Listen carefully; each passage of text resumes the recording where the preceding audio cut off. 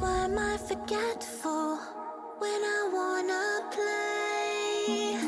Little memories from the years so far away. They've been locked where my sadness lays, in a garden that's like a tomb.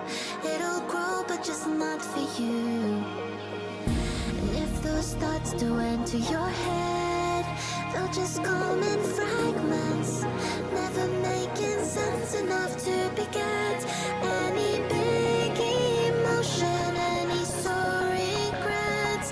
They're just echoes. You'll hear it goes instead.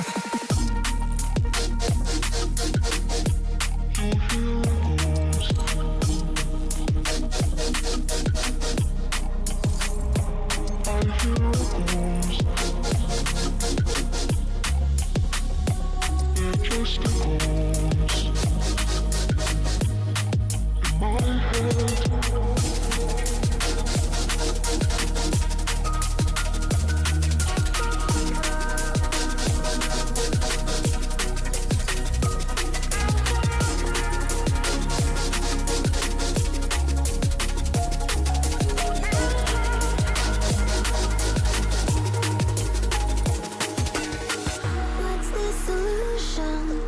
I anticipate that the past is better than the way ahead. As I trudge through my days, I wait for a feeling that never comes. Things are different when you're young. This unique flavor of pain, should I let it grasp me? What if I never feel that way again? All the carefree laughter that I can't attain, it just echoes. I hear echoes in my head.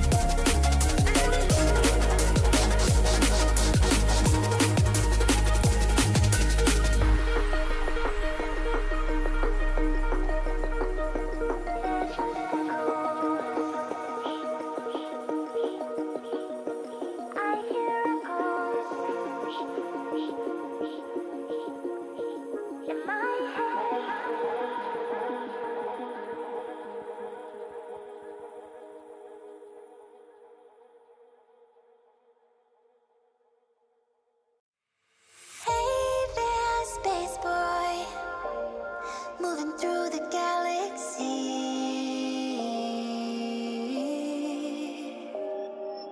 Can you hear me through the dark? I'm calling you. Where do I start? I'm an emotional, taking in your sweet and considerate heart. Come into my world, give me your spark. Time to land and visit the planet.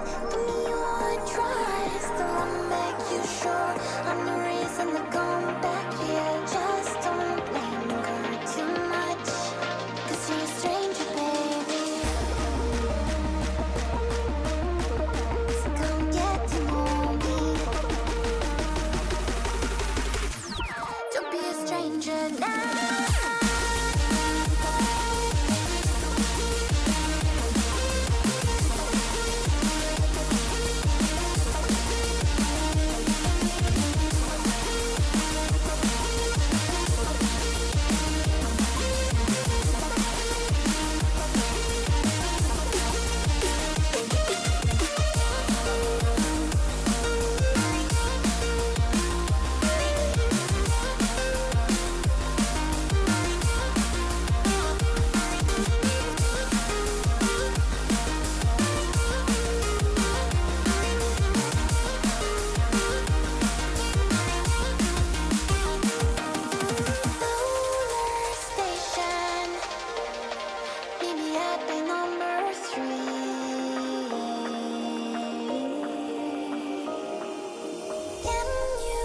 chase me in the dark. I'm wanting you. Always apart, I'm so emotional. Every time you're back up and leaving your car. Why can't you stay here, soak up the charm? Take a breather, I'm all you needed. Give me your heart, I wanna make you sure I'm the reason to rest up here. If you don't linger enough, you'll be a stranger, baby. So come get to know me. Don't be a stranger now.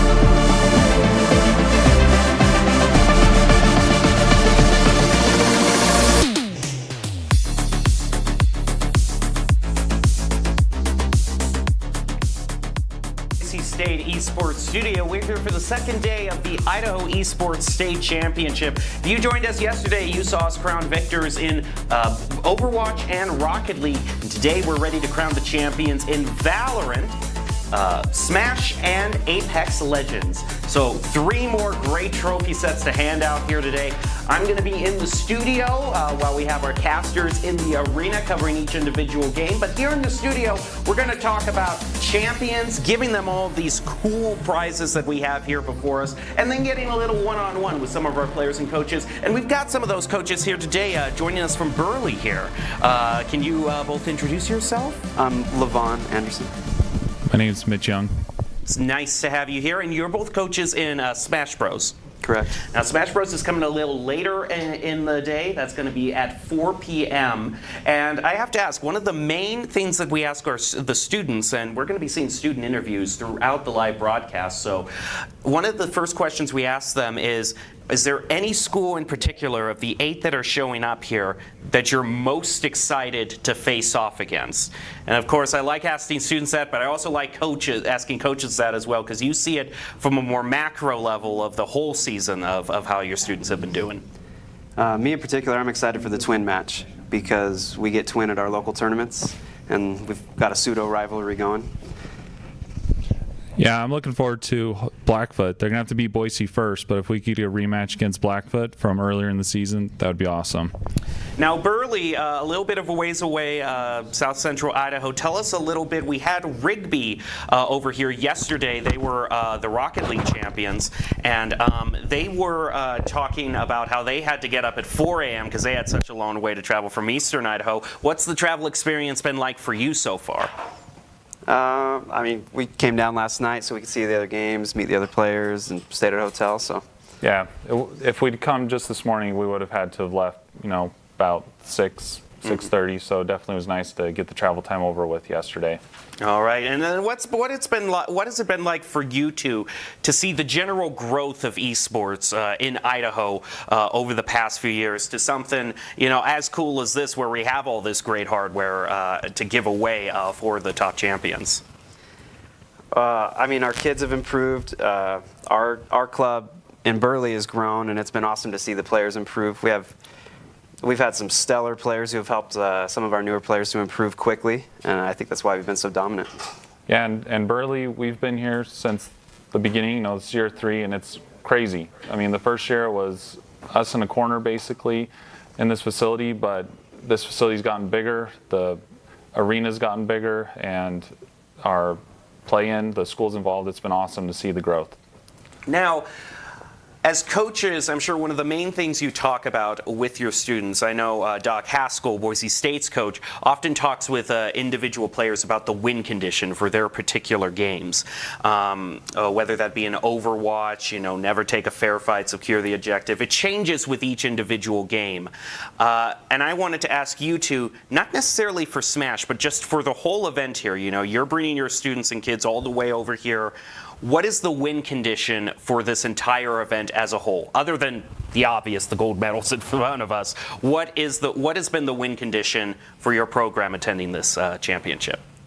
I think it's kids playing games. I mean, we're giving an opportunity to students that don't want to play traditional sports, or even if they are playing traditional sports, can also grow this community, and it's a new way for kids to be involved, and it's a great opportunity for kids to play games. Esports is only going to grow, so I'm glad to be a part of helping it grow. Seeing these kids come out here is super cool, super awesome. Now, one of the refrains that I heard from you two before we went on the air, it's a common refrain we often hear from older people looking at this event who aren't students, is, boy, I wish I had this in college when I was attending here. Can you give us a little bit of your two personal gaming history? How far does it go back for you two? What were your favorite consoles growing up? I started 8 years old on the Nintendo 64, Smash Bros, Mario Kart, and I really never played competitively until I joined our Burley club here. I thought I was the best Smash player around until I showed up and learned that I didn't know anything at all. Yeah, for me it started with the 64 as well. I was 8 the first time I got it, and yeah, I've played Smash since 1998 when the first Smash came out, and loved it. I mean, I wasn't like ultra competitive, but I would go to locals and stuff in high school and enjoy it. But yeah, esports unfortunately wasn't a thing until after I graduated college.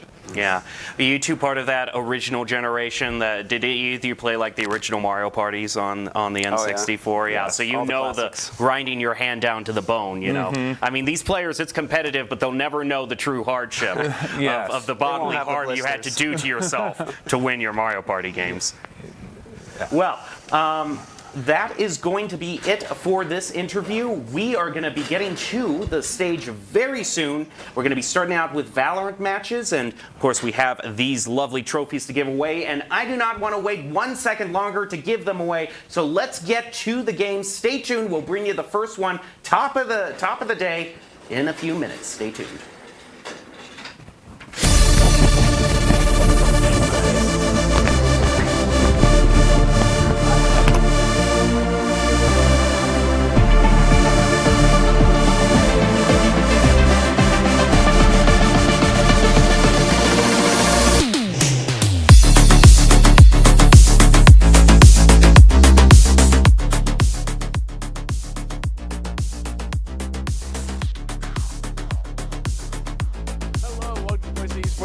Today is the first day of competition for the Idaho Esports Championship.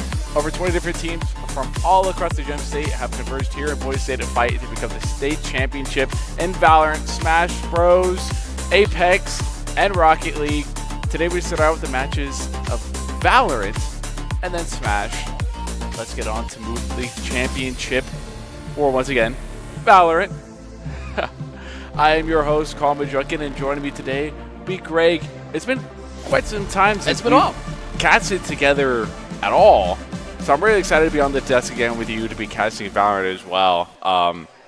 Especially to be back here with the state Idaho championship. Yesterday I got to cast the Rocket League state championship, and that was a special moment because you got to see the sort of future of so esports, especially in the Idaho region. And it gave me a bit of hope. It gave me a bit of hope in that sense of these kids are really talented. They're really driven. They're motivational almost to watch to a degree. And I'm even more excited to get into Valorant today. Yeah, I mean, that's exactly what Jem and the coaches were just talking about. And it's nice to see that progression of something that didn't exist just so recently and really blow up into what it is today. And I'm glad that we could be a part of it. And like you said, though, it's an interesting recap point because this is the end of the season, really, as we come down to the final 8. I mean, you saw the sign. It all comes down to this. So we're excited to jump into some of the games. Oh, yeah. And starting off with the match we're going to watch again, the two teams, we're going to see the Timberwolves against Middleton. And we're going to see the bracket right here of what's going to be going on. To get down to, if you didn't join us the first day, This day's competition is based upon a 3-round competition. Each team will play a single best-of-3 series for each round. And if they do manage to go 1-1, the technical tiebreaker will be a swift play, still decided by the map decision. And like we said, we're going to be watching the Timberline Valorant Gold versus Middleton Valorant, the V team. You get to check out the rest of the squads they're going to be playing. We'll probably see most of those, but the general idea, I believe, is that also if you win, you get to stay on stage. That'll be nice. Yeah, Winner's Court is up on the stage. Very exciting, though they're going to have to perform under a lot of pressure. I mean, this is not just an important game, but we have a little bit of crunch rules going on. I mean, like you said, it is best of 3, but that third one isn't a full match. And you could even argue that the first two aren't full matches. You don't get the whole time to really relax and play it out because we got to keep things going. So there's a soft cutout. It's a first to 13, win by 2, but if you go too far, we can truncate. So you want to keep it brief, and you want to get in there, get in your jabs, and win some points. And like you said, best of 3 for a round, but then every team is going to be playing 3 rounds. Oh, yeah. And, of course, to help every other team to succeed in their possible games in this state championship for Valorant is set your play style. Don't underestimate your opponents. If it's not working, change it. And, of course, the win condition is have fun and play games. Stocks Keys is brought to you by Dropping Gaming. It is the premier online platform for games to seek competition. Play your favorite games to win cash and prizes through fee and pre-entry matches and tournaments. Whether you're new to the scene or seasoned veteran, Dropping Gaming is the right games and competition for you. To begin your competitive gaming journey, sign up at droppinggaming.com. That's interesting. Some of those are, you want to keep the opposites in mind as well. Yes. Like he said, set your play style. You want to be on the same point with your team. You don't want everyone going in a different direction, but you also don't want to be too predictable. And we've seen that be a big problem in the last couple of weeks, honestly.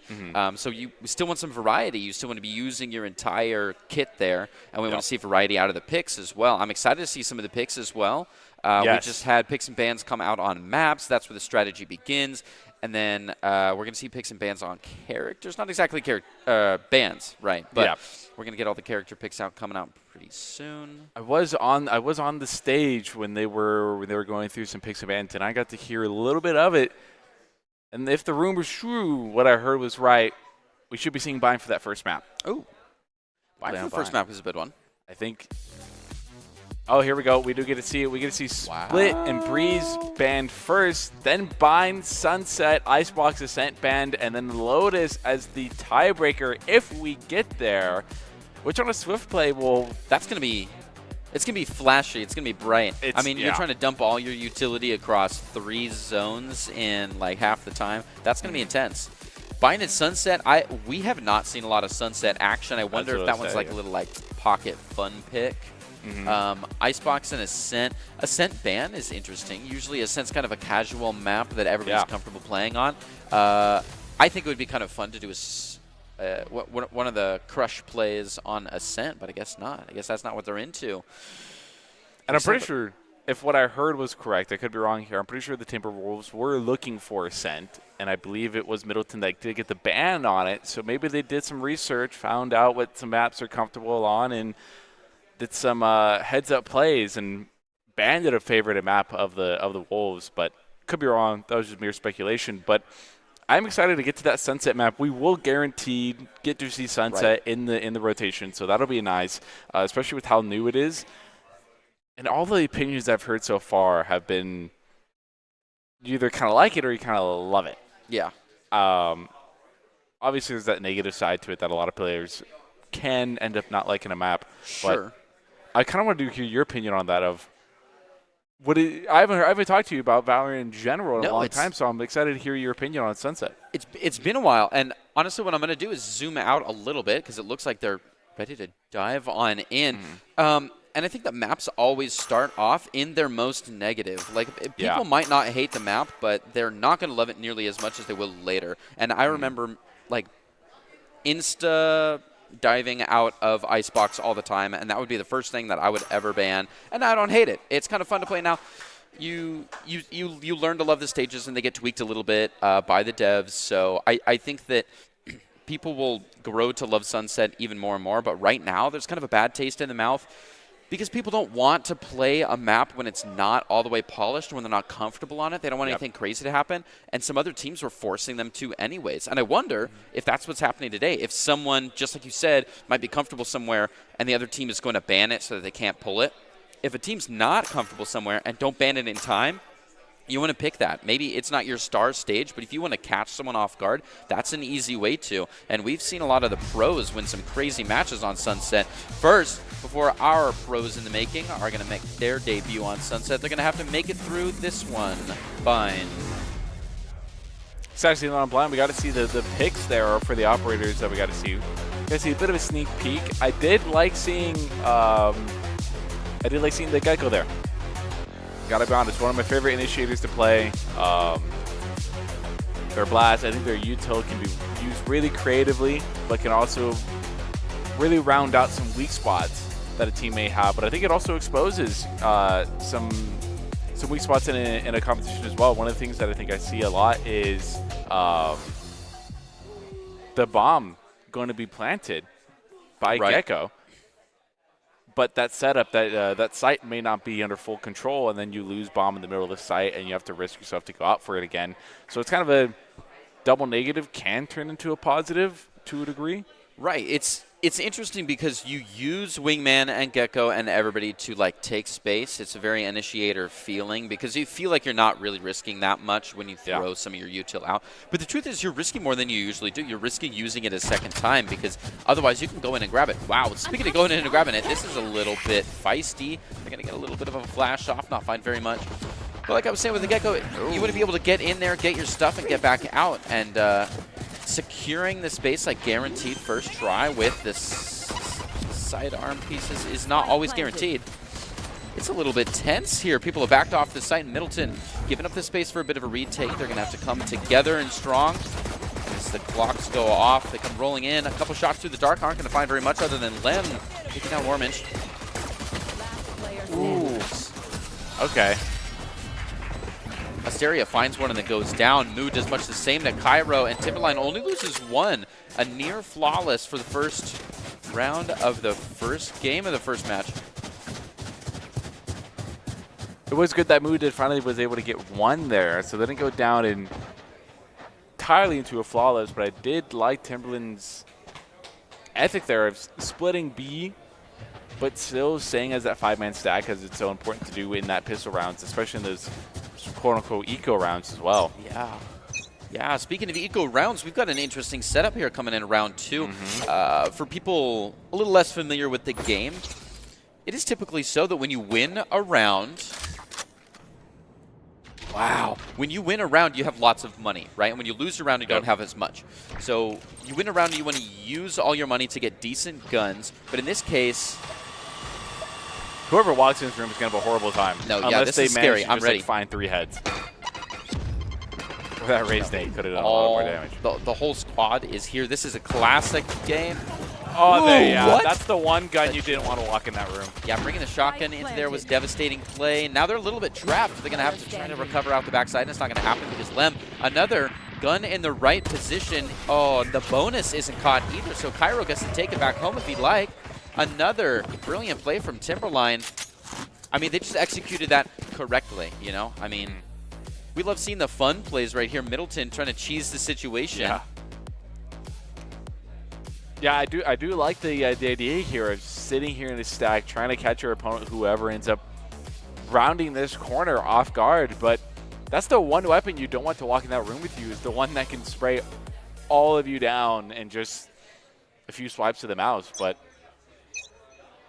that's kind of what you get for being a bit of a smart player. And yeah, and then Lem was in the right position. The corner. Yeah, Lem was in the right position with this long-range gun as well. The Marshall, kind of the debut sniper rifle that you're going to see early in the rounds when they don't quite have the money to get the real one. After a good pop flash. Oh, the Guardian just almost doesn't place there. He's going to make it out with no damage to the health. Through hookah, it's a little bit of a fake out.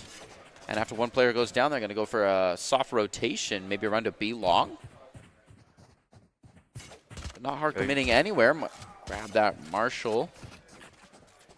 Looks like they're backing off. They want to watch the clock here. Having a full minute is not too bad, but the clock only decreases. They will be walking into site. That Cypher has all the util set up here. So they definitely have to make sure to keep that in mind. If not, clear it if they can before they enter site. And 3 players as well. Usually people will use that Cypher util or that KJ util as a clutch to even out the 2-3 imbalance, but at this point they're just doubling down. They've got 3 whole players there as well as a bunch of util. Ooh, and it's a quick rotate.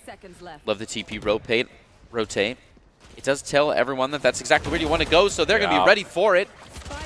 Flank Sinatra taking one out before going down to Cairo again. Wormage ends Andy, and another one before Winston follows it up and finishes off the round 3 Middleton. This is how it usually goes, though. The person that wins first has a bunch of money, so they're going to win the next round. But then you don't want to throw away all your guns just to buy another one. Kind of pros after swine, so you end up keeping the medium quality guns into the next round, and you don't always make it, but you hope to do some damage. So Middleton coming around with the bonus round there. And now we get a full gun round. Everybody has the creds to buy up these Phantoms and Vandals, the 2 most commonly seen guns.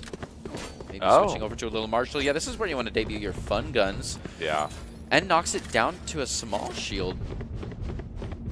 Flank Sinatra was the one to go down last round. They did get 1 kill, though, so they might have a little bit of money. We do see that they still have 2,100 left over.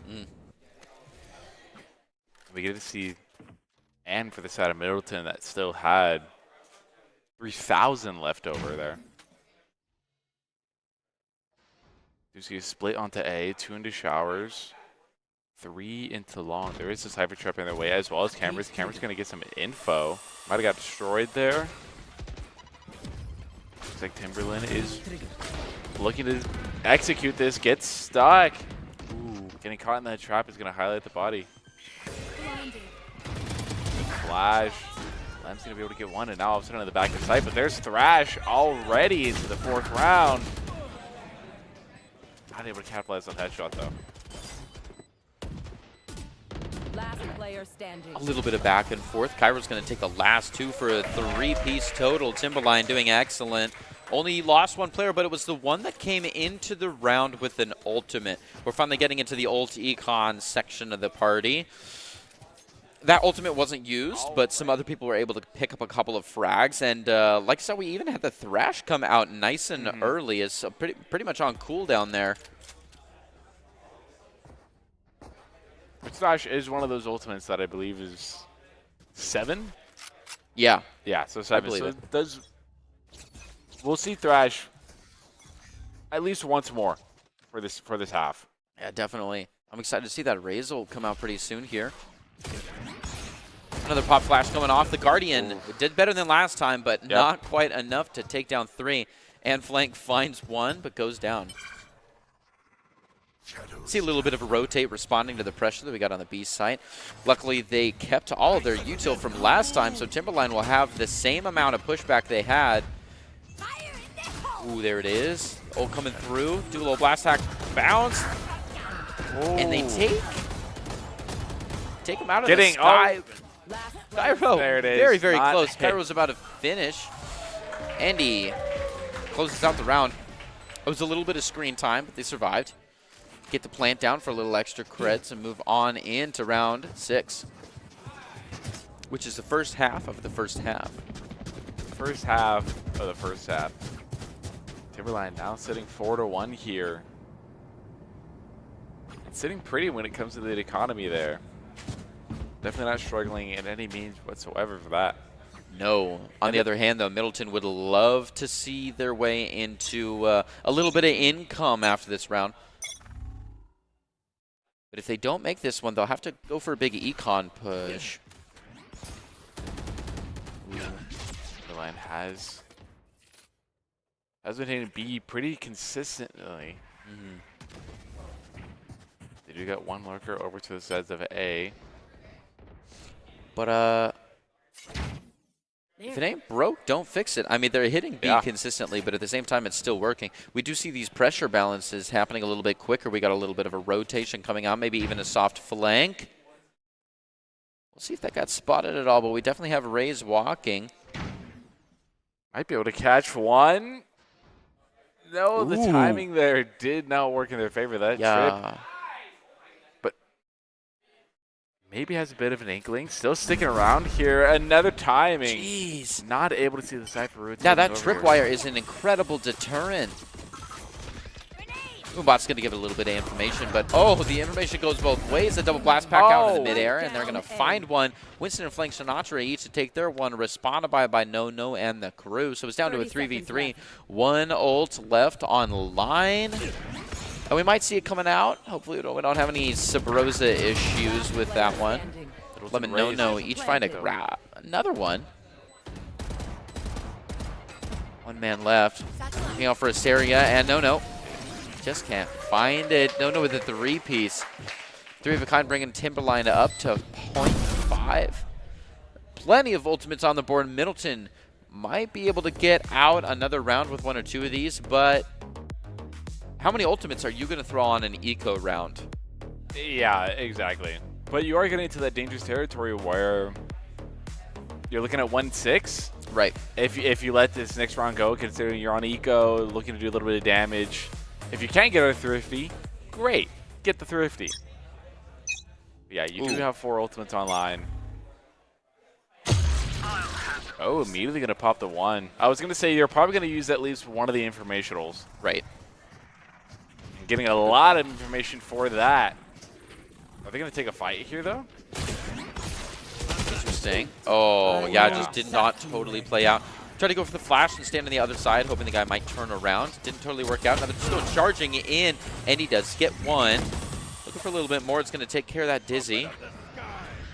We see another ultimate coming out. That's 2 pops so far by Middleton, and they've already lost 2 players. Ooh, brilliant shot from Lem. It was pretty close. Can he do it again? Nice. I like the Sky having the operator here. Yeah. Sky Operator is a fun idea. Is not the ideal character, but clearly they're going to make it work with those. Right. As long as you don't get pushed too. As long as you don't get a bad timing or get pushed very heavily, Sky's going to be able to continue to do damage to there. No, it's nice because they were also playing for body shots in the hallway, so they were pretty close. They got nice swingable zones there. Middleton did go ahead and use 2 ults during that round, though. Yeah, they did, but they still have 2 online. You know, you don't want to just have them sit there. Yes, yeah. Cairo making some first damage. Wormage going crazy now. He's already taken out 40% of the team, and Andy gonna get the revenge there. Winston grabs another one. Lots of fight down right in A main, and they drop the spike as well. Kind of alters the win con a little bit, shifts your positioning. To the attackers back up. Winston takes one out. 1 remains. low help by one of the Middleton players. Lem takes care of him from a distance. This is the position they want to be in. Just isolate one of these players, bring it down to a 1v1, maybe get a gun switch out. But honestly, the clock is on their side, right? I've got your trail. Ooh, gonna use the Popping Seekers the here. ult. If they want to get greedy, well, there's a couple ways they might get greedy. Here, switching to the Vandal, go nice, and melee has the guiding light. Oh, there you no. go.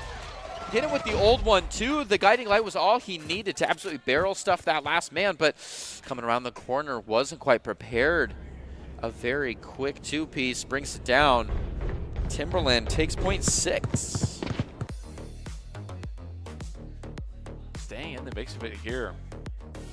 Middleton gonna take that first, that second round. They get that big break that they've been asking for. No, which is so good because their credits were barely hanging on. And I mean, when you go all the way down to one player, you have to rebuy all those guns up. So it was a tight round, and it leads into an even tighter next round, where he's going with an expensive Marshall flank Sinatra, trading himself in for one. He's going to bring an ult to the ground with it, but there's still 2 ults available if you can find a way to use them. One of those is a little situational wormage. No situational about it. Oh, here's a flank they might not be expecting, and there it is with the Cypher Trips down. And it's going to have a lot of free reign. Here it gets 2, now 3. Middleton looking alive right now. Yeah, that was a nice wide spray transfer he was able to really rein in. Good on him for grabbing those 2, bringing it up to a 3 of a kind, and getting on out of there. A couple distance shots as well as this kind of bonked the raised nade. Unfortunately, we didn't get to see one of those paint shells go wild. But look at this.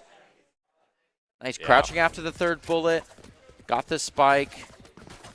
He could have paid, backed off of it and played a little defensively, but decided to go in, and it worked. Ooh, speaking of going in, we'll have to see if this works out. No, getting the first peek. Ooh. And flank hanging out behind. Very, very initial mouth of the hookah front.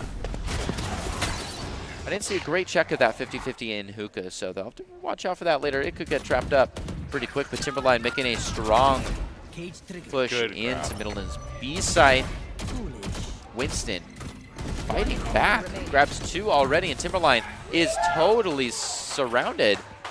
Defenders, Middleton takes point 4. I mean, they're moving along pretty smoothly. If Timberline is totally halted here, then we're looking at a smooth and even 6-6 to move into the second half. But I see Timberline use their sort of typical faster paced attack shots that get used on B, but I really got to point out the Cyphers can play here. Gets the initial ping. Nobody finds the cam. Gets this one, waits till they see somebody's about to jump out. But that last ping on the Cypher was still there. And the use case of the cage came in beautifully, and then from there they just got stuck in hookah, and there's no way out from there. We're going to see another flash off the wall pop. Going in for a quick reload. Oh, sure enough, and flank. Gets a good flash pop, runs out there. Oh. They tried to 1-2 it. I'm glad we got that angle. Oh, fell for it. At this point, he's just wasting time, which is exactly what you want to do. Just hang out. If you can keep them at bay for another minute and 7 seconds, you take the round regardless. Don't play the hero. Especially when you have the better guns as well. Exactly. You can also... You're risking more. Yep. Oh, and there's a good headshot there, and there's one of the better weapons left out in the open. Not going to recontest that angle. They're going to be able to grab it. And they are going to go with the original rotate over. I'll handle this. Going to go ahead and use dimensional drift, though. Looking for some info. Yeah, I'm going to TP out. Big thing is you got your info. Going to be able to, go with the good decision. Get out. Yeah, much smarter. Learned the lesson there, apparently. Yep. And flank hanging right out. Paranoia takes him down entirely. But that's just enough noise on stage to alert the defenders. And the other 3 Middleton players come rushing in from across the field. One coming in from the long on B. But they're isolated completely. And No makes it a 3-piece by taking Wormanship down. Now 2 left back in the U-Hauls. Walking around. Looks like Cypher's found him with a neural theft. Interesting. They don't quite clutch it. Endy, excellent work. pushing Timberline over the halfway ledge as they Last take round point before the 7 switch. for the first half. So now we should see everything used. Right. Leave nothing on the table because Yep. they're packing up after this.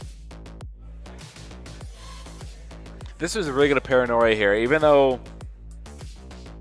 I mean, it's really the most common spot to use the paranoia. It really is the one that I see get used the most, and I think it pays off. I think the audio cue may have given away and just a tad bit too late. Might be looking to take another aggressive angle. Once again, and keeps taking these angles. Manages to get one. Oh. Ray's not able to find an opponent with the rocket, and we see all of Timberline down B long, but they're going to TP out, and Lem gets one with the op. Moose going to be able to get one. Ooh. Launching smoke. Yeah, Moose sits right down on that point and takes one out on the big rush towards the A, but that's kind of their last bastion, the big defense here. Now everybody's going to have to come rushing back in to cover A site. Cairo was already getting an early plant off, and they try to wall blank through the shiny, but it doesn't go well. Wow, Cairo coming around. Absolutely flicks that one. Excellent sight. Winston gives Indy an extra hat, and everyone, once you know where they're at, just got to close the deal. Flank Sinatra finds one more. And then now bold Moroccan Winston is going to get an easy defuse for another ult charge. You won't be able to use it, though, because we're moving across the half line. Switch. A strong 5-7, I mean, that's kind of the best you could ask for coming out of a 6-1, right? Oh, yeah, definitely. Going down from 6-1, managing to halt them to a stop, only able to get one around. The other thing I want to point out is Flank Sinatra won the duel over Lem, over on B long, and I don't know if that was caught up on a rotation or got a good timing on it or straight up just beat up the operator, but nevertheless, it was a critical role to play in winning that ones, and I think that's what I got to see Middleton perform a lot better in the sense of winning their ones a lot more. Right. When they face an opponent, they manage to get the one and get out, which is so important in Valorant. Is more than anything, getting the kill is surviving in a lot of engagements because you're a lot more helpful to your team at 50, 40 health than dead and continue to take that fight. A quick TP over. Oh, but they might be going for a little bit more of a tricky play. Yeah, the long rush towards A, it might not be everything they need, though. Timberline with a solid 2-3 stack, or even sending a couple of flanks down the bath. So as they come out, they'll be in the perfect position to harvest, setting up that cascade wall. Ooh, wow. A lot of action there. We saw the blinding light. Oh. Aid taking one down after a big shakedown. A lot of action. Middleton, one player left, trying to stay strong here, but they're closing in. Can he get one on the way out? Yeah. Not quite. Got triple swung there, and not much you could do about that. I like the idea that Middleton had to try and go for the trick play there, but unfortunately it did not fool Timberline as much as I think they were expecting it to, as Timberline still had 3 on the site, and the rest of the team would have rotated over very quickly. Now, this is a little rough because if we peer into the future a little bit, or maybe just into the statistics, we expect this to go fairly like another point for each side, right? 9-6. Yep. And if that's the case, Timberline is right on the edge of hitting double digits, and Middleton hasn't even caught up with where Timberline was at the halfway point. So Middleton would have loved to get the first 2 rounds, and I think that's why we saw such a bold play of all of them rushing back through A, because when you really would love to take the round, more than most rounds. Ooh, getting a little bit of info. He sees 2 people go across, tries to go with the dart. They're going to take care of the gun, but that's not enough. You're going to have to take care of all the players on site. But they only have pistols. You can run a lot faster. You can risk a lot more. You can risk everything and not really risk anything at all. So I think that's why we saw that high energy play that we don't usually see out of them. But they got burned by it. They were slapped on the wrist a little bit. And now we see a tentative play style. They're kind of breaking the team up, walking nice and slow. Which is interesting going into this eco round. You definitely don't have the weapons to take an advantageous fight over Timberline. So breaking up the 3 here, definitely not what we saw from Middleton as compared to the last half. They might end up using the TP here. I think they're just trying to buy time, show some presence here, keep the defenders that are rotated over the side to keep using util. And that's exactly what they're doing, as just as the other side, Middleton starts to hit A. Everybody else is going to rotate through. They're going to take a fight into showers, though. Lem's going to get 2. And now all of a sudden, the rest of Middleton's boxed in. Ooh. One enemy remaining. Man, they committed to truck and they took the space well, but they're being re-infiltrated so quickly. No, and Lem going absolutely sicko mode with the shotguns this game. We've seen a lot of good plays there. They get the spike down, though. So that is credits that they get to use next round. So while I imagine they would have loved to get an elimination or 2, at the bare minimum, they did get the spike down. Yeah, look, they took space so commandingly, but it was just camping it out that was a little bit difficult for them. Yeah. Time and time again, they keep running into these judges in less than ideal situations when they take these fights. I think there's 3 judges in total on the side of Timberline there. So absolutely no mercy from them. They're going to keep 2 of them, too. Yeah, why stop? Why stop? Yeah, exactly what you said. If it ain't broke, you don't need to fix it. Ooh, no. This is not exactly the angle. This is the angle you want to take with the judge, so they might just camp out here and wait for a little bit of They might clear you, though. They did. Oh, yeah. Ooh.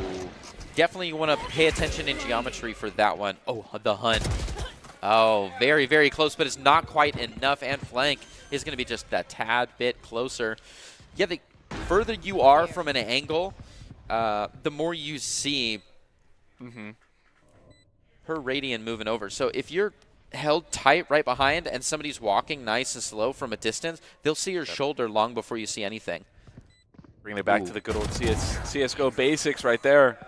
Worm getting one, looking for the second, not able to get it though. Indy had a very thin angle there, was super, super close. Brought it down to 1.5. The chance for one more man to finish his legacy. Oh, the all-fire. Yeah. Classic all-fire to the head. It's a bold move, but when it works, it works. It works. It works. Missed the initial right click, but it's going to land the second one. With how low they were, it wasn't going to take much to get there. Yeah, and as the prophecies foretold, this is exactly what we're down you're to a talking 9-6. Yeah, look at this. You just don't see anything. Yep.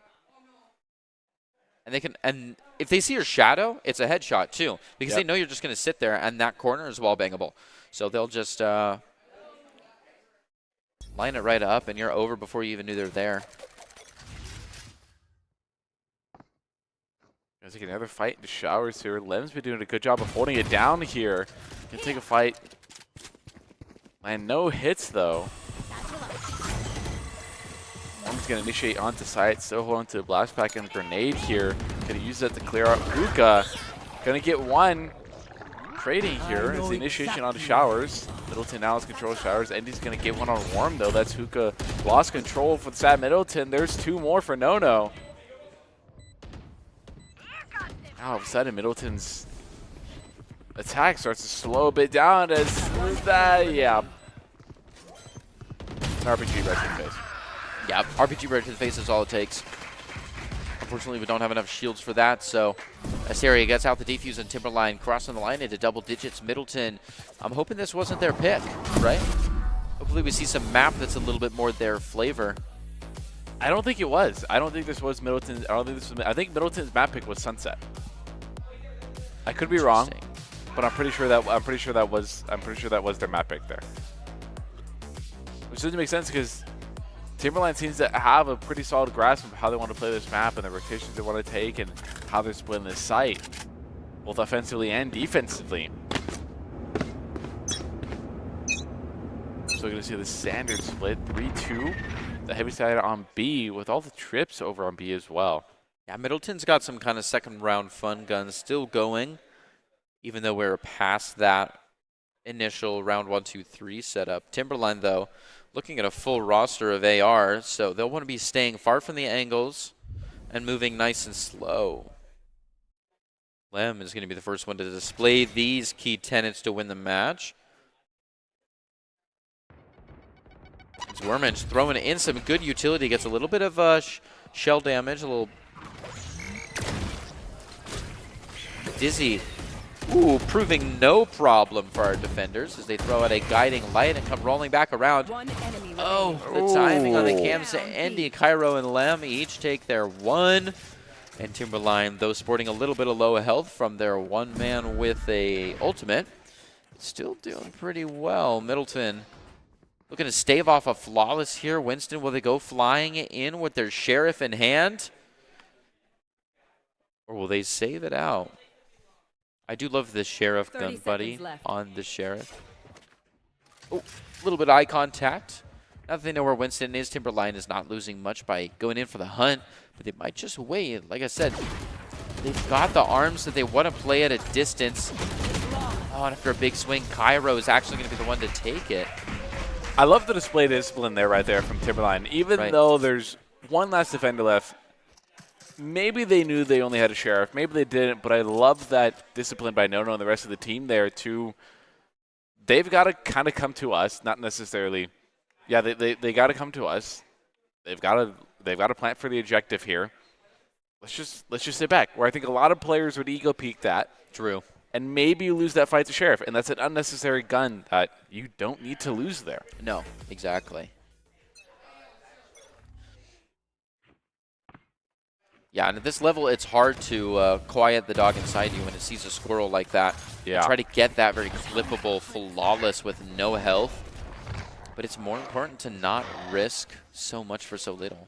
Especially when the camera's on you. Yeah, embarrassing. Everybody wants to show out for this stream. Definitely, definitely. Deluxe is pushing Middleton, slowing it down a bit. Ooh, Thrasher is going to be used by the side of Middleton. So is Dimensional Drift. Going to be getting a lot of info here. Potential to capitalize on it. The blind comes out. They're going to take full control of Hookah. Not quite yet. There is a Cypher lying in wait there with the Bucky.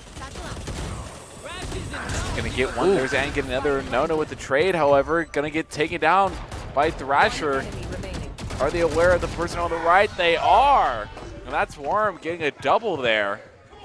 Middleton staying alive here. Yeah, Worm and Guardian two-piece to finish out the round is a fun play. Yes. I love seeing the util dumps here. Yep. Especially onto a map like Bind, I feel like the sites are so open. Tight corners where they are open. There's really tight corners, so it's one of those things that you have to dump a util to clear them safely. And I don't think we've really seen a whole lot of that from either team of that right now, besides a couple rounds are the exception. But I really love to see it there. Really pouring everything into it to make sure they secure a round.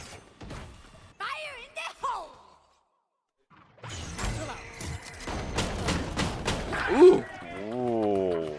Sabrosa moment there as the Razor doesn't quite go according to plan.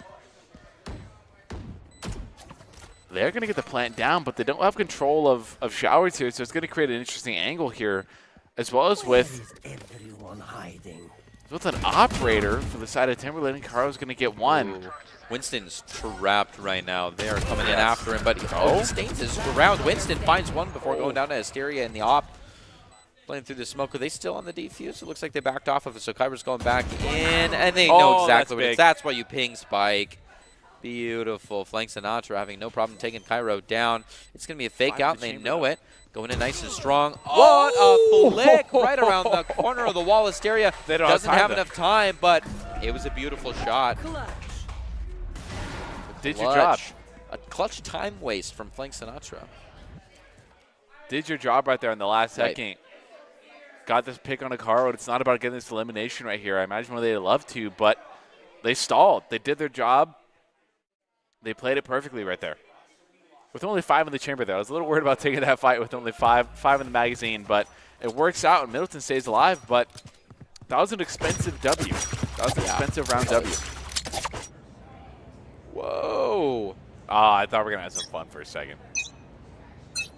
Andy, are you going to lock something? Ooh. The rich get richer, and the poor have classics. There is a wealth disparity on the team here. One man sporting an operator, and here it is, Timberline. Oh, just trying to find a little point there. Oh, shocked into the corner, taking a little bit of damage, down to 52 health. The operator can still stand its ground, but not against everybody all at once. Got the wingman coming in strong as well. After good flash, it's a little bit of back and forth as Flank finds one, but goes down for the trade. The operator changes hands. Not quite going to be there. Lem goes down. That little hallway right there behind truck has been a serious problem for the teams today. Stereo was thinking about using the ultimate here. Gonna be taken down though. Endy's gonna get a wall playing on flank Sinatra. There's Winston to get a Stera though. Enemy remaining. Got around the corner. All you have is an op, and on the reload. Caught mid-air. Middleton, 3 in a row here right now. They're usually distracted once It's a little similar to what we saw in the first half of they lost a few, but they finally found the footing, and they're making it count there.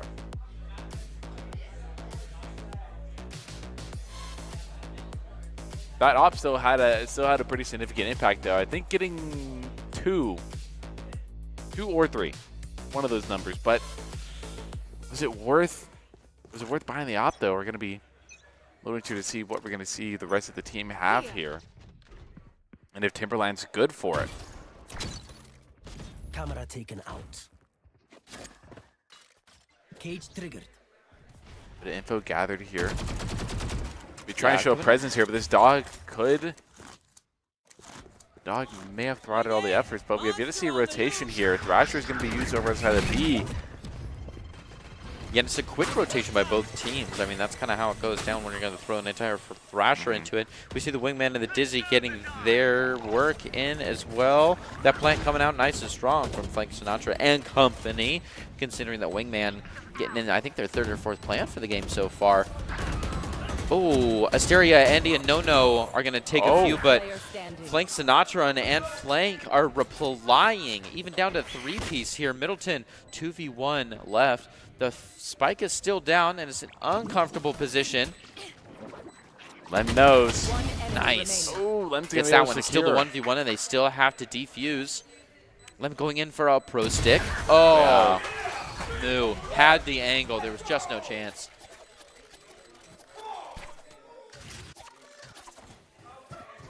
Bringing it to 10 and 11. Right, we're into that pseudo-overtime territory, the deep teens. Love to see the energy from the team there. It's a pretty solid round for them as well. It's still staying in this game. Now 10-11 here. So with the idea in Valerant, you got to win by 2. Definitely not out of the danger zone yet, but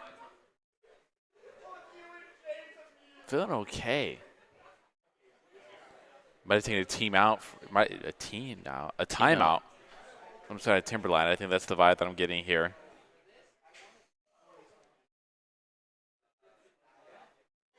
Going to be looking for exactly what they're going to be changing up or switching.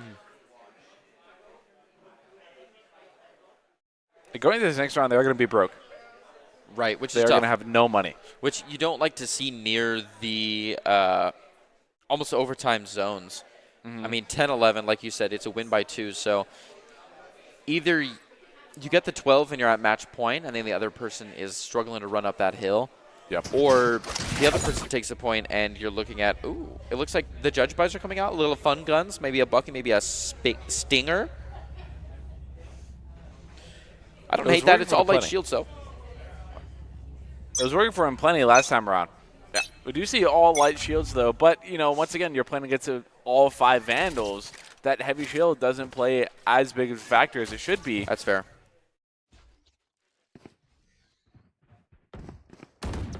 Camera's going to be used there. Someone's there. Alito going to be coming out here from get-go. Yeah, coming on very, very strong. Middleton trying to make a serious move here.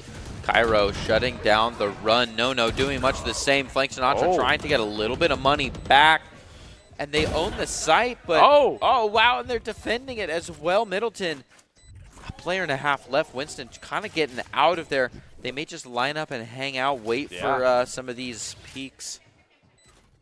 Wait for a couple of the sticks onto the spike, a couple of defuse taps. I'm running out, make that a little bit easier, but buy some time. Yeah. I like the angle Winston holds here. They're trying to fly out of there as Nona is absolutely cooking the scene. One enemy remaining. Last player. Excellent done, and that is it right there. And gets out. Oh, never mind. Let's not get out. Everybody goes down. Middleton taking point 11. Means we're basically in overtime. Yep. Still definitely an opportunity for either team to get 2 in a row here and still pull out the first game W right now. But with this being Timberline's pick, Middleton is finally finding that rhythm, that groove here. And that sneaky assassination by Winston there inside the enclosure, the enclave there, was massive. I hope the Middleton aren't just finding their groove because they've got a lot of practice working on an attacking side, because if you do make it out into the overtime, it switches back and forth between attack and defense. And teams that have a big difference in their comfort levels playing offense versus defense, we see long overtimes go. And we don't want that to happen, because we don't want to have to cut off a game or catch anybody off guard with a win by 1. Like Sinatra going in for a fast land. They don't totally own this site, though. It's going to be very contested. Lots of fire coming out. And the lines haven't moved an inch. Nono's going to be taking the first mark on and flank. Cairo catching up with their 20%. And the defense kind of pushes back out. Oh, gets caught trying to collect the util back. Winston's going to get one. Now looking for a second. They're able to get the second as well, but Nono gets third. Winston and Nono popping off right now in a 1v1 with the neural theft. Trying to back up, realizes they have spiked down. They can play the game they want to. Oh, they get caught off guard. Low on the HP.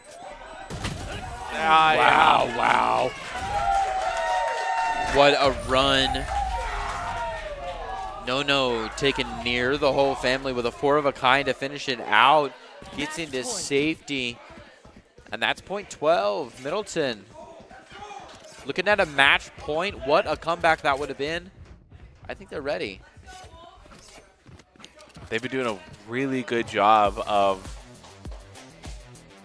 making sure Spike does not get contested early on. They get the Spike down, and they fight tooth and nail to the very end here. I mean, you see the smart play by running away from the Spike, trying to get Nono away from it, and then just using all the capabilities in the world to just buy the most time you possibly can, and it paid off. So now all of a sudden Middleton's match point walking into A here. And the thing I've been seeing is Timberline's no longer challenging Showers anymore. They're playing a lot safer, and they're not taking that risk anymore. Spike planted. Yeah, it's good to see a bit of that variety coming out and kind of saving the bacon here last second. Lemmy in close contact. Again, that hallway, it's a tough one for them. Hopefully that's not a big contention point right here, but the judge is ready for it to be. And from just the right amount of distance, the Vandal looking after. That jiggle peek is enough to save him, but oh, never mind, they do take it. A quick follow-up, though, is going to drop him back down to fair. Oh, gets the half, but just did not quite stick it out. He's going to have to play through the molly. Gets a quick tap, tries to bait out a sight. And he finds it with the paint shells. Is it enough time, though? Nice. Expertly done. Switching sides. Overtime. And now it's time to find out if I really think it might be one of those things where Middleton finally started finding that groove on the attacking side of things. So it'll be interesting to see them on the defensive half, and then to see that reverse come back and back again of, is it just going to come to the same exact rotation of where each team is so into a groove on one side that they're not able to recoup on the other. If they're good on defense, are they going to be solid on offense enough to make it work? Because you have to continue winning by 2 here to win.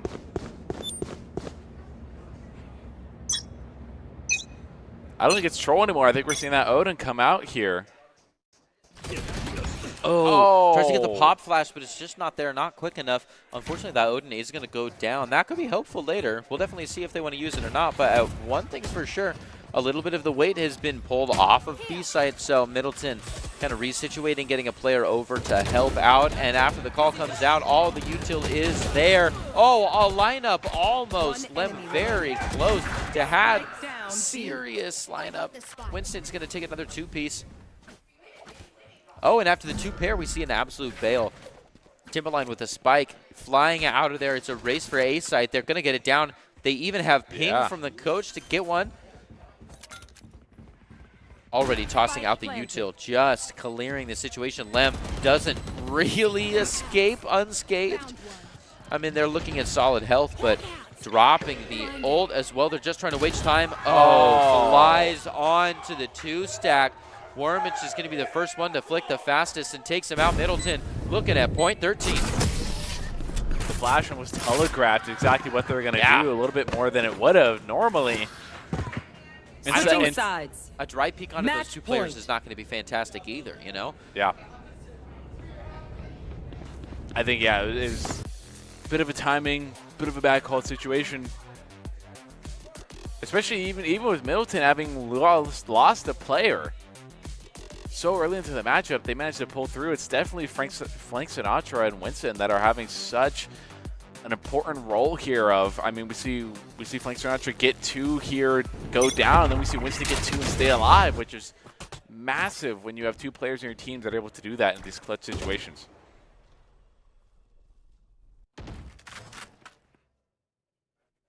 Well, it is all quiet on the A side front here. We see a little bit of a spread out as Middleton throws a 2-1-2. Leave a 1-man in the middle to hang out with cams. Cypher actually operating the cams and guiding that spike down through hookah. You see Timberline on the A site. Beautiful cross angles set up there, ready for an attack, but it's not the attack they're actually looking for. No here to give you a little sight on this situation is ganged up with Lem. And obviously Flank Sinatra just looking to make some noise. They're going to throw more util in. They just kind of want to warm the site up. Oh, that's an uncomfortable position. Where do you go? Where do you go? Get absolutely stuck between a rock and a hard place, and they're going to be taken down by the paint shells. Another molly thrown out, trying to find Cairo, but he does well. Grabs into Winsto with a good response, trying to shake down the situation here on the A side. Timberline is still a 2v2 because they had 1 player coming in, but now the things have changed. It's a 1v1 race. Timberline sending Winston in for the defuse. Wow. It's not going to happen. It doesn't get down. Andy punishes Winston for jumping over the iron box.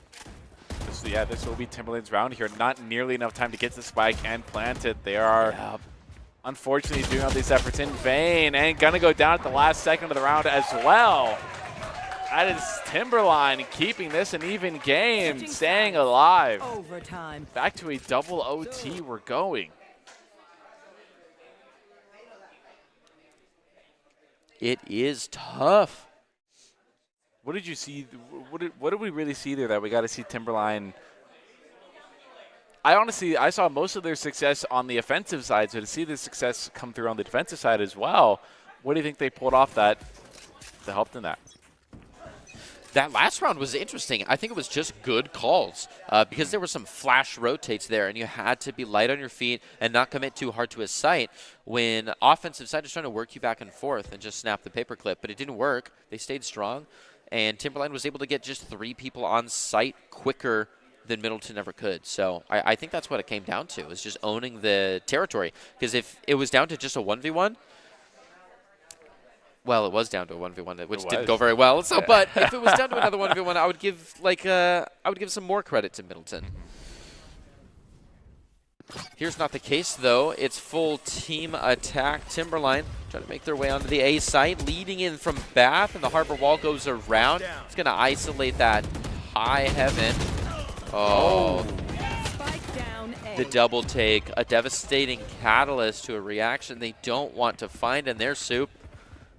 Middleton has got things locked down, but Clem is already going in for the plan. Wow. Oh, beautiful help from Nono and Cairo, just watching their back. Another muzzle stuff or 2. Doesn't quite take a flank. Sinatra grabs 1, but it's down to the last player. Middleton going to get the leg up to 14. Cairo's really low right now, too. One singular spray from the box could do him in. Luckily, none of those land. They chose a good spot to plank here, but Ann still has 2 flashes here.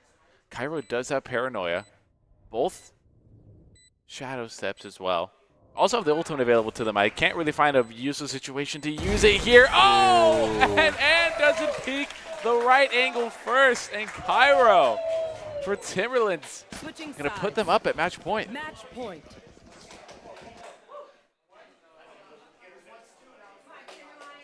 Absolutely wild. Just what an off angle of position. Yeah. There's nothing to hide behind.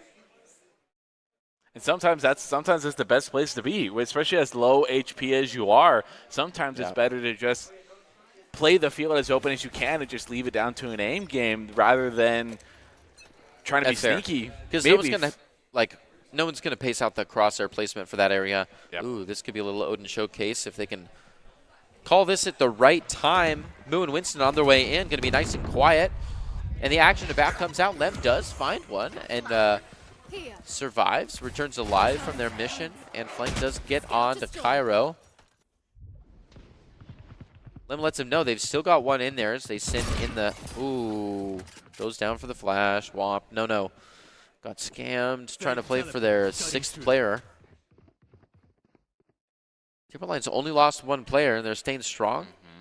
They've left an anchor on B site for any switch-up shenanigans, which I don't think we're going to see. I think Middleton kind of has to commit to this with 50 on the clock. And it's not their Cypher too, which is interesting. Their Cypher's playing on the A side as well. But left all the util on the side to help out their Harbor flank. Gonna get a bit of timing on Lem. Now they have a lot more control size than they do. Endy's gonna get one though, but not the person planting the spike. Flank gets a second, but No-No's gonna get the trade out. Now it's just up to Moo here, but Spike is down. Oh. Not exactly planted for them, but they're still able to get the off angle. Now we're down to a 1v1 situation between the Harbor and wow! For the game, Timberline takes it, hangs out behind the Harbor wall, and just times it right. Woo! We see the man nice and cold holding down 4. And the Wolves take map 1. Really, really well deserved. Played full of heart till the very end of it, and it's honestly one of those things that I'm excited for map number 2 now, because these teams are playing on map number 1. I can't really wait to see what it seems like for that map number 2, but I love the excitement and the crowd reactions here. It's definitely one of those things that I don't think we saw a lot of in Rocket League, so I'm excited to see it in Valorant. But I understand it a lot more in Valorant. It's definitely one of those games you can get behind a little bit better. Yeah, Rocket League, sometimes it feels like it comes out of nowhere. They're just like grinding for a long time and then it happens. But Valorant has a nice, obvious lead up. Like, there's down to 1v1. They're hanging behind the Harbor wall. Are they going to peek that? Are they going to not? So it's something that gets the crowd excited, and we can all get into it. I'm just really happy, since we're talking about things we like to see. Timberwolves stayed undaunted in the face of a comeback, right? They had a menacing pushback all the way up to, I think, just several rounds up. But I don't want to give you all the breakdown. We'll give a little bit of analysis from behind the awards. Here's my friend Jem and company. How are things going on in the studio? Well, it's halftime, and that means it's time for the Jem and Day play-by-play. I'm Jem, she's Day, and we got a whole bunch of games going on right now. We saw an amazing game just happen where Timberline pulled out a victory in overtime, but I'm looking at this game right here, right beside Daydream. If you look behind, Shelly and Bora are playing right now. It's 11-11, so effective overtime between these two teams, and we'll be recapping some of the plays from the game we just saw over the next 5 minutes, and in that 5 minutes, we'll be giving you updates on which team wins that, because much like the game we just saw, it involves a lower seeded team like Middleton really giving the upper seeded team a run for their money. In this case, it's Shelly going up against Bora, who has the higher seed. So another possibility for an upset in the first round, at least, though, with Timberline. They managed to pull it out, but you never want to underestimate these lower tier teams. They can be spoilers. Yeah, we were both literally at the edge of our seats watching that Timberline game right there. And honestly, good plays from both teams. And those angles were so good in that last game. I just wish that they had stuck to that angle. I know that was the main thing, because you're in the post plant position. You have the advantage of, you could rely on the sound cue. It's just very. I get you want to use the stim beacon, I get that, but I would have at least waited until I know for sure where he is, even if he's faking the defuse. It's just, going through a wall like that completely dry, it's just, but it's easy for us, with the benefit of hindsight to say, there were so many times when it came down to a 1v1 clutch mode. Yeah, I mean, we saw a lot of that. Cypher being the last one on, Middleton's side, and then Timberline having that raise as that last person left, and they kind of duked it out a lot of times. Yeah, they really did. Middleton, there were also a lot of moments that it seemed like they were down and out for the count, where Timberline was up maybe 1 or 2, and then all of a sudden, Flank Sinatra right here that we're seeing right here, he was the one to bring it back so many times. So you really got to watch out for this Gecko. He could sneak up on you. Meanwhile, I want to give you the live update right now. We're in the final round of Shelly v. Bora. Bora is currently at match point.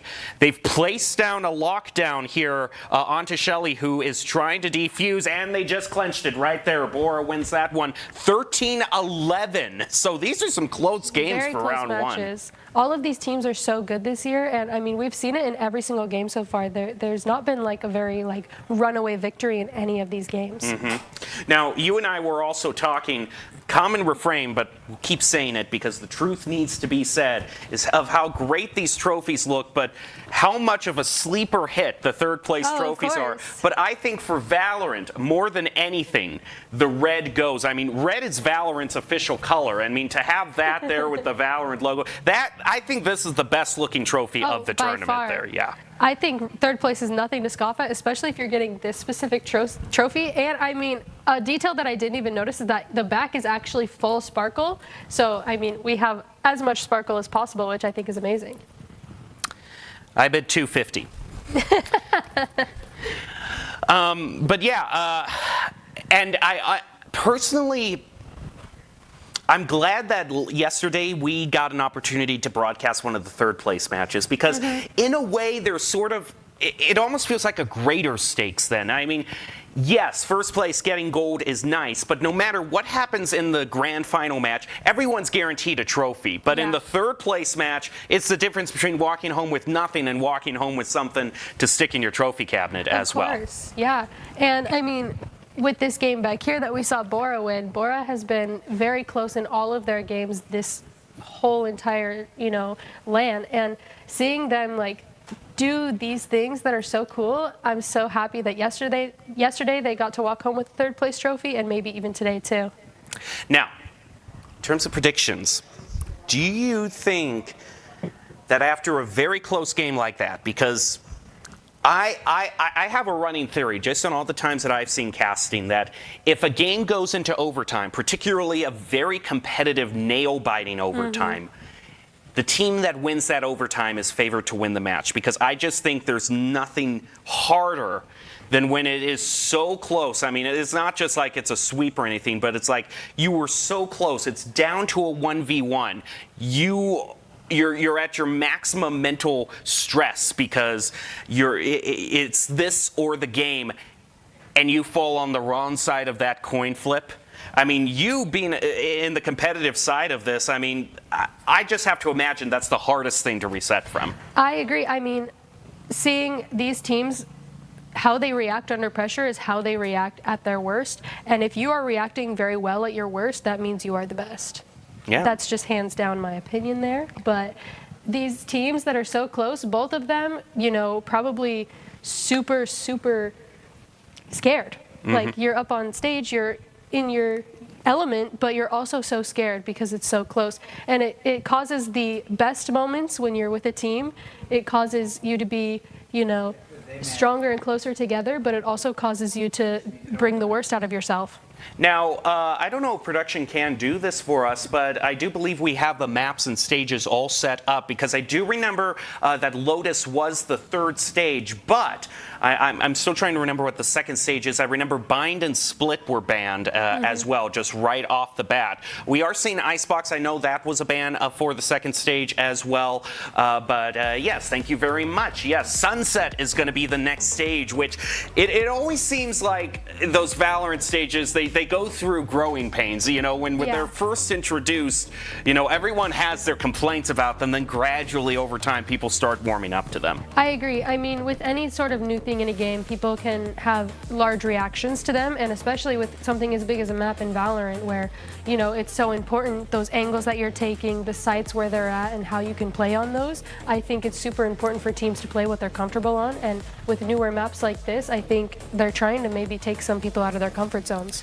I tend to, you know, I'm tending to warm up on Sunset. I think it's got a really prominent mid, and that's always exciting, is someone from defense holding that long angle down through Plaza, but also not only the fact that there's the angle the defense can hold through mid, but then once you get into Market, that cross angle through Market, I've seen so many great ambushes in Market that Sunset, as someone who likes to watch, and that's the key takeaway here, a huge asterisk, someone who likes to watch, not play, I like seeing Sunset. Yeah, and I mean, it's such a beautiful map, like one of probably the most beautiful on Valorant, I would say. Yeah, well, I think they keep trying to top themselves. Oh, of course. I mean, have you seen Lotus? Yeah. I think it's personally my favorite when it comes to looks and aesthetic. I mean, you go on to, I remember when Fracture came out too, it really stood out. You know, you look back at these old stages and you go back to Ascent or Haven after being in Lotus and Sun, and you're like, oh, yeah, this exists. It's a stage. Yep. Well, it looks like everyone in the arena is giving their team great support, and that's one of the things I love here about the LAN, because I'm sure, you know, you now being in the collegiate scene, you're very well versed in how things are, but I'm sure you still remember your first LAN. Of course, it actually was here at Boise State at the Grand Finals for high school. It was my first LAN ever, and it was amazing, and I've never, you know, felt so much adrenaline and love for a team and a sport than that. Yeah, and look where it's led you, the path. You know, that's the main thing, is that this is the talent pipeline that we're going to be drawing from, and, you know, eyes are always open. I know there's a desk right near the front door, you know, about recruiting, you know, if you want to come to Boise State as well. And I think it's great to see also just kind of different games also supported, because sometimes you get a high school scene that supports a game that might not be at the collegiate level. Hence why we also have Apex in front of us right now. If you can see in the second row there, we've got lovely Apex Legends tournaments, and then Smash, which is going to be coming later today. So as much as I liked handing out trophies yesterday, there is so much more to give out today. Yeah, and I mean, I haven't seen very much of Apex's like competitive scene, so I'm really excited to watch throughout the day what that's like and get more ingrained into that part of esports. Now we also got one more game going on in the corner. That's Valley View versus Twin Falls. That could be the one that is would seem to be most up for grabs, because that's 4th versus 5th. But Valley View seems to be doing a great job. They are 5th, I believe, right now, and they have a significant lead over Twin Falls. It's 7-1 currently, and with the way this next round is turning out, actually, I'm pretty sure that it's going to go to 8-1 in just a few seconds. Valley View up 4-2, defending on Icebox. So that's kind of your state of play of where things are sitting. Oh, and then one more thing. We had one more game that ended. This game has already ended. We had Wood River versus Bishop Kelly at the very top there. Bishop Kelly was #1 seed, though, coming into, and it's always hard when you're 8th place seed, because you're almost set up as a sacrificial lamb, so to speak. You got to go up against the very best team first match of the tournament. It's very hard to do that, and Bishop Kelly has shown us why they are #1 seed, taking that 2-0. So that's everything we got for the other games. This has been the Gem and Day play-by-play. We'll send it back to you up on the desk. Way to have it back on the desk. Oh, yeah. We're back. We're back. Looks like everybody's warming up still, shaking hands, and coming up with big thoughts for the next map going in. What are your big thoughts? What are your big takeaways from that? What would you change if you were one of the people on deck? You know, that's probably fake news, because it's still banned. Did they switch it up on us? I don't think they can. I'm already emotionally committed to seeing the. I was emotionally committed as well. Honestly, I put a lot of thought in what I was going to talk about Sunset. Let's hear it. Let's hear it anyways. Give us the breakdown. Okay. I mean, we already know about Ascent, right? Right. You've heard 1,000 times about Ascent. Yeah. And this is most likely correct. Like production is probably correct about this. Let's be real.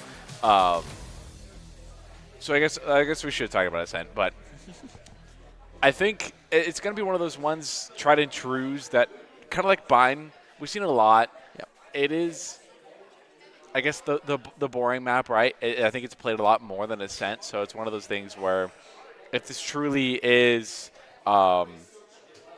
Middleton's pick, then I'm going to be seeing a set and clean strategy from them here. And I think we're going to see a Sova. We're going to see a Jet. Right. More than likely going to see an Omen with it. I think Geckos can find their way in here, but I think we're still going to see a Sky as the main initiator. The big thing is, and also I guess we're going to see a Cypher. I think we've seen Cypher work their way into the meta, especially on Ascent. I actually enjoy throwing the Cypher out and putting a KJ in. That is true. Yeah, but what do you feel about the KJ nerfs that happened a little while ago with that nerf to the turret? But I guess Ascent's also one of those maps where you don't need that massive 180-degree field of view. You can be very specific and just work off the, what was it?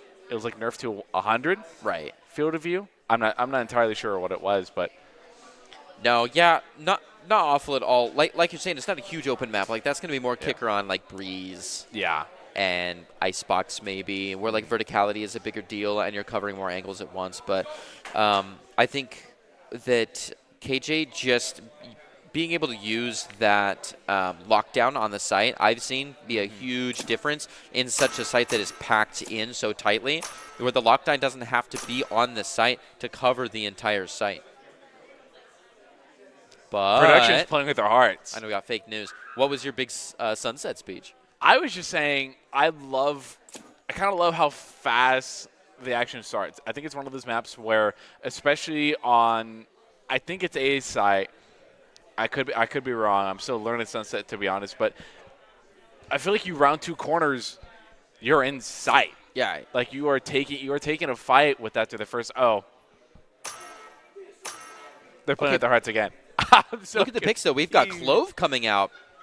We do got Clove coming out, which I think this is the first time I'm going to see Clove played in a competitive setting. Is it? I feel like I've seen Clove played once before. And how did that look? I might be lying to you. Might be lying to me. Maybe I just I don't think I've casted a game with Clove, so this will be fun. Because is Clove legal in VCT? I don't know. That's what I'm thinking. I feel like I've seen some pros practice, but I don't know if I've actually seen a match with. I don't think in this current with that run. Newest patch. Yeah, exactly. Yeah. I don't think in this current run. I think the next VCT run, the next championship store that Clove will probably, because I think that's sort of like the general idea. I mean, and it's exactly what Jem and I were talking about earlier. You need to let things like kind of shake down a little bit because when you get new things drop. And I love this logo, the Middleton, the Viking with the headset on. That's kind of cold. I think some of these high schools get really creative with like with the way the logos go, and I think it's honestly one of the coolest things ever. But the cool logo isn't enough to stand on. They're gonna have to cook things up. Fight back against Timberline here. Yeah, so it will be Ascent that we're going into. Sort of the same.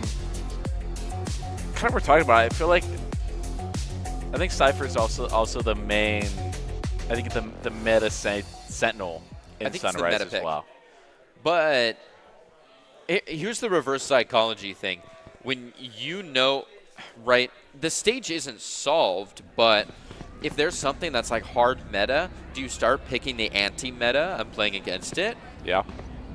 And then how far down the ladder do you go, you know? So we see some fun picks for sure coming out of Middleton. I mean, this is a ragtag team of champions, whereas Timberline is sporting, you know,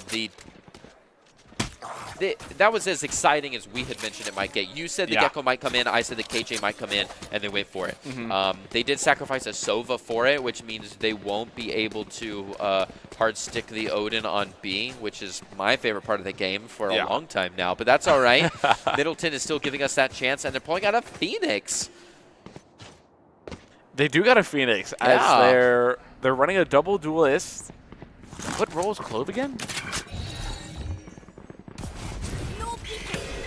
Controller. Got to be Controller. right? I was about to say, I think they are controller. Gonna get a couple trades here. Lem, no, Lem again.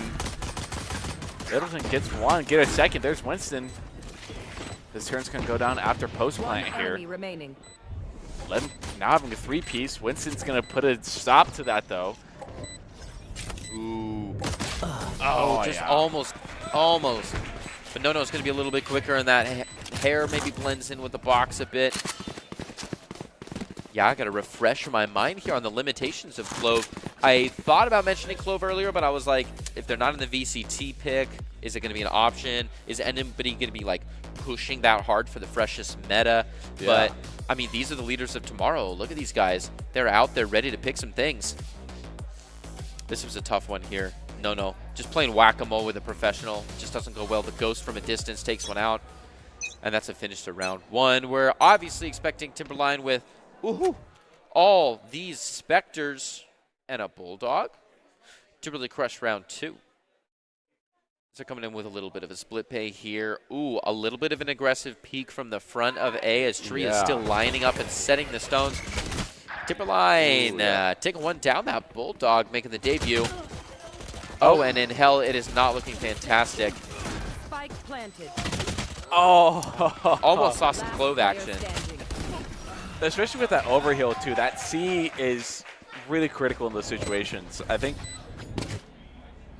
Clove is one of those characters where it's that risk reward. Right. And I'm excited to see the whole death is only the beginning aspect. Once we heat a little bit higher up into more creds, more ult points.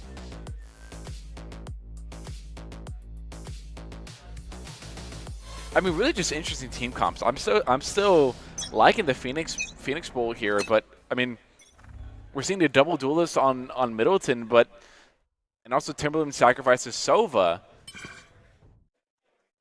Right. I think we have some interesting picks on both sides, but I think it really shakes up this map. Where I think Guiding Light. Oh, 1-2ing the Guiding Light finds one, but just can't quite straight transfer. So Moo's going to find it. Ooh, and our British brothers sporting the fiery Phoenix. Placing swarm grenade. Bringing it down to a 3v3 with low health from a few. Location revealed coming in from the recon bolts that Sova is going the distance. Andy finds Winston from it. And our friend of the Sova, Flank Sinatra, doing well to find even another one onto Andy. I didn't expect that one out of him. Ooh, devastating. Oh, the turnaround is just not there. I thought that dart for sure would have played a bigger role than it initially did, but no. Did a good job of staying hidden. It was just good timing, though, honestly. I mean, you see your teammate who's under serious scrutiny by two other players get revealed. You know that's where the crosshairs are going, right? They peaked at just the right time and were able to take one down. Then it was just down to a disadvantaged 1v1, which was impressively won to round out the round. And this is a little bit of a prophecy breaker, as we're seeing a 3-0 Middleton kind of slipping. We can't quite attribute it to a comp setup yet. Timberline with an ult on the stage, comes rushing in towards the mud.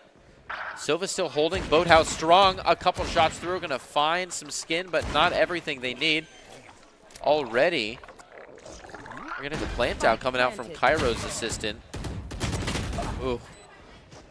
Last player standing. Ooh, all of Timberland going off right now. This is where we're starting to get to dangerous territory right here. I mean, 0-2 is kind of what we expect to see naturally, but 0-3 is one of those outlier situations that you're not expecting to see, to be honest. And the fact that Timberland could go 0-4 here is really going to be a big indicator that they're about to go on a rampage. And Lem takes down what I assume is Middleton's new sub in for the round. We'll have to see if this Phoenix player can play a little bit harder than that. They're top fragging as it is, and they lasted the longest last round, so we'll have to see if they're a big contribution to the team.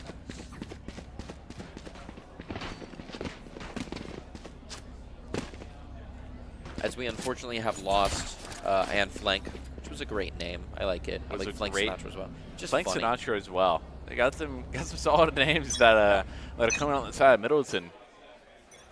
Dropping smoke. They're waiting for this new Phoenix player who's going to be taking on Cat. They might be running into trouble. If they can get a good timing here, it's a good flash going out there. They're going to be able to get one and get away from today's situation, which is absolutely massive and a great pick. Yeah, menacing catwalk pick. Moo.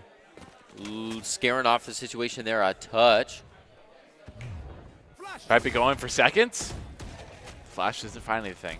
Especially on that pick on the Sky, because then you lose those Seekers. You lose the valuable amount of utility. Right. Oh, and Moo with the headshot. No, that's the top fragger for side of Timberland down. Now we're going to have to retreat back to the back half of the map. They might be taking on Cat. In that case, they'd be taking on this Phoenix. They use the Gecko util. Not going to find anything. Sneaking up Cat right here. Flank Sinatra might be able to catch the back half of the squad. There's Phoenix getting one. Might throw the molly. It's not going to be in time, though, to save them. They're going to go down, but there's Flank Sinatra on the flank to get two.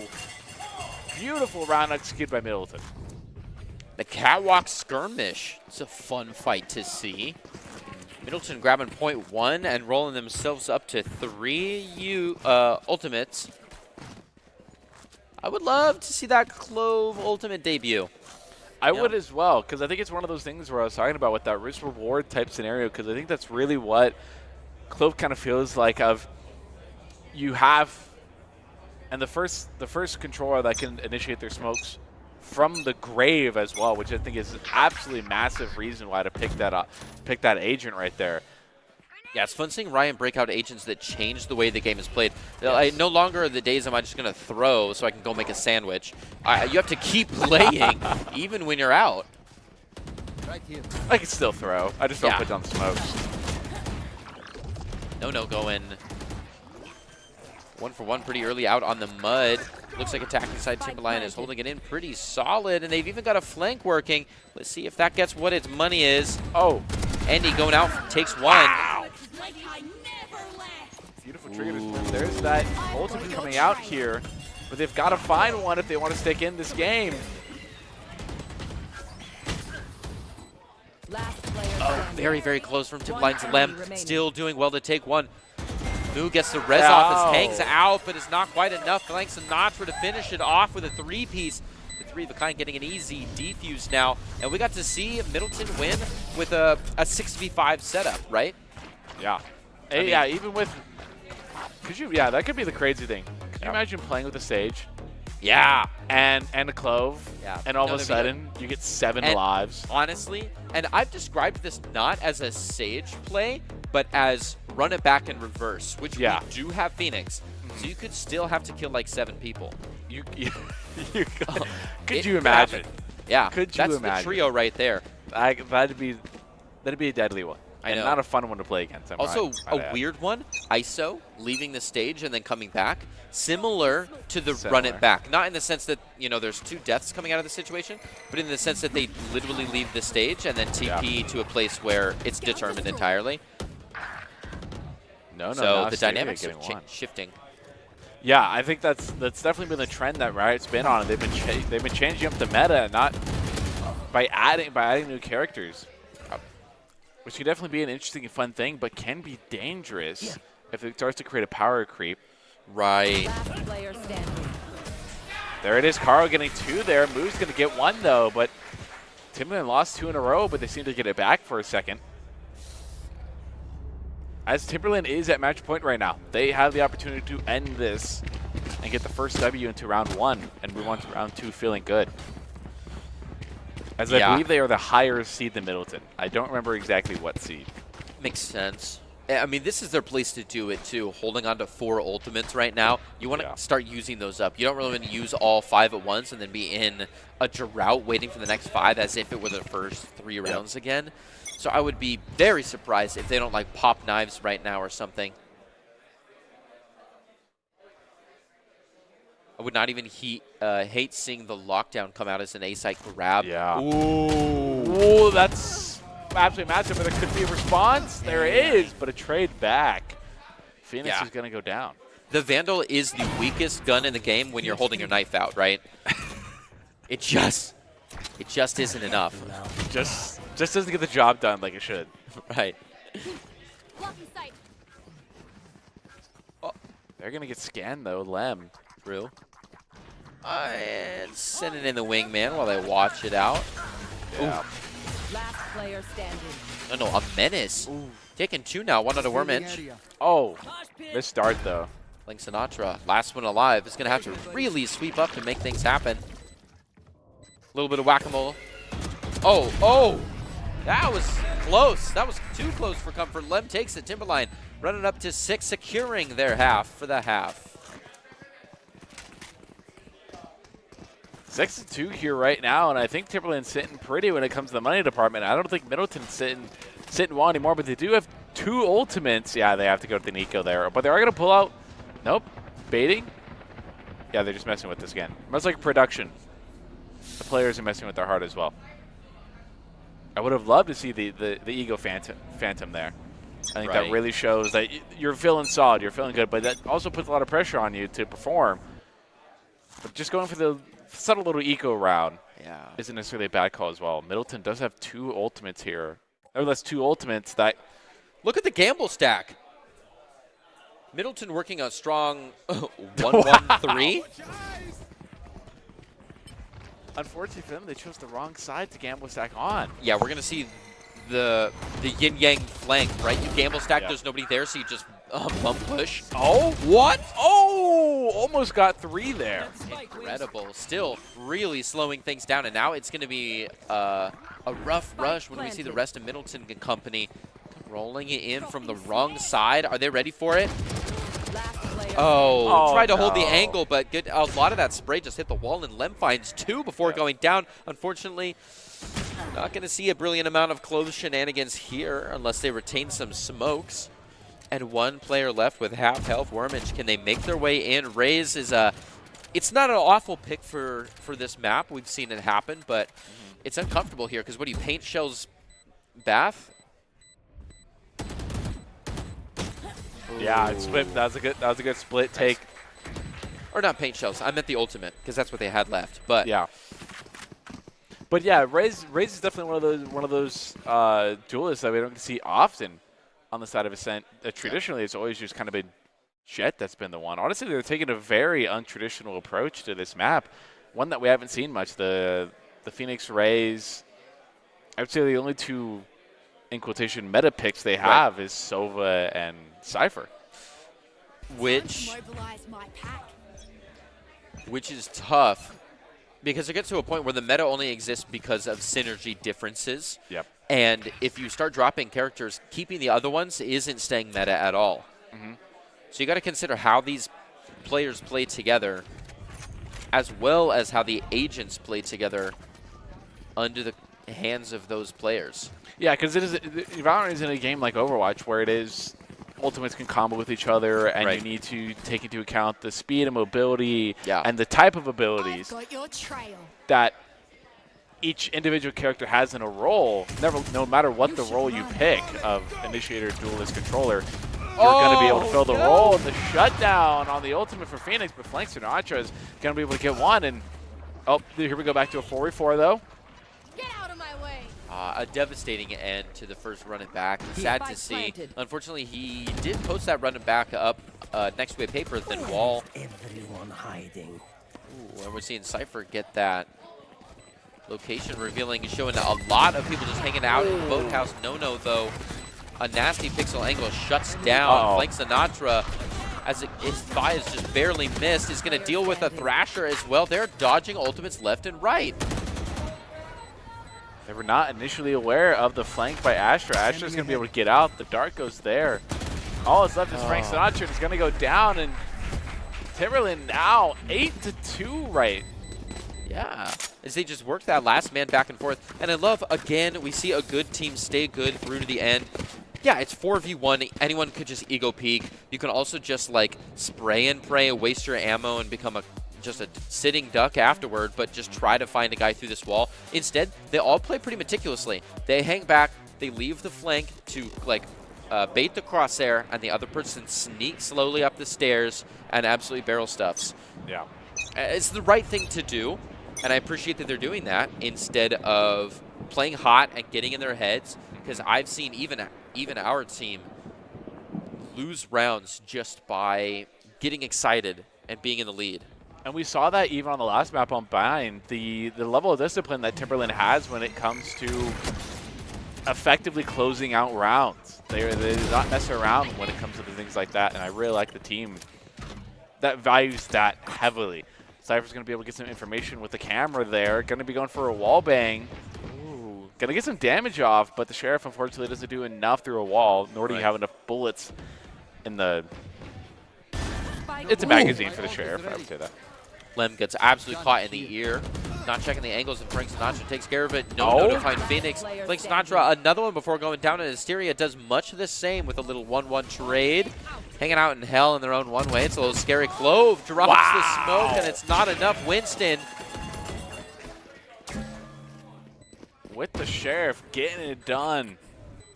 Wild Wild West style. Beautiful. Bringing it back after, this is sort of a trend that we've seen for both maps so far, is that we tend to see one side go on a rampage for several, 3, 4, 5 rounds. And then finally we see the opposition steal the resolve, stand their ground, and shut them down for a second. Now it's a big question of, are we going to see Middleton go on a rampage like I would expect the trend to have been set would tell me? Or is Timberland going to be able to get back and end this half at a 9-3 curse? Or do you tactically whip this? Tactically whipped to the 9-3 curse. That's menacing. Oh. Not going to have to get one. Is able to do it. Plus is going to have to use the steal. Get a bit of overhealth for a short duration amount of time, though. But they go down nonetheless.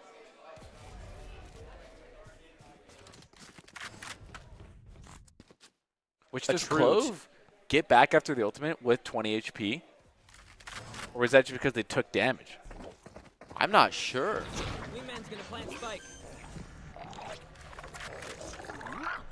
Oh, Asteria hanging out on Jenny is going to take a nice pop on a flank Sinatra, leaving only one.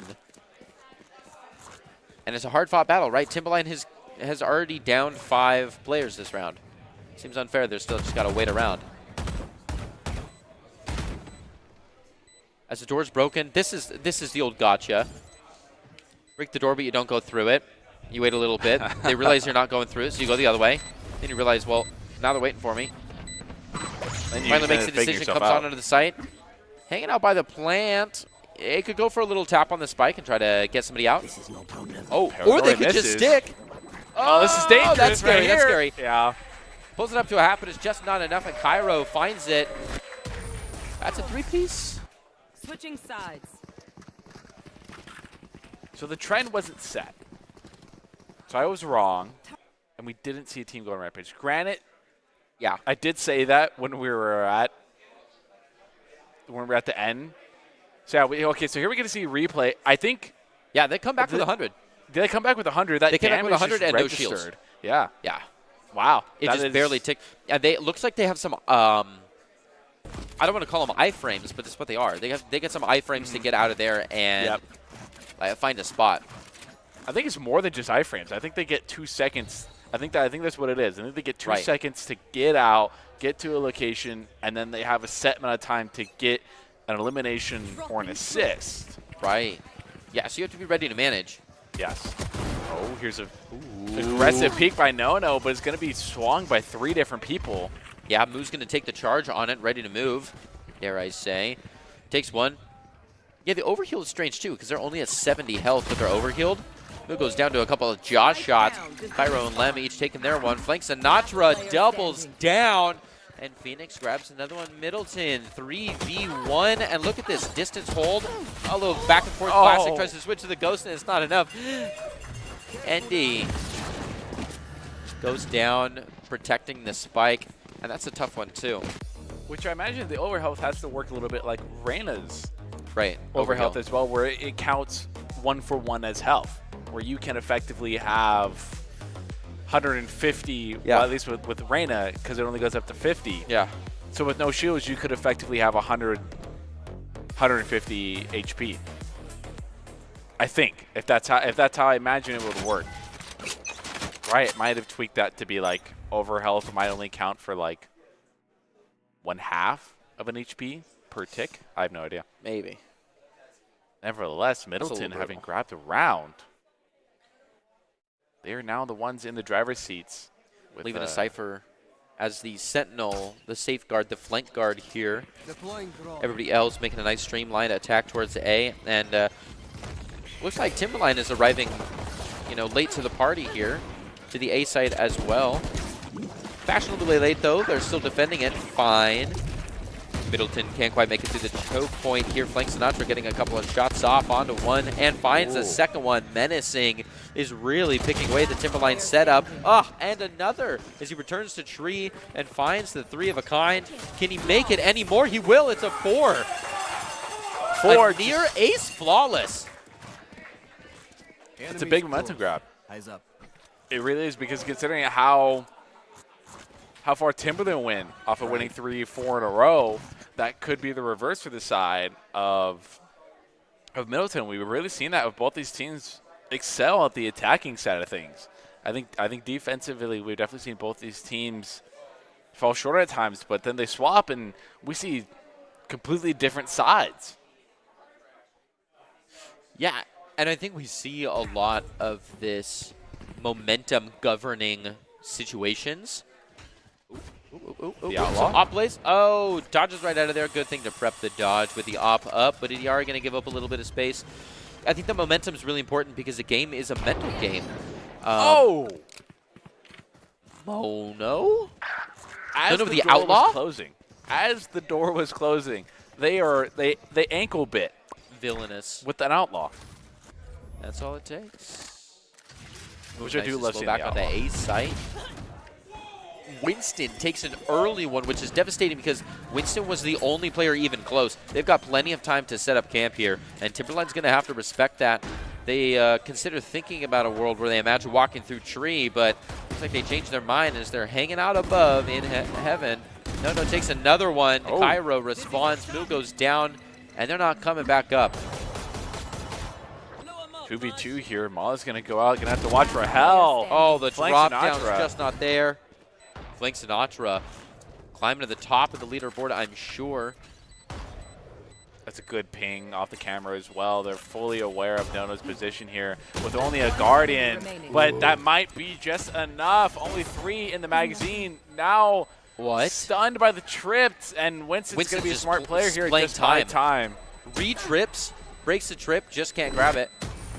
Yeah, Winston did well to just kind of milk out the clock there. I think we even saw that during Bind, that Winston is a very smart player when it comes to that. They are very disciplined in that sense as well. If they do not feel the need to ego pick when not necessary, they will just jump peek, throw another tripwire in there to confuse the enemy and secure around that way. No, it's important to recall the win con whenever you want to get a little bit greedy.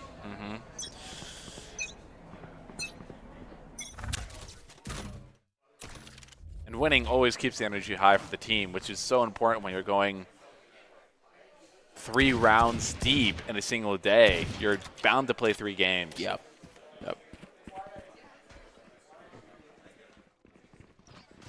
Good to see Middleton stacking up on A here. They might go for a fast execute here. They're going to clear the tricky little wine corner. See Phoenix get blocked by the door. They're going to close it down, though. Oh, Nona gets a bit of information, but is running out. Yeah, Middleton seeing an uncomfortably familiar scoreboard here. Flank Sinatra's going to take out Lem, who is trying to shoot a couple birds out of the air. Good smoke with a good headshot and follow. Beautiful flick there. Oh, bold shadow step to get up into the place. Right onto Jenny Winston and company doing well here. Phoenix going on the hunt. Yeah. There it is.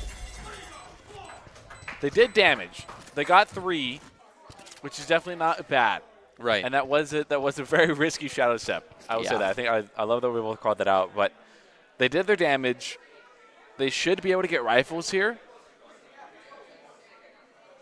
Have we yet to see Middleton attack B? Or they've hit it once, right? Middleton attack B? Yeah, I believe they've hit it once. Because they found a lot of success on A. Yeah. It's just now the question of, will they keep going back to that same well? Oh, we saw that a lot from last round as well. Just keep hitting it.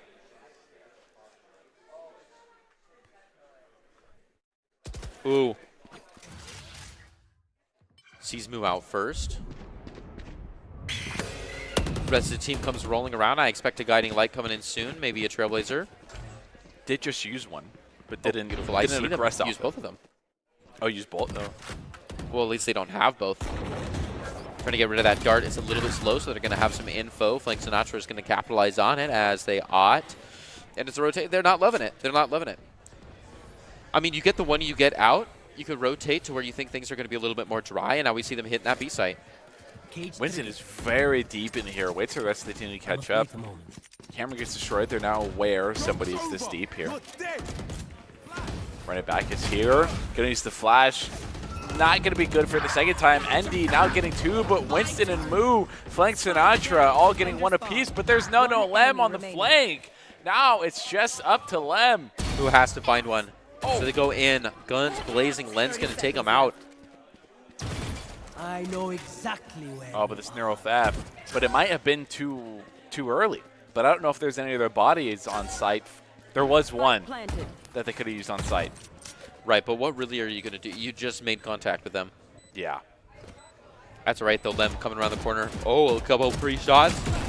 Oh, really warms up the crosshair. They have absolutely no problem flicking right on over and covering that point. Middleton doing well to pick up 2 in a row to dig themselves out of that 3-point difference. Yeah, Middleton fighting hard to make it back.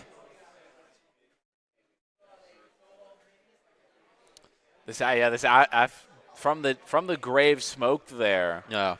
I wonder how much of a key factor that played. I don't think it played a massive one, but I definitely do think it made Lem second guess the angle they were peeking or have changed where their crosshair was placed. An aggressive peek by Lem here with the stinger, trying to change up the momentum. Wasn't able to get it. Now it's up to the rest of the 4 on the side of Timberland. Wow, I'm surprised Nono actually survived with that one. They find a second one as well. Can they get a third under the paranoia? They do. But they're going to go down to Warm Inch. It's going to break their ace capabilities and Endy. Only on 34 HP, but maybe that's all they need to get it done. Asteria just barely gets the sight. On the rotate around. Ooh. 3 HP in a dream, and it's just not enough. Did well to find that one, but Flank Sinatra goes down to Cairo, and Timberline finds double digits and 3 ults on board. Whereas Middleton has none. I don't even know if they're close. Yeah. In terms of the scoreboard-wise. I do like the switch up by Lem to, hey, I'm going to buy a really cheap stinger, and I'm just going to run. I'm just going to run and gun it. And while necessarily they didn't have a big impact, and it was Nono that got the 3-piece and a lot to credit for it, I still like the idea. I like the attempt, and I think it shows the willingness to change and adapt to the scenario. Yeah, I mean, getting the interesting attempts in there and having the right idea, you start to say shots on goals make goals, right? Yes, exactly. Yep. Asteria taking a fight here. Going to be able to shadow step out, though. Boombot going to go try to clear button and Boathouse. Ooh, a good peek by Nono. Able to get some solid damage, but not do much with that. Going to get scanned by the dart. Wormage sitting in this little corner here by Logs. Going to jump into sight. Moo and Winston getting one here. Timberland now down 3. Yeah, pretty shallow in the mud, too. We didn't see a lot of crawling back into the boathouse or anything. Oh! They're hanging way off the point as well, just trying to make a little bit more damage. Lem, last one, is going to make it all the way through. I don't think it's a horrible idea to save here. I don't think it's a bad idea. We've seen no saves, by the way. Yes. Yeah. We haven't seen 0 saves today. We've seen 0 saves. The team ace, the boot, though. How do you think?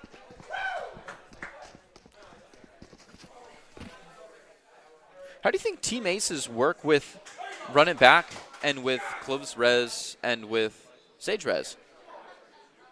I don't think they do at that point. Well, I think if everyone gets at least one, I guess like with Clove it would work because Clove could get revive off an assist, and with Sage Res, as long as you get one before or after you die, I think Run It Back would be the only weird one. think so. I think so. Would be the weird one.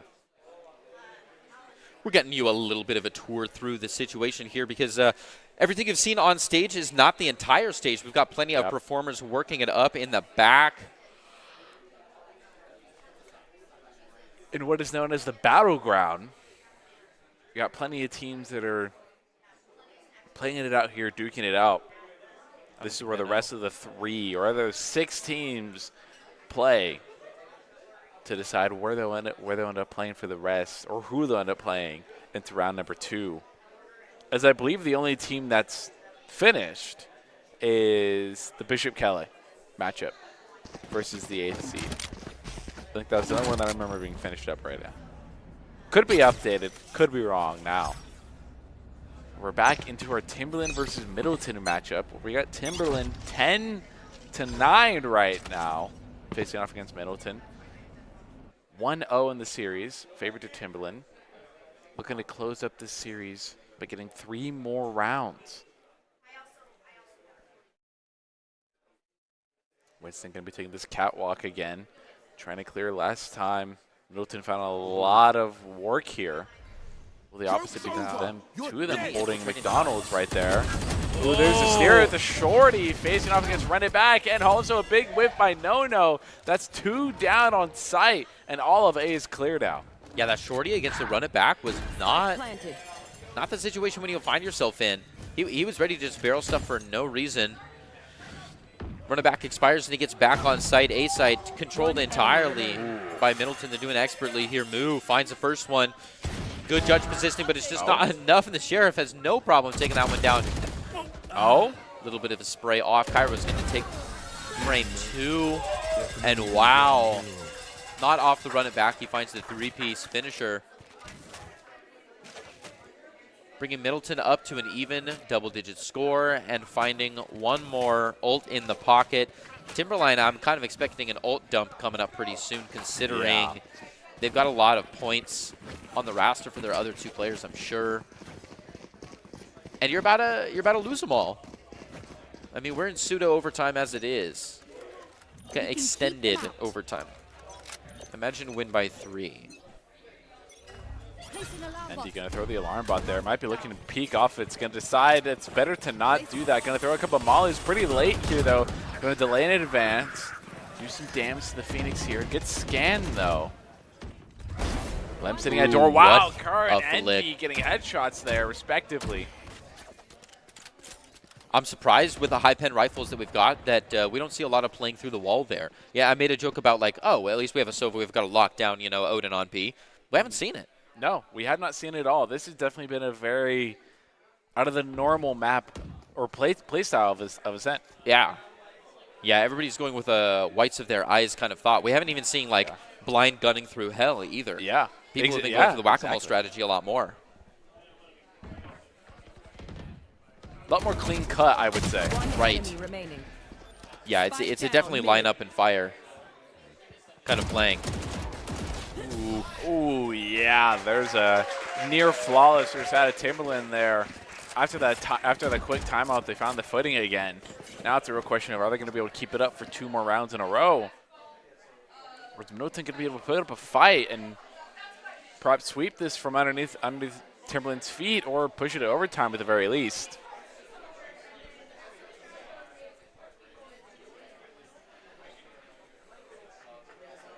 A quick little replay.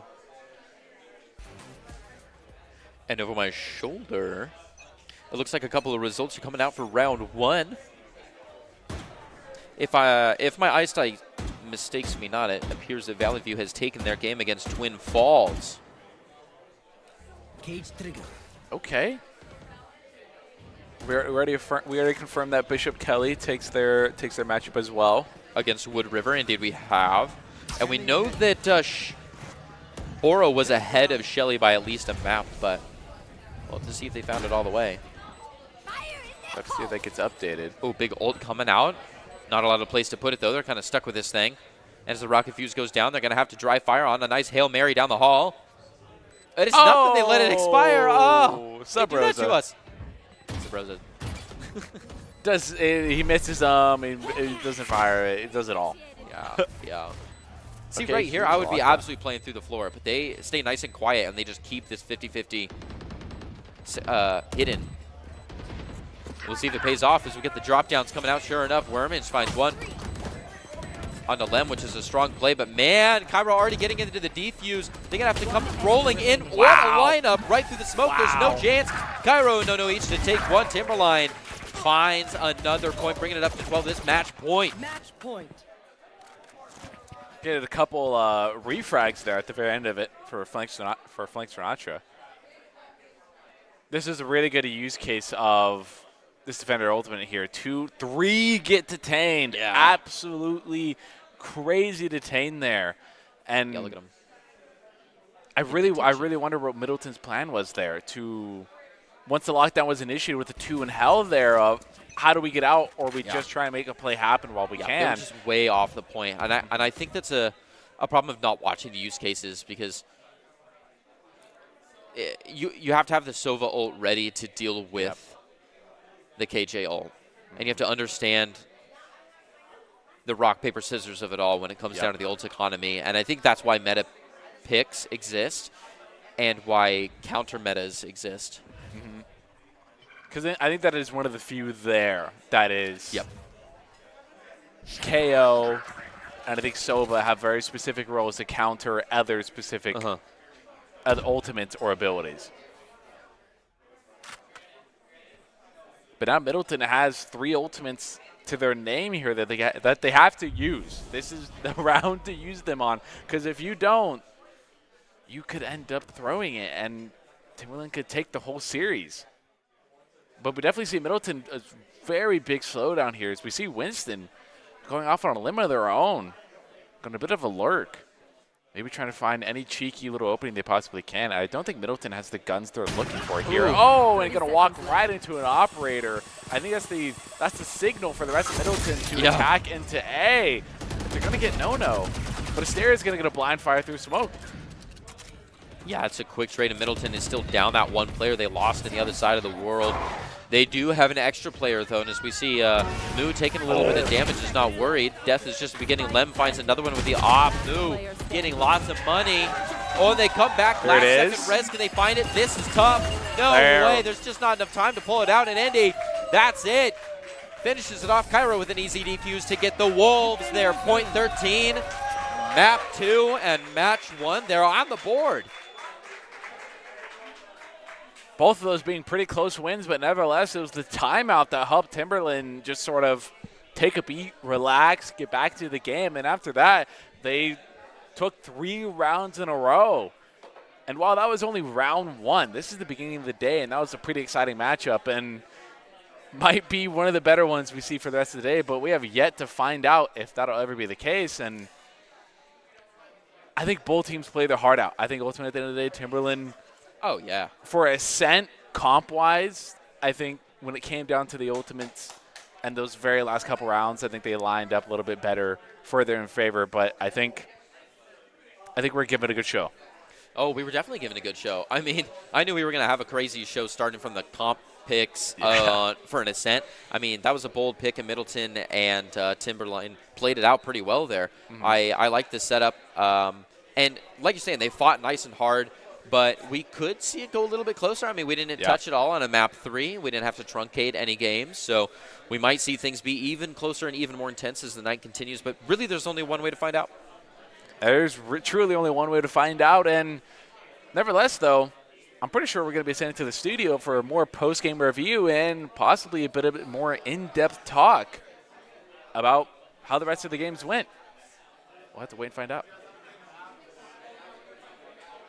Game review. It's the Gem and Day play-by-play here. That's what we got going on here. I'm Gem, she's Day, and here's the play-by-play. So we got the finish for that match very close between Timberline Middleton. And Middleton's consistently been a team that's been punching above their weight. They've kind of been lower seeded, but yesterday in Rocket League, they went up against Bishop Kelly, second seeded team, and took the win away from them, went away from the tournament with 4th place. So Middleton has been the team to watch. True, and I mean, even with these Timberline matches, they have been so close, every single one of them, and it's pretty super entertaining to see. Now, I know that they were just saying up on stage that that was probably maybe one of the best games of, most competitive game, blah, blah, blah, blah, blah. I'll do you one better.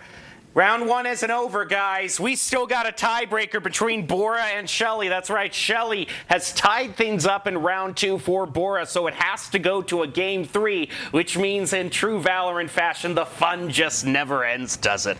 No, never. And I mean, I'm fully expecting this game to also be one of those, like, nail-biting, like, you're clenching every bone in your body, like, one of those games that you're just not ready to see because it's going to take a long time, and both teams are going to bring their A game. Well, and we had Rocket League yesterday, and those matches were best of 7. So especially when matches go this long, we were talking about it back then, attrition can really start to set in because now, I mean, 2 rounds of Valorant having passed, both of them very competitive. That's a good hour 30 that's already passed, and the match still isn't decided. Yeah, I mean, for these players, it's important for them to be good at the game, but it's also endurance training, basically. However long you can last at the highest level you can possibly last is, what'll get you through these games that are super long. I mean, what's been personally, you playing Overwatch, been the longest game that you can remember? Longest match was probably about an hour long, but longest okay, time imagine it was 30 minutes longer than that, and then they said, you're not even done, you still gotta play. I mean, yeah, and I mean, these high schoolers are probably playing for hours and hours every single night. So I wouldn't be surprised if they're just getting started. Yeah, I mean, it is probably right up their alley. But again, it's the first round, and you almost have to wonder, whoever advances from this, Bora and Shelly, is placing themselves in a position to possibly get one of these lovely trophies here.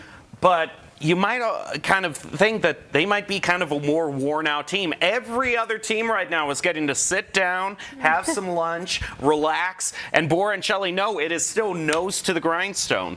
Yeah, and they're going to be thrown right into their next match, too. I mean, it's kind of what everybody's waiting on at this point, but it's also, one of our most vital matchups right now, just because it's so close.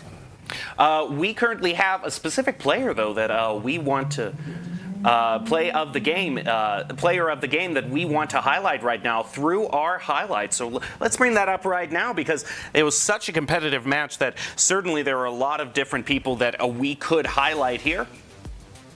It looks like the player of the game, the nod is going to be going over to, oh yeah, Flank Sinatra. I was calling him out at the end of the first round as well.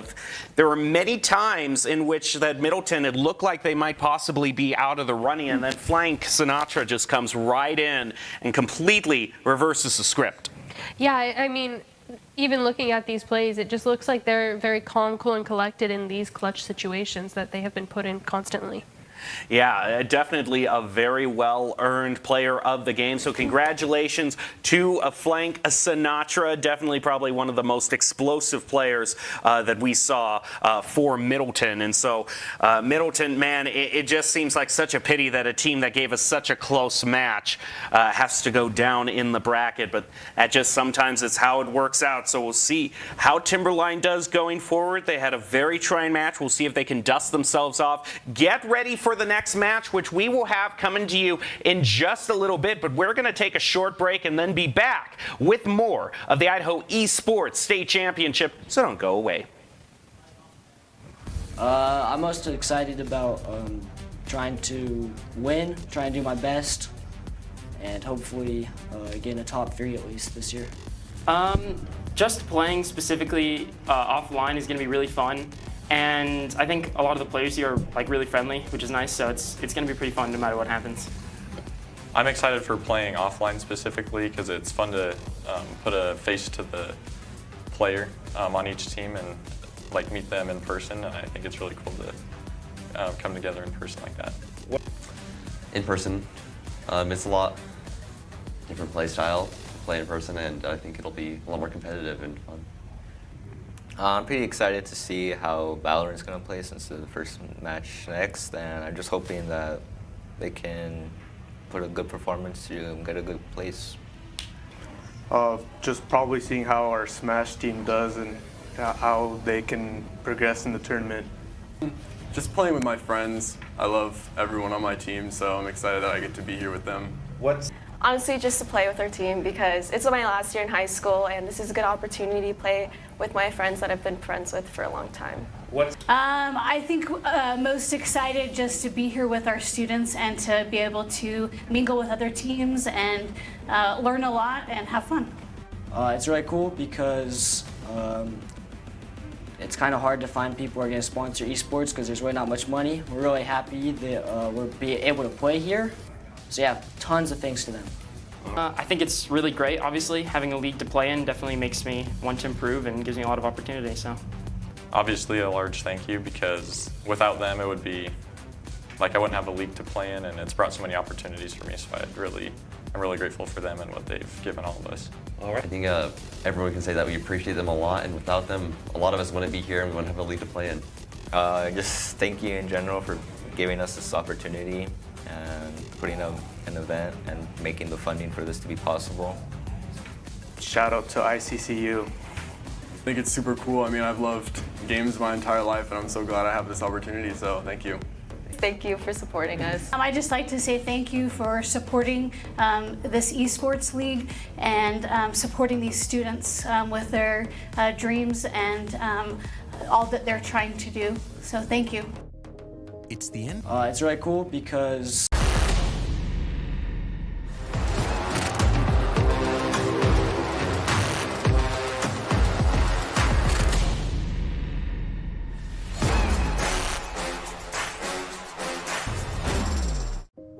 It's the end of a good day's work in Idaho. Time to punch out. Time to check in and catch up. Time to remind ourselves that what we work for isn't a paycheck. It's to make the good things we have even better. So here's to your good day's work. Idaho Central Credit Union. We believe money is a thing. It's not everything.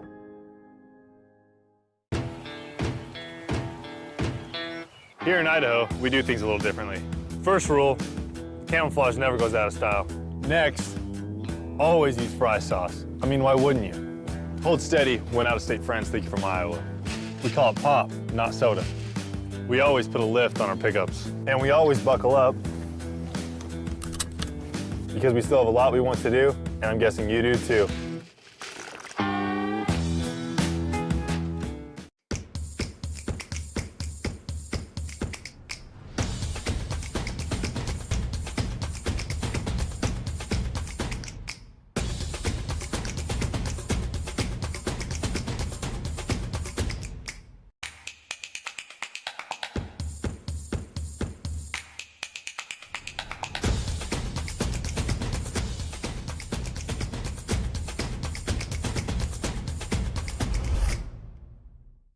Build bridges and hospitals in a day. We're going to save families from disaster and feed those left in the cold. We invite you to join us. The next greatest generation is now.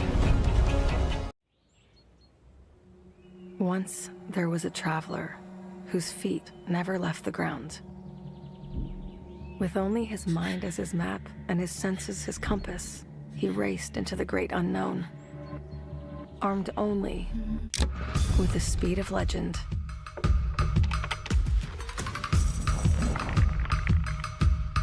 His trails he blazed, his rivals he played. Every sprint a blur. Every turn trusting his allies. In silence he raged and waged with quickening, sickening speed. His name a chant filling arenas. Because some heroes leave footprints, others an afterburn. Without conflict, there is no resolution. Without verses, there is no victory.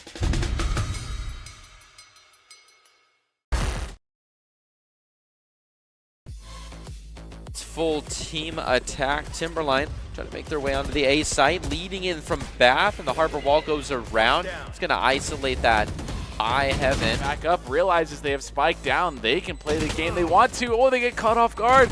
Low on the HP. Wow. Play, but man, Cairo already getting into the defuse. They're going to have to come rolling in. What a lineup right through the smoke. There's no chance. Cairo and No each to take one. Timberline finds very, very close from Timberline's Lem. Still doing well to take one. Moo gets the res off, hangs out, but it's not quite enough. Obviously because of them, two of them holding McDonald's right there. Ooh, there's a steer at the shorty, facing off against Run It Back, and also a big whip by No. That's two. It's really cool because it's kind of hard to find people who are going to sponsor esports because there's really not much money. We're really happy that we're being able to play here. So yeah, tons of thanks to them. I think it's really great, obviously. Having a league to play in definitely makes me want to improve and gives me a lot of opportunity. So, obviously a large thank you, because without them it would be like I wouldn't have a league to play in, and it's brought so many opportunities for me. So I'm really grateful for them and what they've given all of us. All right. I think everyone can say that we appreciate them a lot, and without them, a lot of us wouldn't be here and we wouldn't have a league to play in. Just thank you in general for giving us this opportunity and putting up an event and making the funding for this to be possible. Shout out to ICCU. I think it's super cool. I mean, I've loved games my entire life, and I'm so glad I have this opportunity, so thank you.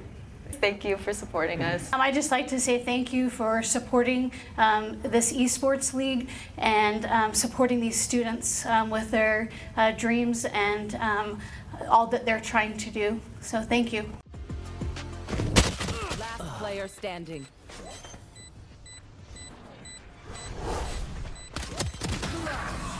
Not quite the team. You forget your place. That are playing. And welcome back. I don't know if you can hear us right now. Yes, indeed. I think we are right here. This is Jem and Day here for some more play-by-play here as we are actually into the last remaining first round match we have. We've got Shelly and Bora competing right here. So we'll get everything all set for you. I do believe Shelly is on the left defending, whereas Bora is on the right attacking to start things off. So, terms of what has been chosen, both teams deciding to go for the Yoru, maybe trying to bring out a little bit of trickery. Both of them also go on the Gecko. I am concerned, though, seeing Bora foregoing the Viper pick on Breeze. Viper is often considered a must pick on Breeze. If you need to divide up A and have that be easy plant at all, Viper is mandatory. Of course, unless that's the one that is just eliminated, but no, that was Omen. So yeah, there is no Viper for Bora, and that could prove to be very consequential here for Bora's attack. And we've seen both of these teams be super close in both of their games so far, so I'm expecting them to go into an overtime like we've seen so much today. Dizzy's going to be thrown out for the recontest onto B, try to go around the corner. He's not looking, check! Your angles. It is the main thing we repeat over and over and over again on Valerant. Every single angle you need to be checking because someone is going to be hiding there at a right angle, ready to get that one-tap headshot onto you. Bora, though, wins the match, and that was some great positioning by them on the post plant, allowing them to go into a 2-1 lead. Standard 3-round opening that we normally see in terms of Valorant, but now that everyone's going to have a chance to purchase up full rifles, we should see the rubber meet the road, so to speak. In terms of ultimates, we're seeing the Yoru mask up, Command Null available for the KO. Shelly is hanging on to their Neural Theft. Good if you can get the first blood. You are powerless. Slick Road's pulling off a lurk into mid. Can't really take any peeks through A, and this is going to be where it's difficult for Bora. They only have those pyramids for cover, and Shelly is using that high point near tube to just rain down shots. The door is closed, but it looks like the chamber is rotating on back. Delusional. And there goes the Yoru. He's brought his mask out. Is going to go for a flanking motion. Does he see him? Trying to time it at just the right moment. Dimensional drift wearing on out. Trying to get a shot in the back line. Into Cave. Trying to land the headshot. Can't find it. Point lands it against Slick Rhodes. It's a 2v2. Time is ticking down. Toasted finds one. Goes for the stick. And nice. But Not I would have said he was forced into a bad position there because he was basically in a protect the president situation. He's relying on his teammate to provide cover. The problem is that you saw the elimination feed. As soon as the split second they saw the elimination feed go up against their teammate, that forced them to contest on that, and had they just stuck that through, I think they might have had enough time, but that's unfortunate. Great job reacting super fast, though. Now, Bora is the higher seeded team, so they were the ones who were expected to win this. But Shelly is being a team that can definitely prove that they're in it for the long haul, and I certainly am not opposed to seeing upset victories be brought out. Ray Hot into Allen 3. Everyone spent their ultimates also for that last round here. We completely reset. That just means that the players have to use their raw skills right now to win this game, or win this round. Slow move down hall. Might run into this Omen, maybe catch a cross angle on here. He'll make it through there all right. Okay, we have gotten an update from production. Thank you very, Shelly is the one attacking first. And Bora is defending. So what I was saying a little bit about that Viper, it's really incumbent on Bora to run up the score as much as they can here on defense, because it's going to be on offense where they're really going to be wanting that Viper utility here. One enemy remaining. So yeah, I'd say a 4-1. Get that. Yep. Complete team wipe. Nice job. I mean, look at that. That's a triple for Bora on the Yoru. They'll hand over the ultimate point to Ostrich. Bora looks to be pretty favored so far in this specific match, but we have seen them both go into that overtime in the last few. And because this is a tiebreaker match, this does mean that it is a swift play. So it's first to 5 wins it all. Very quick. And everything I was saying about Bora wanting to run up the score, I mean, yeah, this is very beautiful position for them to be in. And if you're in swift play, you're not in it for the long haul. Maybe, you know, that is, you go with your comfort picks, you know. Maybe they thought, you know, we're good enough on these agents. We don't need to pick the Viper. And I certainly can't argue with their scoreline right now. Slick Rhodes is going to send out a bait through mid, try to get anyone to hit that decoy. Shelly contesting on to B. The first time we're seeing them try to push that. Bit of a split push, although the main route is pretty smoked off. Might run into the Gecko around and is stuck between 2 targets. Invasion will be able to pick up 1. Ostrich answers back with the double, pushing Bora up to a 1-person advantage. Time to jump. Slowly looking, that Omen just hanging toward the back of B. Gengar having a very good look at this choke. They're still managing to hold both routes toward A, and they have plenty of time. So they could contemplate possibly a rotation over toward A. The only problem is that they got this Yoru looking down mid, and that could be really nasty here. If they do not check this angle, they are toast. Right here, do they tempt fate? Does the Yoru find it? They tempted fate, and they did not come out on the right side of the coin flip. He just shreds through them with a triple.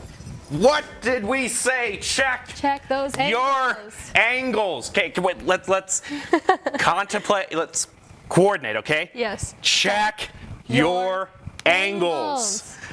Oh, we're probably not going to be the last time we repeat that right there. But congratulations to Bora for picking it up in the tiebreaker match. They'll be moving on, and being in the upper bracket, they have a great chance here in one of these great trophies that we have in Valerant.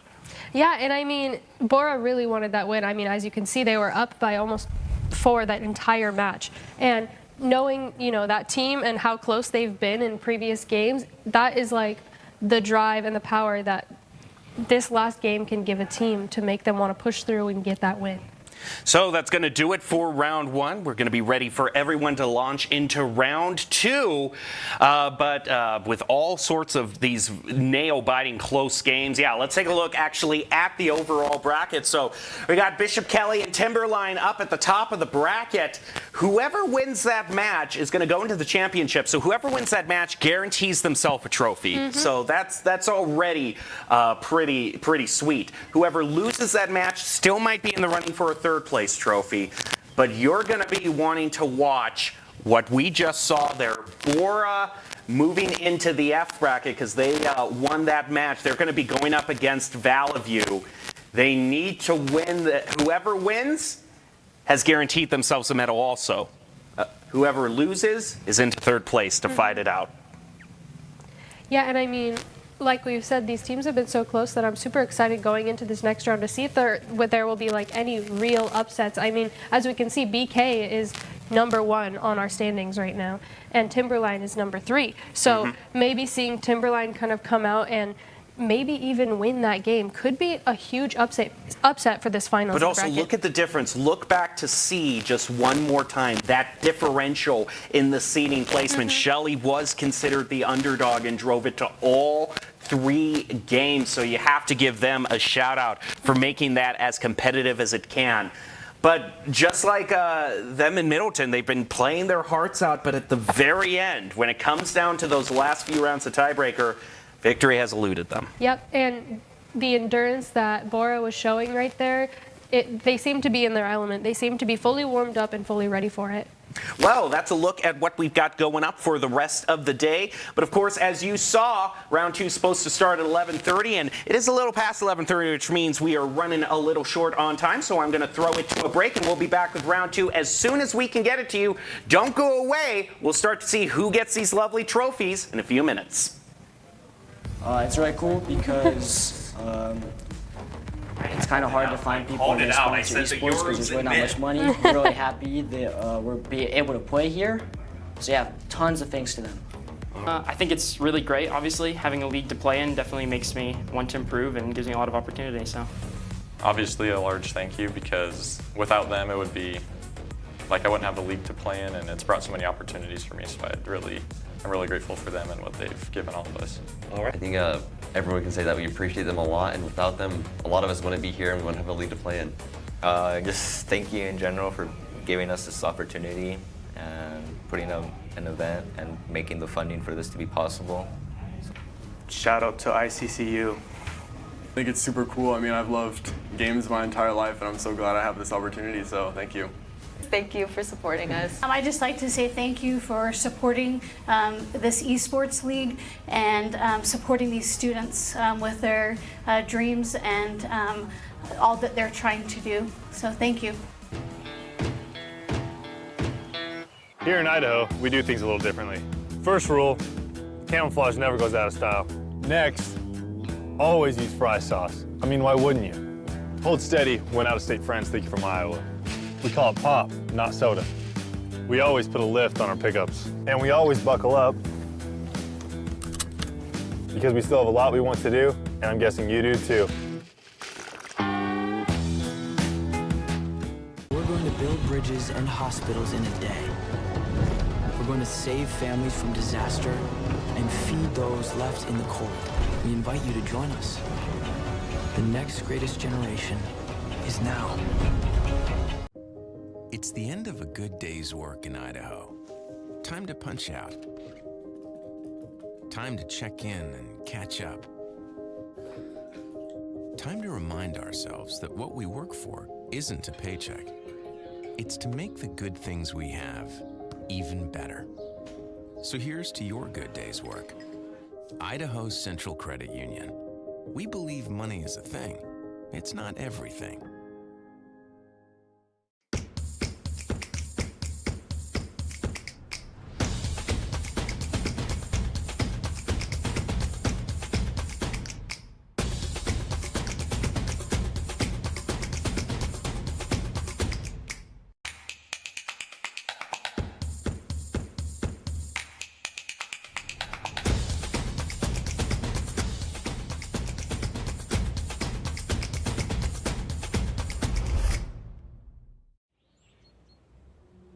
Once there was a traveler whose feet never left the ground. With only his mind as his map and his senses his compass, he raced into the great unknown. Armed only with the speed of legend.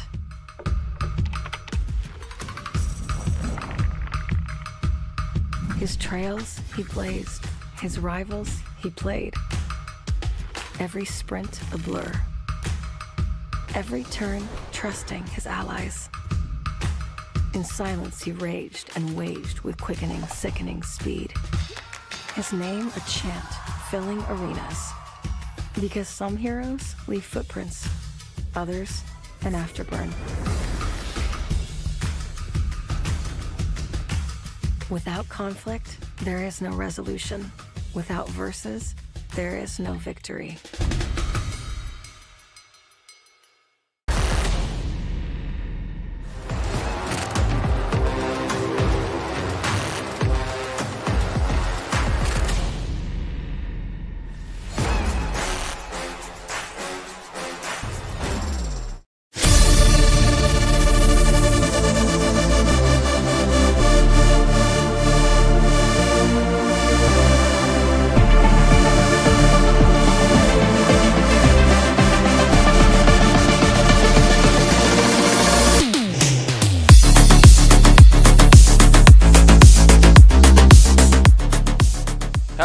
Welcome back to the Voice of Esports Arena here. Today is the second day of competition for the Idaho Esports State Championship with over 20 different teams from all over the Gem State. They've come here in the Voice of Esports Arena to fight to become the state championships in Valerant, Smash Bros, Overwatch, and Rocket League, and Apex, where today we're covering Valorant, Smash Bros, and Apex, all in that order. And right now, we're on round number 2. We just finished up the game with Middleton versus Timberland. Timberland with it taking that game number 1, 2-0 in the series. But you'd have to watch those games to understand that those got pretty close. They were pretty intense games. But nevertheless, because Timberland won, they get to stick up on that stage and stay comfortable and get used to those little spots. Whereas their new competitors and competition come up to the stage is the former Bishop Kelly, who are the 1 seed currently right now and finished their matchup against the 8 seed fairly quickly. So I honestly think that Bishop Kelly should be able to give Timberland some sort of worries. Yeah, a little run for their money. I mean, if someone's going to dethrone the king, it's Bishop Kelly. I think has the best shot, being the 1 seed, finished up their first match pretty quickly. So hopefully they can secure the turf up there and get a long exposure to the spotlight. But I'm sure Timberline would love to keep it to themselves. So yeah, and like you said, they were both 2-0s, but it doesn't tell the whole story. No, it definitely does, and that might be the thing where Bishop Kelly had such a staggering performance that we unfortunately didn't get to see. If you watched one of the try streams that we had going on, you probably did get to see that performance. But I do want to take a look at the standings to sort of get an understanding of exactly in cement what happened with the other games, so we get a bit of an understanding of where we're at right now. So you get to see that Bishop Kelly over Wood River 2-0. We got to watch the Timberland versus Valorant matchup, and then we see Bora versus Shelly High 2-1. And also Lightspeed Valorant versus Valley View 2-0 there. We now get to watch the BK versus Timberland Valorant matchup, and you get to see the rest of the matchups that are going to be going on. We still have one more round after that, and this is essentially single elimination. So you're playing for your final seeding. The way you play and how many games and at what point you win or lose determines your seeding out of 1 through 8. And you know, we will get talking about the prize pool that we could possibly bring that up. But I think the one thing, a little Lotus, a little sneak piece. This could be, I think this might be the first map. Yeah, this looks like a very live pick ban scenario, so I'm assuming that is the case. Everybody's just out assigning their gun buddies right now, considering what skins they might be pulling out for their agents. I'm excited. Lotus is one of those maps that I think is super fast-paced. Yeah, and I'd say can so. get very congested, and teams can get caught up in their head of just clicking the W key until they see the enemy, and it takes a real solid, composed team to sort of slow that down and really control the limited amount of space you get in Lotus. But my words of advice are nothing in comparison to Doc's keys to the game.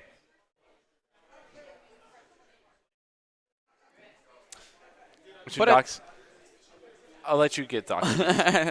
I mean, Doc, we saw Doc's keys to the game in the last round. I like your keys to the game there, saying you don't want to get caught in this monotonous role of just W-keying until you see the other enemy. And it's tough because the game is obviously a big mental game. And you got to recognize they're playing all 3 rounds right in a row. And the second one, it's not a strong beginning. It's not a strong finish either. Ooh. A new animation. I know, that's a fly-in I haven't seen. Very fun. That was the map that we just finished up on. Now we're going to be running into Lotus, which we teased considerations of last round. It could have been the swift play finisher had we gone out to a 1-1. But it was not the case. Now we're going to see it live and in color. Knight Esports playing up against the Wolves again on stage. Can they again, I say, dethrone the king? Which is still one of those things of it's almost like, is it dethrone the king or is it that the king has showed up in the arena? It's a It could Robin be either Hood of those. situation, yeah. Because I feel like the number one showing up is one of those things. If I'm Timberland, you know, either you're a little afraid here, or you're a little excited because you get the opportunity to play the highest level team here theoretically by the standing ratings. Which right off the bat we see that paranoia thrown offside of A. So they're expecting Bishop Kelly a push. They didn't see it though. Yeah, we didn't get to talk long about what kind of agents we might be seeing pulled for this Lotus map, but Raze I've seen be a big one, which first time it happened I thought that was just kind of funny, but it works. It feels right. You have that high mobility sense we found from Bind, again, where everything, there's not really a mid in Bind. It was like part of the gimmick is that it was just like really connected. You had the teleports. It was supposed to be high mobility. That was a gimmick. And that was back before there were just overtly really high mobility stages. Wow, look at these people flying in. It's going to be a quick kill. Procrastinator makes their debut with a nice shot onto Asteria and flies out, does not get greedy. Procrastinator low on health, though, is going to take a little bit of the guiding light. Ooh, it's really under fire.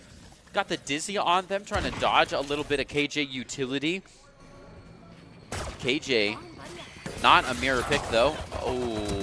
Oh, wow. Cheeky position play. Bakery grabs 2 before going down to no-no. That's one of the crazy things we're going to see about when we play against Lotus right here is you got to see that Timberland was staggering around B and A. They had a bit of a split there. Then they converge. They go to C. They take a little bit of damage there. They decide, okay, C's not the site. Let's go ahead and push B.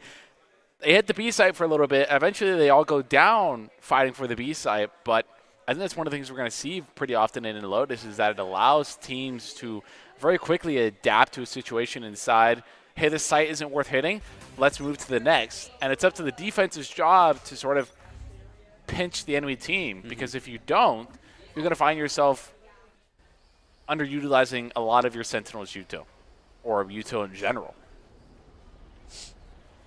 Which we also do get to see on the side of Timberland is that classic traditional Cypher Fear getting a lot of damage and getting blinded, goes down in the end, whereas Bishop Kelly has the KG on it. So this will be interesting to see. They also, both are using a Gecko, both using a Raze. On the side of Bishop Kelly, we're seeing that double duelist strategy here, and the Bulldog putting in the work. Yeah, some people are clearly repping the Kovacs right now. I mean, we saw some excellent strafing. Yeah, it's a little bit of a wake-up call, I think, to Timberline. They're going to have to lock in here and make sure their 1v1s are on point to really compete with BK right here. BK coming up to point 2. We expect Timberline to take point 3 on the typical bonus rundown. Obviously not entirely determined. With a little shake-up here in B-site. Yeah, when we talk more about the agent picks, because we haven't discussed everybody out here, the AOE, or area of effect damage, where you can kind of lob whole mollies or nades or anything, is more effective when more of the ground is hotter ground. Like if you made a heat map of people standing where, none of the map could be like blue or purple. You don't see any cold spots where people just aren't because everything is so packed in. Unlike Breeze, where you need a lot more walls to really cut things up. And that's initial contact right there. Cairo taking one on the Bakery, and that's the catalyst to just streamline on in. Grabbing a little bit of an old point as they approach site A, and the Dizzy comes out, slowing things down. Another one. Oh. Dot. Quick. Showtime. Faster. Even Lem, Andy, and Nono. They'll get all a return. And BK, only one player left, is Procrastinator. Apt to his name, making the way in nice and slow. Be the last person on. Oh, and the dash goes out. So they're a little bit blind coming into this one. First contact, Nono knows where they're at. Oh, the wall goes over. This could be a save, low-key. I mean, there's nothing to save here, but yeah. Maybe get one and get out. Try to dodge this trip, but it's just right there in neck height, so they got to go for that. Drop a cloud first just to try to isolate angles, and it works. So they take one, but they go down Lamb. Gets the credit for closing that one out, bringing Timberline up to 0.1, which was expected of them. So BK's goal there was to just do damage, and 60% of the team, it's a lot. That's damage. It's a lot. It's damage. That's something Flex Tape couldn't fix. Yeah. That's a lot of damage. The other thing I do want to point out as well is, well, actually, hold on a second. I thought I had something to say, but I kind of want to look at this. Right, this was just good angle isolation. We can see that was Lem the one that got smoked off with the cloud burst, so they come around the box. Because I think if that was a little bit lower, they almost went for like a one-way. Oh! Do not ego peek the op. I don't care if their eyes are closed. Procrastinator takes one clean, licks that plate and turns it in. That's a 4v5, and no one's coming back this time. We don't have any interesting reses. These are kind of the classic team of old school agents here, including Mirror Pick Omens. Shadows traveling. All right, Timberline headed by Astra. Assyria trying to get a plant off, just didn't really work. Bakery got the kill there, and now are seriously contending for the site. The operator in hand, so they're going to be able to shut it down completely. Timberline just owned this area. Ooh, takes a blind fire just a little bit too late, but Izzy shot out of the sky, coming around to the sand hill. Indy stands ground strong, finds one before going down. DK coming out on top with 0.3 and 3 alive to tell the tale. That's a lot of creds in the bank. Timberline probably kind of reaching into the bottom of the pockets here. With Timberline having this double initiator setup, this op should be something they should be able to fight pretty heavily on. With a lot of util and that controller to their use case, they can force an op off a lot of angles very quickly and force them to go back and back and back into the site, but they've also got to be careful to coordinate that effectively and not dump everything to a single corner or two, whereas that op, I imagine, in this Jet's hand is still going to be as deadly at the back of the site as they were peeking to spawn. Here.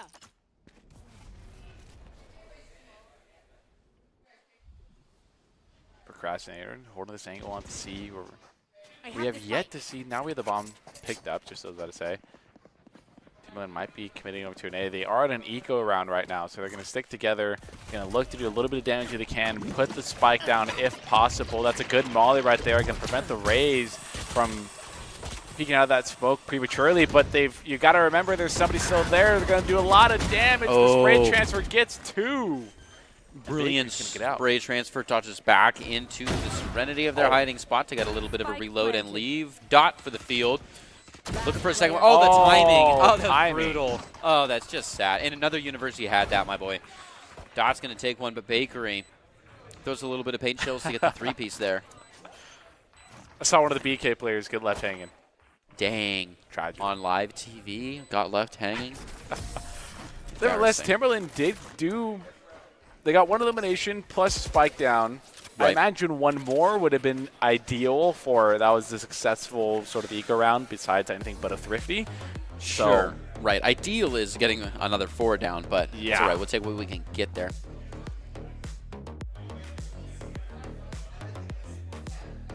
This was a crazy spray transference. It was such a long one, too. It was all bloom right there. That was just bloom tracing. That's the nice thing of when your bullets tracers are colored in a bright blue is you can very easily track those things. Oh, split between the multitasking the angles just did not work.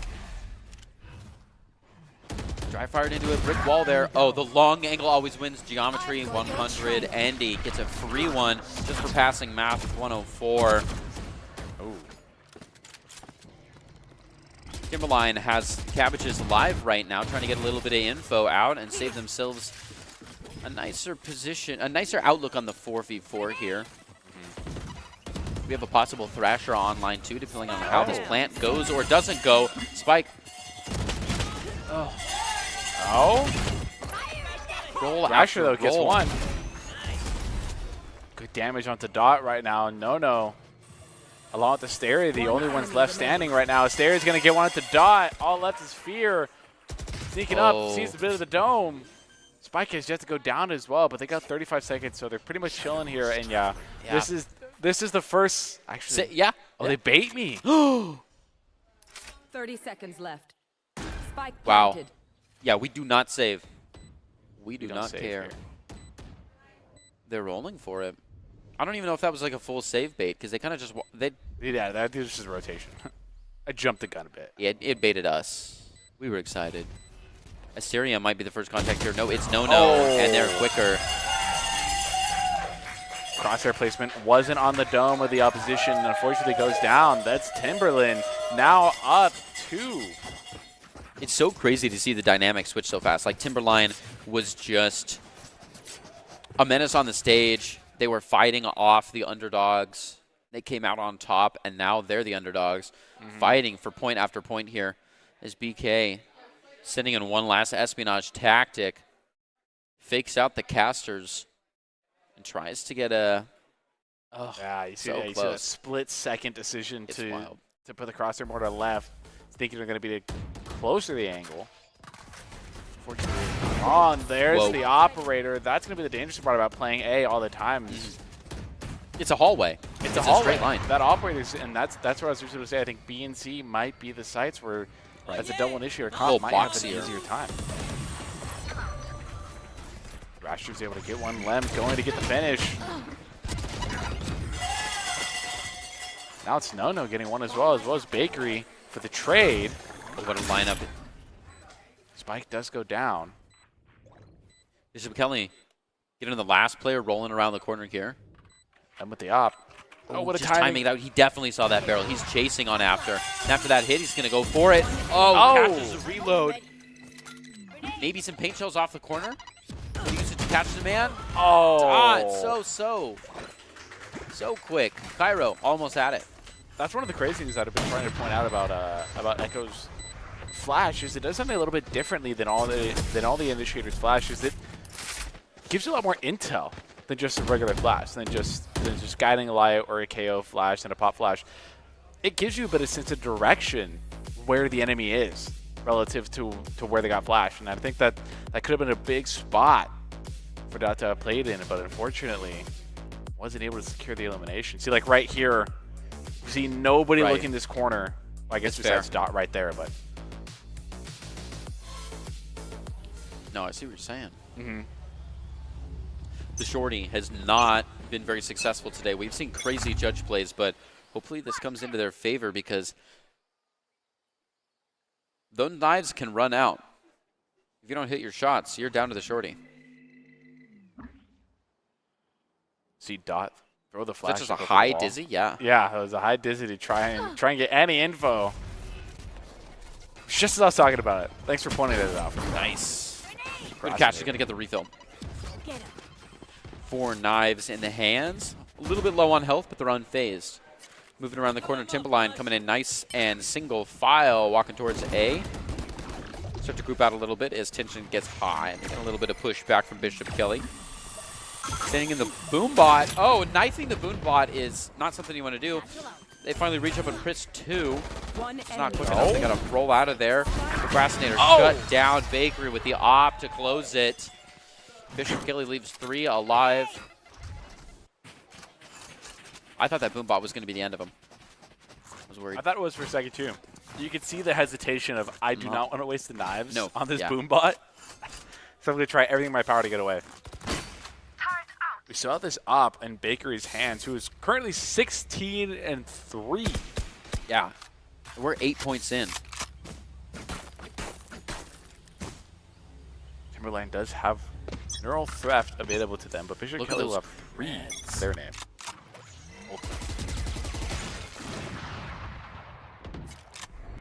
Yeah, Poverty is about to strike one of these teams. Asteria had a decent arm, if I remember, from the tab before the round. So they might want to go bonus that up if they can get over by the body. There it is. But Bishop Kelly's got a strong hold on it. Mm-hmm. Yeah, Timberline is just kind of stuck back in. And this is a really good defensive lineup. This is really solid from Bishop Kelly right now. They have the strong side on C heavy. But you see this split between Omen's able to respond to either an A attack or B attack. And just as quickly, Bakery able to grab one, re-rotate back over. Kyra's going to get one, but Crazy is going to get the refrag, though. Get a second. Now a 3-piece on the round, but gets shut down. Bakery going with Shorty. Oh, bit of a troll play.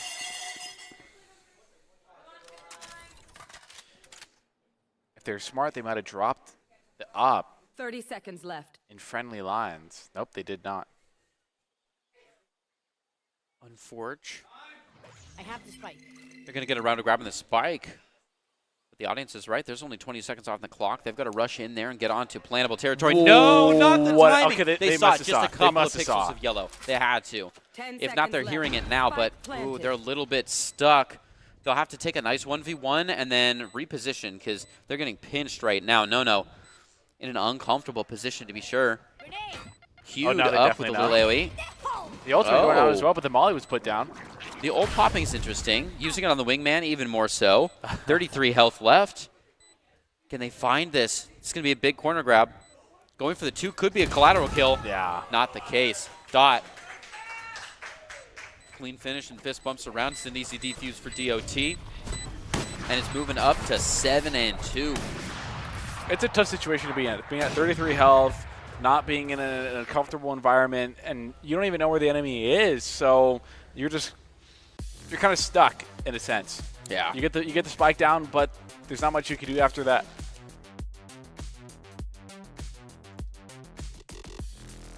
You look at this replay here. Actually anticipating the blind there, still re-peeks it and manages to barely get Lem's elbow. Which is one of those interesting things, because the hitbox, bro, is out. He had a quick power now. Yeah, so laid back he laid down. Here's a thought worth thinking. I've got a quick question for you. It's a series of questions, really, if I can put you on the spotlight. Shoot. What map would you say is most similar to Fracture? Oh. Which map would you say is most similar to Fracture? I would have to say Bind. Just in the pure sense that there is no mid.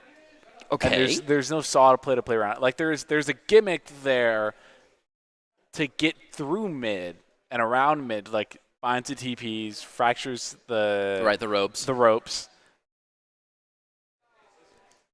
I don't know. Fracture's just a weird little beast in of itself. Yeah, it is. And it's also, I was thinking about like weird pick agents that we saw in previous rounds in this one. Why don't we see the Neon Breach combo anywhere else? Anywhere else. Because I could see it working on this map, and maybe I'm just straight up wrong. I could. I think you might be right. At one point, wow, Bakery opening it up quickly with the 2K. We see Wide on the top leaderboard, make it 3. Oh, he's working. Almost finds but support. It's not just quite there. He's going to whiff, and Asteria is going to capitalize on that for sure. Fear They has are definitely aware. shown a couple of pixels. Just trying to stay nice and solid. Oh, dodges, dances around that gun. Showtime. He's going to find it through the box and Dot finish it off against Asteria. That type of movement should be. That was a minute. That was almost an op ace. It was almost 2 piece away from it, and they're still going to hold on to it too. They're going to re-rotate the back that in. But I do like that conversation of why don't we see Neon or Breach? And honestly, I don't think we see them a whole lot in meta anymore. I remember about two seasons ago, it was very commonplace to see Breach in almost every VCT comp around in almost all maps. And Neon, I think Neon's a little bit more of a specialty pick because they don't provide much util for the team. And it's the same reason why ISO hasn't been majorly adapted as well. That's fair. Is they're very self-centered. Ego solos, yeah. Yes. I'm looking at you, Reyna. That's exactly what I was going to say. You're literally in my head. Ooh, nice play. Gets a chance for 3. He's going to take 2 of those back to the bank. Procrastinator cashing out and looking rich on health and all. Bishop Kelly is going to pop the Thrasher, and they've got a few more ults on deck. I wouldn't be surprised if they want to secure this one. Unfortunately, they're going to lose their top fragging.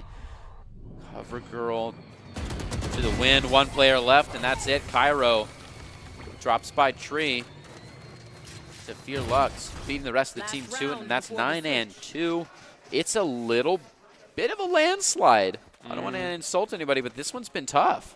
This one, this is kind of what we expected going into this, right? When you're facing the top dog in the tournament, you're expecting this not to be a cakewalk. If you're Timberline, you're expecting this to be a hard fight, and I'm a little interested to find out what map pick Lotus was based off of the bans that I saw Timberline make.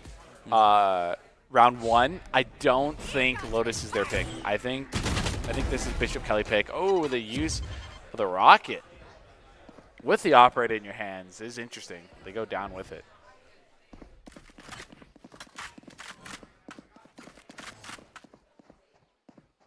With 4v4 on the table, Timberline going in for another streamline approach to A or so. I thought it looks like they're sending 2 up B. One of those just does not work out, but in another neck of the woods, Timberline is making their way onto A site, no problem. Carrying that spike into a nice default position, and they can hang out in Tree and wait for that post plant setup. No. Spike planted. I know exactly where you are. Really thought about it, but didn't go for it. Yeah, I'm a little surprised by that, especially after his plant went down, because you're kind of confirmed to know the site's here. Yeah, it's a commit. They might be waiting. They're probably waiting for the rest of their team to get here. I wouldn't be surprised if we see it go down. There we go. Yeah, here we go. Don't hate that. Yep. Are they going to push it now, or do you think they back off? This is a mental game here. There you go. Plays the wall and finds it. Excellent work. No. Getting some money out of it at least. Oh, and Bishop Kelly, menacing. Keep playing through the wall, chasing this guy around the corner. Oh, and he finally. 1v1 situation. Dot's only at 30 HP. Ooh, and there's no. I didn't realize that Andy took one down, but Andy made that into a trade. That was the biggest conversion. That was the catalyst. I thought he was cooked, but definitely paved the way for Raze to finish that one out. And No finds it.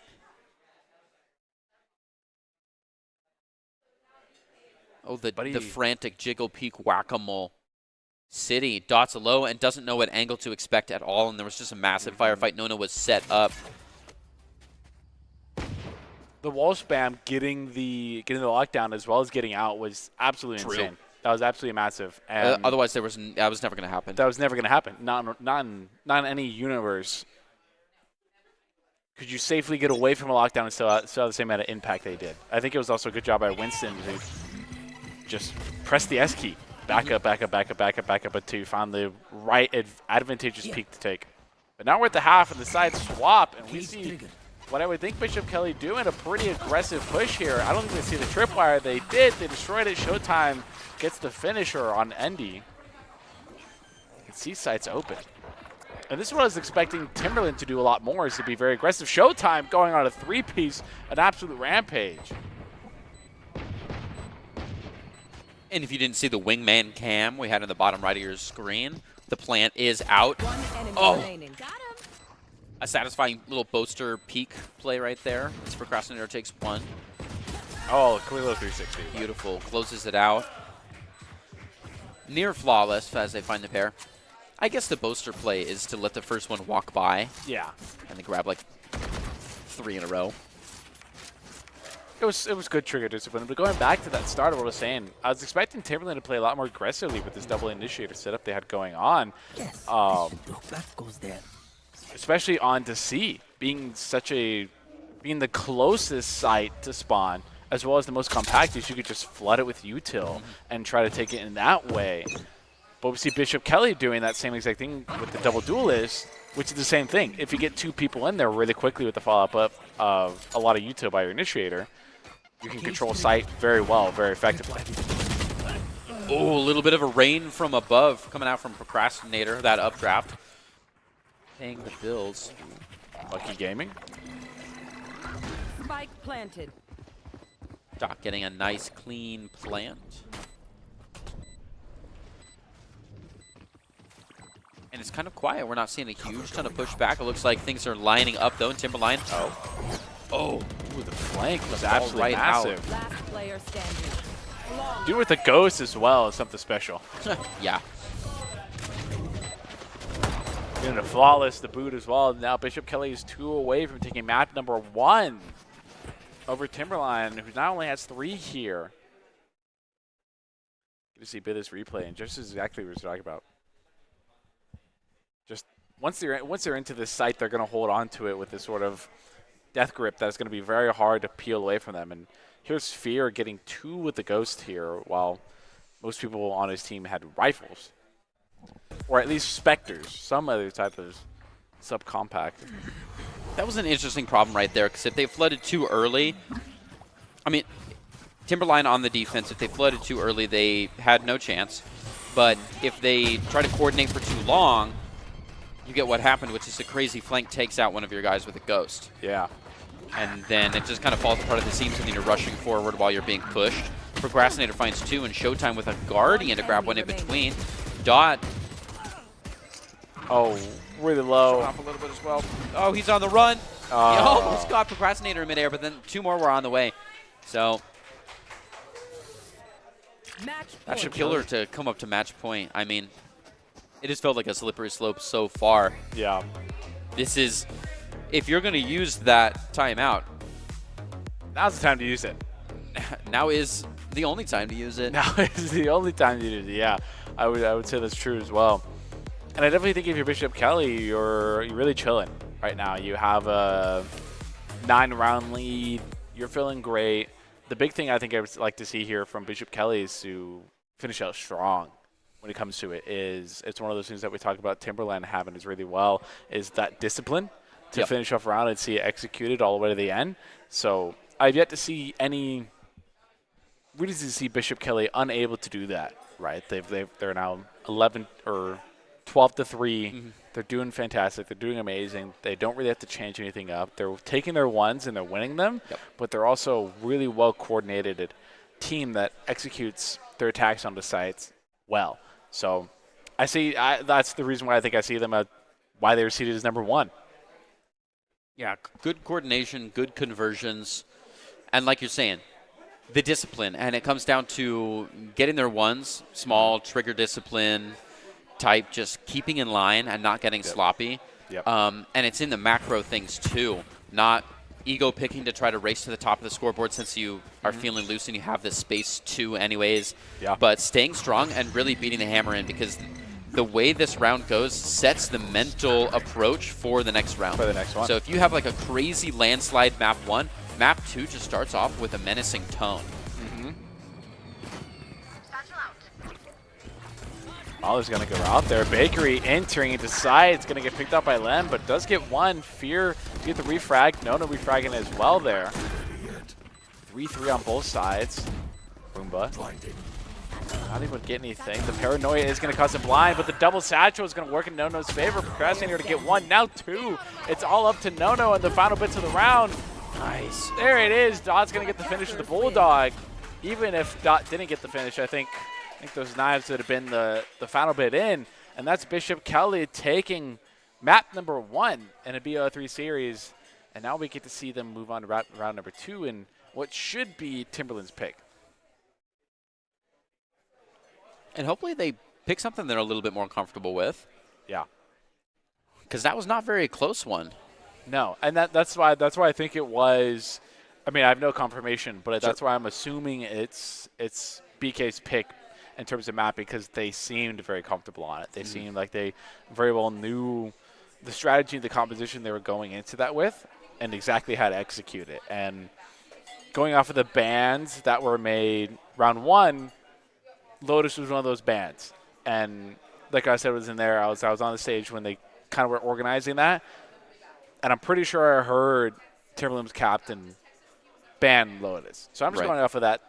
That was not a comfortable map. That was not a comfortable pick for them. Maybe Sunset?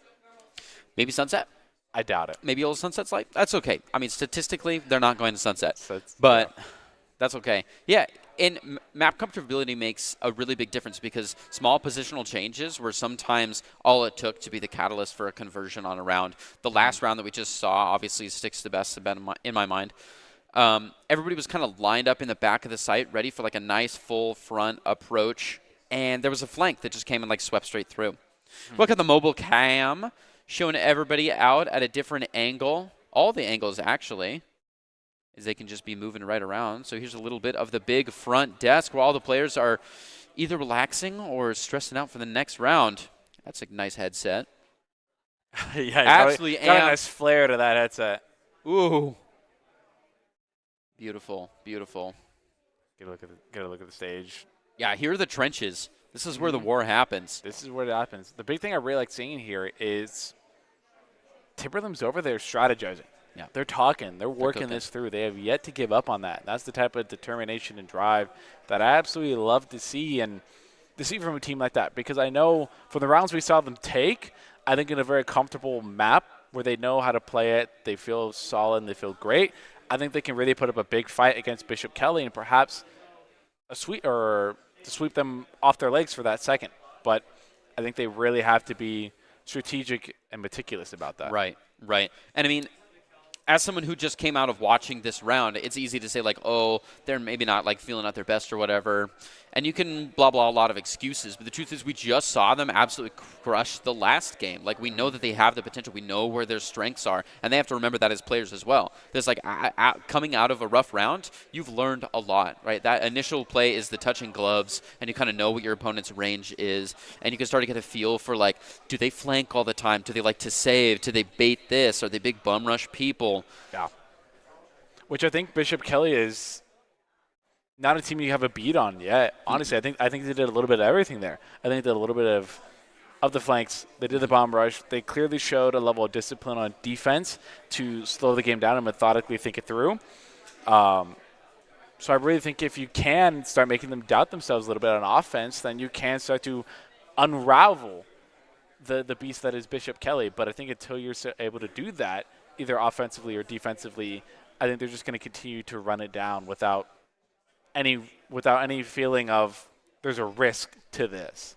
They just right now I feel like they have the confidence, they can peek an angle, and they're more than confident that they're going to get the one or they're going to get traded. Mm-hmm. We talk about maps we might be seeing coming out. I want to talk about agents that we might be seeing coming out as well, but honestly, I'm seeing a real strong like meta mindset here. I don't think that we're going to see this is my gamble, this is my token. I don't think that we're going to see a lot of like fun picks that are way outside the meta. I don't think we're going to see any like ISOs or any neons or anything weird. We probably won't see a Reina popped.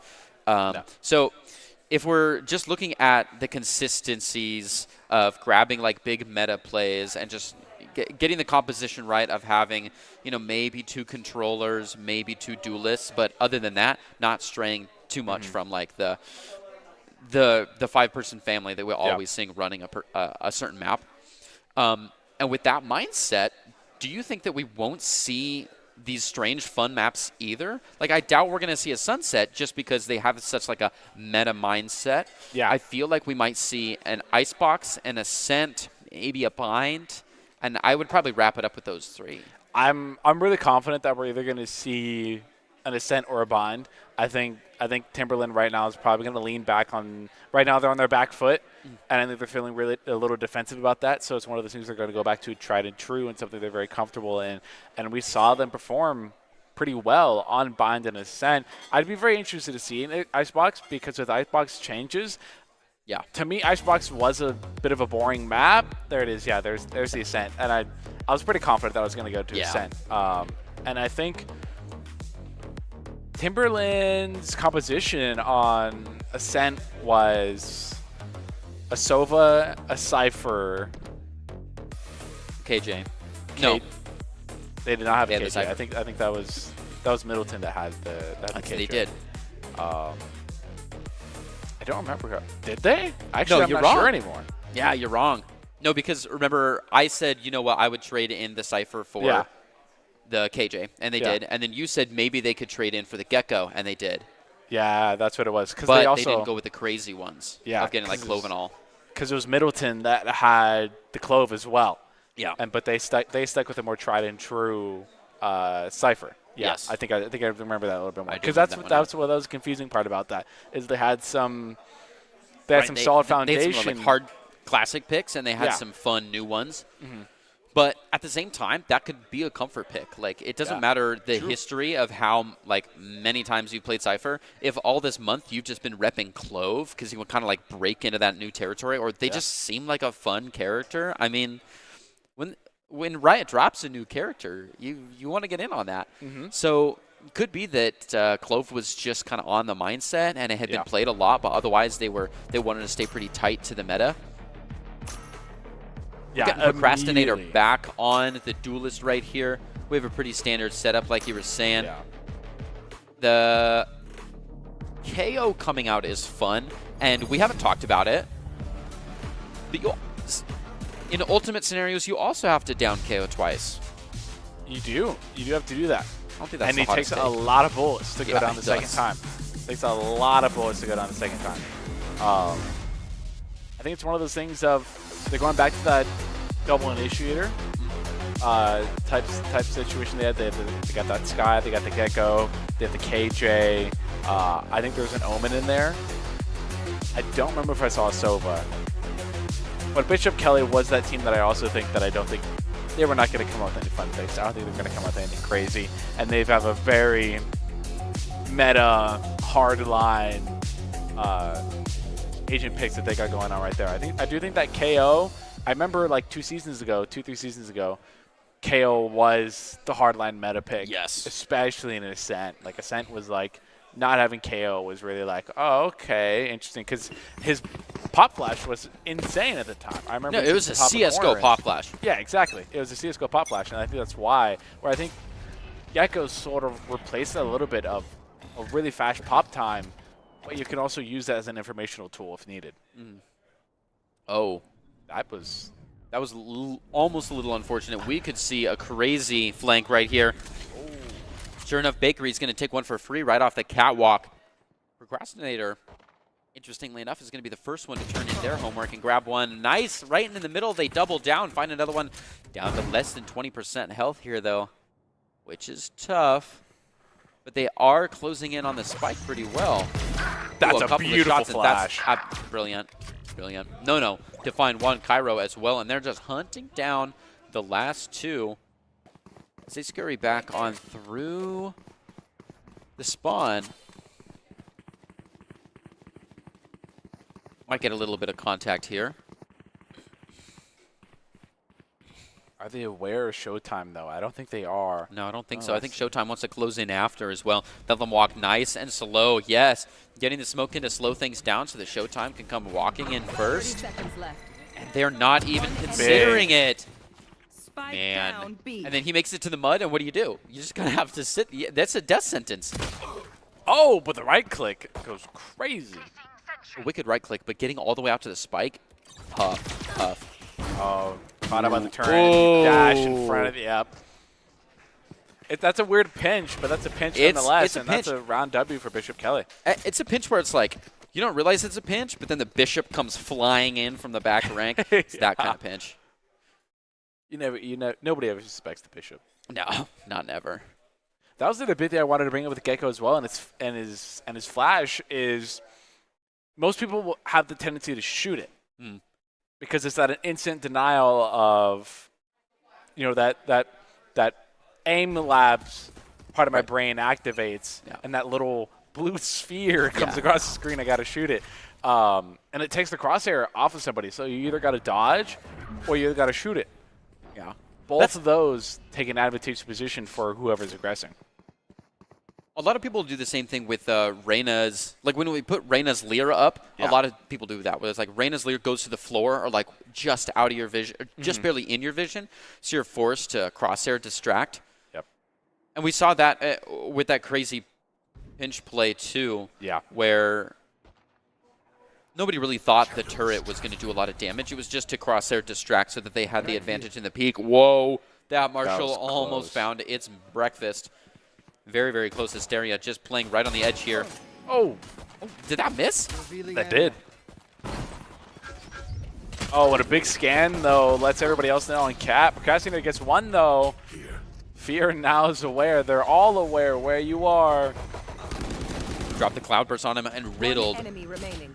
Not in Fear Lux needs to find one as the gate goes down. Ooh, he's going to escape. Go in for the plant. Is it quick enough, though? No. No plant done. Lost the 300 cred potential there. Bishop Kelly to take their first 2 points as anticipated. Timberline now scheduled to grab this one. And BK is just going to do as much damage as they can with the guns they've got from last round. You know, the question I got for you now, then, is your opinion on the Outlaw. Wow. I think it's a fun idea. I think it's a good implementation dev side. As a player, me personally, I just don't have the aim for it, so I probably won't, you know, grace its trigger very often, but I love seeing it. I always love the fun gun rounds where they reach for the Marshall round 2 or they pull out the Odin of nowhere. I love when the whole team picks judges. Maybe I'm just like tired of metacomp plays, but getting new guns into players' hands is just more exciting, and it changes the angles. You know, everyone doesn't have to just walk long angles and expect there to be an enemy at the long side. I like when everything is a little bit more alive, and you don't know what corners people could be hanging around. Long distance, could be short hangouts. So I think it adds some dynamic to the game and requires more players to watch more angles. That's showtime. That's what we accept wow. out of a casual round 3. BK actually gets the reach on Timberline. The big question is, for everyone who survived, do you stick with the same? Do you stick with the same gun and go till it's all over? Double bonus? Or, yeah, is what you're saying. Trying to double bonus, or do you go for? We're gonna buy full. We're gonna full buy, and just trying to keep the rounds going. Because now you won't be evened out, because. Timberland spent their money here. Oh, the operator coming out is going to be dangerous, though. Oh, the flick just wasn't there. Now they know, so they're going to get lots of flashes coming out. Dizzy, distracting. Couple blind fires, always good to just be menacing. Oh, what? Wow. I did not expect that. I thought for sure that pop flash was going to be a strong play, considering how many people were just out there fighting the op. To answer your question, though, I think 1 in the hand is just better than 2 in the bush. And the truth is, if you've got a close call, oh, speaking of which, this is a close call. No. He's going to find it. That's an easy second one. Can he make it 3 from a distance? No. Bakery grabs 2 with the Odin on Sova. A tale as old as time for Ascent, specifically. And the operator is back in the limelight. Oh, again, a whiff on the shoulder. Down to half health. Can they convert? Can they bring it back together? Looks like they might be in a save mindset as they hang back behind the walls up in the spawn. Plenty of utils still making B into a cumbersome approach. It'll be tough to attack that, but they don't know. Oh, yeah, so they're not going to go for it. I don't think they're thinking about this. Showtime barely swivels over here. They barely look. The timing worked out perfectly for them. Disgusting collateral. Unfortunately, goes in for whiff 3 after finding one. Oh, and it's a nice close. But final answer, no. I think I would throw out the double bonus, because the only reason that you are forced to bonus is because if you go for the reach, you barely have enough creds to make things happen. Yeah. But here, if they lost on it, it wouldn't be that bad. And I think you don't need the entire team to have operators, right? Infinite money doesn't help you. So I would have trashed the guns and gone for a buy. Yeah. Just be thankful that you got the one that you did and move on. Yeah. So Bishop Kelly on a roll now. 4 points is menacing because now we're finally into the full gun territory. But Timberline is still only barely catching up. I mean, getting the spike planted or not makes a difference in their creds. Procrastinator getting a first blood pretty quickly as Dizzy is dropped on the field. And Cairo just gets greedy, keeps pushing on in, so does Endy, and it's not going to work out for him. On the return now, BK sitting right on top of the spike. Doesn't need to over-push their boundaries here, but they will a little bit. They go racing out for the flawless, and Doc gets low on the health, but it's still enough to converge in on Wine and close out a very fast .5, bringing Timberline down to no money at all. Ooh, that's tough. And this is where it really starts getting dangerous. And we're going to timeout here. And I believe this will be a Timberland timeout as well. And this is where we start getting into the dangerous territory of mentally before we even get to mechanically what's getting affected, the mental side of what's getting affected right now is probably the biggest thing. Especially as a player, it's one of those situations where you lost map 1, you're trying to grab a hold of the situation that you're at, but from the looks of it, especially from that last round, nothing's sticking for Timberland. Right there, they go into sight, nothing sticks. They get no eliminations. They run into an operator. They're getting utiled out of their mind. They can't get the spacing they want. So it's really just now or never that this foothold's got to be established. You've got to find a way to break up the momentum, break up the pacing, and take a round or two to let yourself breathe. But the hard part is finding that round. Right. BK's also taking a nice breather, chillaxed all the way back. Enjoy those chairs. But it looks like they're back up to it. Yep, plug in the Wii Fit board. It's getting serious. Wii Fit board. I haven't heard that one in a while. Oh, yeah. Much better than on the GameCube controller, I think. Oh, very, very close. Goes right outside the corner. He does grab a second one, but he gets greedy. Goes running up for a third. I'm surprised we didn't see that corner grab. Coming back around with the knives, the op mentality does not stop Bakery to find one with the Odin through the wall. Oh, and they are closing in so fast. It is just uncomfortable. Procrastinator. Save for that Sova Odin, who always eats first on Ascent. That was a 4 of a kind. Getting 4 there. Whoever that teammate was in the Odin. There it is. Shame him. Right through the what happened?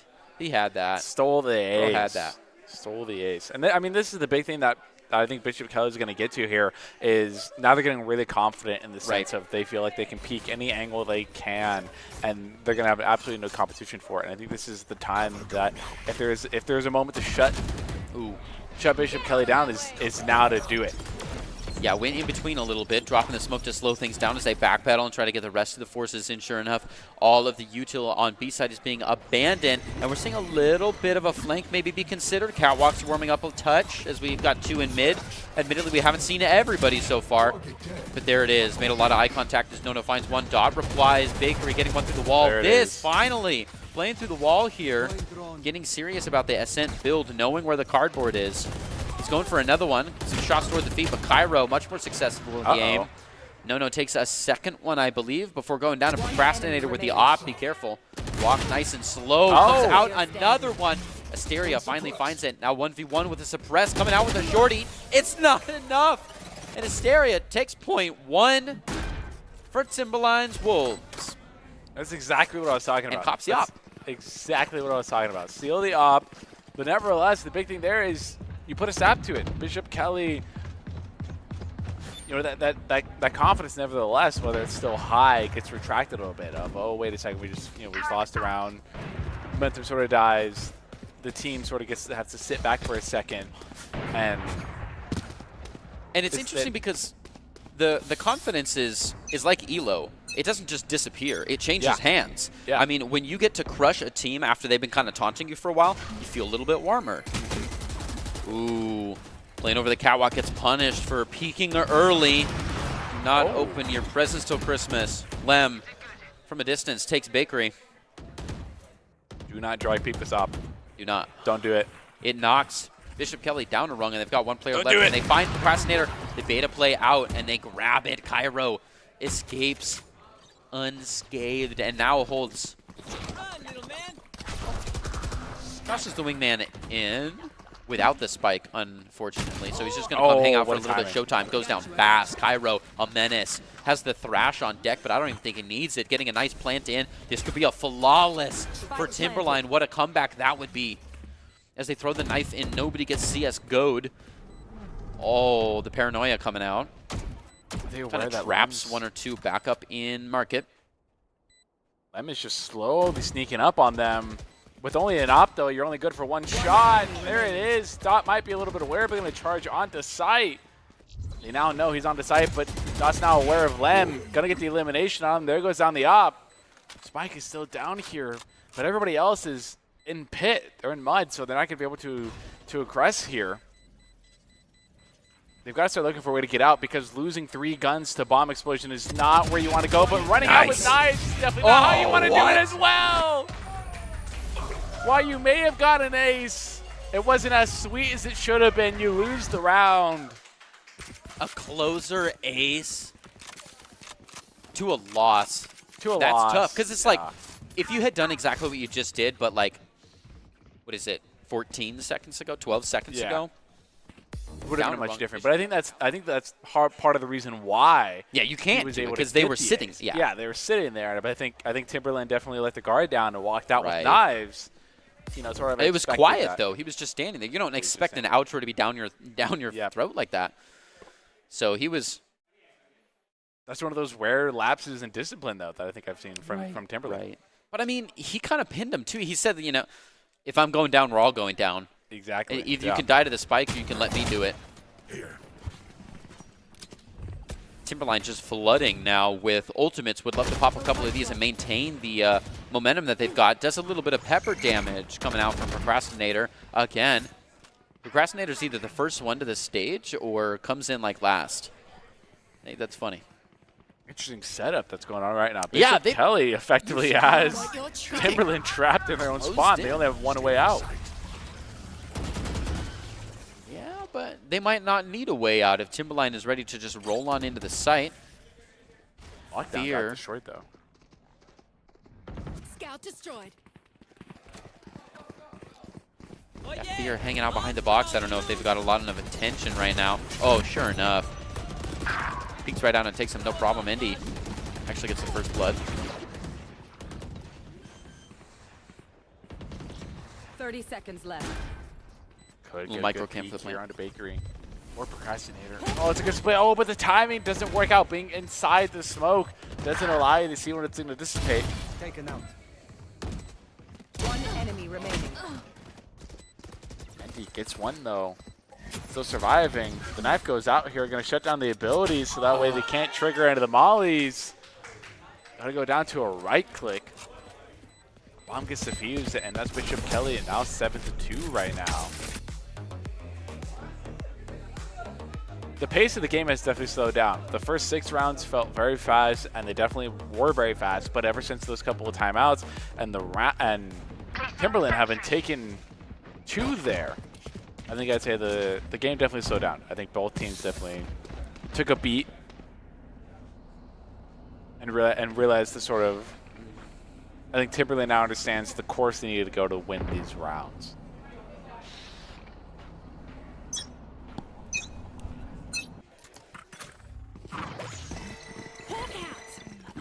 As the walls go up, it's a quick push out. B-side mid, looking towards market. Bakery just kind of caught out in the middle. There's Lem moving up. The next opponent is going to be Dot. Oh, the Trailblazer just barely dodges him, so he's going to come out with a nice flash. Maintains the spray and lets Bro walk into it. Fear takes one as well, so this is tough. They're not even going to make it to the stage. What a turnaround. Dash behind him and still found the entire chamber. That's wild. Bishop Kelly only lost 1 and some health to a couple. That's tough. It really puts a damper on the momentum there. Mm-hmm. Especially as Bishop Kelly looks to be more on a roll here. It's definitely one of those things that you don't want to see as part of the Timberland offense or a Timberland fan. But Bishop Kelly probably looking to secure 2 more in the row so they can go 10-2 and create a similar situation as what they had first round ago. Dizzy goes out, not able to find anything. KO Knife does get some information onto Cat. So does the Molly to go as well. Fear gonna creep up next to the pot plant. Gonna sit here. You got 5 on Catwalk right now. Asteria going back towards the flank. A bit of a bad timing works in their favor as they re-peek it. Get one. Ooh. Bakery holding on to a tight angle. Unscopes though with the op. Yeah, an uncomfortable amount of eye contact there when you just very pull out the util and everybody's on you. No. Closes in on Dot, caught in the corner. Showtime. Well, back down a tree, or at least considers it a little bit. The flick was just not quite there with 12 health. You got to be careful. They could honestly riddle up through the floor, and they sure are. Ooh, he sees that one. Uh-oh. That muzzle just creeping out. Look at that splash damage, bringing him down to just 1 health left. Hanging out. Honestly, I ditch the op at this point and just kind of go in, make some noise. Yeah, it's going to save. Yeah, be the bait and switch. Oh, the crosshair discipline is crazy. They're playing whack-a-mole. He took care of the turret, did some damage onto Cairo. Can't quite find No-No in the corner, though. Now, all we've got is 1 man left. Bishop Kelly is just going to hang out. Oh. That's a spot I haven't seen before.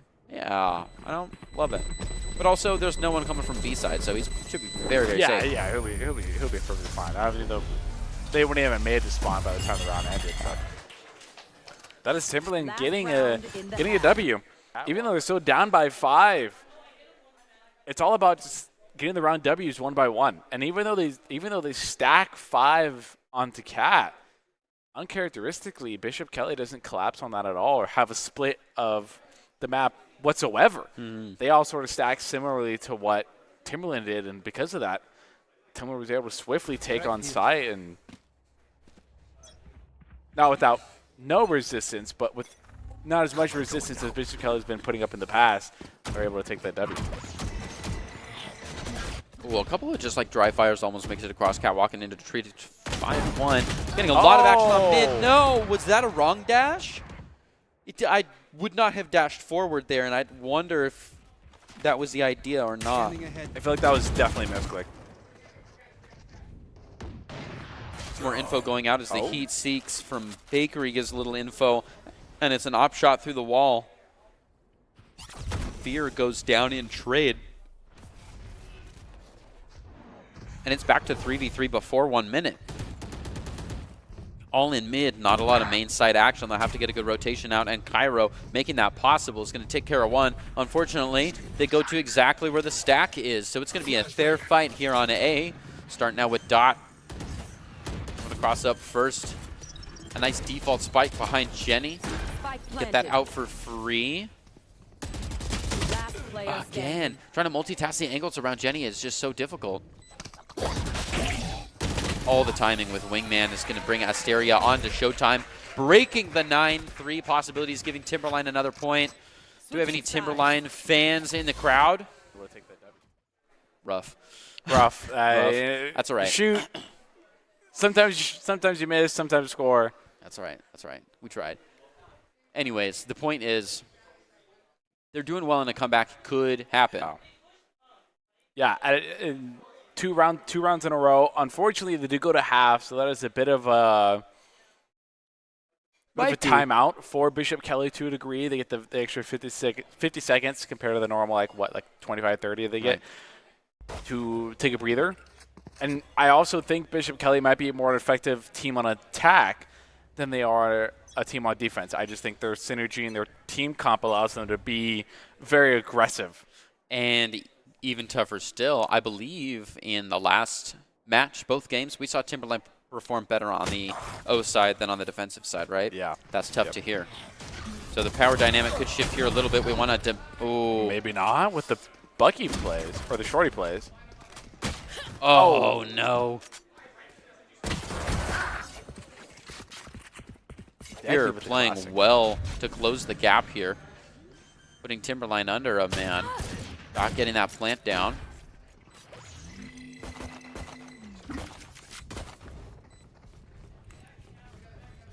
And they flee the scene. Is this a 5-person save? Oh, some outros by both of them. Ridiculous. Showtime closes it. All right, I did.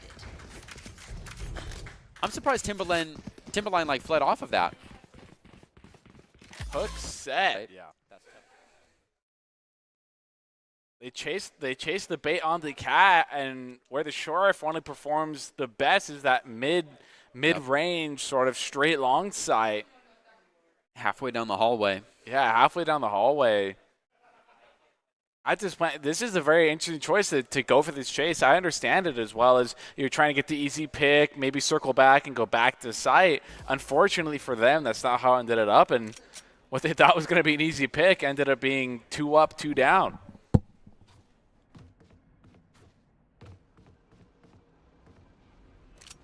See a bit of Bishop Kelly lingering outside of A. They do have one lurk over towards middle here. Perhaps trying to get somebody rotating through mid.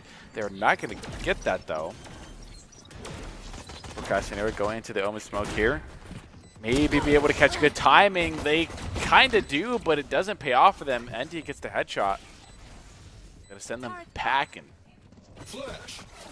All right, so they got a few out the front door and one coming in tree. But one right underneath them that's doing so much damage, they're going to get a quick trade onto him. And everything shifts back just a little bit. Nobody's really on site, low health. Trying to make their way over to the spike, but it's not in the default behind Jenny. So this whole entourage of people behind Jenny are going to have to come back out into the open, and that's all it takes. Bakery finds 2. Hanging out on top of it. They're finally going to go down as Andy grabs their 3rd for the round. Up they go down to Showtime, and BK hits double digits. Wow, very, very close, that one. I mean, Timberline is still fighting well and coming incredibly near. That whole time, too, Showtime was out of the fight. They only came in for that last bit. They were rotating around from B to mid and securing flank, and then they only made an appearance at the very end to shoot one burst of bullets. I love it, though. Valor. So good. So, fun game. Weapons hot. Bishop Kelly sitting at 10-4 against Timberland right now. Cario going to throw Drizzy to get some info. Unfortunately, not going to be able to recollect on Drizzy. Procrastinator leading the charge here. Going to give her 2 pieces of intel and now going through the 3rd. All of KJ Yuto besides one Molly has been eliminated. In the long AO, Fear taking a fight with Nono, but Nono has a Vandal. Going to win that fight. Going to close door here. But there's only one lurker over towards the side of A. Lem gets one in the mid. And that's Spike as well, down mid as well. The rest of Bishop Kelly is split between B and A. Oh! Good time for Showtime to pop out again. Showtime always just kind of showing up when it's their turn. Playing a little bit of a distance fight, a lot of contact. Lem's going to be the one to find it from a distance. Take care of Lat, late to the party pest. 10-5. Timberline happy to have it. Looking for just a little bit more. Try to retire the landslide here. Against Timberline. They put a stop to whatever they possibly could. Fascinating here again. A couple of Yuto going to take a fight. Sure they get there. We're going to see this fight between Nono and Fear there. Says that. There's Lem with the blind fire through the smoke, just going up here. Instinct. Good timing. Going to get one and set Timberland up the right way. He continues now the man advantage. Spike is kind of in an uncomfortable position right now. Yeah. Is really trapped. Going to use a quick pop flash, try to find Lem. Oh, that was a slow roll off the flash, but it works. Going to get out there, retreats back into mid, and might swing around for a nice B solid garage hit. I don't love it, though. You wait this long, and there's definitely a lot of util. And you already know the A site's fairly empty. We haven't gotten a lot of noise coming in from your other guys, so it looks like they're considering their options, you know. A site is fairly empty besides the Stair holding on to it. Yeah, sure enough, Fear is going to hear about that, and it's just enough action that Timberline is going to shift the weight a little bit. Fear doubles down by throwing a smoke to the back site, and then regroups with his team. 30 seconds. Still have Showtime. Weirdly, the KJ being the lurker, I don't exactly love it, or being the flank watch. They do get a weird timing, though. Don't find anybody. No, Anastasia sitting towards heaven. No, drops down to Jenny. Only 12 seconds left in the game right now. They've got to get Spike down very quickly. They're going to go ahead and rush it. Dot only has 5 HP. Any bit of crowd control would send him packing.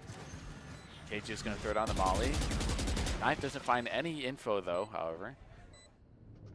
Cario and Timberland, KJ, ND are going to walk through the doors right now. They're trying to peek every angle possible.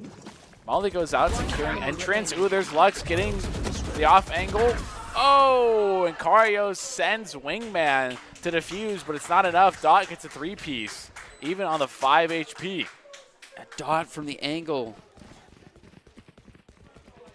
Brilliant drilling down the Jenny right there. Right way. 11 and 5. That's a bit of a gap. Timberline's going to have to really push to get this together. Bishop Kelly. Don't start slipping now. Stay strong. One more map. This is it. 3 points, and BK is on to maintain the field and kick Timberline off of the big stage. Timberline's still going to fight out every last second that they can. Got a couple moving up into A as well as B as well as mid. It's a 2-1-2 for everybody. First action, Fear's actually going to find it. Second shot, but first blood. That's just good aim. Wow. Showtime grabs another one. Bishop Kelly just cutting down trees in all parts of the forest. Alarm bot triggered on B site where most of the pressure is. And the spike's going to be making its way over as well. At the same time, Timberline probably lining things up, letting their last player make their way across. They were still leaving a Flurker in A on the side of Bishop Kelly. That could be devastating, actually, on Timberline's defense. To make sure that they're ready for that. Especially if they get held up on this backside of B right here. Evander is going to be absolutely devastating, and it is. Only able to get the one, but nevertheless. On a Nico right now, Timberland now should have the money to full buy everything they possibly need to try and stay in this match. They'll have 2 ultimates available to them. Maybe one more following. Yep, there it is. The timeout from Timberland. Similar to what we saw in map number 1 on Loaded, so that last-minute timeout. Try and grab that last foothold, steal the resolve on the foundations here. But will it be enough for Timberland to stay in the game or not? Bishop Kelly is now his match point, and the way they've been playing is they're on fire. They're playing well. There's not much in the way of stopping them, and it's really up to Timberland to frag out here to get more than their ones. Yeah, we just saw the Wolves. You're seeing BK now, but the Wolves are just talking it out. You know, it all comes down to this: what a keyboard angle this boy has. Look, that's a raw 90. That is nose to the crosshair. 90. He's in on the monitor. That is. But we can't say much because they're winning. They're winning. So as long as it's working. If it works, it works. If it works, it works. But still. Yeah. So close in that, like, the curve of the monitor just becomes your world. You don't need a 3 monitor setup. It's fully immersive VR. You don't need to adjust your FOV setting. No. From corner to corner iris. You got that. What could be the final round of map number 2. Bishop Kelly looking to close it out here. And Timberland's final attempt to stay alive. They try to be a little bit more aggressive. Bakery's going to get the headshot. No, though. Lockdown's also going to come out as well. So it was shut down by KO. Bishop Kelly could also play post plant here with Soba's ultimate. But Caro's going to get one. The numbers even out a bit. Caro's going to get 2. Now they got the bit of a man advantage. Oh, it's going to even out again. Now they're back. Bishop Kelly now has a man advantage again. But Spike is down. Timberland's going to use lockdown. But much like that counter, Soba's ultimate was used there. Gonna drop down. There's Asteria getting one, but he gets traded out. It's now up to Endy. Endy's in a 1v1 scenario, facing against a shorty. That's all Dot's got, apparently. Going into it, has to stick. Oh! Dot's just gonna run up, finish it off. That's Bishop Kelly. Round number 13 of the bag, and map 2 in the bag as well. They're gonna move on to round number 3, undefeated. Yeah, they'll stay logged in right there. Yep. Get up for a little water, get up for a little break, and get up most importantly. Yeah, you're going to need those. Those are help. That's exactly how it was done. Love the fit. I think we're going to get a nice little breakdown from Gem and Day, aren't we? I think it is. I think the play-by-play breakdown. Right, the for this play-by-play, which I would argue that we just did the play-by-play, but that's okay. Gem and Day are going to go cover the highs and the lows, all of the flicks and the whiffs, if you will, of the last game. Cover them in for you. I mean, you can hear what we think real quick. How do you think things went? I think it went kind of expecting how we set the tone of the sort of return of the king with Bishop Kelly getting up to the stage finally. We didn't get to see them round one, but it was kind of one of those things of when I heard that they had finished their 2 maps by the time we had barely finished 1, it was kind of like that immediate, like, what is this team about to do to everybody else in this tournament? And it's very clear that what I considered a very solid team, Timberland, who went up against another solid team, Middleton, and they kind of they rolled. They played really well. Both those maps, both their pick and not their pick, they played extremely well on. And while they do play meta play styles, they play it very effectively. And it's going to be that team that gets in, gets the job done, and that's all they need to say and do. Well, I obviously would love to see the pattern continue if someone wants to hop on stage against these 5 folk up there and kick them out. So if we could see the best be bested once again, I'd love to see it. But until then, your reigning champions are going to continue to be Bishop Kelly. And like you said, that could have been a quick round. So we might even get to jump into some other games if they've got them rolling. But yeah, I mean, we'll get into that. It's kind of like a production with our hearts when it came to Sunset. It's just kind of like, I think we're both up in the air. We'll just decide. So we're at the mercy. We're at the whim of production. The wills. We really have no say. Yeah. Nevertheless, I mean, I think one of the things that is going to be hard about beating Bishop Kelly is getting into it with the mindset that we can get things done. We can beat this team, because it's going to be one of those things if you go into the mindset of they're number 1, we're not going to beat them, there's no chance, then you've already lost the game before it even started. Yeah. It's about going into it with a clear and solid mindset and a solid base of your team. There it is.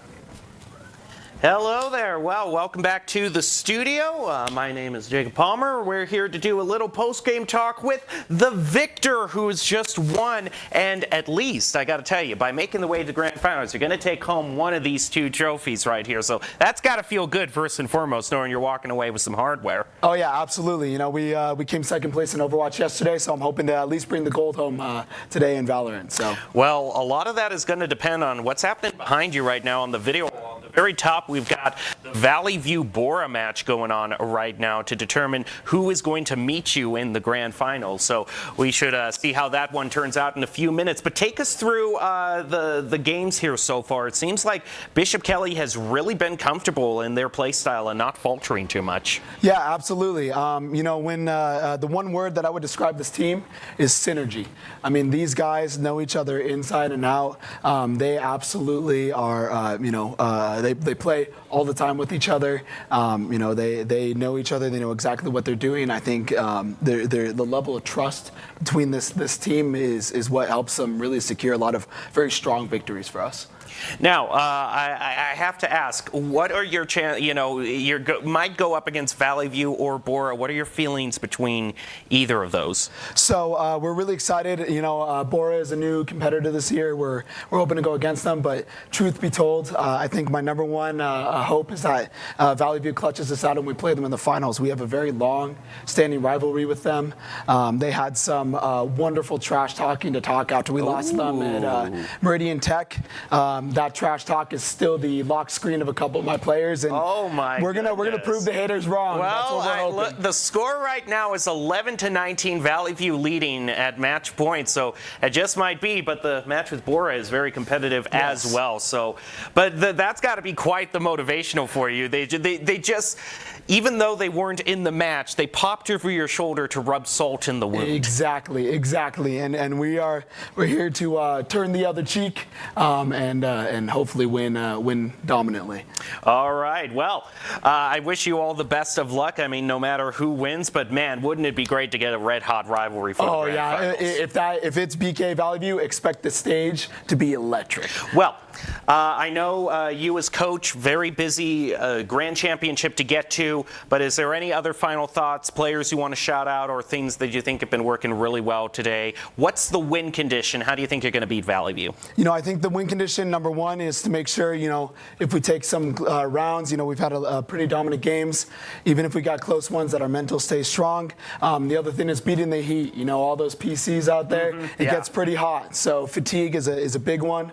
So as long as we can beat the fatigue and keep our mental sharp, we'll take that victory, no problem. As someone who just works here, it isn't just the PCs, it's just all the people in here as well. Yes. It's just the temperature has risen, just as the competition has gotten red hot as well. So you're not going to want to go away. We'll find out who joins Bishop Kelly in the grand finals. And of course, over the breaks, leave you with highlights and interviews to keep you entertained, because the action doesn't stop here at Boise State Esports. We'll be back with more of the Idaho State Esports Championships just a little bit. Try to dodge this trip, but it's just right there in neck height, so they got to go for that. Drop a cloud burst just to try to isolate angles, and it works. So they take one, but they go down Lamb. You got to be careful. They can honestly riddle up through the floor, and they sure are. Ooh, heavy.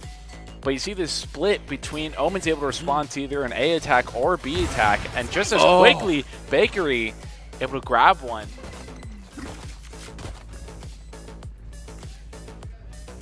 And they flee the scene. Is this a 5-person save? Oh, some outros by both of them. Wow. So I think it adds some dynamic to the game and requires more players to watch more angles. That's showtime. That's where they accept wow. Really important memory. In my senior year, I was in charge of really important memory. In my senior year, I was in charge of planning our prom, which was a very big deal because our school didn't have proms very often, maybe once every 4 years. And I was so excited for prom, but prom was on the exact same day as our state championship for Overwatch. So I went from in the morning being a state champion here at Boise State in high school to changing into my prom dress and going to prom in the same day. It was a whirlwind of emotions, but it was probably the highlight.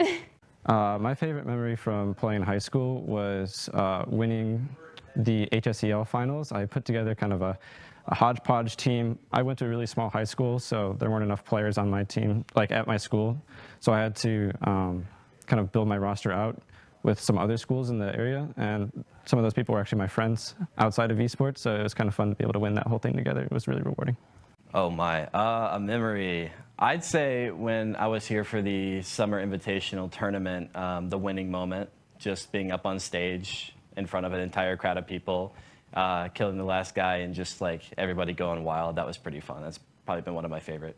I would say honestly, like my first, after we won like our first state championship, the school like recognized us as a whole as like in like a pep rally, and it was such a new experience for everybody. Everybody was so hyped for us for doing something that had never been done. And then before I graduated, we got put in like a forum by USA Today saying that we were in the top 20 high school programs in the country based off our success in Rocket League. So I think that stood out to me so much. I felt we were very proud of ourselves.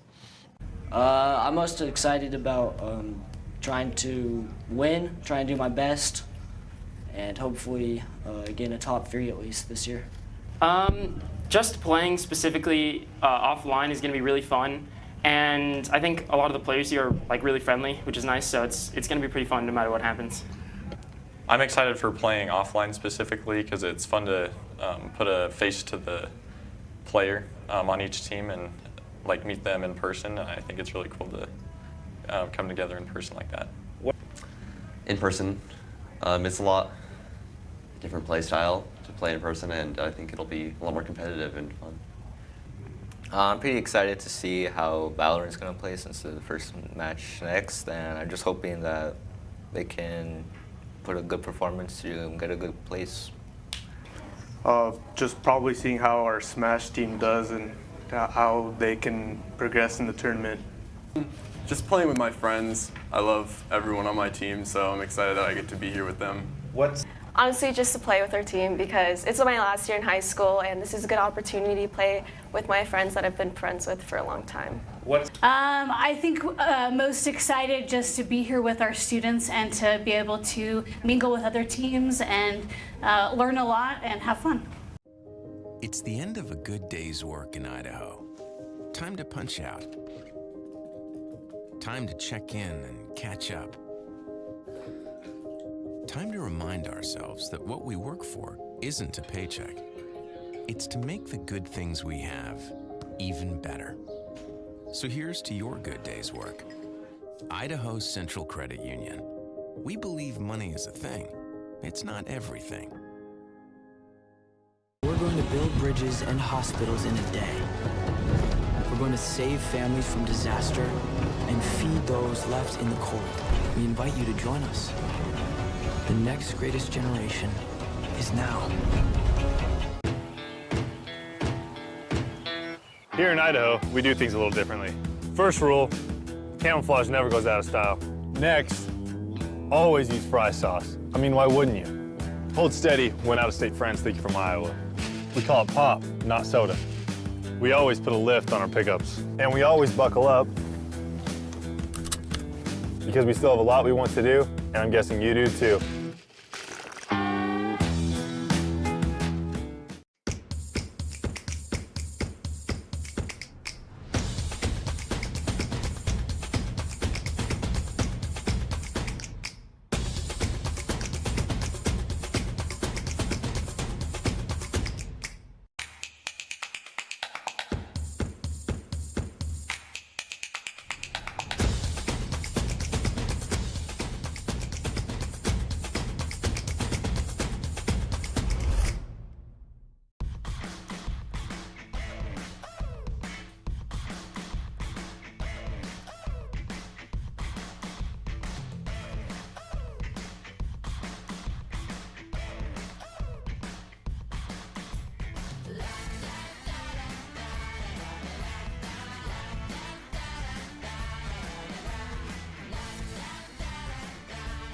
Idaho Central Credit Union, looking after your daily balance. Once there was a traveler whose feet never left the ground. With only his mind as his map and his senses his compass, he raced into the great unknown. Armed only with the speed of legend.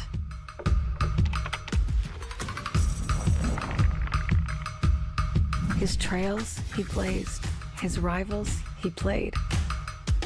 Every sprint a blur. Every turn trusting his allies. In silence he raged and waged with quickening, sickening speed. His name a chant filling arenas. Because some heroes leave footprints, others an afterburn. Without conflict, there is no resolution. Without verses, there is no victory.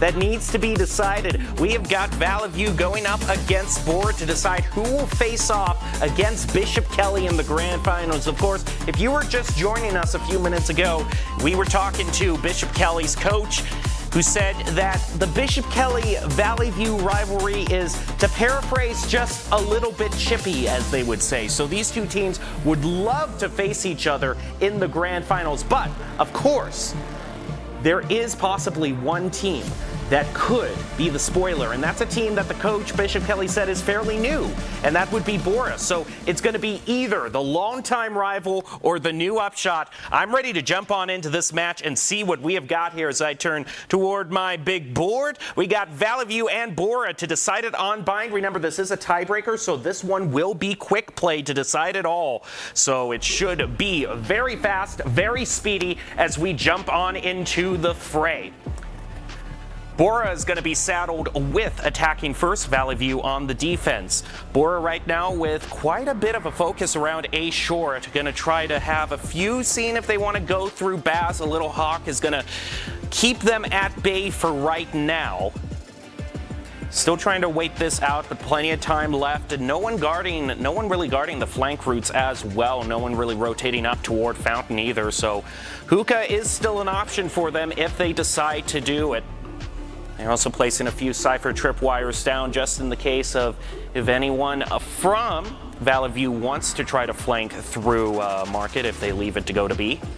Some more smoke's going to keep him at bay, and with the peaks now down through mid-market, and might have just been a fake actually, just waiting for all that util to go out, but look out here, this Harbor is also holding on to a Cascade. Actually has just used it. Slick Road's going to find the first blood. It's traded back with David. 2 headshots. Now it's 4 apiece as the full commit goes on. Catches him around the corner, but isn't able to land the headshot. Now Valley View has a narrow lead over Bora as their spike holder is finding themselves all alone. That Cypher is caught, still pinned down in Bass. They're going to surround and conquer. They land the shot. Now it's just the Cypher left, and he's not going to be able to take this one away. Valley View goes up to 1. Of course, in Swift Play, this means that every win is that, I mean, it's more when you think, you know, you're playing to 5 instead of playing to 15. Every round is worth more than double what it normally is. So, of course, the credits stack up a lot more. So we're going to be seeing rifles available to anyone for the next match. But very good start for Valley View. Also, you know, ultimates are going to come online a little bit sooner as well.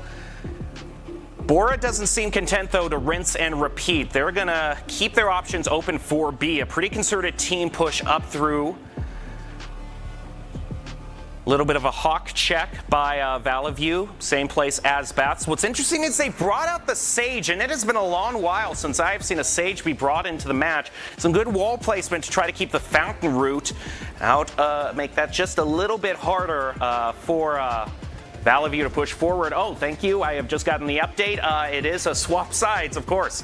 So Valley View was actually trailing by 1, Bora up 1. So that is actually huge. Remember, Bora was listed as being a brand new competition, a fairly new program and competitor joining the fray. So for them to make it to the grand finals would be huge. Shot with the Outlaws going to land against David, pushing Valley View down to a 1-person disadvantage. They're going to wait for their Harbor to be able to throw up some sight denial before they have a concerted push. Maybe they can pick someone up from Hookah, but as soon as I say that, they just collapse on in from the main push down near Fountain. That's going to be another one picked up for Bora as Valley View struggling to gain footing. Of course, Bishop Kelly watching this with bated breath right now to see if they go up against their main rival. Again, just to reiterate, Valley View, a team that didn't even have any games that they were going to compete in yesterday, showed up after Bishop Kelly lost the grand final and took home silver, even though they weren't playing in that game, just to trash talk them and rub salt in the wound. That's how much of a rival Valley View is to Bishop Kelly. So these two teams really want a rematch. Bishop Kelly, though, I suppose you could look at it in 2 ways. Either you get to face off against Valley View and get revenge, or if Valley View loses here, you get to say you placed higher than them in Valerant. So it's a win-win either way for you. All right, here we go with the next push. Valley View looking to go up, a concerted push through Hookah and Fountain. Though this Sage trying to get, nice fire through the smoke, going to pick up the Sage. It's traded back, though, with a pick on toward David. Cypher is going to throw out the Neural Theft, and a double picked up by 205 is putting Valley View into the driver's seat. They're going to get the spike planted, now be able to go into post-plant positions. The rotation for Bora is very slow. It's going to come back up through the Defenders Market. Now moving up toward Hookah. That is smoked off, and that Cypher going to throw down yet another cage. Some shots being fired through the smoke, so that should tip them off as to where Bora wants to push through. Nice Haas angle and pre-fire being held here by Hawaiian Taco. Lesson Ward trying to peek out, and no! I thought that for sure that Sage was going to get him, but it's Hawaiian Taco and Game Captain who finds it with the wall band to close it. Valley View is not going to be out of this competition quite yet. They want to face their main rivals.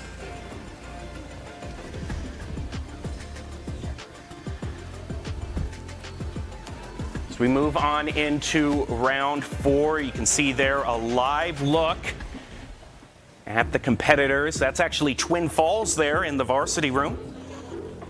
We have multiple games going on, of course. Twin Falls playing against Shelly.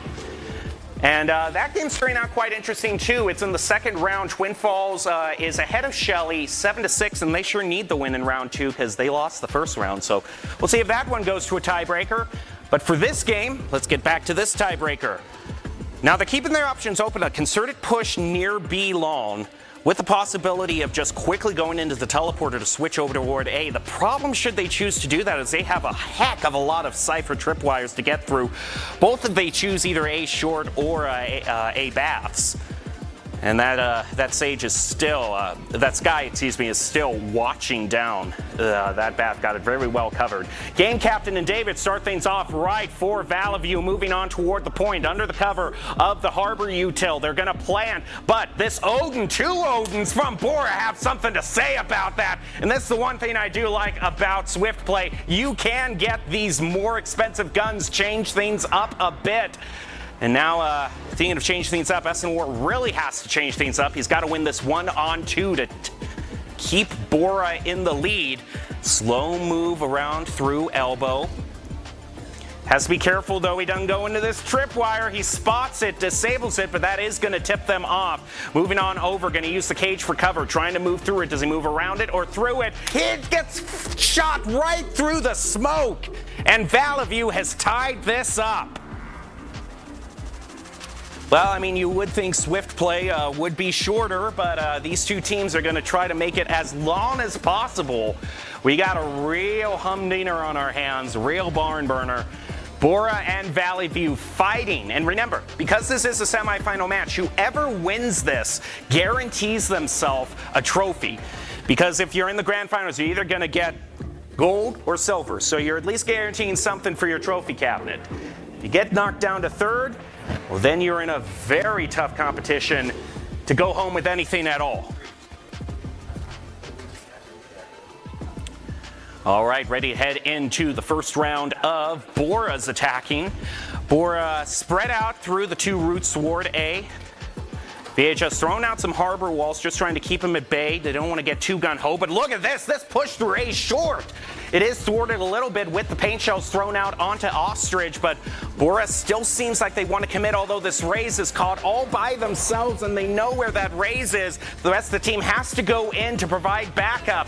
It's going to be an uncomfortable plan around U-Haul. They're able to successfully pull off the teleporter, but in Hookah, nasty surprise by Detonator takes out Gengar. It is traded back, but Bora still finds themselves 1 down. Can they make their way through Hookah windows? It is still very well covered by Valley View. Is rotated over. Now they got 3 focusing down that window, and that Cypher still on A saying, hey, they left this site completely open. Come on over here. The grass is indeed much, much greener over here.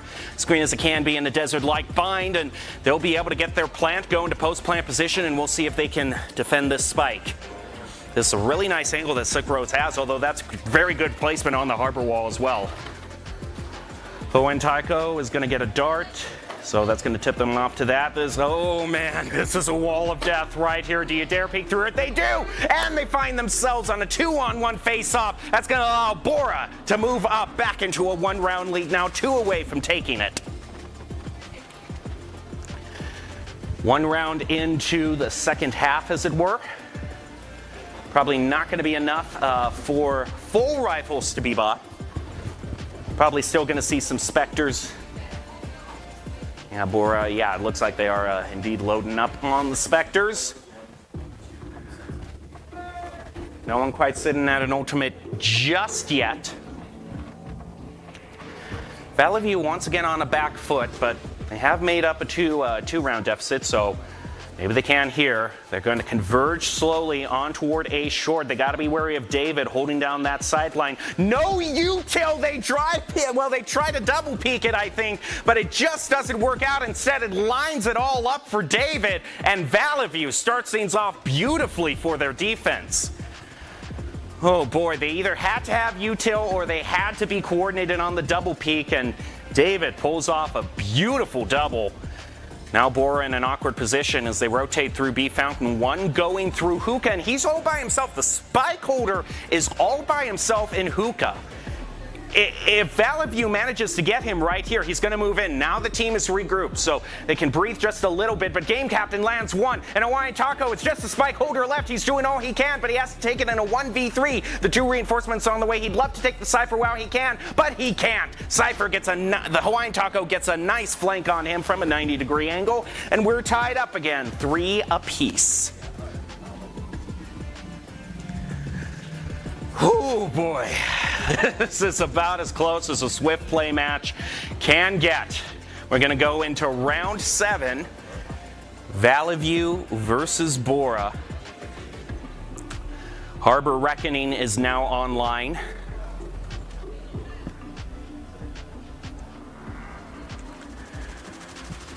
There's some utility setup. Cypher doing the standard setup. One away from the neural theft for Hawaiian Taco, and I'm not surprised. He popped off in that last round.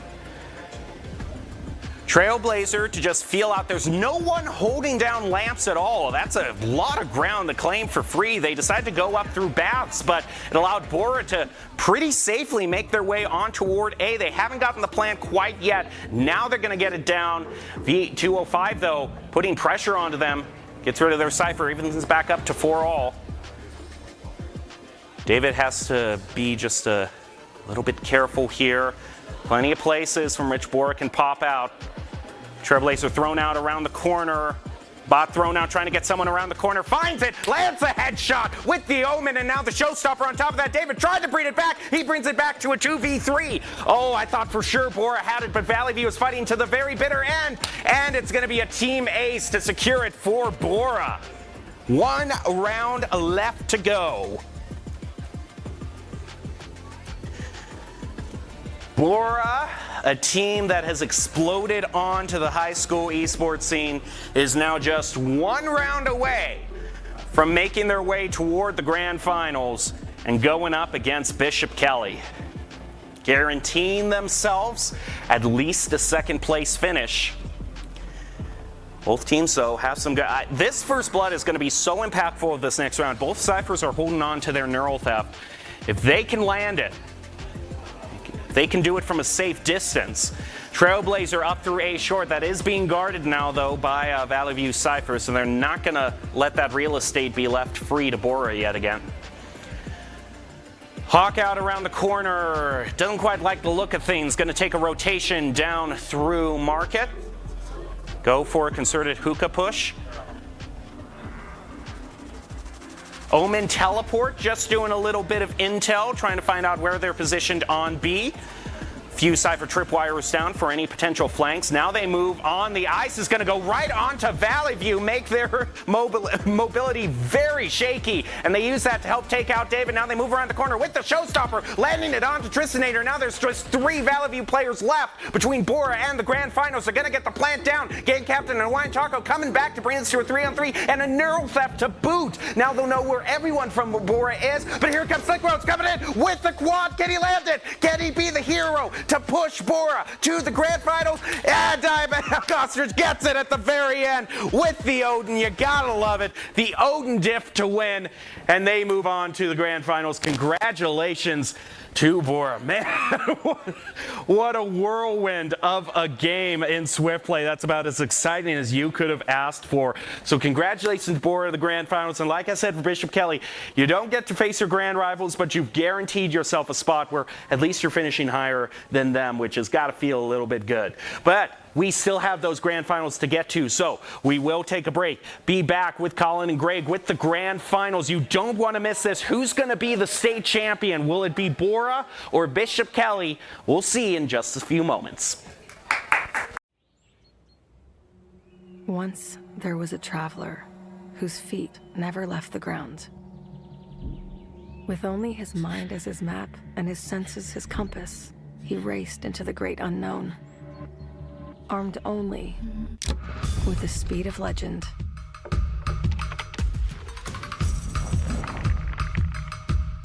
His trails he blazed, his rivals he played. Every sprint a blur, every turn trusting his allies. In silence he raged and waged with quickening, sickening speed. His name a chant filling arenas. Because some heroes leave footprints, others an afterburn. Without conflict, there is no resolution. Without verses, there is no victory.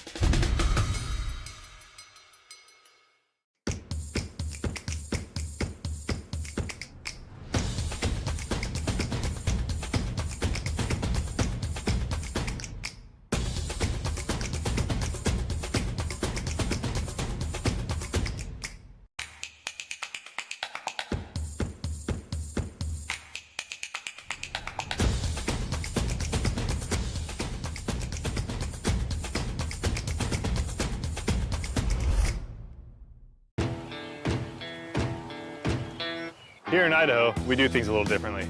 First rule, camouflage never goes out of style. Next, always use fry sauce. I mean, why wouldn't you? Hold steady when out-of-state friends think you're from Iowa. We call it pop, not soda. We always put a lift on our pickups. And we always buckle up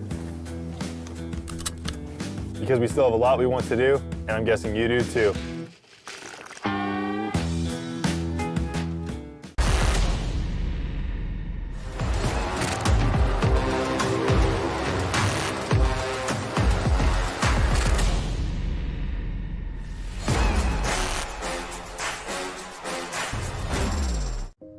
It's the end of a good day's work in Idaho. Time to punch out. Time to check in and catch up. Time to remind ourselves that what we work for isn't a paycheck. It's to make the good things we have even better. So here's to your good day's work. Idaho Central Credit Union. We believe money is a thing. It's not everything. We're going to build bridges and hospitals in a day. We're going to save families from disaster and feed those left in the cold. We invite you to join us. The next greatest generation is now.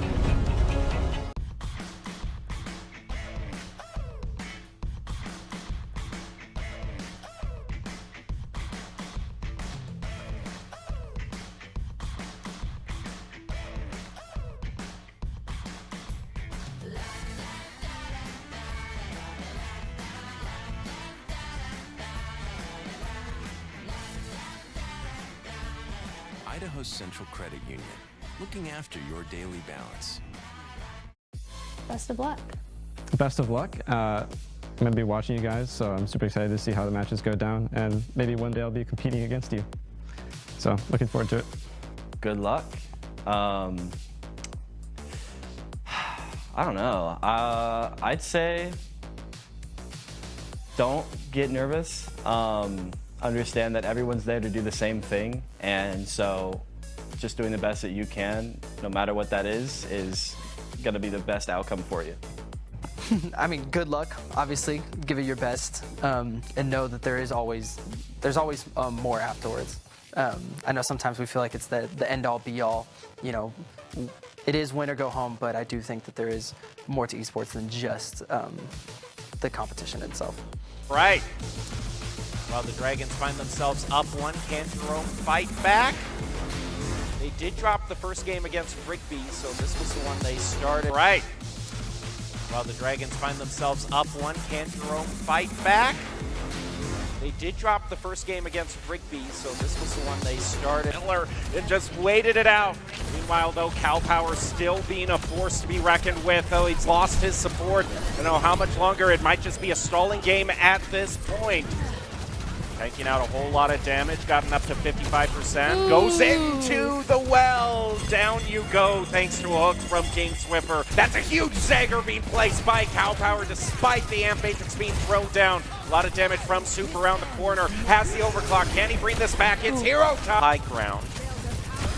And one shot with the right click from Soup gets rid of that Bastion. They're trying to boop off the edge, and oh, there goes a tank. King Swiffer taken out by Cow Power, charging into him. But Soup is too much of a threat on this Sojourn with a triple. That is nailed. The Shatter goes on to a few beat in response to try to tank it out. Meridian Technical spending everything. Jerome has a bit more in their arsenal. They're going to be able to use their own beat for that survivability, and now they're moving back onto the point, but oh my goodness, it doesn't matter. Zaguna and King Swiffer both get a pick, and they force Jerome to cause a little stir up, I think. Moving on around the corner, can they find a flank around? Soup's watching the flank angles, make sure no one comes on in, and they're able to take out the Rhine with the help of the Blizzard.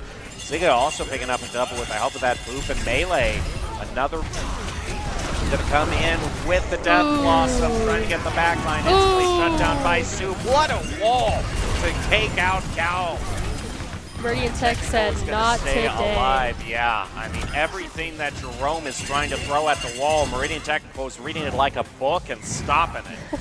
So it's a little bit of a, you know, it's going to be, you know, who uses this ult first and who responds and how this will go down. Both teams wasting no time using their ults. Meridian Technical brings out the Blizzard and the beat as Jerome spends just about everything they have as well, but they're not able to use that Shatter in the blink of an eye. Meridian Technical wins it.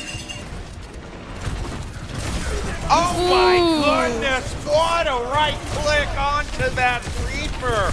Talk about spotting things before they happen. Soup is on a tear with the overclock, and that's going to be a hold against Jerome unless these last two can make a hero. You can get him down right now. A lot of damage being placed onto that Rhine to start things off. Bring out the overclock. Oh, that's a lot of damage. The Deadeye to stop Soup right in his tracks. What a play by Jerome, but King Swiffer is fighting back furiously with a 3 of their other ults, whereas Jerome doesn't have a single ult online quite yet, so this is important for Meridian Tech to kind of, you know, use their advantage. Ooh. Ooh, that's almost looked like a Boop that could have. Oh my goodness, Soup right in the back line. Takes out both supports with the Death Blossom. Yeah. That Jerome is pushing up and that they have to do stuff and use their abilities to get to where they are. So it's super important for Meridian Tech right now to just kind of pull. Oh, another great wall. As soon as it drops, Jerome finds that their tank is down and out for the count, and yet another pummeling going on to stage. But right now, Capital, so you can be impartial at least for this first match. I'm so excited for this match. I bet it's going to be so good. But he's not going to be stopped getting any further than that. Is stopped in midfield. Papasaur gets a huge clear back on over to the far corner. State setting it up. Oh, can he get it? No. He just missed it. Oh, yeah. Sometimes it's all about that follow-up, trying to get the goal. Look at that, though. Sometimes you can just do it all yourself. I know. He just... Moo unable to get the centering. Tronic back on over to the side.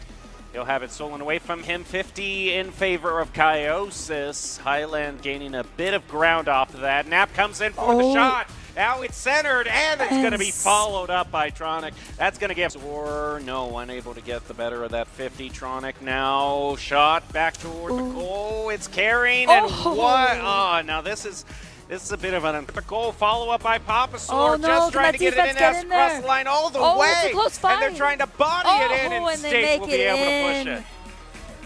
Oh, and Tronic gets a shot on goal, but it's a little bit wide to the right.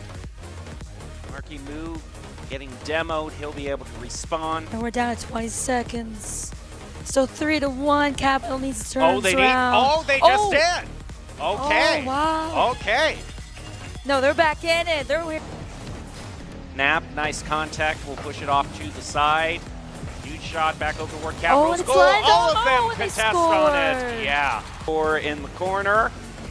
Double touch with the dribble, goes sailing past Tronic. That's a lot of ground gain, but his teammate commits too far in, or was trying to disrupt but didn't make solid contact with anybody. So, unfortunate counterattack by Highland. They just took that back, and that's what can happen. It was the last line of defense there, managed to be able to save it. Very clutch moment. Demo onto Markimu, and this is a pretty wide, nope, they're gonna have Capital. Oh, they weren't expecting that angle. That was kind of an unexpected angle. No, I wasn't expecting that angle. He's trying keep away for the time being, but he doesn't have any more boosts to work with. And it falls back down. 50 goes in favor of Capital, actually. Nice setup. And Papasaur gets the first goal for Capital. Coming back for the shot. That's by State, though. Now moving in for the shot off the backboard. Follow up to dunk it in. Pitch off the ground. Kaisox finds it. It's like I told you. Third finals game of the first day of competition here at the Boise Esports Arena. We're getting ready to head into the first matchup. And we're going to see the first stage, of course, Champions Field, a fan favorite, and of course, the one you always lean back on. It's a bit. Middleton is quickly going to take a sharp angle. Beautiful shot placement right there. Bruno with a great pass to Zebra. Middleton coming out with a bang here. As we can see, they started out with a demo and then a goal. Takes out for attacker. Ghost also not a good touch. Bruno gets it past one, and Mr. Cal is up too far. With nobody had rotated back boost, it was a completely open net, or back post. It's now Middleton up 2-0. Bruno is looking for Bora to make these. So from the dead, going for a solo play. The flip reset didn't get there, but there's Bruno with a pinch off of Bora's car. Off some Bora defender's car, and 3-0 in game number 1. Bruno looking like that star player out of the gate. 3 goals. Able to do so. Bruno's up, gets a bit of a fake. It's an open net, and 3 defenders up, 3 defenders down for the side of Bora. Middleton taking a staggering early lead right now. Bruno giving some of the spotlight away to Zebra here. Got to share a little bit of love, but Ghost not in the right position to capitalize on it. Now Coop off the ceiling, gets it past 2. This could be an opportunity for a shot, and it is. Mr. Kyle able to put one on target. A beautiful beat by Coop there with no boost, by the way. Seems like Bora's being very patient here. They know that they're down, and they're trying to come. Now going to cut the ball, gets it past 2.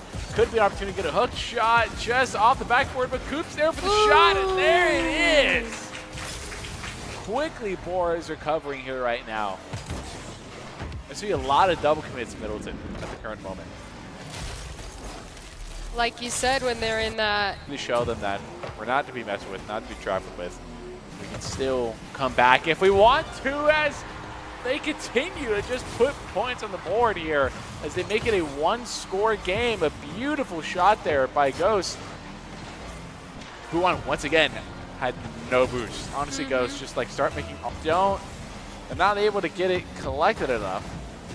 He's looking for the touch there. There's Mr. Kyle, the shot opportunity out of the right side of the frame. Out of nowhere, beautifully shot, beautifully placed here. And what was such a, it's honestly such a stark difference. Like, that's me now. It's my turn. There's always got to be one of those on the team as once again from the ceiling. Missed defensive opportunities to the side of Middleton. Gonna make them pay for it.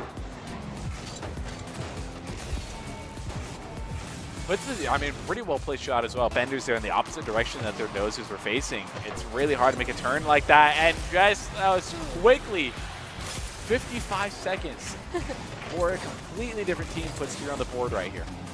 We're seeing Bora kind of in a Rigby position here where they were up 3, and Bora's kind of changing the narrative. And there's a shot, by the Ghost, but it's saved by Sam. There it is, the second follow-up.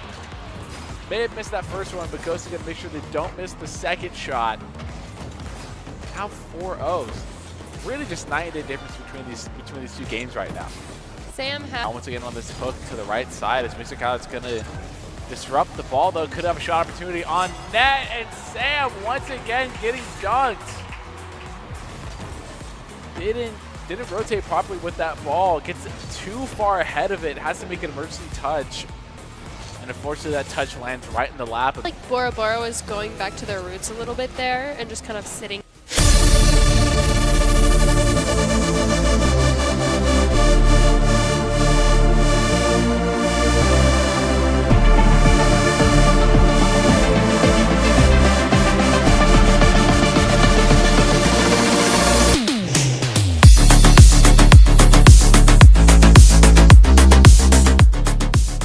Hello, welcome back to the Boise Esports Arena here. We are on the second day of the competition for the Idaho Esports State competition.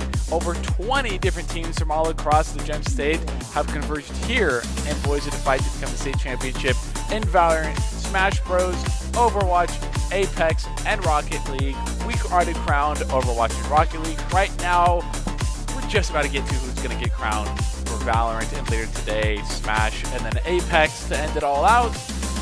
I'm your host, Carmen Junkin. Joining me on the desk today is Greg, and we've already gone through 2 rounds of gameplay here where we got to see Middleton and Timberline in round number 1. In game number 2, we saw Bishop Kelly versus Timber, where we got to see Bishop Kelly win that matchup 2-0.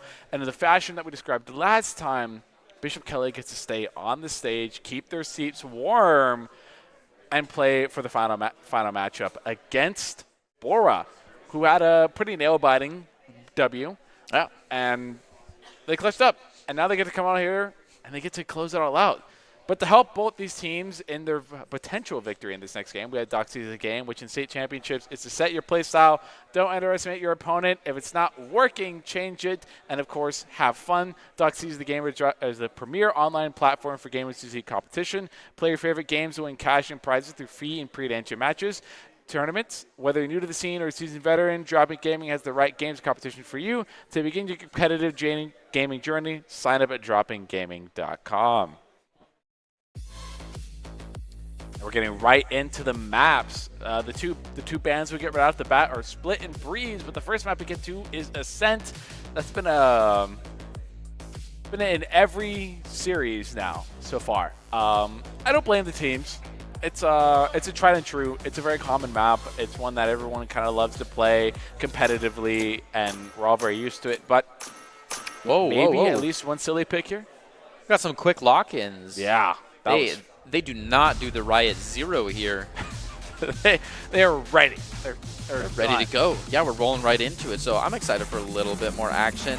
Like you said, the Ascent is kind of tried and true at this point, but at least when we get some back-to-back play, we get to really compare. So we'll get to see different play styles and see what works and what doesn't, as one of these teams will beat the other one and one of them won't. One will be crowned the champion, and one will not be. Bishop Kelly is currently the 1 seed right now, and what we would say is definitely the favored one in these matchups in terms of the way they made their game 1 go by in 30 minutes or so. Game 2 also was a 2-0 W over Timberline. We're gonna see what happens to Bora here, or if Bora can withstand the storm and make an upset happen. Yeah, I think Brave the Storm is the right way to say it. Especially in a map like this, because I think this is supposed to be like the Eye of the Storm somewhere in the Floating Islands. But nevertheless, you could convince me. I could convince you. So I got Gengar. Standing ahead. We have identical matchups from both teams. So this really does come down to the execution of the teams and individual skill. Bakery already getting one quickly. The right click's missing for fear, but Procrastinator is there to clean it all up. Now the team is in position. Their Showtime's lurking up mid. Mid door has been closed.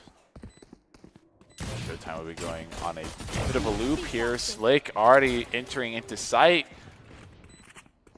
Gets one. Showtime might be able to get a timing on KO. Nope, not able to do it. Last player standing.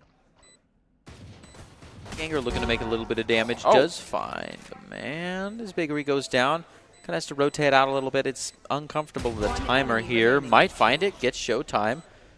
Could do a little tap. Oh, almost gets timed out. Does find it. Can he get the defuse? I think they have time, too. Yeah, it's barely there, but it's there. 0.48. Half a second. Pretty close. That's not clear. Yeah. It's pretty close. All right, now we all get to see the reasoning why Boris made it this far as well, and definitely the team that could, just based off of that alone, could definitely be the team to give possibly Bishop Kelly a run for the money.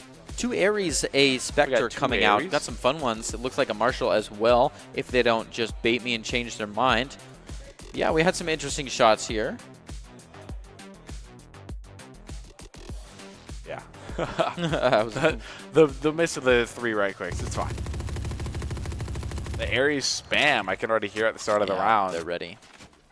Not gonna find This is what Sova is built for, is drilling down that garage hallway. Slick Roads from above. Behind the box takes 2. A menace. He might just dry fire onto the... Oh, good man watching his back. A beautiful crossfire, has no problem, and it's a flawless second round. That is damaging. That's why so many people love the Marshall right there, is simply because when your opponent has no shields, and that weapon does exactly 100 damage no matter where to the body, I think besides the feet. Which are hard to hit. You're not aiming for the feet. Very hard. You're either missing or missing, let's be honest here. Yeah.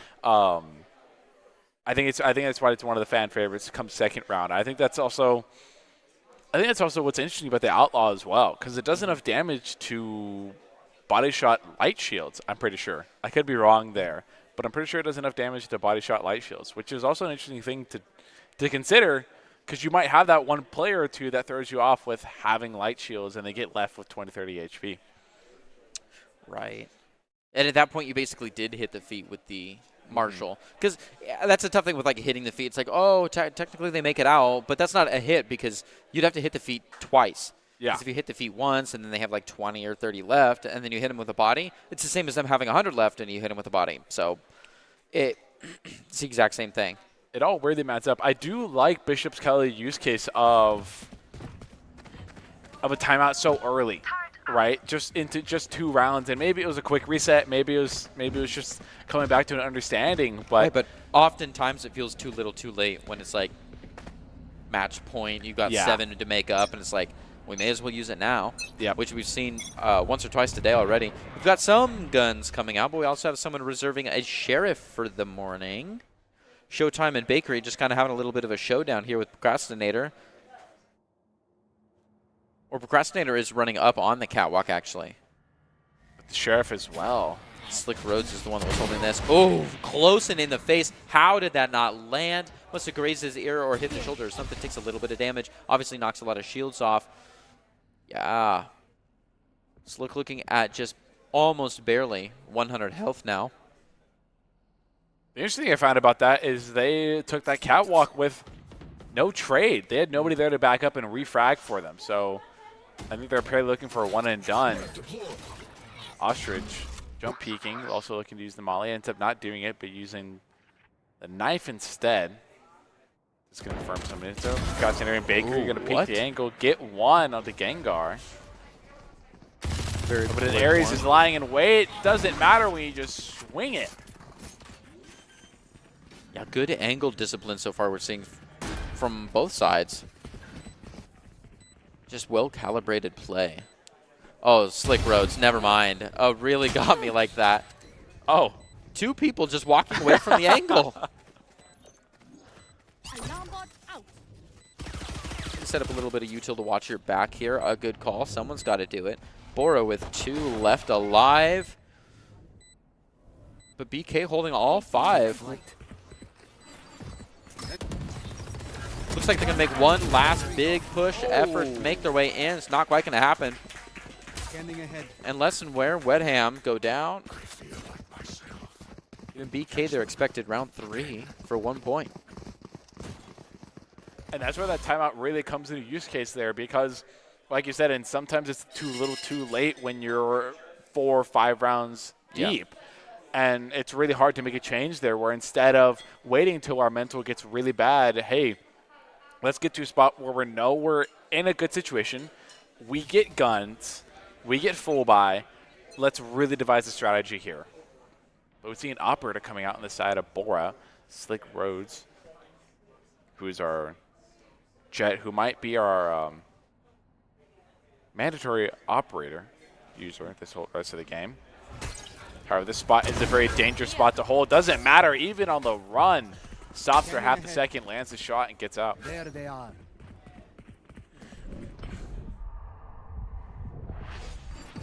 A good little shadow step to get on inside. Oh, massive. Bakery takes one right to the face for Wet Hamburger. People playing with the Ares through the walls. Still good to see these wall bang mentalities coming out.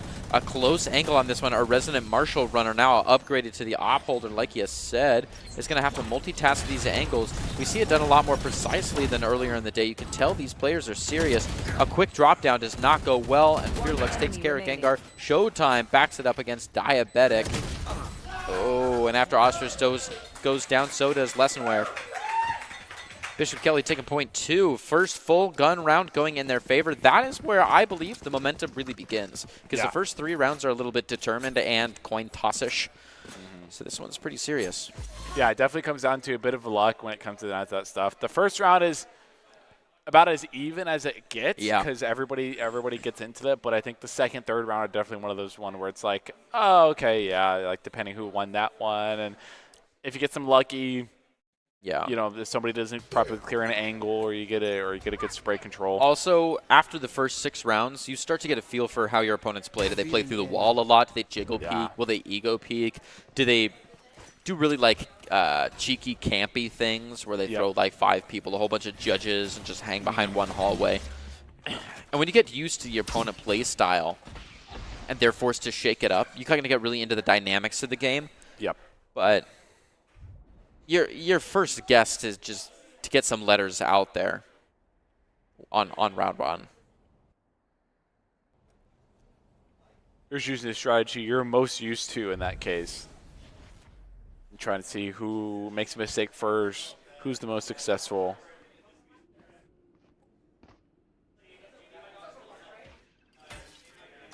Dart goes out. Nice slow start here. Wow.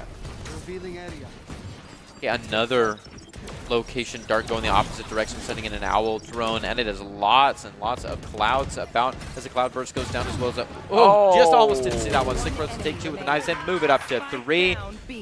Oh, Hamburger, can they find this last one? 30 seconds left. Showtime, a menace, finds a few hanging out, still repping full health and full shields and a full ammo pack. Hanging out right by the spike, too. WinCon shifted a touch. He's got to get all the way up there and grab it. They're definitely watching from this angle, and he knows it. So he's going to try to peek around the other side and take care of him one at a time. Ooh. Very, very close. Showtime finds the 3rd, and Slick Rose to get a 4 of a kind with the knives out. That means Bora finds another point. Which is interesting, because this is as back and forth as you can expect it for the first 4 rounds. Yeah. And that, this might have been the most back and forth that we've had in these first 2 games, where this is clearly both these teams have 1 or 2 players that are going to be the top fraggers. That are going to be the guys that are going out there getting a multi-kills, multi-frags in a single round, dropping 20, 30 in a game possibly. And I feel like we're going to be seeing a lot of that. I feel like we're going to be seeing a lot of gameplay in general. In fact, I would even gamble that we might see a Swift play. You may have Cassicker as one of the teams, to be honest, right now. Yeah, that's unfortunate. What if we only see 2 now? Do they blame you? Then that's on me. Yeah, you guys can. Deciding to stick just at the edge. Yeah. Looking at trying. Oh, but they hit him with a tracking dart anyway, so they're going to be able to hunt that down, no problem. Attack the Killjoy comes out. Tried. Oh, he gets it though. Wet finds one. Lesenworth. Oh, but goes down. Yeah, Wet and Lesenworth both go down. Now it's a 4v3, but the whole site is owned by BK. They should get an easy plan out and hang out here. KO's notification goes out here. Gengar's going to get 1. Bakery sitting in the back of the site here. Getting cross check. Gengar gets 1, now 2, now make it 4. Popping off right there. Seeing a trend of 2-2 for both these teams so far. Spike did go down. They get the defuse to go with it, though. Yeah, that's 2 plays, I think, back-to-back where we saw 4 pieces.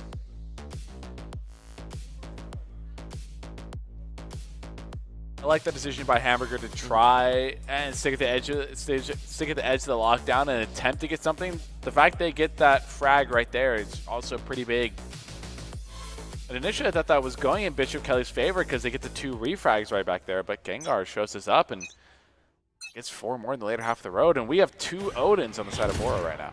Something we might see later too is when they put the lockdown in tree, and then someone will hang out in the corner that isn't affected by the lockdown, and it's behind the box. There's no escape. With that one where Wet was, you can run back up into spawn if you need to. Yeah. Like, you have options. You're not totally cornered behind a bangable box. So we might see that even more greedy play a little later on. Procrastinator here is 1 ult point off of getting ultimate right here. The rest of the team having full guns right now. Slick is going to get 1, and so is Ostrich. Dot and Bakery answer back. So at these even numbers, Procrastinator is going to get 1 as well. Knives are available if necessary. Yeah, they might pop that next round, because they can. I would argue that his gun now is worth less. Less, yeah. Or holding on to it to give back to a fallen teammate after might be an absolutely massive bonus. Ooh, what a shot. Takes care of that, no problem. Kind of scaring people off the site. 31 seconds. Would you rotate with 30 seconds on the clock? And the use of drone here is a massive piece of util used on A. Because now he knows, and he's going to win the race. And he is going to win the race, yes. Because going through both spawns is wild. Oh, he's walking, though, but just in case. He's walking here. He's a little worried, but I get it.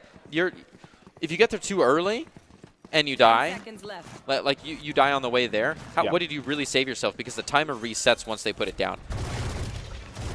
Oh, yeah, look at that. Just hitting the typical spots. Excellently done. Being a menace. Lots of intimidity. Oh, but the fire can be returned. We have an Odin on both sides. This could be exciting. 30 health, though. Nice and low for both of the VK players. They'll have to play together or they will be destroyed. Void's going to be scanned here. The interesting thing I see here is Bishop Kelly did not leave somebody up outside of mud. Both of them are fully committed to this. However, though, we do see Bishop Kelly's Sova on the roundabout. Bakery closing it down, getting a 3-piece there. Neither of these teams are willing to completely be taken out of this story yet, as they're keeping it very close. I think we might see later. Nice little recap of the goings-ons. Yeah, that initial site entry, Bakery gets those 2 with the Sheriff, by the way.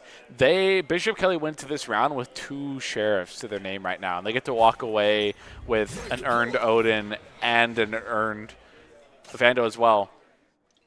And Knives, if Bishop Kelly decides to pass it, pop it on there. No. But Procrastinator doesn't feel the need, as feeling deadly with the Vandal right now. And the Odin turns hands again. A big streamline push into AI. I mean, a lot of Bora defense was just kind of hanging back or had to rotate out and meet up with the gang. Fear finds another one. Dot getting in an early plant. Kind of trying to force Slick out, but it's not working. They've got that one-way Heaven and Hell smoke. Showtime. Dot. Everybody else hanging out way beyond the lines, but they've left one-man Procrastinator still hanging out in the main area. Oh, goes for a little hangout here. We'll see if it works. They've got the longer angle to walk. Oh, timing, but it's not enough. The flick is incredible. Bakery does finally Lessonware. Right now, it's just been so back and forth. Yeah, I think it started 2 Bora, then 2 Bishop Kelly, then 2 Bora, and now 2 Bishop Kelly. If this is the trend we're going on, we're in for a game. Yeah, we're going to see a nice zigzag on the tab screen. Right here. Bishop Kelly now having 2 ultimates to their name. Bora has that lockdown available to them, but it can be countered by the Sova's Hunter's Fury right there. They also do have KO's notification if they do so need it.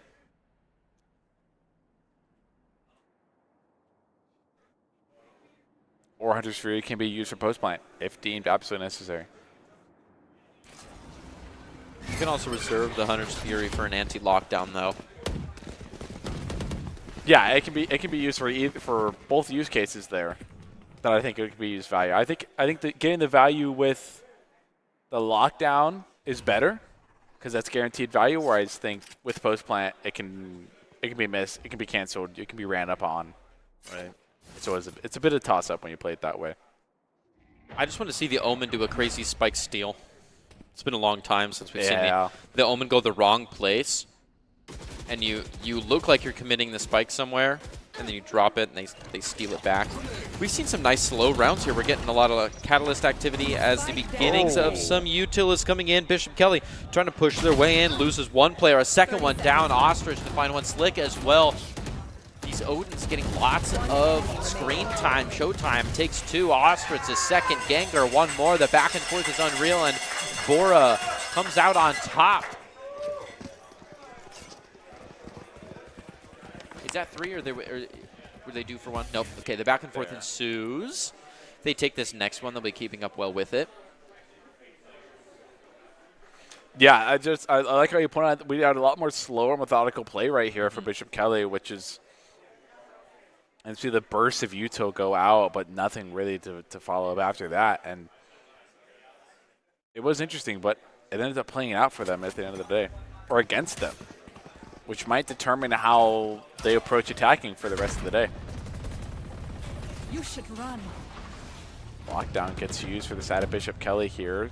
Hunter's Fury is available. Procrastinator gets 1, but Lean and Hamburger answer back. It's evened out on both sides now. Yeah, Lesson Words just not going for the Hunter's Fury, even though they were right up in personal with it. Instead, they decided to just post up in the corner and try to use the Odin, but there's just nowhere to go. It seems like a safe place, but you can't move forward, and that's where your tightest angles are. So you kind of just have to sit back and take it. So he did. Bishop Kelly gets an easy plant off and Bora with 2, trying to make their way into the box, down into the mud. Ostrich going to get a start to it. They've got 1 enemy remaining. 1 ult. Live. Showtime takes another back home. What a jump. Beautiful pop shot. Trying to get down there. Good flash timing, but he's blinded himself, and Showtime finds it just by absolutely stuffing that gun. When Ostrix falls, BK finds 0.5, which means Bora didn't get their second round. Yeah. Yep. The zigzag gets a little bit tighter. Yeah, we see that hanging back there, and that use of using Hunter Furies there is such a hard place to be in because that ultimate has a wind up time plus a wind down time. So by the time you do get the lockdown, what value has it really provided? Because you're probably going to get jumped the moment that Hunter Furies comes down. Oh. The op impatience devastating, but you got to back off that when the knife is already getting you. The suppression knife, very strong. Especially as the Jet. Yeah. When you're out is your ability and you get denied that, it can be big crucial. Get out of jail free card has been revoked. Slick Rose taking 1 with the op. Not the op. The outlaw. Wet goes down and so does Gengar, leaving 3 up for Bora. One of those is the Hunter's Fury when the KJ is already out. So we might see that go live, but sure enough, not a whole lot of gunless fighting. Procrastinator to find lesson where Bora, 1 player remaining, taking it nice and slow. It's worth going in for now that they've already popped the knives. Nothing to save. 100%. Or grab the. No, I think it's still going to go. No, you have to. Yeah, you have to go in for it. Yeah, but I mean, just in case. Yeah. Ooh. Take a beat here. Barely dodges that. Going to throw the cloud bursts in. I would prep the dodge now, but you can't. Got to wait for 2 more kills. Oh, wow, what a shot. So ready, and that was a Vandal. Devastating. A menacing play from Procrastinator on a Slicker Roads to close that out and grab their second in a row. Bishop Kelly making just the tiniest little bit of a comeback. Procrastinator is still holding on to these knives. Procrastinator, I think, has had these knives since second or third round. Really? And still held on to them and has not popped them yet. Right, and they're still getting kills, so they're wasting ult charges. Yeah. To be TBH. I think Sova still has had their ult from roughly around the same time as well, but Boar has yet to use their lockdown and Hunter's Fury as well. Nowadays, Cypher mains are actually getting a lot better at popping their ults, and it's because of some reworks. And Omens are, I think, the real big offenders for holding on to an ult all day. Yep. Because it really is hard it's to situational. feel like you got value out of it. Yeah. They're absolutely the cheekiest, though. If you can get a good, just a satisfying Omen play, they're always so clippable. Mm-hmm.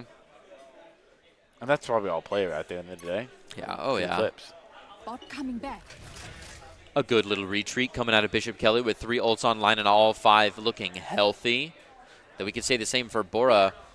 They haven't had a nice positional change like Bishop Kelly has until now, as we feel a little bit more pressure coming in through tree, maybe some A long.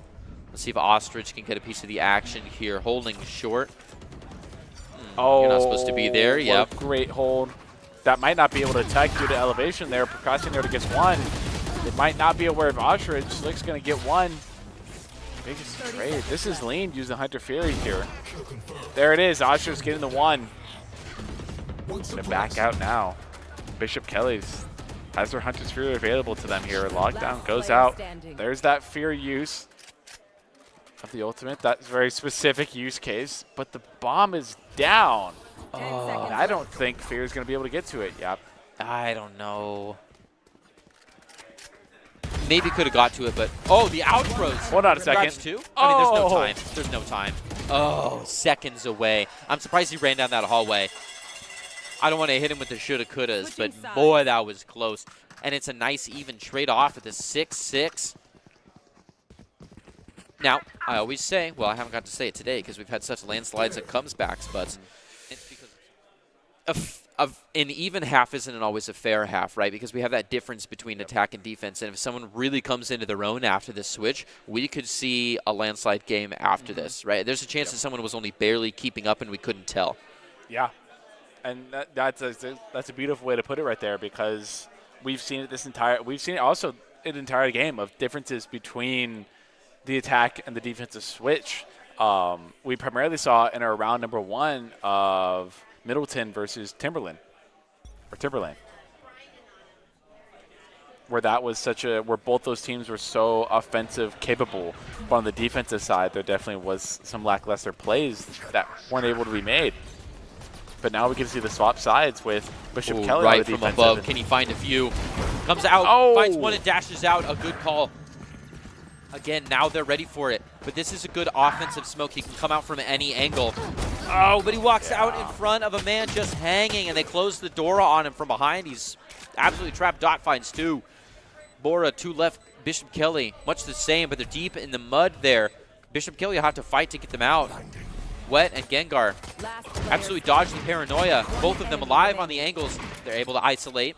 Gengar alone now, low on health. Can he fight off Fear? Fear through the wall takes him. What a lineup. And it's an easy defuse. Bishop Kelly finding 0.7. And I'm going to be bold. I think we're going to see 7-8 be the next score line. And then it's up to see who gets the full gun round. Yeah. After that. Didn't even need the headshot there. No. Didn't even got it need anyways. it. Yeah, but got it anyway. Through the wall. Through the wall. As well. Through the wall. Which is such a crazy thing to train. Because just training that you see red at all and you absolutely flick to it is one level. But seeing a shoulder and flicking to where the head should be is crazy. It's like the meme with the Yoru clone of like the beginning level player shoots at anything. The mid-level player thinks about it. Oh, just I'm talking. Procrastinator opens it up with an amazing sheriff shot. Oh, the Marshall whiff. Add a second to boot.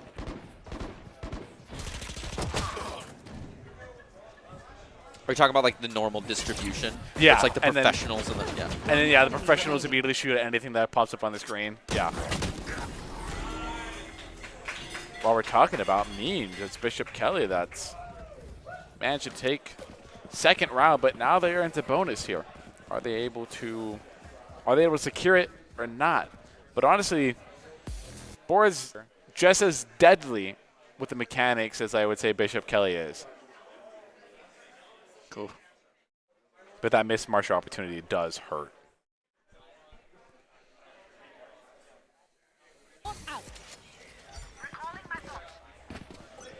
Sure enough, that's 0.8. We expect Bishop Kelly to do some damage, but not enough to cover Bora. We'll have to see. If they get a big reach play here, it'd be crazy because we have seen nothing unpredictable from the gang here in the terms of scoreline. It's been very zippered. We see a nice streamline push coming in from Bora towards B side. And speaking of zippered, Bishop Kelly has got this place drilled down. Plenty of util, maybe even a deterring amount as we see Bora start to waddle on over, maybe check out some mid. Oh, that crosshair distraction, the updraft coming out right as the peak moves across.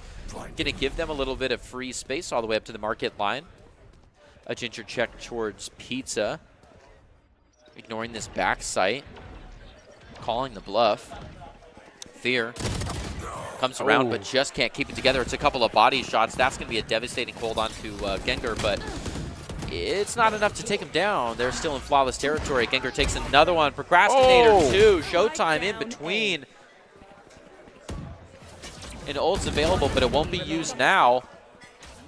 A last second spike plant, a little bit off of default. They'll want to ping that.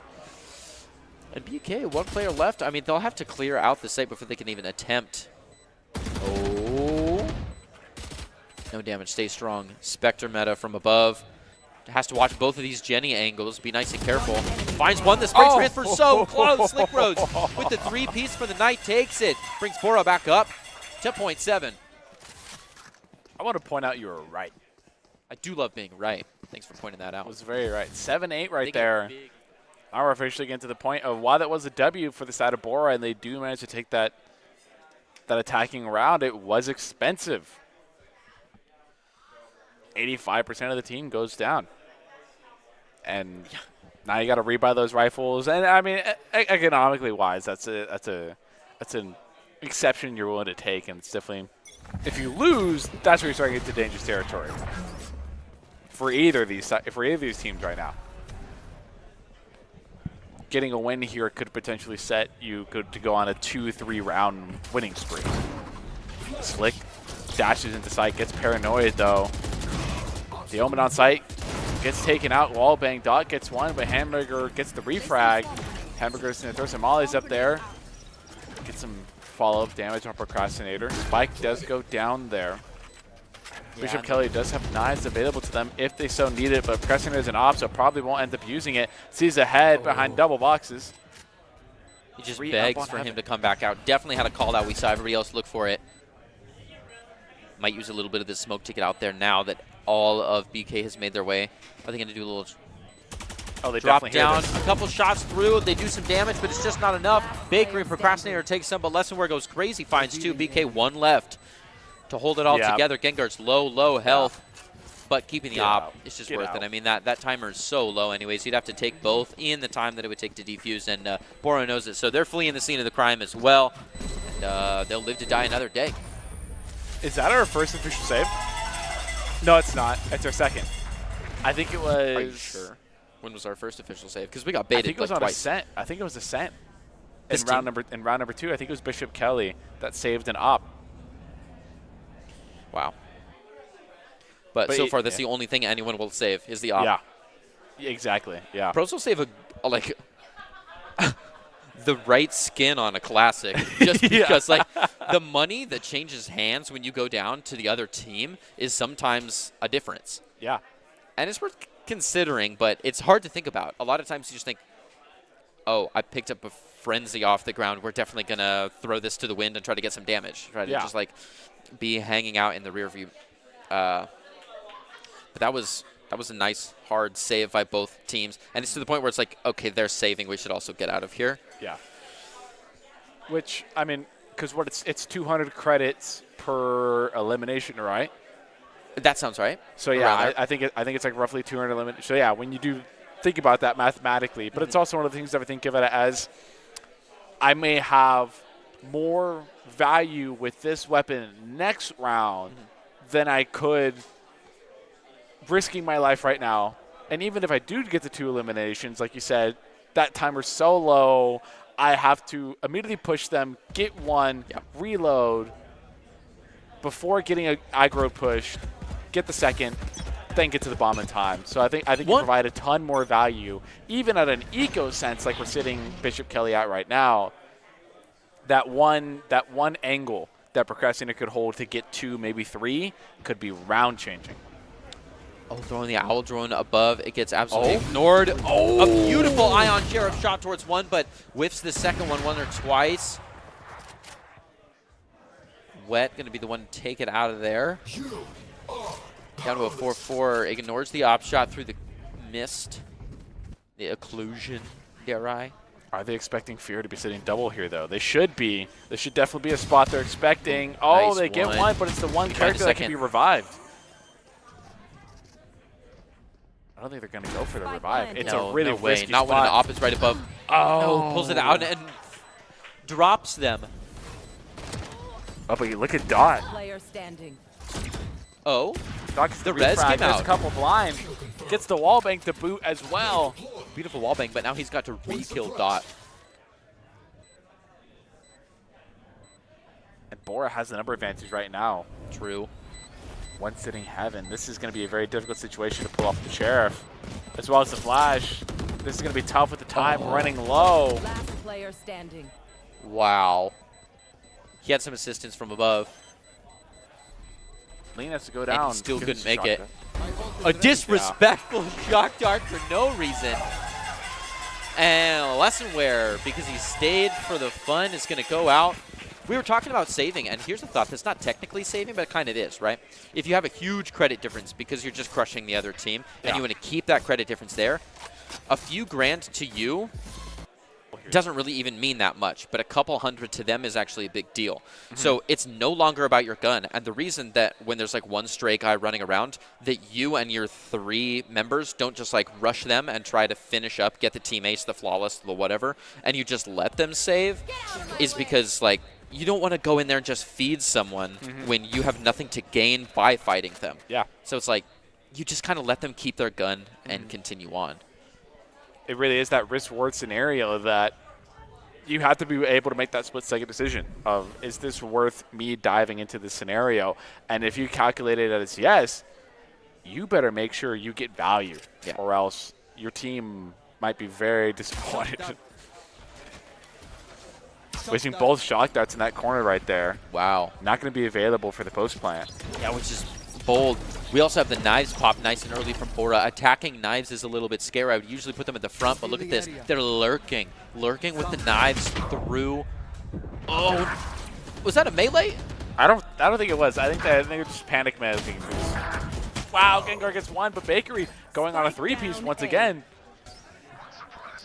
2v2 now. Do they see the knives, though? Yeah, and our man on the knives, which went the long way around, has now changed their mind and is finally coming up to this thing. One enemy. Oh, bum. Just punished. And it's an ace coming out from Bakery. He just cooked that up. Bakery coming back with more bread than Subway. Absolutely brilliant. Bishop Kelly. What line did you just say? The ace to tie it all up. 9-9 right now. Yeah, 9-9. A couple of ults on board. Everyone looking healthy. I'm excited to see where the next round goes. You know, as we're pushing up into the double digits, when you have 3 ults on board for both teams. And you do not have lockdown for the side of Bishop Kelly available. But you do have it available for Bora, but you have Hunter's Fury on this side. Yeah, but it ties up the Hunter's Fury from Bishop Kelly, right? That's a weird thing. The rock, paper, scissors goes backwards as well because they can't use the Hunter's Fury as long as you're threatening the KJ. So it kind of gets locked up, and unfortunately, all that leaves is the KO ult because there's this situational Omen ult you can pull out, but there's nothing you do to prevent someone from Omen ulting. Wow. I did not check market at all. Gets an easy kill there. Tries to rotate out for a second one. Procrastinator and Showtime each to find their 1. And the shock dart kill? incredible considering the shock darts were just thrown away last round. He's going wild with them now. I mean, Lessonware. this is an eco round for Bora, so this is definitely like, yeah, they got one elimination. While they don't get spiked almost down, to 2. Tragedy. Revealing area.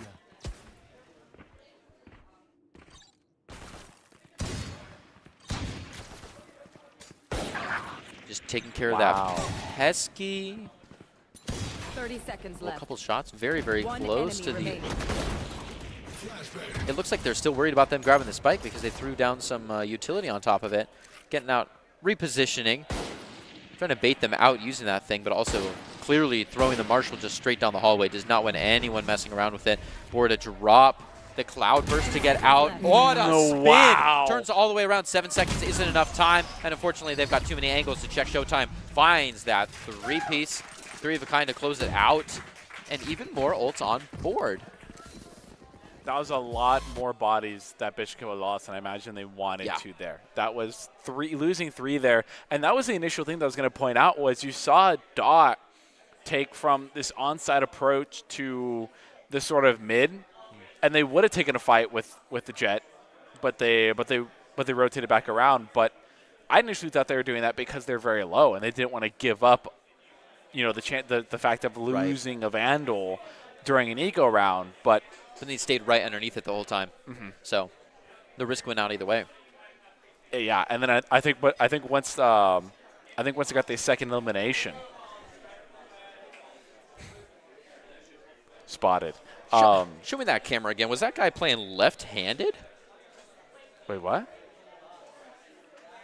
I tripping? Oh, there it is. Tell me I'm wrong. Tell me I'm wrong. Thank you. Where? His keyboard is the other way. Am I tripping? I'm absolutely crazy. I think crazy. you're actually I'm crazy. Crazy. Never mind, guys. Never mind. He's gone mental. Mental. Okay, thanks. That was going to haunt me at night. I didn't know people could do that. I'm going to try. I'm going to go home. I'm going to buy an ergonomic mouse. I'm going to slide it into the left hand. I'm going to put my keyboard on the wrong side. I'm going to be a menace. That was the conversation we had yesterday with Rocket League, was keyboard and mouse players being the anomaly in Rocket League, which is kind of an crazy thing to think about. I mean, omnidirectional spin. You don't want just like the classic 8-bit 8 directions coming out of Rocket League, right? Yeah. You got to have them joysticks. Now that'd be the crazy thing, having a left-handed keyboard and mouse Rocket League player. I play controller left-handed. The controller left-handed? You claw. Getting right back into the game here. Bishop Kelly holding the lead right now, 10-9 with 4 ultimates available to them right now. Hunter's Fury is used up to counter out the lockdown. It is going to be destroyed. Dot's going to get one. Hammer gets the retry. Procrastinator with an op gets one. So does Fear. Not going to use the Shadow Step to use those audio cues. Fake out the opponent. Spike's going to go down on double. One enemy remaining. Ooh.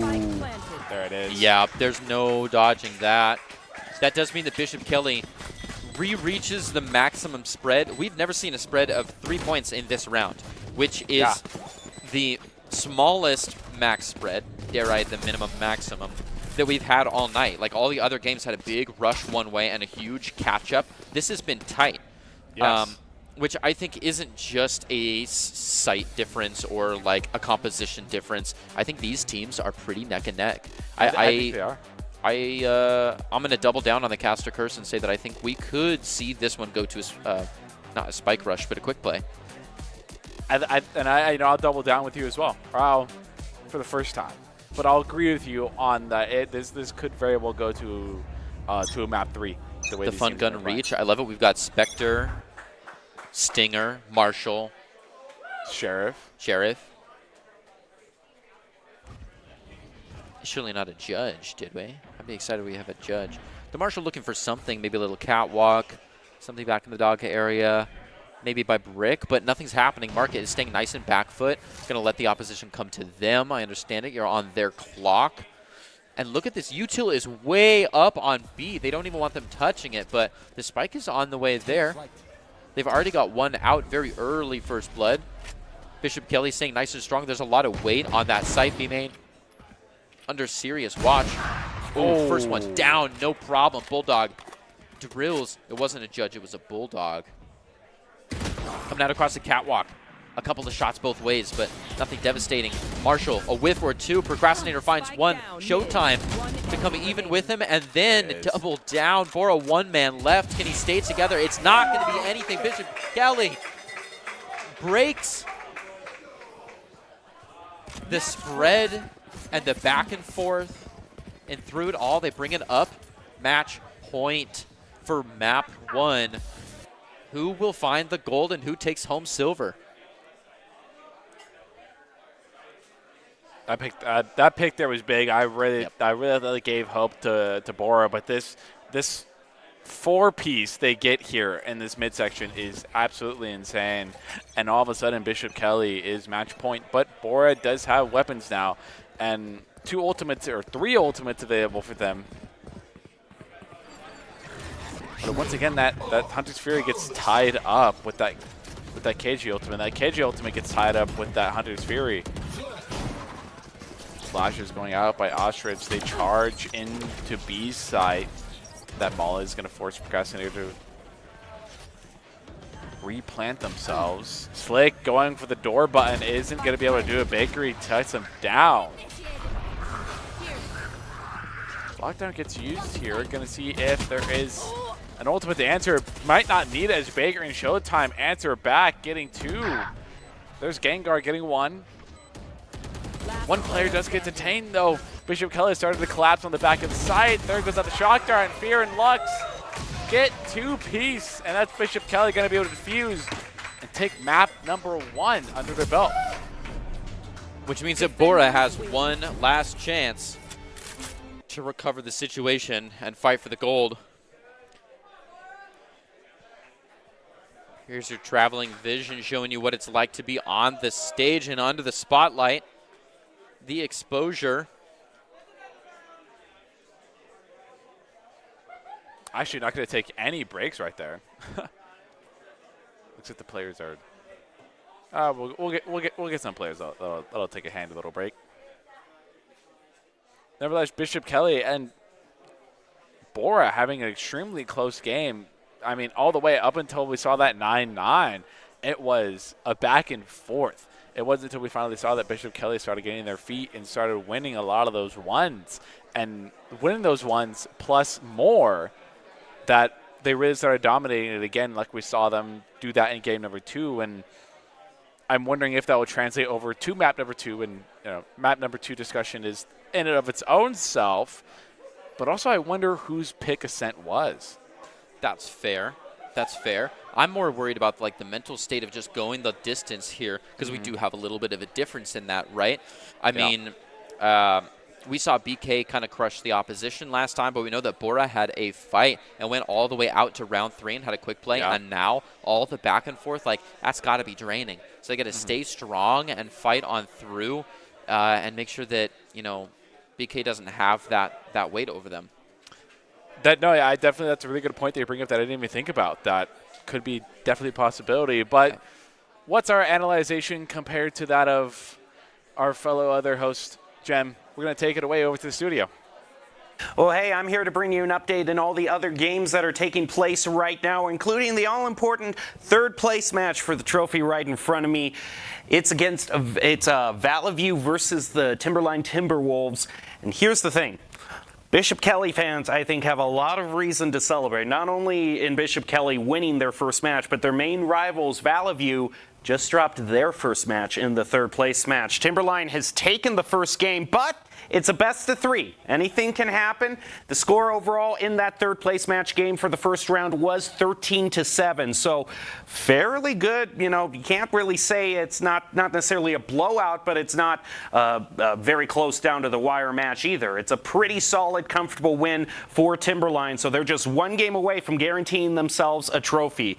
And then if we're looking at the other games that we have, Middleton is playing Shelley right now. Middleton has picked up the first game in that best-of-3. And then when Wood River is facing Twin Falls, it looks to me like Twin Falls has just won that one 13-10. So we are having just as much fun covering the third place matchup as the first place one. If you want to see the live gameplay for that, make sure to go to Boise State 24/7, that stream on Twitch, if you want to root for either the Timberwolves or Valley View to see who gets, of course, what I think is the coolest looking red Valerant trophy for third place. So it's either this or nothing for those two schools. We're going to find out who actually gets this for their trophy cabinet in a little while. But that's all that's happening for us in the studio.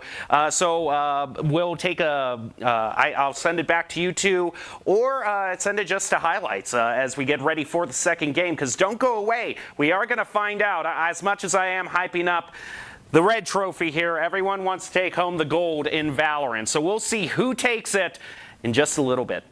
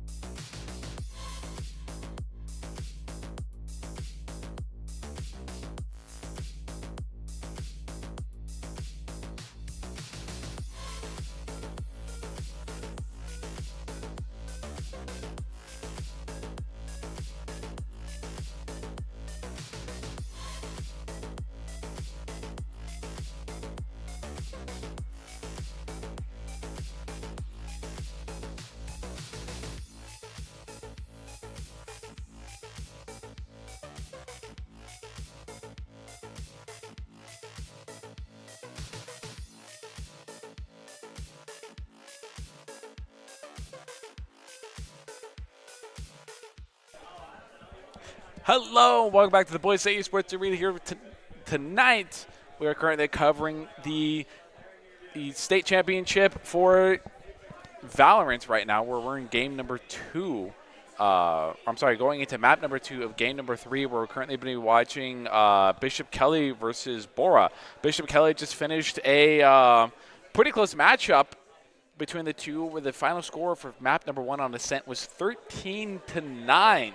Up until 9-9, it was pretty close. It was Tooth and nail close. those teams are fighting. And right now, I'm your host, Kwame Junkin, and I currently have on the desk with me right now, Greg. And we're currently sitting here waiting for map number 2 to be announced and to really give our thoughts to lay into that. And I guess my question to you, do you think it's going to be an orthodox map?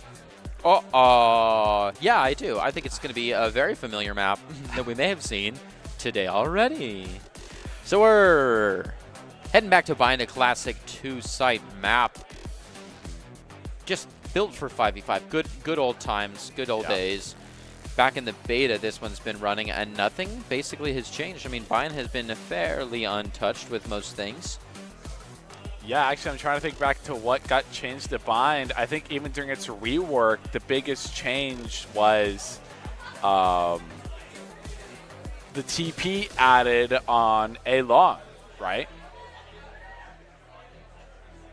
Or was that always there? I feel like that was always there. I think they reshaped Hookah, maybe. You could convince me that. Actually, I'm trying to think when's the last time Bayern had a major change.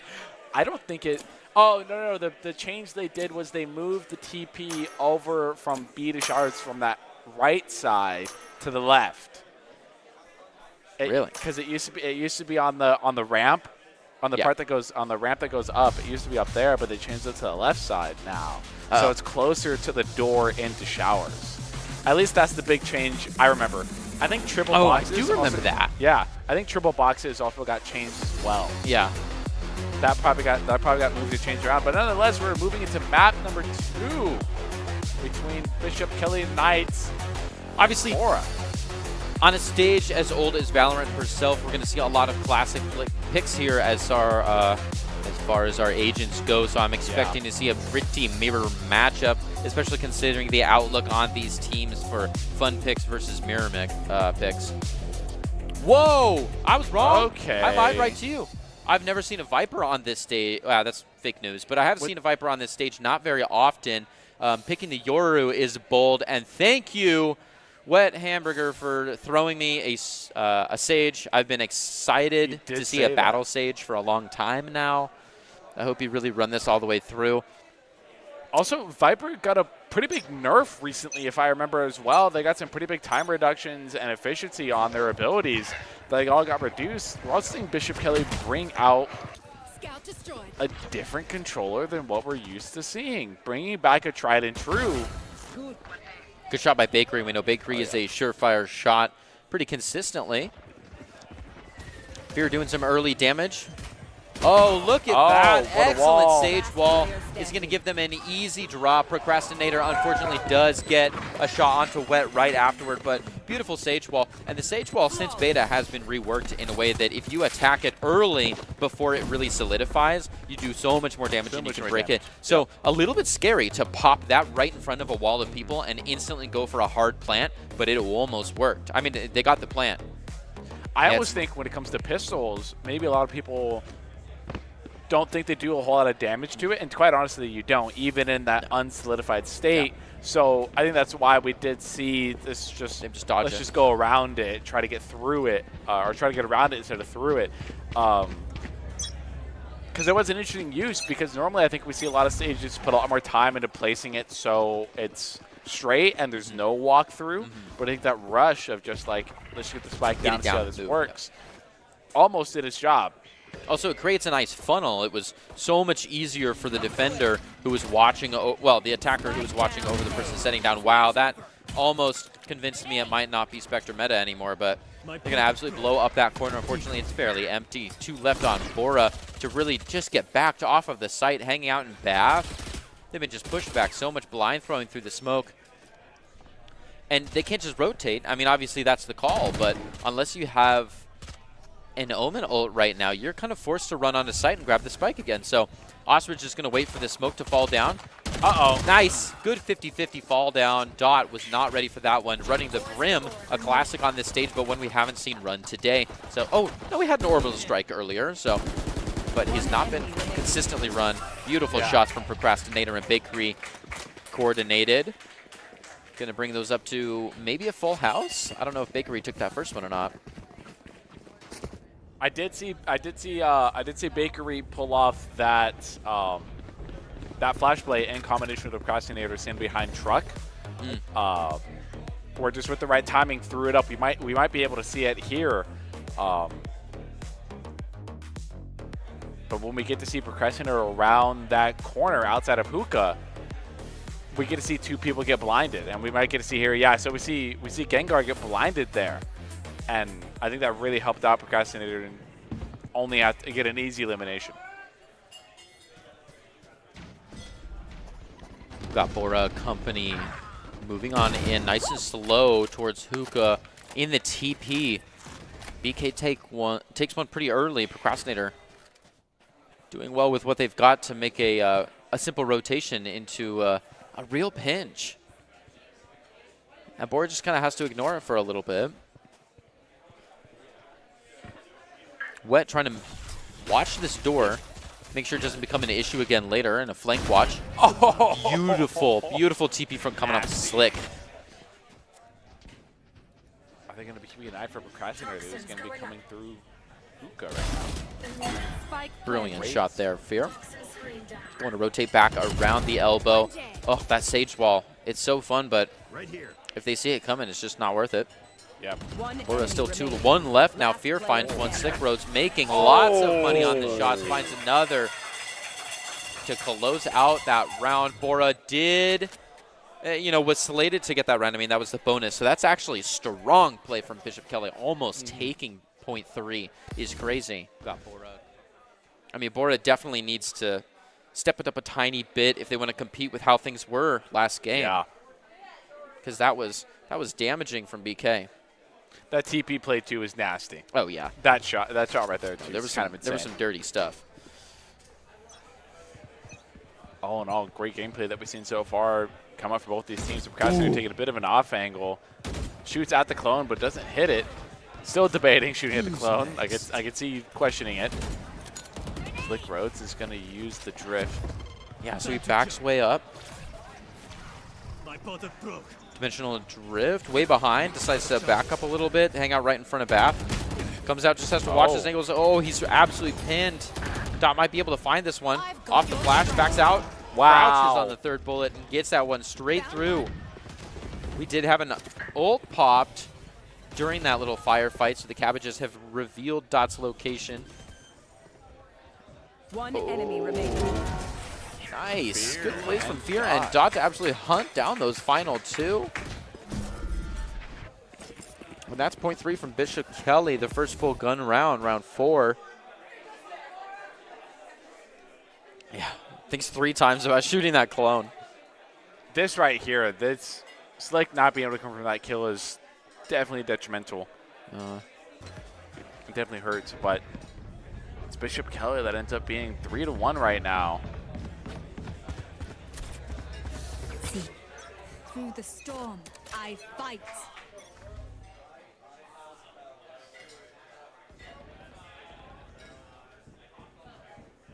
Procrastinator going to hold on to A long here. Nobody's going to take the chance to peek, though. Going to clear the rest of Hookah. Shadows traveling. Cover going out. Smokes go out. Bora getting ready to hit the site. Oh, but the TP wasn't in cover. Gets caught out, but Lean is able to get one. Gets caught in a trip, though. Ooh. Oh, while Baker gets closed on, gets one. Doesn't go down another fight. Fantastic. Maybe not pre-fire, but just good crosshair discipline, keeping it at head level at all times. Fear trying to come up the ramp. Ostrich watching him well. Guarding. Big volley. Showtime setting up. Consistent shots right through the walls here. Catches one in the tube. Excellent. Done a quick spray right after. Fear trying to convert the space. Dot to help. Finds Lessenwer. Fear getting an easy defuse to finish off round 5. Team ace. And it's a team ace. Everybody did their one.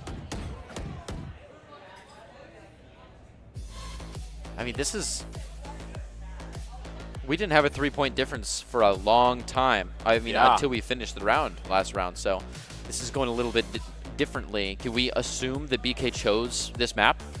I think I can make that safe assumption that BK chose this map, especially with the Viper pick as well. Because that's definitely something that I think you have to be so prepared for. Yeah. I definitely don't think that's something, especially... It's like oddly intentional. After the nerfs that Viper got as well. Because I haven't seen a Viper wall. Maybe that's because we just haven't been paying attention to it so far.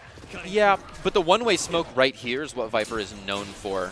Damn. Yep. Yeah. So it's like, maybe that's just not what they're interested in. Beautiful molly placement. We do see the Viper wall cut across B there. You can see it on the map. So it definitely is there, and Viper's still playing a role. But yeah, it could just be threatening it, yeah.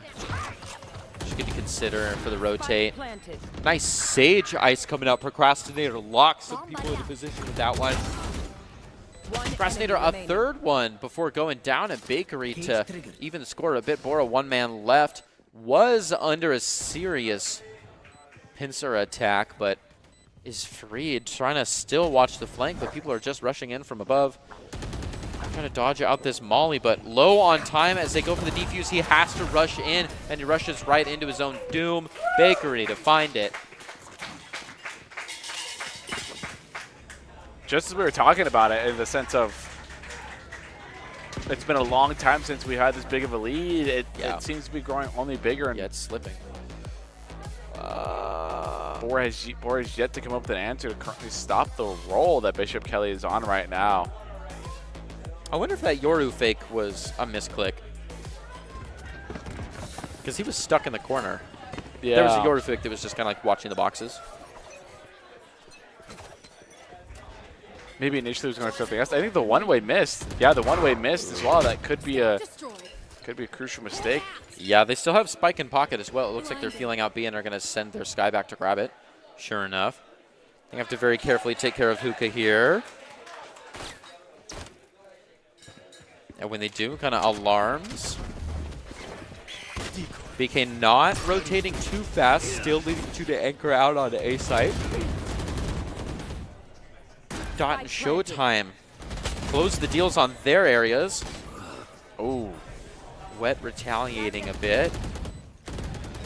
A vengeance for Gengar. Oh, getting the early res. Oh, no. Oh, no. So tragic. Showtime and ace. Now hold on. Does that mean he killed 6? Crowd lights up here after Showtime gets an ace right there to increase Bishop Kelly's lead to 6 now. 6-1 here.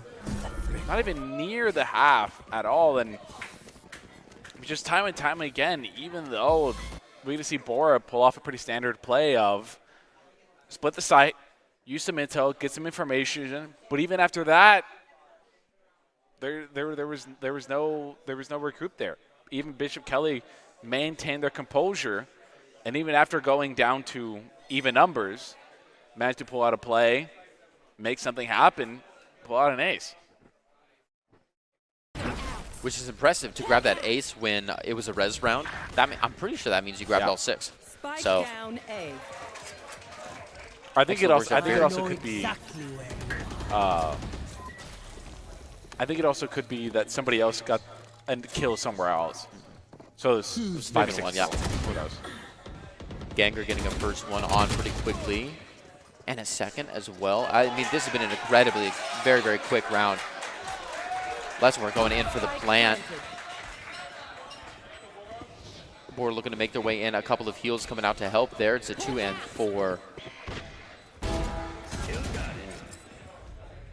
Massive big bike dog right there. Oh, what a corner grab, but he sees it coming. Showtime swings around and finds it. Gengar closes back on him, and Dot from behind needs to find something. Whoa, what a flick for that one. Can he find Gengar? Will he go in for the stick? He's going to drop a smoke right on himself. Is this enough positional obscurity? It's not. He's so close, but it's just not enough of Gengar to allow Bill to sweep through it and find that man amidst the sky smoke. Bora, after I think 5 rounds in a row, finally managed to recuperate, get one. Yeah, on get the back 5th round in a row. Grabbed all 6. After their regularly scheduled 1 point for round 3, which did not go over easily as well. I mean, it's been a hard fought battle, these 2 points for them. But the people are happy to hear it. And Bishop Kelly with their 6 points are up by a few ults as well, and some less conditional ones considering. Oh, sure. It's good. Gonna use dog, try to find some intel, figures out that most of left side of sight is left pretty empty. Dot goes dangerously low. It's too bad they don't have a sage on their side. Showtime now gets a stim pack, but is blocked by smoke, but might be able to find one through it. Bakery gonna get 2. Showtime now getting 2 to the smoke at the headshot. Oh, almost collateral territory, but he can't quite close on it. Gengar to find 1, and Dot to reply to him. Bishop Kelly, 3 left alive to grab point 7, really slowing down any chances of a momentum hit that we saw coming in from Bora. The mental game is here, 7-2 with 3 rounds left to close out this half. Do you anticipate a serious difference in play style as we switch across the halves? Yes and no. I think it's gonna be one of those things where. Actually, I'm gonna say yes. Oh, I really like this move here. I really like this idea of when a Viper is able to shut down the entirety of one entry besides the big thing is making sure that you do not get spammed or die to util here, because it's one of the most disappointing things when that happens to a Viper's ult. But even though it gets used during an eco round, oh, they did get back to it just in time. They managed to just power through, and they haven't cleared all of sight. It goes down. Ostrich able to get the peak headshot with the stinger. And those smokes just lining up perfectly to deny any vision from the Procrastinator. Oh, forces them out. An awful pinch. Ostrich barely avoids it. And just over the wall, like you said, that smoke obscuring any chance at understanding the position of those last 3 players, but they're able to get around it. Procrastinator pull themselves up to a 3 and now wet. Oh. I was going to say, not the shorty. Just gets absolutely DDR'd. Dance, dance. Bishop Kelly now 8 points. What a roll. Wait, did Thrasher get used there? Did what? I think Gecko had Thrasher here. Oh, maybe he used it early in the round and then just re-grabbed it. Okay, yeah, it was used way early in the round. I thought for a second Bakery used Thrasher at the end of the round. But even though it's an eco round for Bora, it's a big win for Bishop Kelly to maintain that momentum and to withstand that economy push. Molly's going to be used. Ostrich's going to win here. Blinds themselves. Bakery's going to take a little damage. He's going to be able to walk away.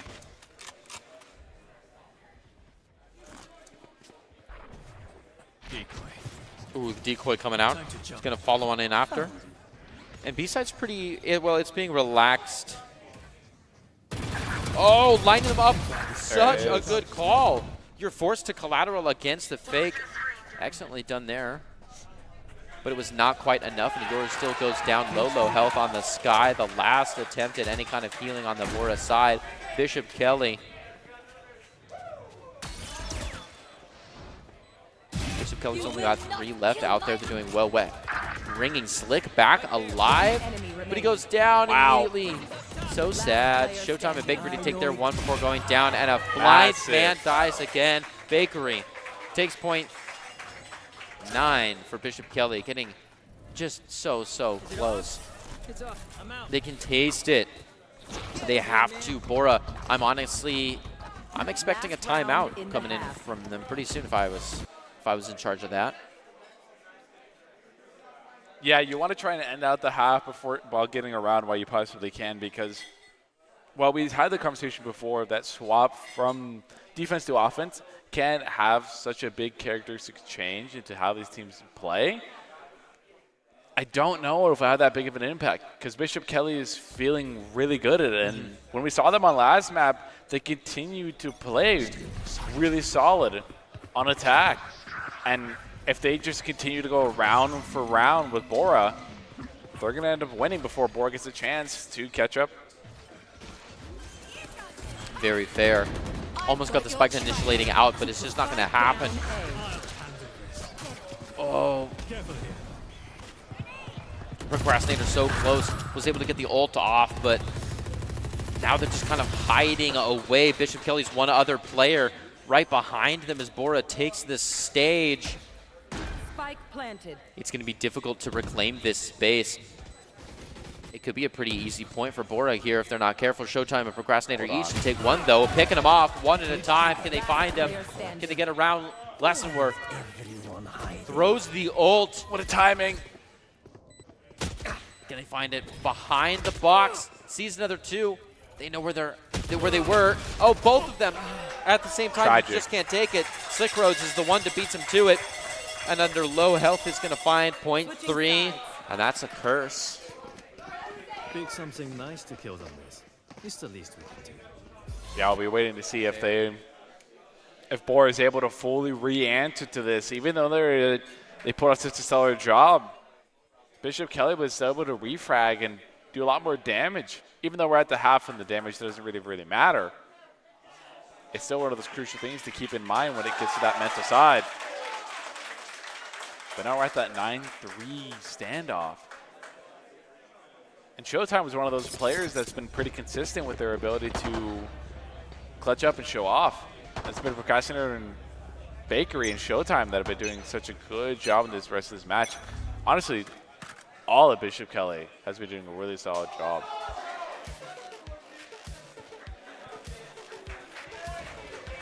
A nice double swing out onto this 50-50 to move into Hookah, but they let themselves be known as they throw a couple of gunshots towards the wall, breaking their way out of Hookah window and onto B-side proper. Bora still not rotating, remaining unflinching, doubling down on all the econ they've spent to lock up A, and they're going to have to rotate soon as BK getting very, very close. Wow. Did that look intentional? A defending TP the wrong way? I'm not sure. Maybe. Now they're grabbing everybody and just running back to B, so probably not. Spike planted already. Bishop Kelly doing well to maintain the site. Bora looking for something wet, just trying to get out, get a little info, gets absolutely punished.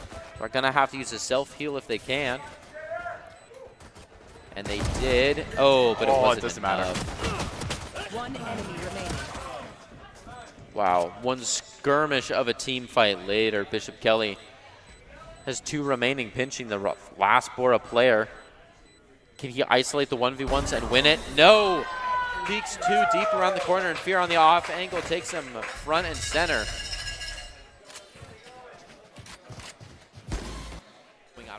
So it'll probably go 11-4, which is not a horrible situation to be in. Right. If you're Bishop Kelly. You're 2 away from winning. However, I think Bora is really going to start to feel the pressure, and they're starting to change the way they play because of it. Yes. Yeah, I think they're 100% in it. If they haven't started, they 100% need to start doing that, and they need to start changing something here, because I think this next 2-3 rounds will start giving them an insight into how Bishop Kelly plays. Unfortunately, allowing Bishop Kelly to secure 1 or 2 more rounds may be the difference between winning or losing the series, as they an bait attempt Ostrich to be cheeky out. Didn't end up working. No, unfortunately not. Well, Baker be aware. No, they're not. Another cheeky angle. Awkward. A couple of strong plays there. He can't move it into a 3-piece, but a pair is fine. Bishop Kelly now honing in on A site. Nobody heard the TP. But the man still has the tripwires there. They take one out. They're going to have to take the second one, too. He's definitely on the way. Spike drop in. Tag, my camera is destroyed. Last Bora man on the way. Cypher. And Stock goes in for the plant. He's going to watch all the usual suspects. Tries to take care of a tracking dart. Now, does he reposition after that tracking dart hits? If he has to, he's just in a position he's not happy with. So it looks like he's going to go for heaven anyways. Throws down a cage, but so does BK. Starts to move around it. Oh, gets absolutely trapped. You're in an awkward position then. You try to move back, and Showtime absolutely drills the spot. Beautifully done. BK takes it to 11. And like you said, Bora probably gets the next point, but then BK's got a chance to close it out and send him home. Moving up to some fun guns as Bora trying to stay consistent here and just use what they know will work. Yeah, if you're Bishop Kelly here, there's no reason to rush this. There's no reason to buy more than you need to. Just play pure eco here. Yeah. Just go as cheap as you possibly can, do as little damage, or do as much damage as you possibly can. Put down the spike, and that's the goal. So you can make a little bit of money, because you were up 9 rounds. Yeah, they have rounds. the bankroll to invest instead of just withdraw now. Yeah. Playing through the wall a little bit. Just being intimidating. Being a little pesky. The Thrasher comes out. Oh, goes barreling forward, but doesn't quite catch. Procrastinator to find 2. Bakery does one. That Judge is a menace. I was just about to say, but if Bishop Kelly manages to just pull out a W in their bonus round, it might just be a wraps anyway. Last player standing. Oh no! Wow. Off the softest, most gentle eco came the hardest Judge. Yeah. we said play casual, do what you're supposed to do, get the spike in there, but they just ran for it.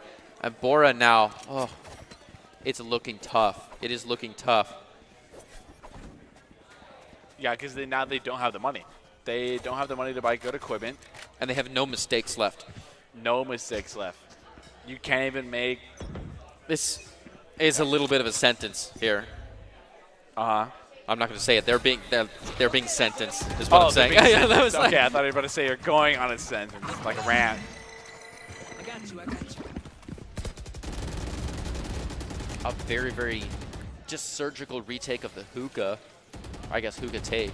Just dumped an entire util cage to get there. I know exactly. Gonna blast through a little bit of this ice.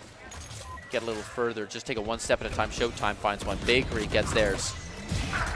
Procrastinated to find one. Two left. Can they grab it? They're so close. Bakery going in for the plant. Procrastinator forcing their way back, looking for anything. The hunt is on. Genjar holding up the last bastion. A Boombot goes in just to hold people at bay.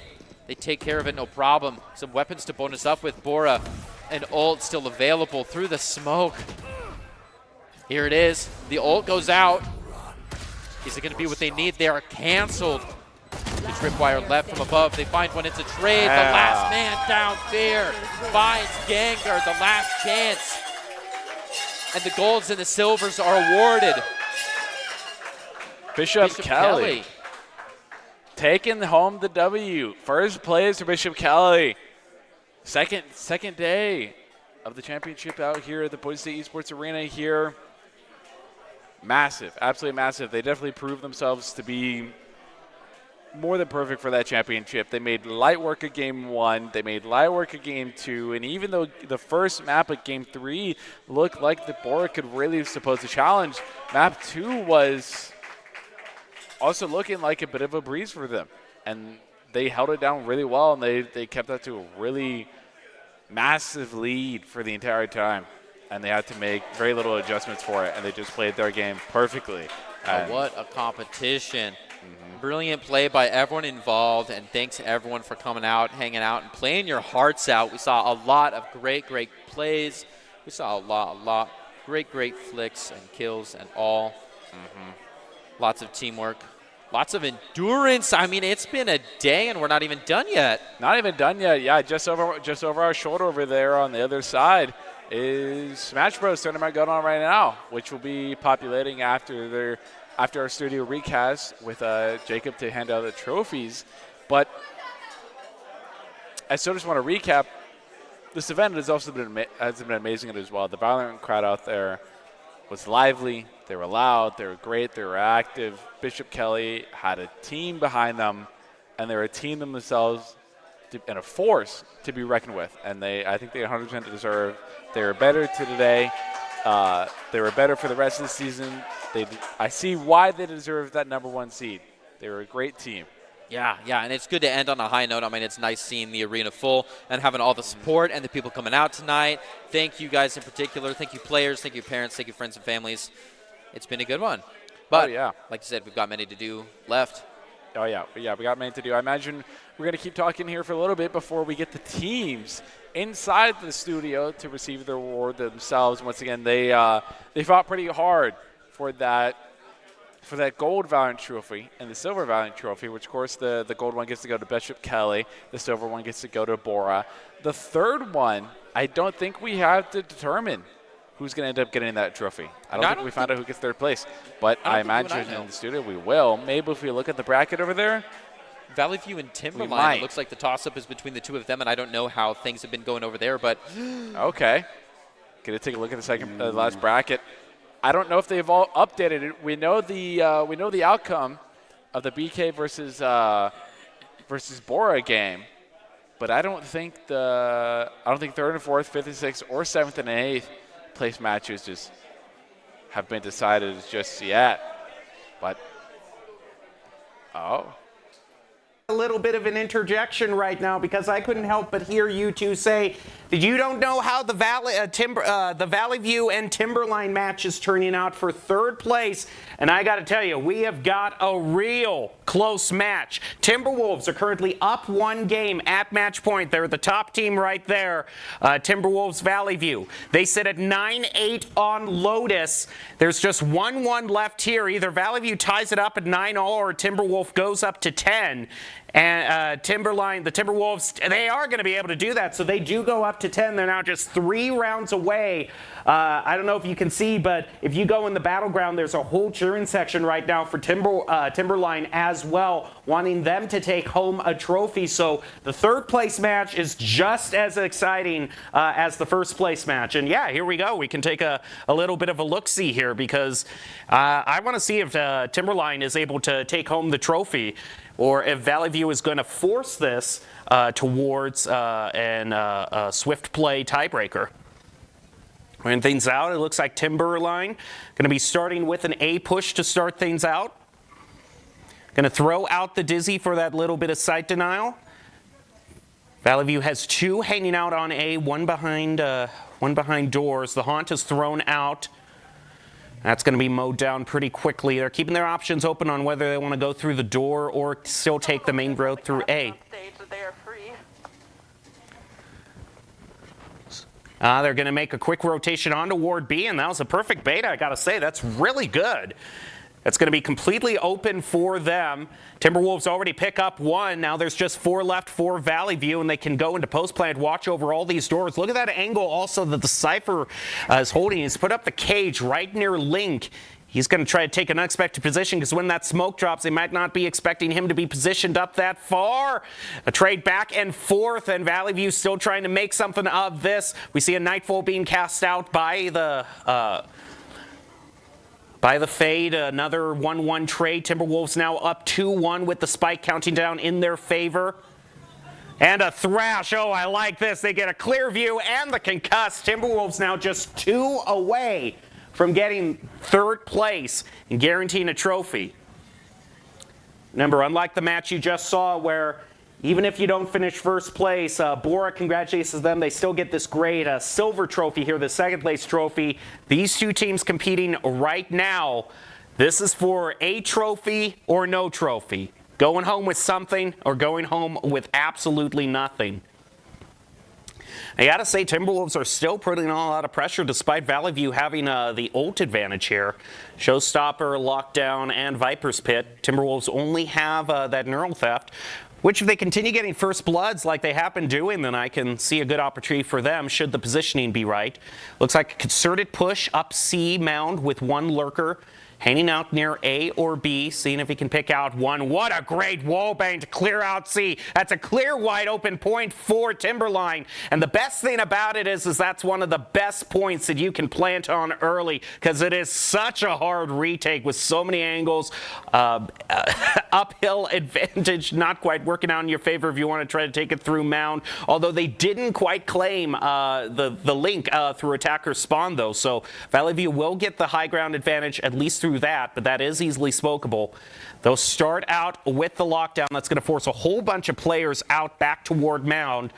One final view through. Doesn't look like any sort of concuss is going to go, but they still have everyone available. They're going to have some sort of stalling util as it's already half.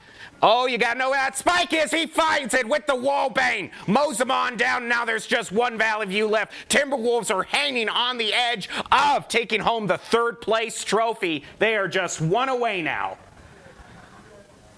And not only did they win that last match, but they also that last round, I should say. I'm getting ahead of myself here. They also picked up another ultimate to boot. That Omen ultimate, not the most impactful ultimate, but you know, it can always make your opponents second guess themselves. You can also just gather a bit of intel, try to go in their back line, just see who's signing out where. And in fact, it looks like it's going to be a wash, rinse, repeat for Timberline.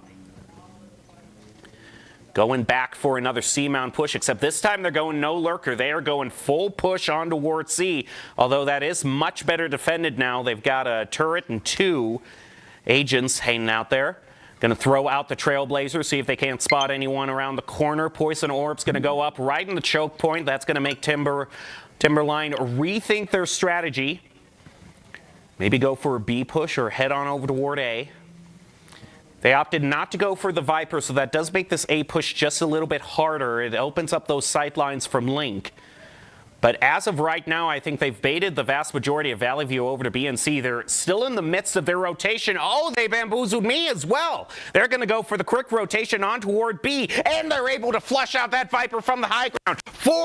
Four Valley View players left between Timberline and a trophy from the state championships. The plant is going to go down. They can now go into post plant, force Valley View to come to them. Can they clench this? One might be coming out through Link. They got looks like they got one player looking that down. That's a trade back, 4 apiece now. Valley View clenching on for dear life. There's another one for Valley View. Now Timberwolves have just 3 left. 1-for-1 trade, but it's still 3-2.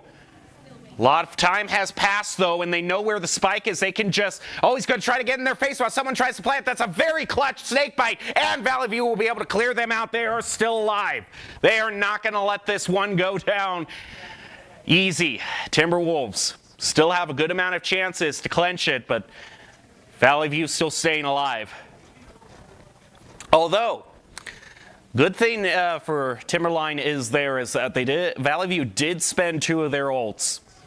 Or they have spent 2 of their ults in the past few rounds, so that only leaves the Viper's Pit. Now, that is a very impactful ult, so that could still make all of the difference. But right now, Timberline is just on the precipice. They can also still have that Omen ultimate. Gates drop, another opening push towards C. I mean, they know how valuable that point is. It's tough to take, but once you get it, ooh boy, you are sitting pretty for the rest of the round. Cairo slowly moving up. Seekers are going to get some information. Great use of the ult orb there. That brings online that ultimate, gets them some information, but it's not information that they're too thrilled about. They're going to have to retreat, but not before a wallbang is achieved by Valley View. Takes them down to 4. A few of them go through the door. Some of them are going through spawn. They might be converging onto B or a very long route onto A. Or they've been bringing out a lot of trick plays as well. Could be bamboozling all of us right now. I also wouldn't be too shocked if maybe the Omen tries to do a little bit of scouting with that ult, see if anyone is on any of the 3 points. That's a great evening up shot. It charges up the showstopper to boot, and that's just sending Valley View scurrying away. They know the danger of that ultimate. That's going to leave B open for Timberline to claim. Now, just like last round, can they manage to survive the post plant? One rotating up through Waterfall. Actually, we got 2, so possible double angle. They need to coordinate it right. Going into a Hornets nest, though, of Timberwolves. They don't quite know where they're situated. Fire exchange, 1 gotten by Rays. Now 1 up for Timberwolves. Prowler's going to go up. What an angle claimed by Valley View, however. They're still keeping it alive, but Timberwolves now just 1 away, and they will walk away with the trophy. Timberline wins it and claims 3rd place.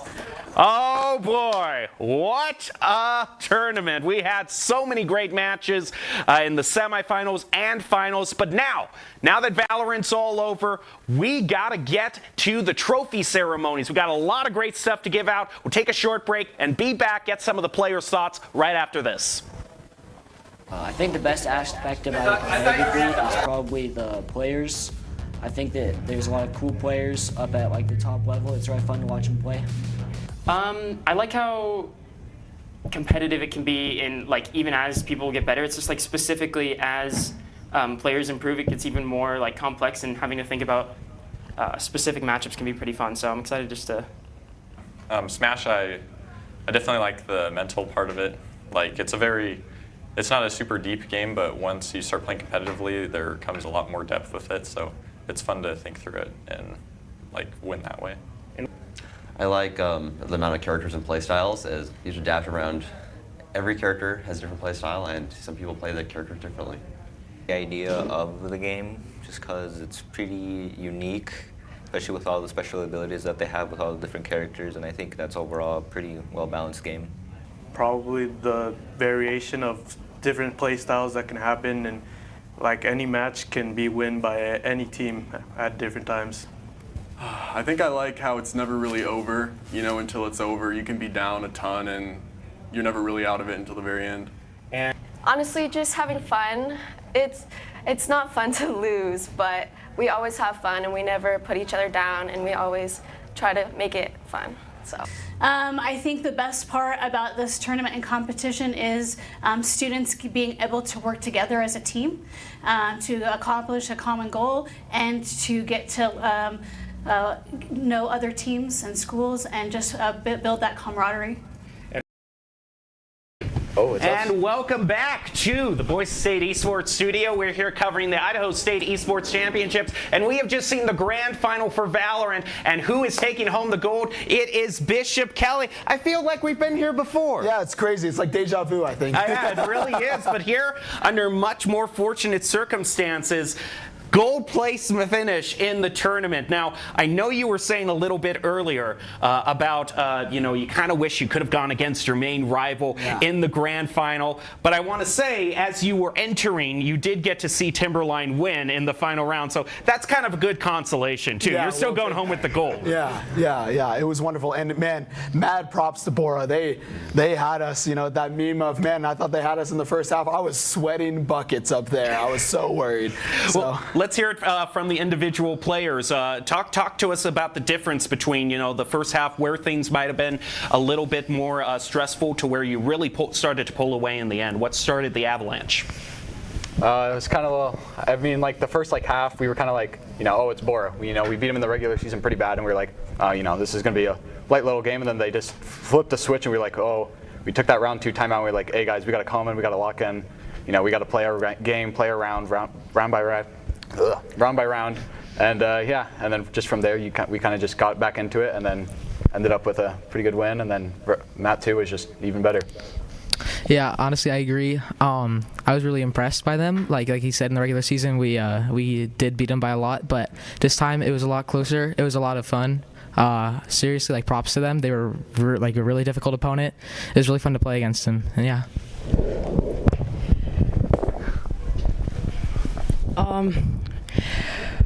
Well, I was also pretty surprised. Because we beat them in the regular season. We beat them 3-4 times, so I also thought, this is going to be a blowout.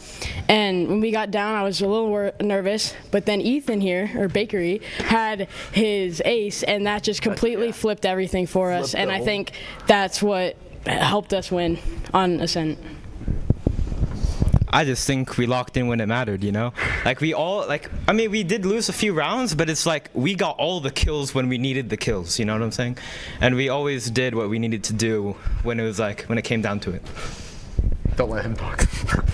Honestly, we just kept pushing out smokes at the beginning, just pushing out smokes and dying. But then, after we finished that second half, we went to the new half. Couldn't push out smokes, because we were on attack, and then we just won. Now, you had a pretty good margin of victory in the final map bind. I want to confirm, is that where you feel most at home playing, or are there any others that are kind of key picks for you where you feel comfortable if you are able to get it past the picks and bans? Honestly, I think probably Lotus is our best map, and we thought Ascent was probably our second best map, but maybe some rethinking into that. But Bind was also pretty comfortable. We played it a lot. It's been one of our bread and butter maps. We just love to play it. It fits our playstyle a lot. Yeah, Bind and Lotus are, I would probably say, our most 2 comfortable maps right now. I'm glad that we got to play Bind. It's a fun map, in my opinion. But I think that, like you said, we locked in when it mattered, especially on that second map. We locked in and got all the kills, and yeah. I agree. Lotus is definitely our best map. That showed when we played in our first 2 matches, but Bind is definitely one of our strong suits, and I think I definitely knew that we would do better on Bind because we've just always been playing well on Bind. So Breeze is for sure our worst map though, because we already talked about a lot about Lotus. I just think that if we got Breeze, that would have been hell. So I'm this guy winning on Breeze. I just want to say that. We've been talking about Bind and Lotus, but I think our Sunset is really good. It is. Yeah. Because when we scrimmed someone, it was 13-1? Yeah. We destroyed them. I don't think we've lost on Sunset ever.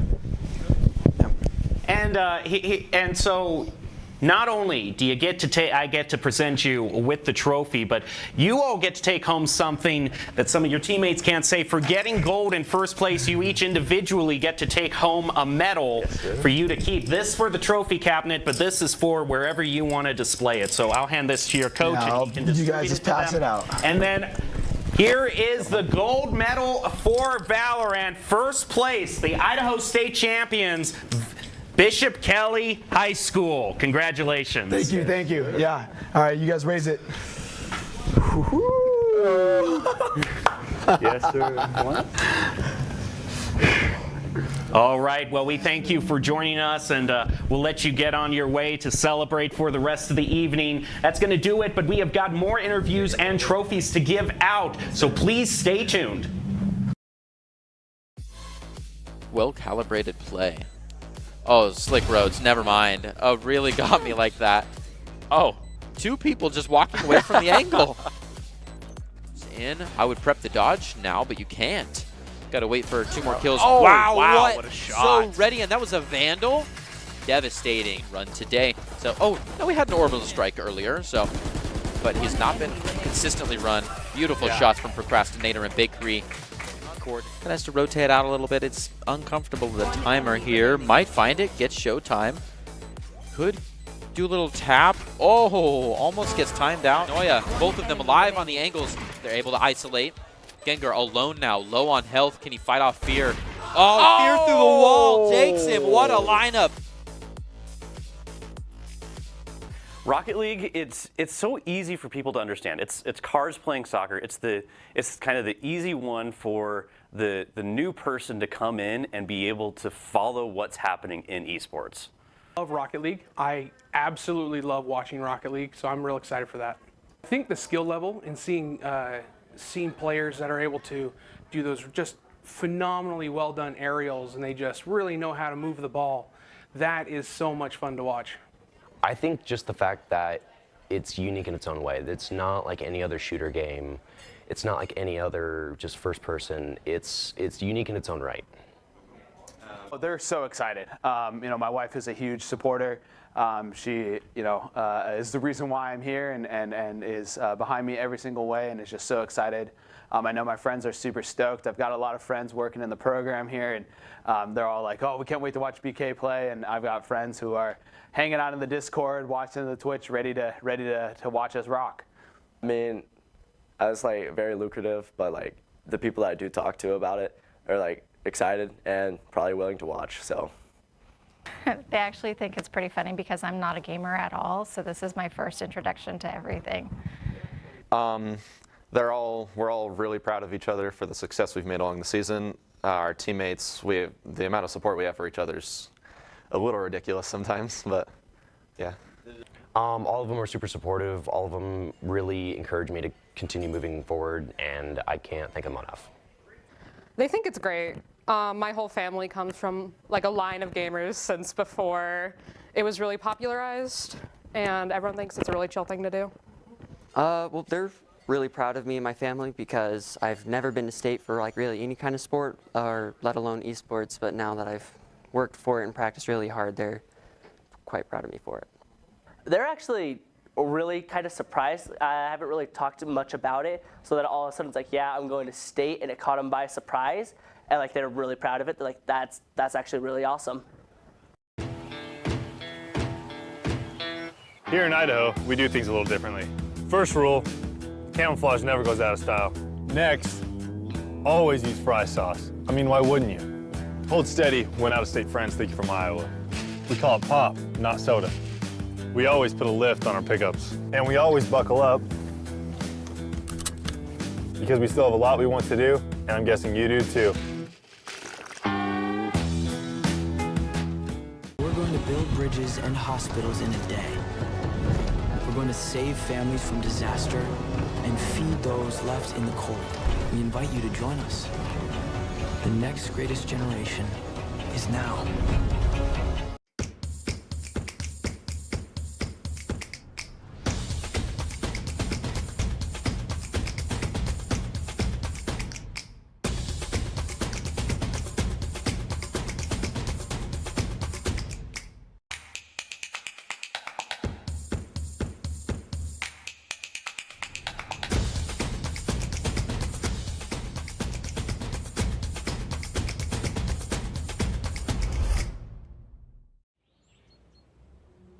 Once there was a traveler whose feet never left the ground.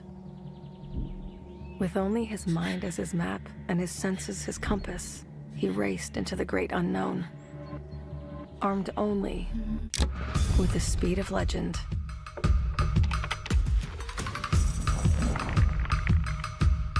His trails he blazed, his rivals he played. Every sprint a blur. Every turn trusting his allies. In silence he raged and waged with quickening, sickening speed.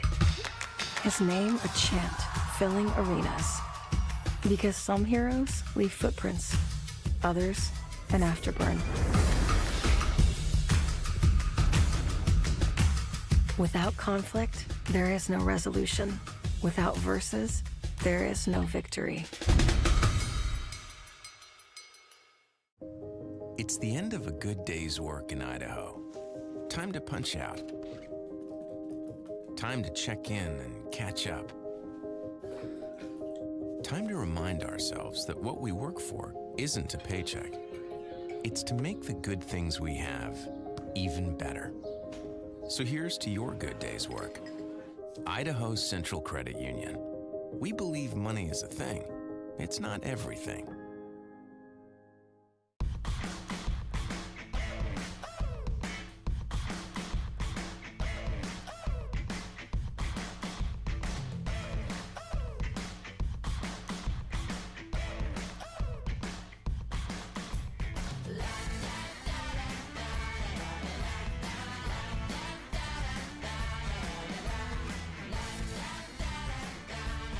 Idaho Central Credit Union, looking after your daily balance.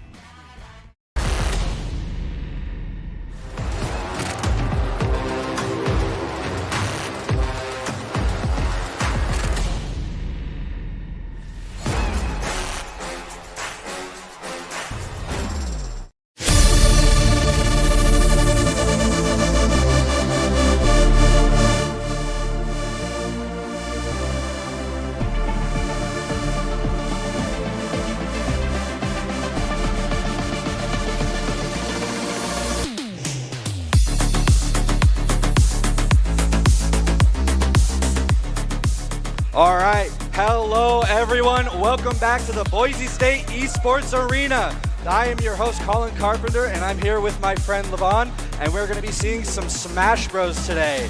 So the way this is going to work, it's a crew battle, similar to colleges, but it's comprised of 4 players per team. It's whoever reaches the lowest stocks first loses, and it's best of 3. So Steve is banned, which is important to note because he's an interesting character, as I'm sure many of you in the crowd are aware. So I'm glad we're not going to be seeing any of them today. Speaking of characters, however, what are you expecting to see today from these teams? Well, I'm expecting to see a variety of characters for sure. You want to be able to counter prick in this kind of game for sure. I think the biggest strategies are whether we'll see the teams anchoring their best players or starting with them. So I'm excited to see what we're going to get. Absolutely. I'm excited as well. Previously in other states' grand finals, we've seen some interesting character choices. I remember specifically there was one match that was a King K. Rool Ditto, which was really funny to watch. There's a Jigglypuff versus a K. Rool, so I'm excited to see what we have in store for us today. It'll be a good battle today. Yeah, the teams have improved a lot since last year for sure. Yeah, and it sounds like our first match today is going to be Boise versus Blackfoot, I believe, and we're getting right into it. Looks like we have a Sephiroth and a Byleth. Very interesting matchup. Sephiroth is one of those zoner characters, going to give Byleth a little bit of a run for their money. Ooh, early stock. Early 2-stock lead from Leliev. These are both characters that can put out a lot of damage really quick. Oh, absolutely. Sephiroth, if he gets you in one of his combos, you're either dead or close to it. But it is really hard for him to get some action started just because of the long startup on a lot of his moves. And he is going to land the dash attack to get a little bit closer to tying things up. Still down a whole stock and another 40%. However, he does has wing. I think we're going to be seeing a lot of that neutral air from Byleth. Absolutely. Such a strong move, especially in this matchup. It allows Byleth to kind of get in, get a little bit of pressure started. And Sephiroth, you know, having such a slow startup on almost all of his moves, definitely has a lot of trouble dealing with that. Gets up to 75%. It's not looking great. However, the one wing can lead to some ridiculous comebacks. It's going to land the Giga Flare, I believe. Set things back to neutral. Violet's at 90%. Sephiroth barely making it back onto the stage. Gets knocked off again. And the arrow is going to close things out. Some excellent edge guarding. Absolutely. The edge guarding from this Byleth has been insane so far. And that is going to knock out the first set of stocks for this match.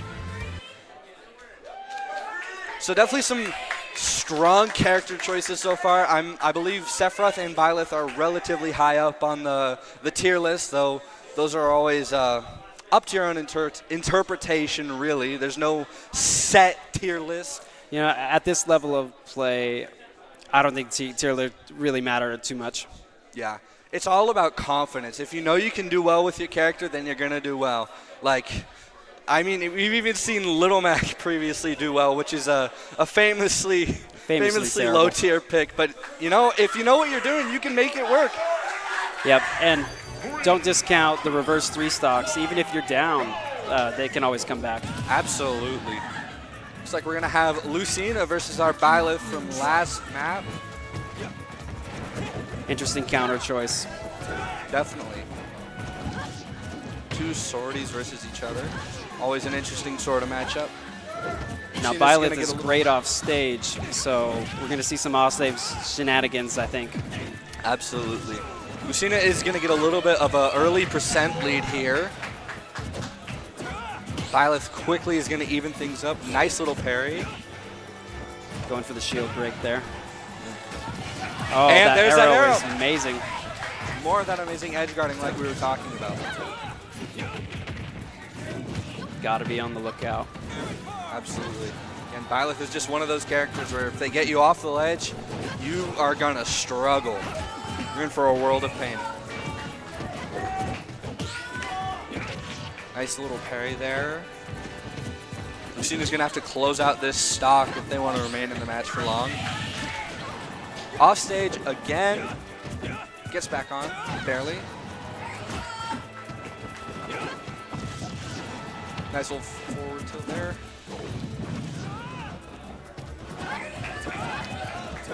Byleth at 140%, somehow still alive. Gets Lucina off the stage again. And the back air is going to close out the first back air was stock clean. for Dunlap. Wow. And just like that, Byleth resets it. Both players are even.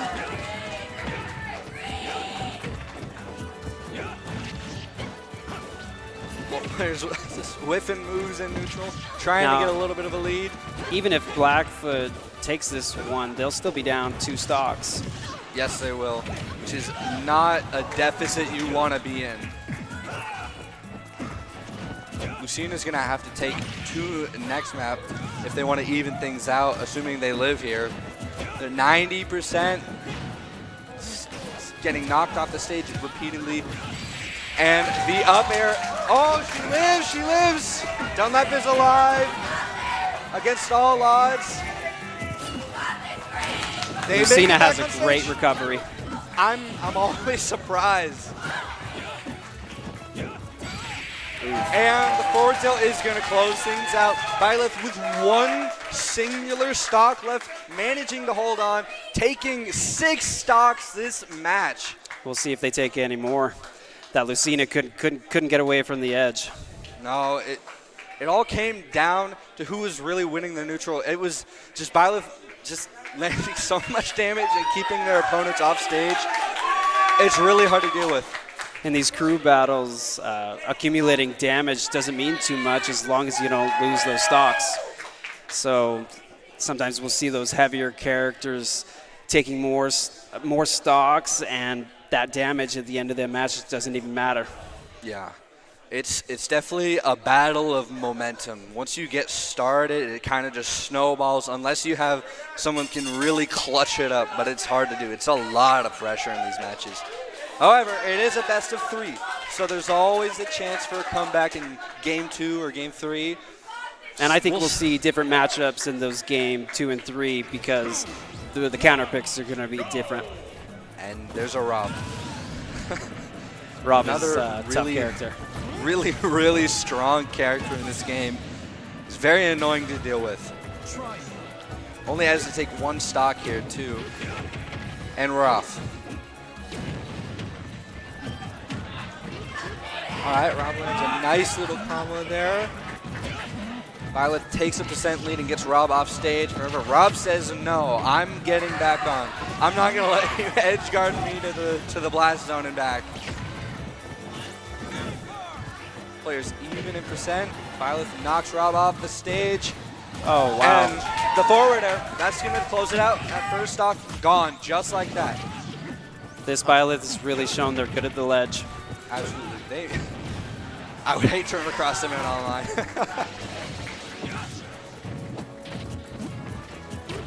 However, they are at 95%, so 1 or 2 more strong hits from Rob are going to close this match out. However, Rob is at 74%. Violet doesn't land the tech, but it's not going to matter. And throw back. There we go. Rob, finally eliminating Boise High's first character.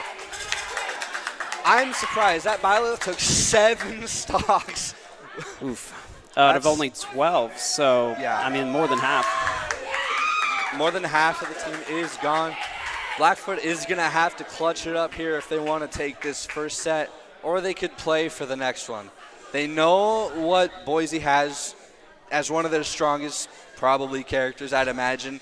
It seems to me like they're running their stronger players first, though there is a chance that their anchor is always stronger. I'm excited to see how this goes. Me too. So if this were you, if you were in this position and you were the anchor, what would exactly you be playing into Byleth? My main. Obviously, you want to play with what you're most comfortable with. For sure, for sure. I think that we'll see the counter picks in like which player they send out. I think most players will stick with their mains. You're probably right with that one. We're going to see a Meta Knight. I don't see a lot of Meta Knight gameplay. No, Meta Knight's a technical character. It takes a lot to learn. Yeah. I haven't seen a lot of him since Brawl, where it was scary. Scary. It's Meta Knight and Brawl, Bayonetta and Smash 4, and now we got Steve. Though luckily yes. Steve is banned. I'm so glad Steve is banned in this rule set. I don't want to watch a 15-minute long Steve Ditto. I've seen enough of that. And I don't think we'll see these matches go too long. I haven't seen any characters doing any stalling techniques. Yeah. I mean, the only really viable characters for stalling in the state of the game right now are Sonic and Steve. But Rob is going to take the first stock off of Kirby Bro. Is at 90%, so it is still a close game here. Kirby Bro gets Game Night off the stage up to 100%, and we're back to neutral.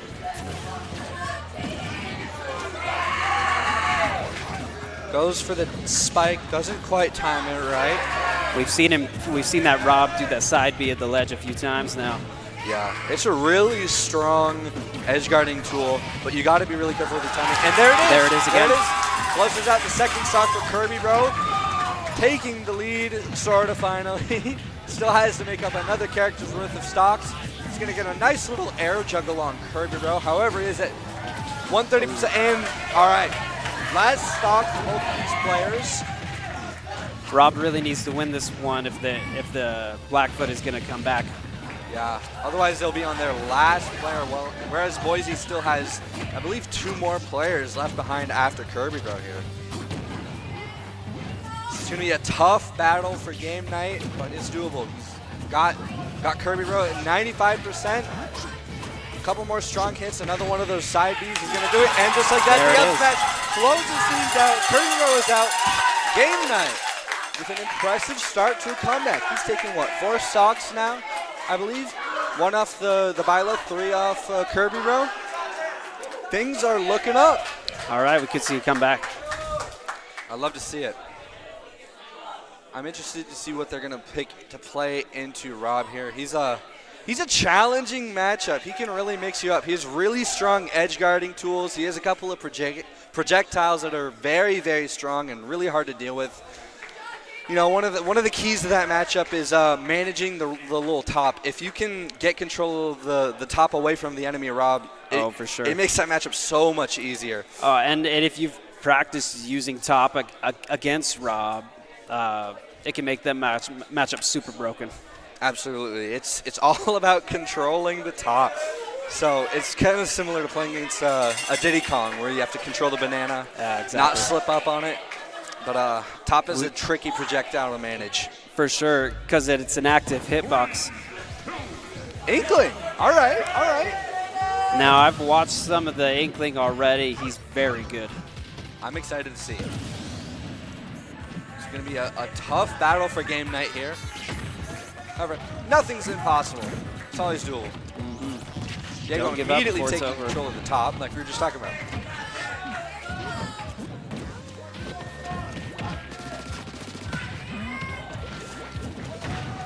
Nice little up throw. Not going to lead to any meaningful combos, though. And there's the top again. Both characters playing pretty safe. Neither really wants to give up a stock at all. Stock for game night means certain doom for the rest of their team. Ooh. Oh, and the... That looked like a misinput to me. Yeah. Messes up the recovery, and that's going to leave us on our final player for Blackfoot. Yes, 3 stocks to go. It's looking a little dire for this first matchup. However, nothing's impossible. Nothing's impossible.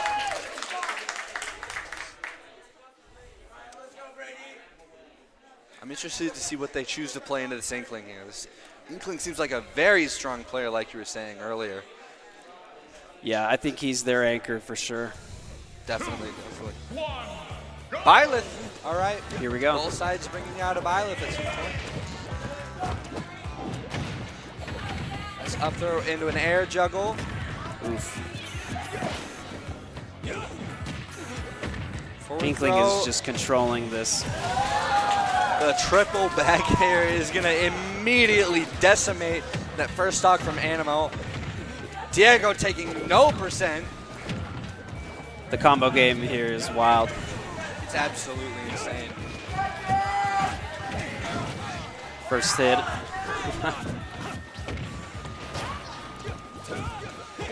Well, up at 90% already. Diego's looking at 35 on their first stock. It's looking grim. Oh. Nice up air. Finally some pressure on the Inkling. He's doing a great job of stage control. For sure, for sure. Nice up throw again into up air. Not quite going to kill. However, Animal is at 130%. Gets a nice little up smash of their own. Nice back air. Not going to manage to edge guard Diego. And we're resetting to neutral. Whiffs the up smash, gets sent off the stage. Dodges the up smash. Goes for forward smash and gets thrown. Barely hanging on. Good recovery. Both players at insanely high percentages. Nice. And the back air is going to close it out for Diego's first stop.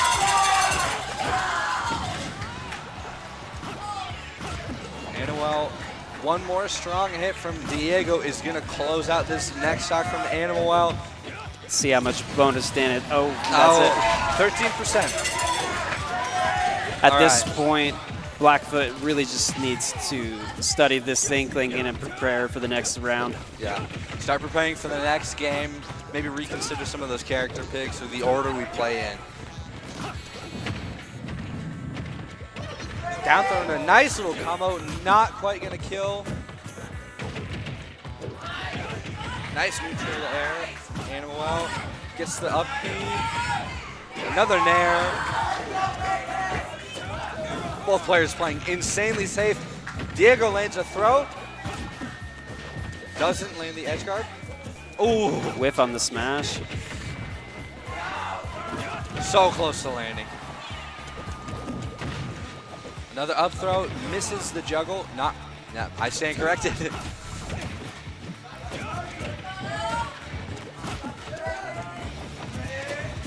Animal is doing a great job of mixing up his recoveries, not really letting Diego take advantage of the fact that he's off stage. Nice back throw, not gonna kill him. Will get Animal off the stage again. Oh, Diego's hanging on by a thread there. And that's gonna take it. All right. Good back throw. Boise's gonna take the first set of the best of 3 here in the semifinals. I'm interested to see who they both put in first on this next round. Yeah. It seemed like Boise was leading with one of their stronger players, but then again, they did have Diego on the Inkling absolutely cooking. So I think we'll still see Boise holding that Inkling till the end, but we'll see. It's definitely a strong character. However, holding it to the end does give Blackfoot the opportunity to prepare some picks against that. So it'll be interesting to see what order they play these characters in. For sure, for sure. So if this were you, what would you be changing to take it to win the next game? As Blackfoot,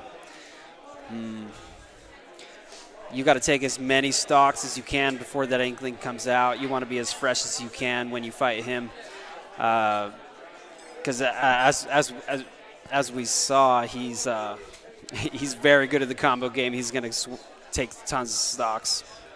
Absolutely. Do you say lead with the stronger players or save them for anchoring? Well, if you lead with your stronger characters, they're not going to be as fresh when the Inkling comes out. So it's a tough call. It definitely is. And there's always a chance Boise just leads with their strongest player as well, and in Diego. In the districts matchups, Boise has relied on that Inkling for sure.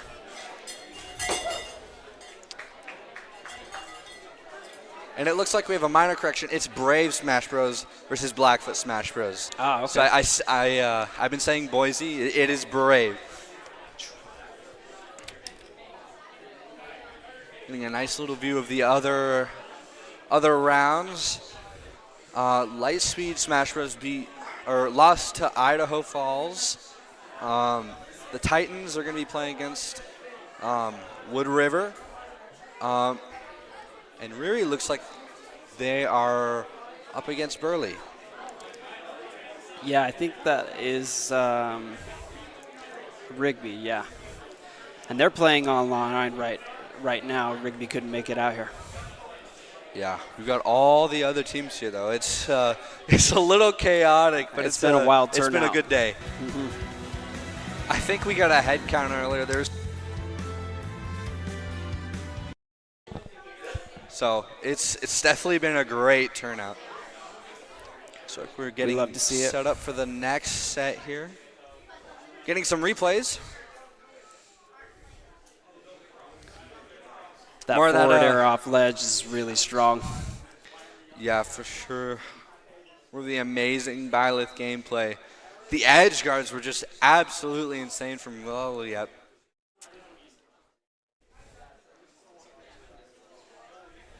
However, Game Night was doing a great job of mixing up those recoveries. Didn't end up being enough, however. And there's that forward air that finally took out the Byleth. That was back air. Was it? It's hard to tell with Rob sometimes. Rob is a tough one.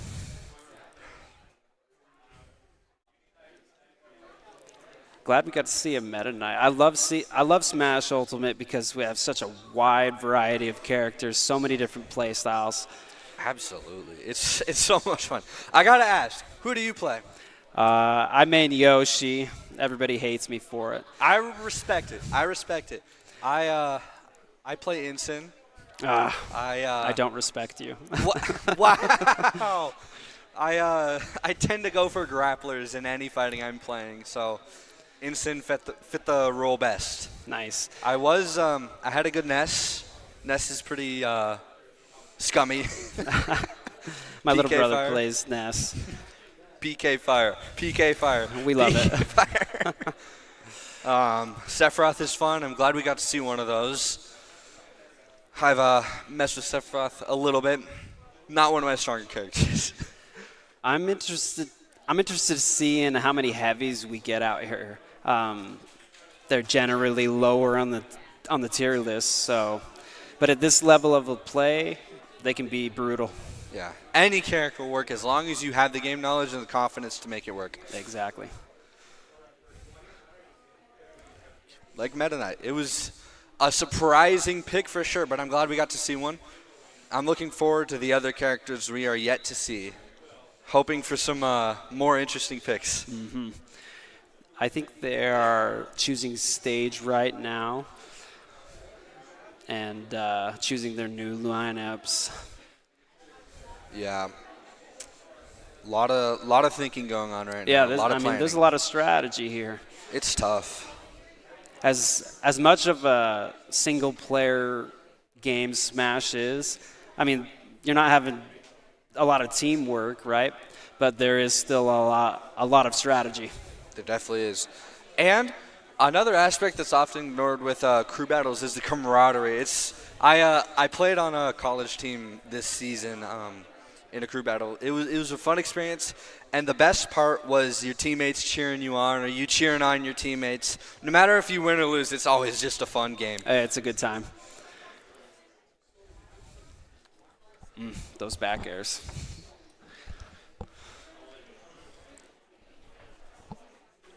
It's interesting we see a Byleth on both sides.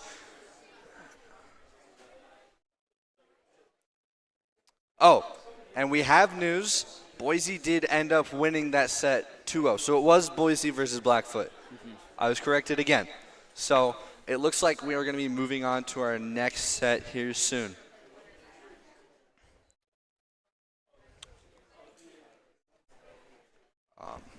Not quite sure who that's going to be, but we will find out soon enough.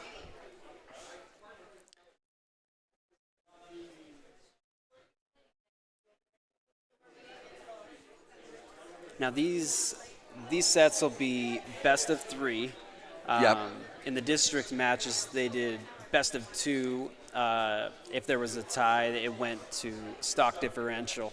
Yep. It doesn't sound like we're going to go stock differential today. But before we find out, we're going to take a small break here before we move on to our next set. So we will be right back.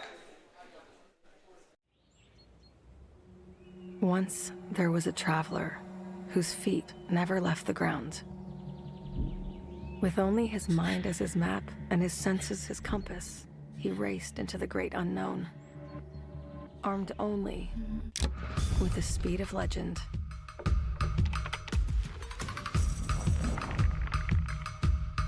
His trails he blazed, his rivals he played.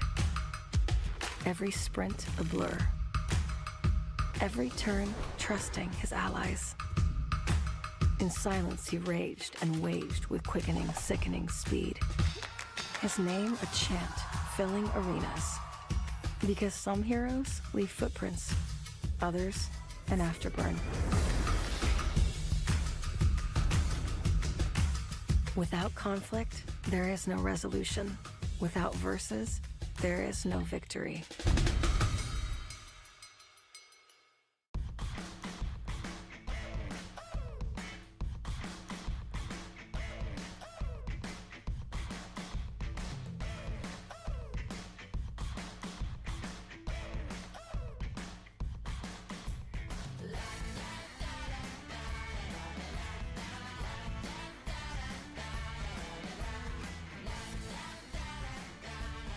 Idaho Central Credit Union, looking after your daily balance.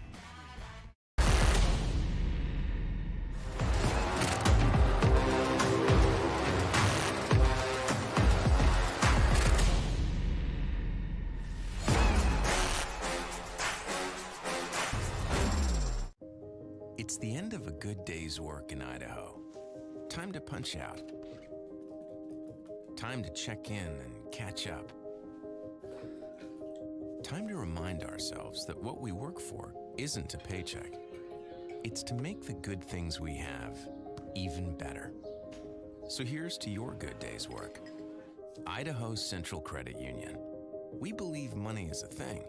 It's not everything.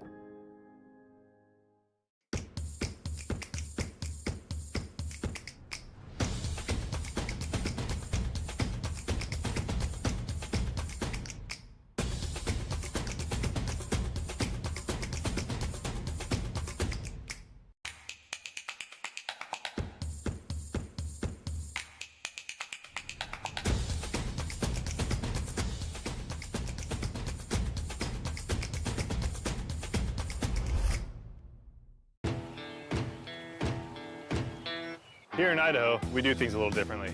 First rule, camouflage never goes out of style.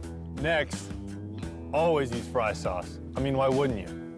Hold steady when out-of-state friends think you're from Iowa. We call it pop, not soda.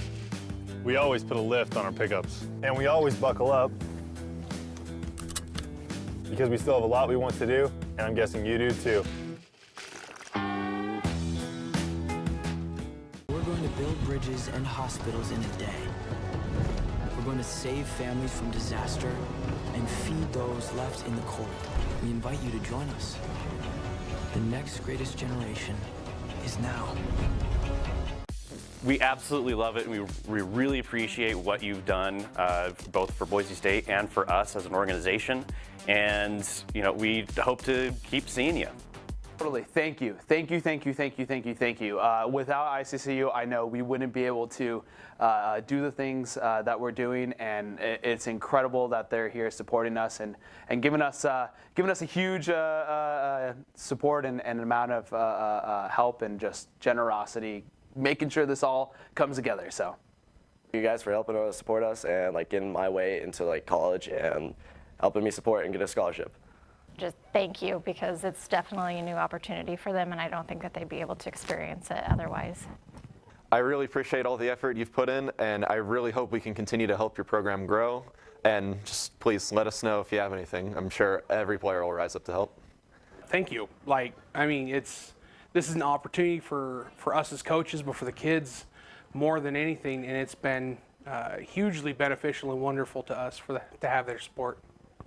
I just want to thank them, truthfully, from the bottom of my heart, that they have kept supporting this amazing program.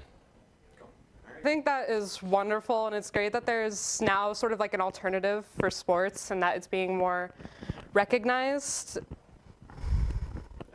Just thank you for having us here. It's a great place to have it. We're happy to be here. I'm just thankful. I love this game. I've done esports in the past. Main thing just Smash Bros, but the opportunity to come here, it's incredible. Thank you. That's a tough one. There's I'm excited for it. The maps all depends, and then all the teams depends too. It just all depends on everything. If it lines up, and we could get first, second, or third. Honestly, what we're going for. Yeah, I'm playing Overwatch 2. I'm just looking forward to seeing how. This is my first actual LAN, so I'm really excited to see how this plays out.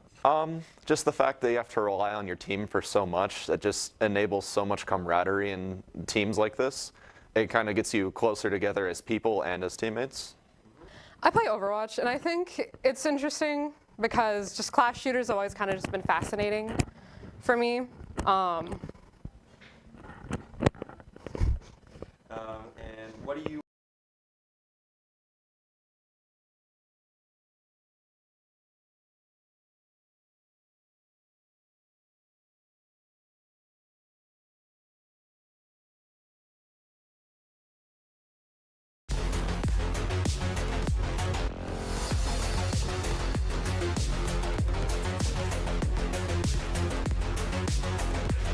All right, now get joined by a new caster who will have to introduce themselves, add a little bit of excitement, break up the flow a little bit.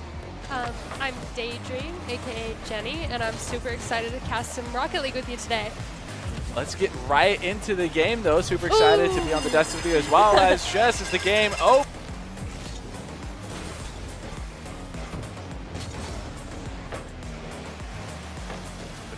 got mixed out on there. Defense came in strong once again. Bora not really giving up a whole lot of openings, clear openings. As there's one right there as I'm talking about it. Now this could be dangerous. Shot opportunity easily blocked. Still a bit of confusion, it looks like, on the side of Rigby.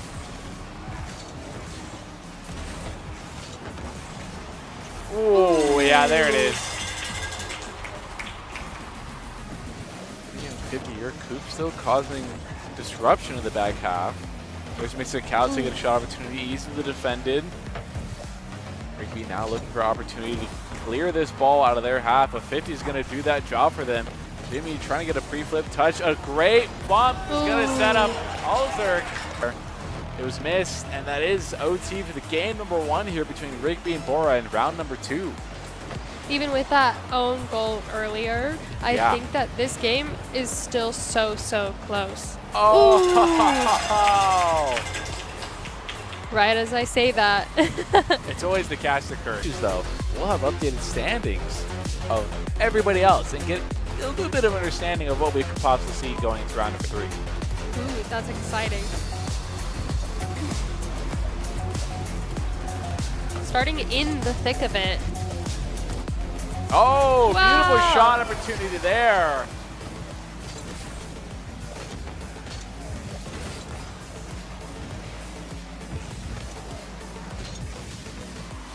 Mr. Cow's up, looking to get it pass onto the teammates there. Slow ball back down is going to be defended easily. Coop not able to get the ball past Jimmy. There's Mr. Cal is up. Nice. Looks like Rigby finally turned on their monitors and they're ready to go. Yeah, 3-0 is actually one way you could put that. As I imagine Bora's looking a way to respond as they are able to get it off a kickoff goal. Yeah, Cooper's Great able follow-up. to beat all of there.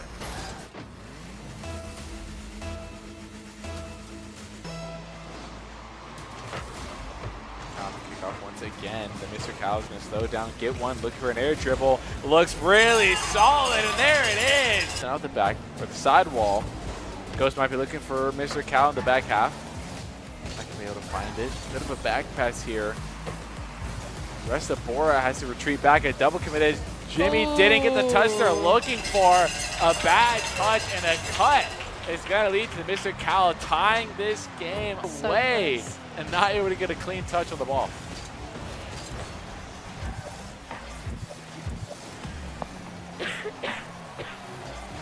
There's another shot opportunity. A beautiful save by Mr. Cal.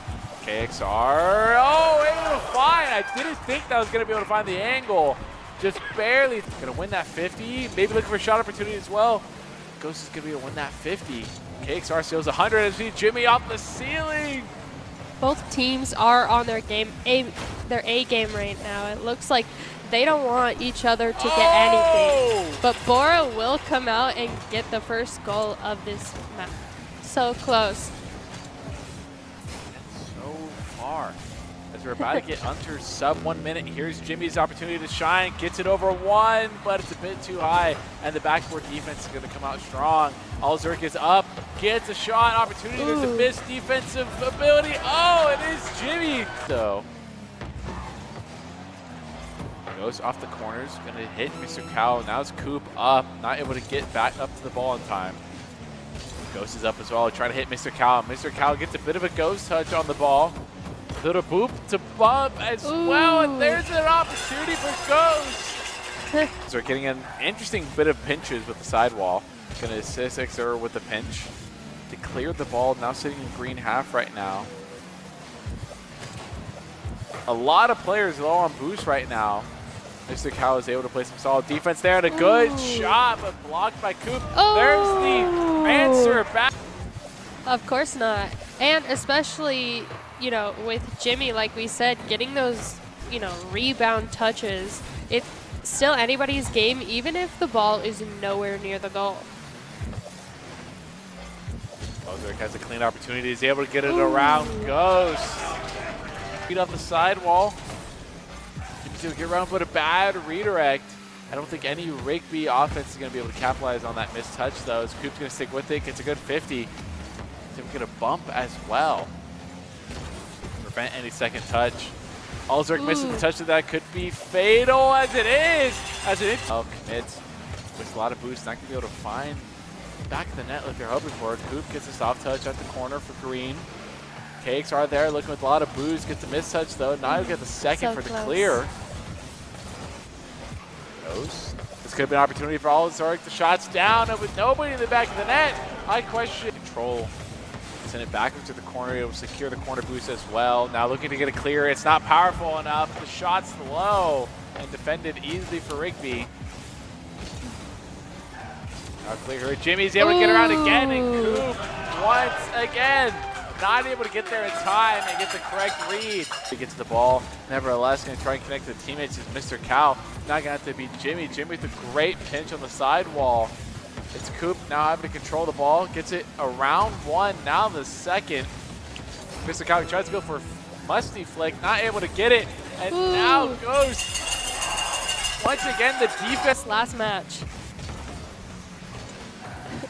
You've got to play fast, and you've got to play a certain tempo in this game. Oh, as an unfortunate own goal is going to lead to Jimmy getting this goal credit.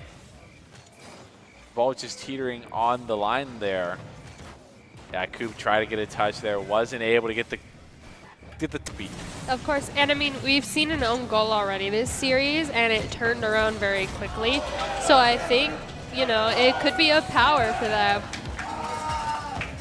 Good job there by Jimmy getting a consecutive amount of touches on the backboard there. That's a tough opportunity for Ghost to make a goal, to make a defensive play there. You have top of their defense right now.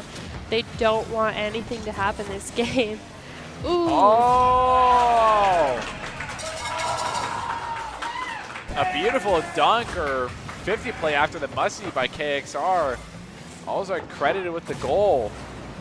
And a good demo there as well.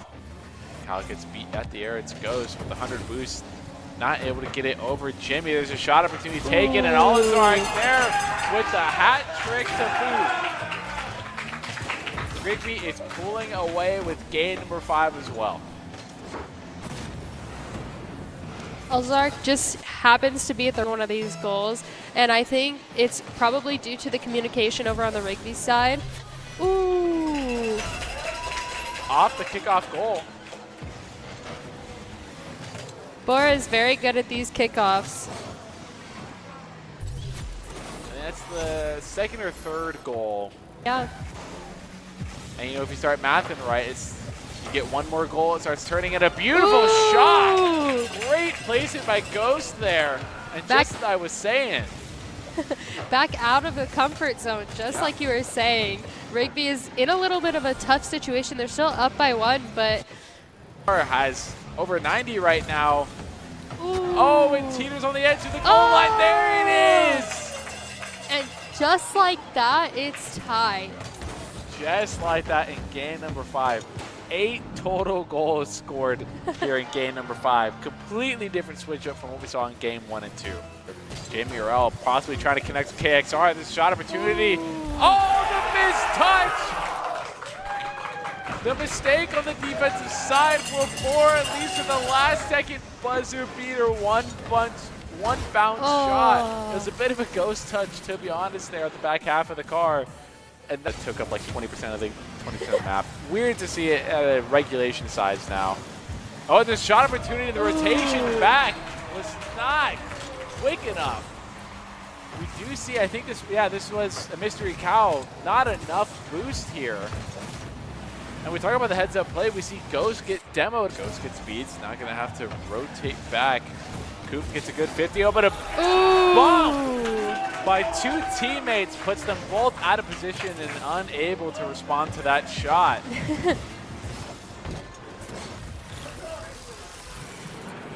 Tragic, but you got to be able to rally back from these. Going to get a second touch with the assistance of a teammate. Jimmy has a shot on net. And once again, no Bora defense in sight here. Take a look at the replay. You obviously see a double commit into the corner, and Mr. Cow is not on the rotation in time to get back post. And this is going to be Rigby all of a sudden with Shot was missed by Alzard. Ghost not even getting the touch looking for. There's a missed shot. Missed clear as well by Bora. Just as I was saying, if you let the enemy team come to you and make those mistakes,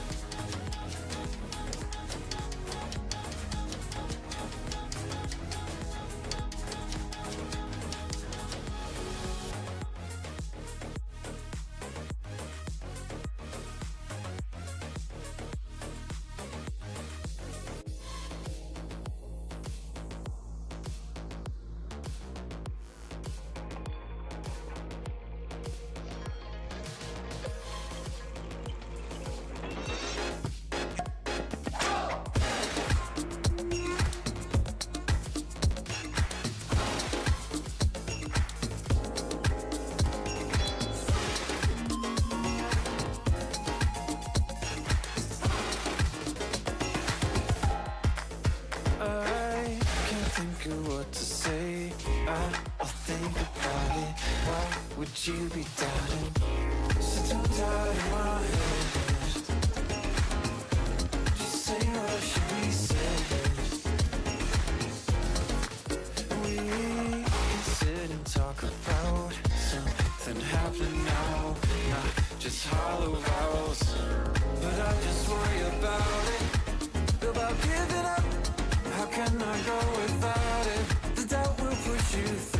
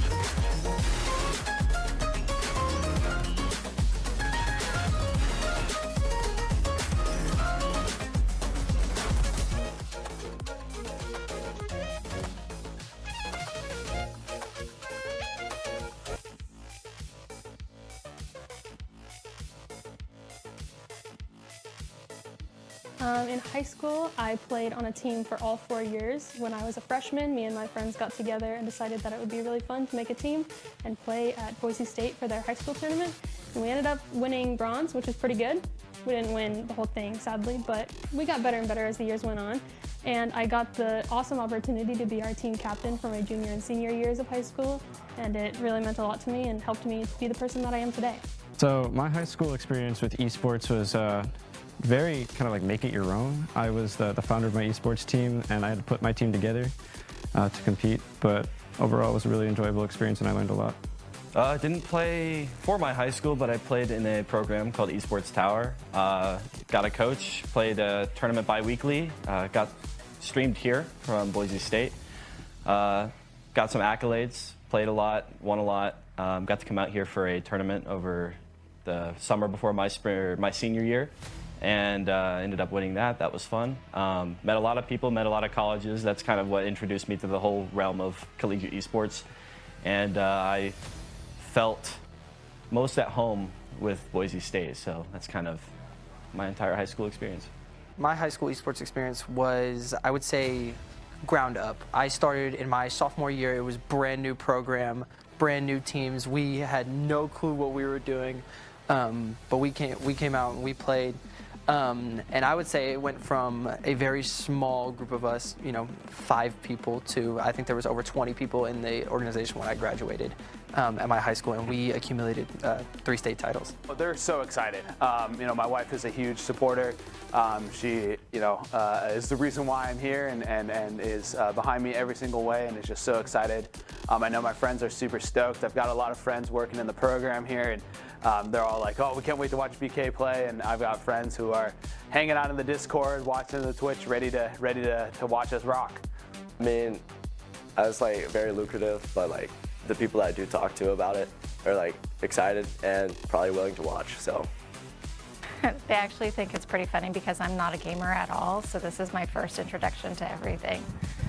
We're all really proud of each other for the success we've made along the season. Our teammates, the amount of support we have for each other is a little ridiculous sometimes, but yeah. All of them were super supportive. All of them really encouraged me to continue moving forward, and I can't thank them enough. They think it's great. My whole family comes from a line of gamers since before it was really popularized, and everyone thinks it's a really chill thing to do. Well, they're really proud of me and my family because I've never been to state for really any kind of sport, or let alone esports, but now that I've worked for it and practiced really hard, they're quite proud of me for it. They're actually really kind of surprised. I haven't really talked much about it, so that all of a sudden it's like, yeah, I'm going to state, and it caught them by surprise, and they're really proud of it. They're like, that's actually really awesome. Well, hey everybody, guess what? You won't guess, I'll just tell you.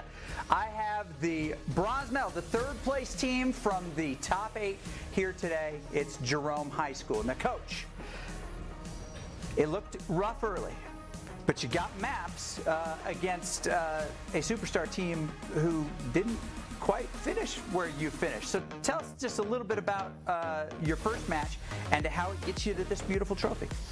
Oh, first match, I think we came in pretty well. Rigby, I don't know, it was really close. Right. But ended 3-1, and we took the momentum into Meridian, but they were a tough team. Yeah. So we had to kind of regroup, rally, and take on Sandpoint, and luckily we pulled through.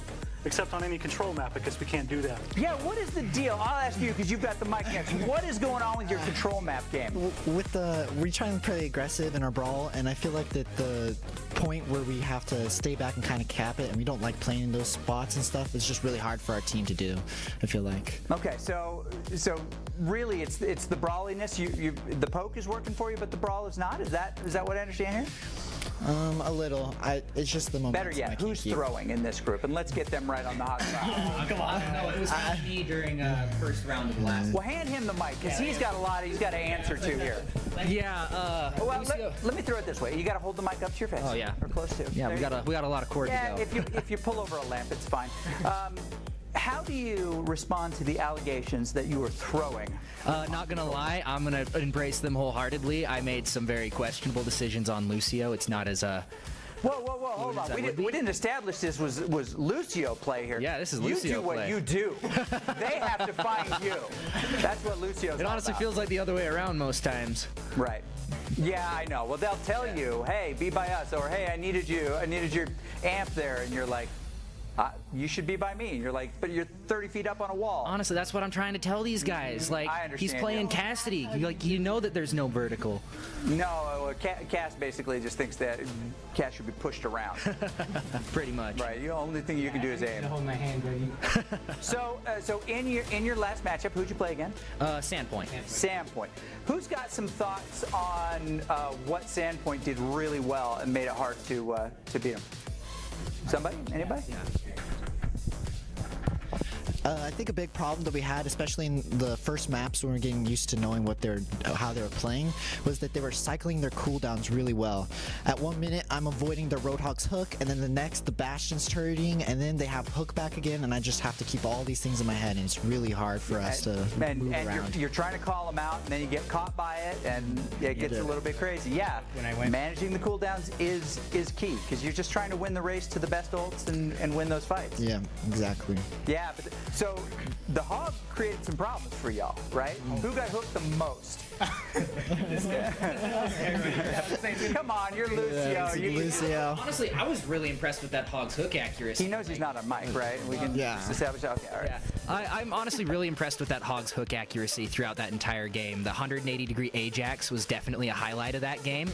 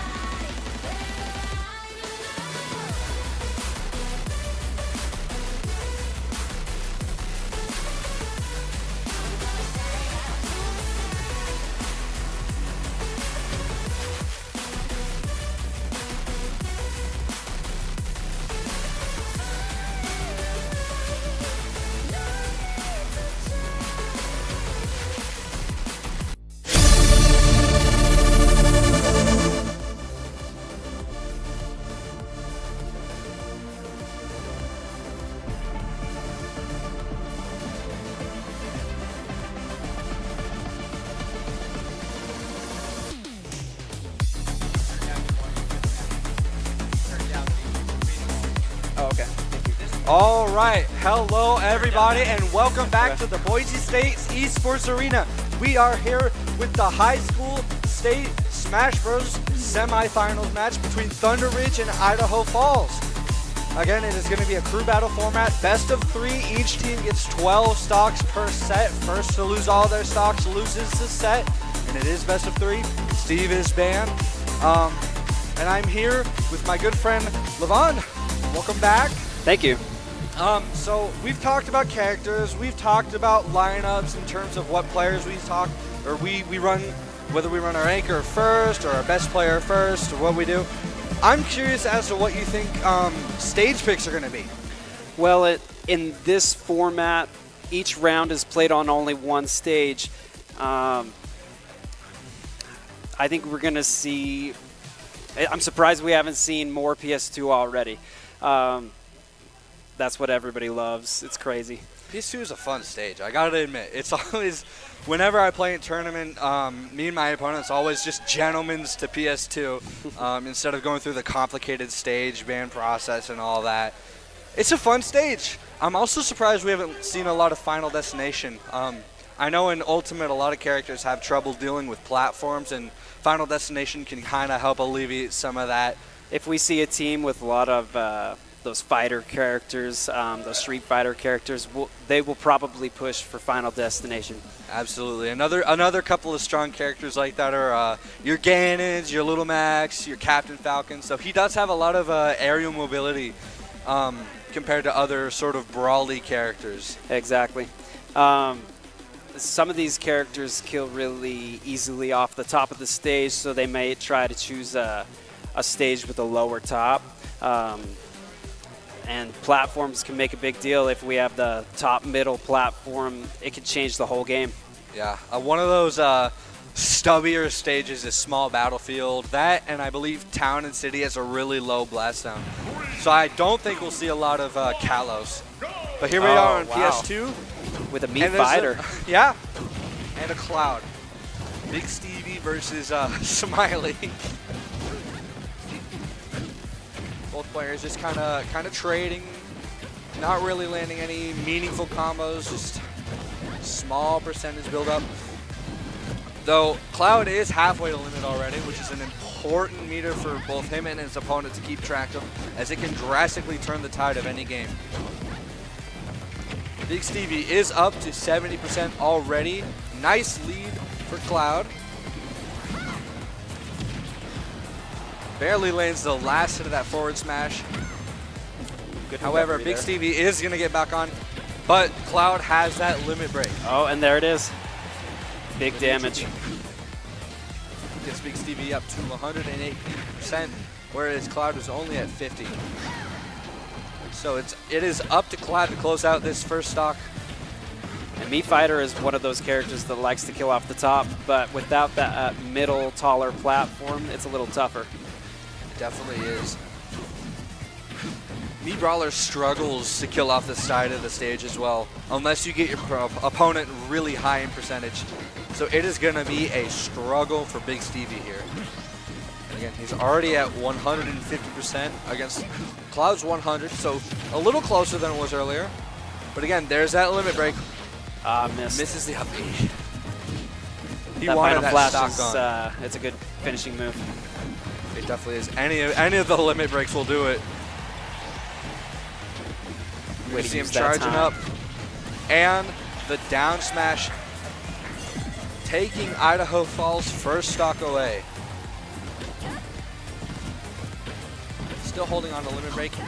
He has that 120%. So any relatively strong hit from Big Stevie is going to do it.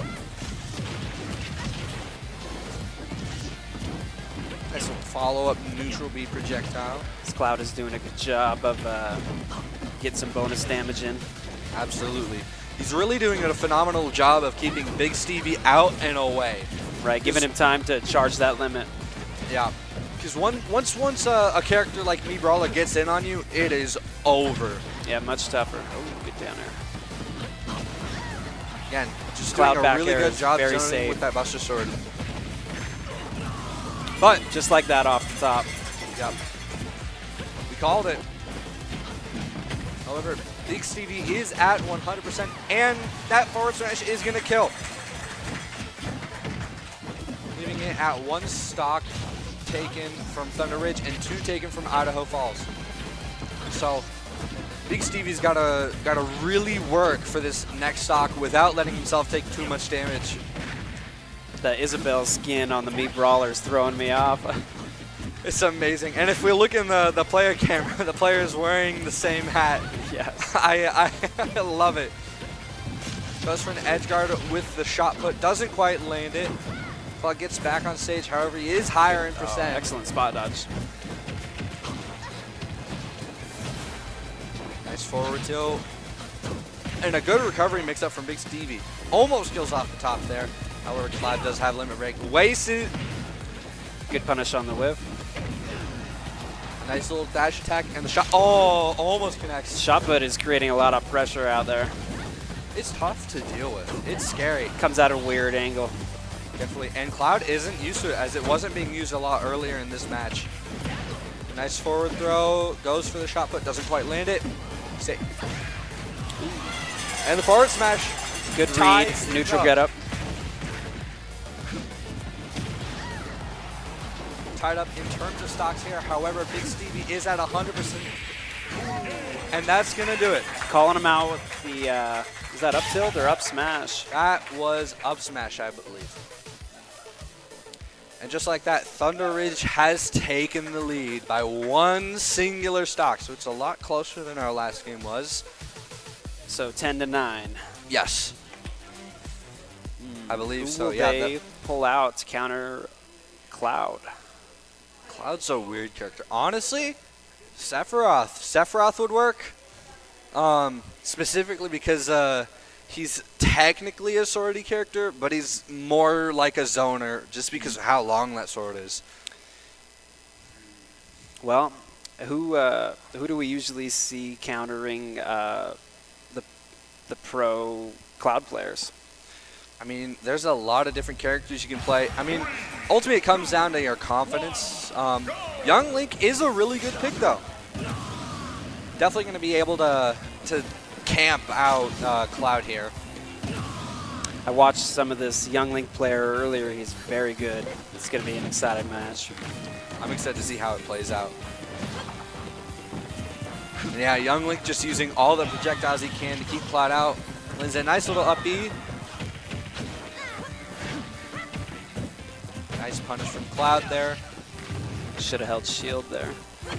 I think he was scared of it breaking. Yes. It would have been fine. However, he has Cloud at 80. There's that limit break, kind of bringing things back to tie it up in terms of percentages here. As long as Cloud takes 1 stock, they stay in the lead. So Young's really got to work here. Does have the percent lead. Ooh, and a nice side B to prevent Young Link from getting any sort of combo. There's that limit break, and it connects. And just like that, Cloud has kind of taken the lead in terms of percent. we're going to see a lot of that fire arrow. And there's that up air. All right, we are completely tied up now. Young Link did not lose a single stock, so very effective counter pick there. Whoa, so who do you think we'll see coming in to counter the zoner? If it were up to me, in a perfect world, I would love to see a Captain Falcon. Because zoners, have a really tough time dealing with rushdown characters, which Captain Falcon very much is. Oh yeah, so, it defines the character that way. Yeah. I want to see a knee before the day's over. Oh, I think we'll see some Falcon for sure. Plant! Piranha Plant! I know we were talking off screen about how we were probably going to see a Piranha Plant today, and here he is.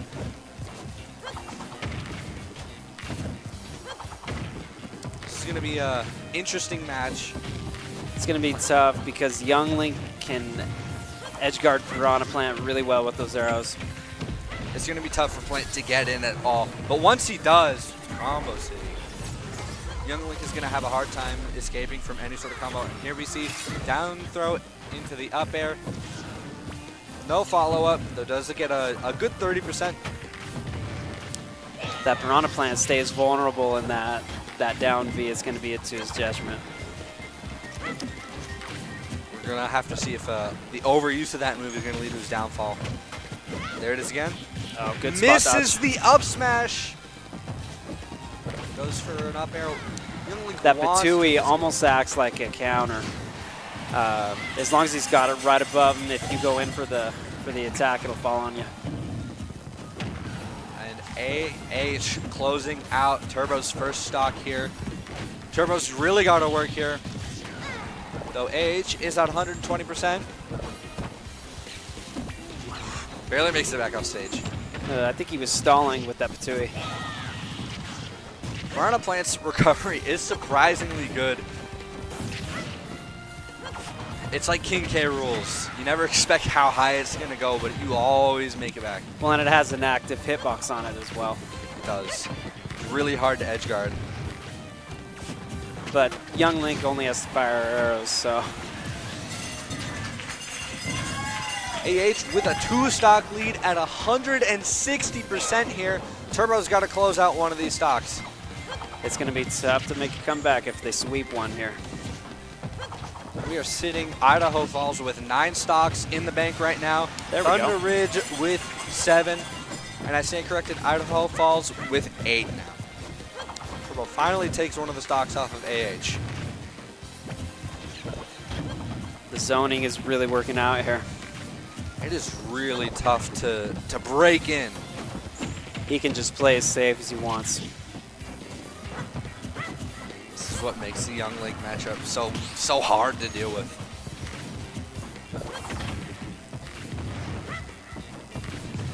Yeah, Turbo's already 100% again. AH 20 with 2 stocks left, and that's gonna Bomb to close forward it air, out. or bomb to neutral air. All right. Put yourself in Thunder Ridge's shoes. What's the game plan now? We've got 6 stocks left, 2 players left. You got to beat that Young Link. I don't know what you could do. They're going to have to play a rush down or something to beat that zoner. Something with a counter would be nice too. Maybe Incineroar, build Rage, build Revenge. It could work.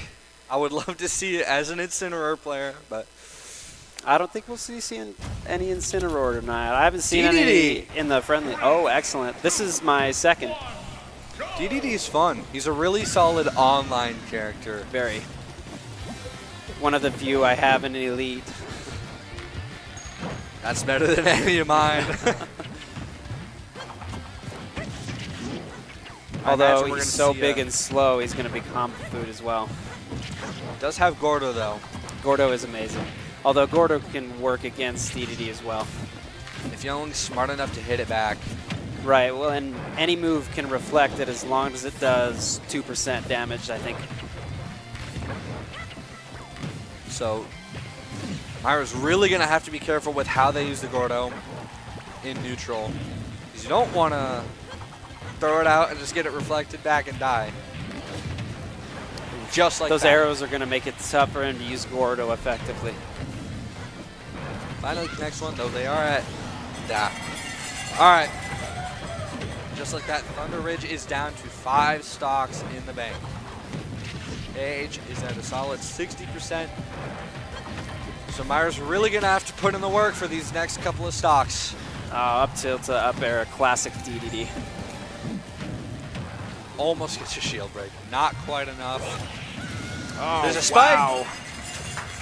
Young Link recovery is pretty predictable. Makes it vulnerable to the spiking moves like that. Sure, I think the game plan here is get Young Link off stage, and it's over. Funny interaction there, eating the arrows. Ooh, Boomerang saved him there. Both players just kind of throwing out whatever moves they can, trying to land something. Nice uppy into up air from AH. Getting Myra up to 140%. Though, DDD is a big body character, so they can live quite a long time. It's kind of frustrating trying to kill. Never mind. There we go. go. I guess forward is going to be enough. Big damage, stacking those up airs. Good whip punish. 4 stocks left in this fight. Myers really got to put in the work here. Goes for the up air, doesn't quite land it. Though AH is at 80%, which is nearing in on kill percentage for a character like DDD. Yes, I mean, one big smash move on the edge of the stage and we're done there.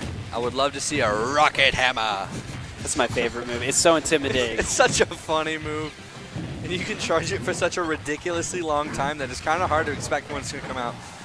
And it has super armor as soon as you release. It does.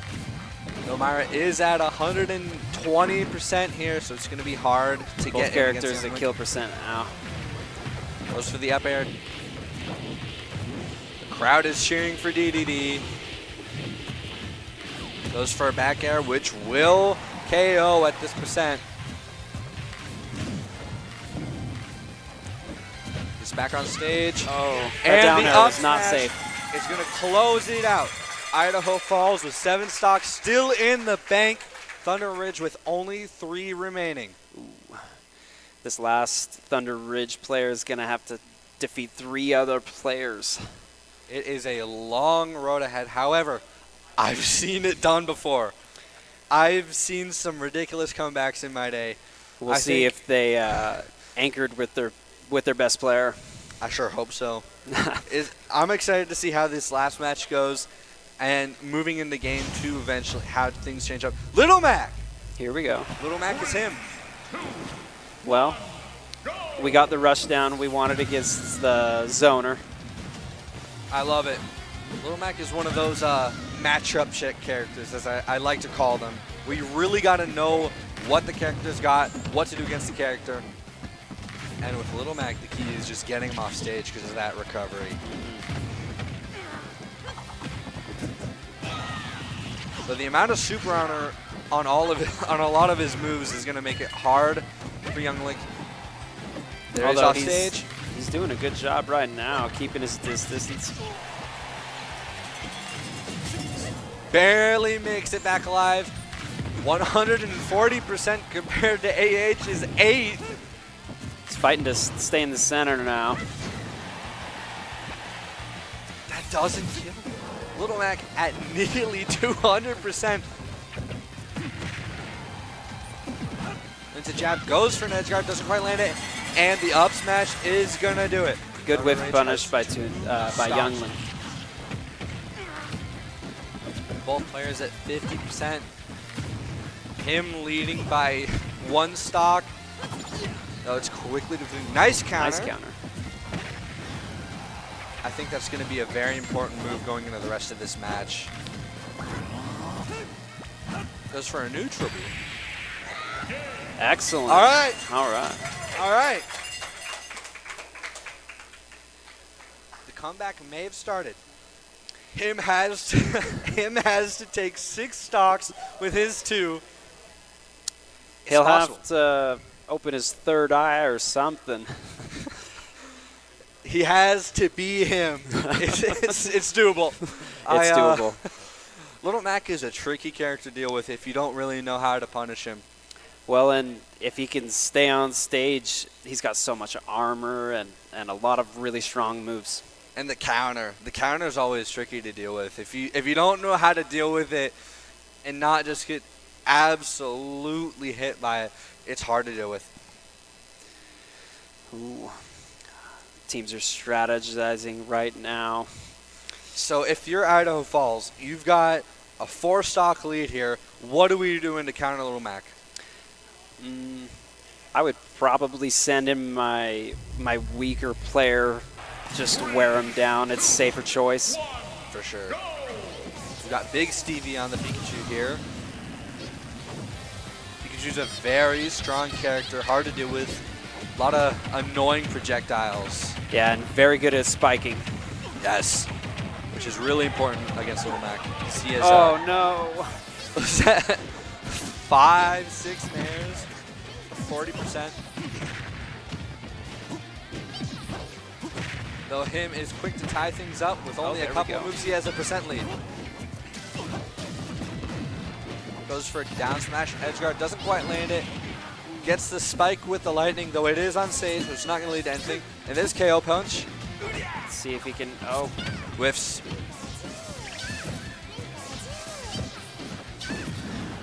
There's a forward smash from Pikachu. Gets Little Mac off stage.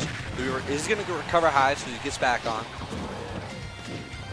if I'm Idaho Falls right now, I'm playing as safe as I can because there's no reason to risk it. Absolutely. Even if you take one stock this match, just like that. Just like that. Thunder Ridge is on their last stock. Idaho Falls still has 6. So Big Stevie's at 90% here. Him is going to have to work really, really hard. There's a hope. If there's a will, there's a way. Though I would start preparing for the next match here. Hopefully his teammates are studying this Pikachu. Pikachu's a tricky character. You do not want to play a character like DDD into Pikachu, so maybe we're going to have to see some changes in our character picks. Well, Pikachu with the speed, maybe. I've seen some horrifying combos on big body characters like Bowser. The things Pikachu can do to you. Him almost has another KO punch, goes for a forward smash, doesn't quite land it, lands the up smash. And retains KO. He's at 90% though, so another strong hit from Pikachu is going to do it. Super armor on the up smash, whiffs KO punch. Again.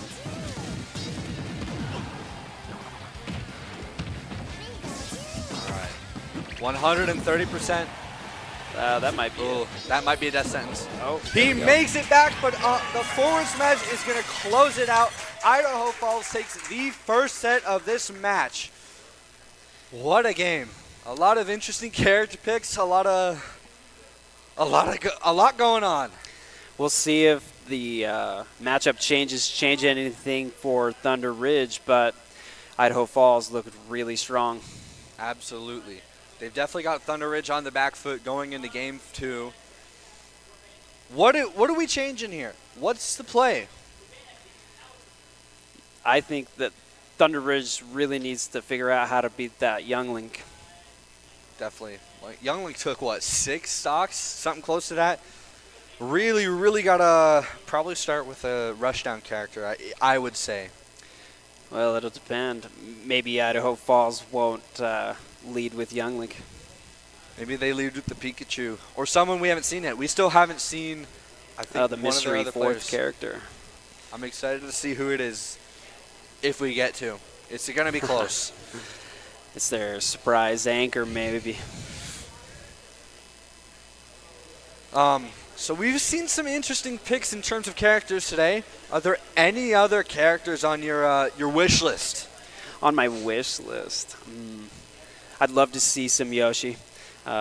He's my main, obviously, and he's so weird. He's funny.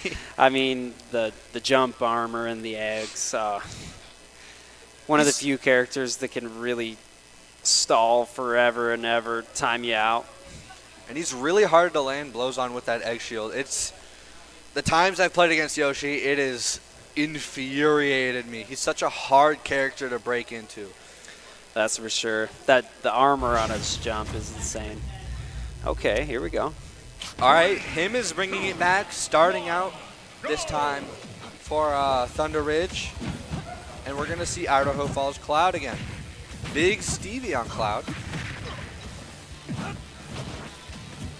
Both players just kind of trading blows here.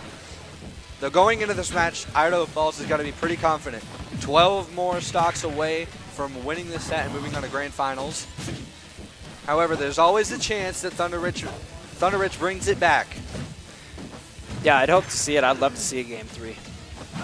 See up-angled forward smash from Little Mac gets Big Stevie up at 90%.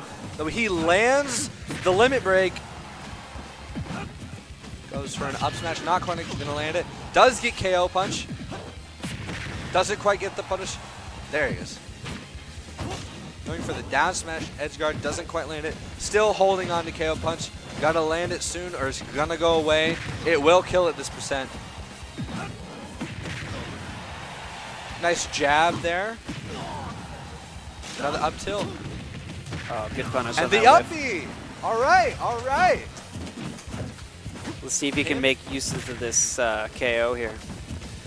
takes the first stock of the set. And there it is There for it is. a double. Still on his first stock. He is him. He is him. He's got Big Stevie on the back foot. Gonna have to take 2 stocks to even tie things up here. At 50%, nearing in on a limit break. One strong move here will get Little Mac off stage, and like we've talked about, that recovery, that's gonna do it. Wow. So easy to gimp Little Mac. It's crazy. I love Little Mac. He's fun to watch, but that recovery. He's got a glaring weakness for sure. He is one of the stronger characters when he is where he wants to be, which is on stage. And the uppy, almost takes it. Almost kills. Big Stevie does have the limit break, is gonna land the up B. Not gonna be enough to do anything. Lands the up smash. If Cloud can manage to turn this around, that 145% doesn't mean anything. Though him does have KO punch, not anymore. There's the jab. Big Stevie at 160%. One more strong move from Little Mac is gonna do it. He makes it back on stage Excellent somehow, recovery. some way. There's the dash attack. Cloud has the limit break again, but the up smash is gonna do it. Thunder Ridge takes the first All right. match of this second set. Good to see them come back after the loss. He is him. He is him. I love Little Mac players. That's got to be an amazing mental reset for Thunder Ridge here. They're leading by 2 stocks. Maybe we'll see that mystery 4th player we were talking about earlier. I hope so. What sort of characters do you want to see going into Little Mac here? Because obviously he's a restaurant character. You get him off stage, however, and he's done so. Well, who have we seen from Idaho Falls so far? We've seen Young Link. I believe Thunder Ridge had the Piranha Plant, if I'm not mistaken. I think so as well. I think the move here is bring out the Young Link. Just I think so as well. The zoning tools that he has are going to completely eliminate anything that Little Mac is going to be able to do. Unless you're making some big mistakes. We're going to see the Pikachu. Excellent. All right. Thunder Ridge is leading by 2 stocks. Looks like something's going wrong. Maybe we've got some wrong controls or something.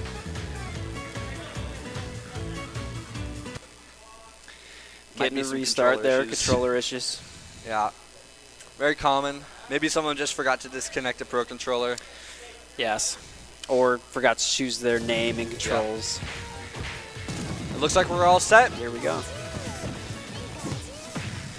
Both players kind of just trading blows here. Him is up to 50%, off stage, gets back on. Nice forward smash, doesn't even need the armor. One of those T-jolts off stage will be the end for Little Mac. For sure. Big Stevie already at 80%, nearing in on kill percentage for Little Mac here.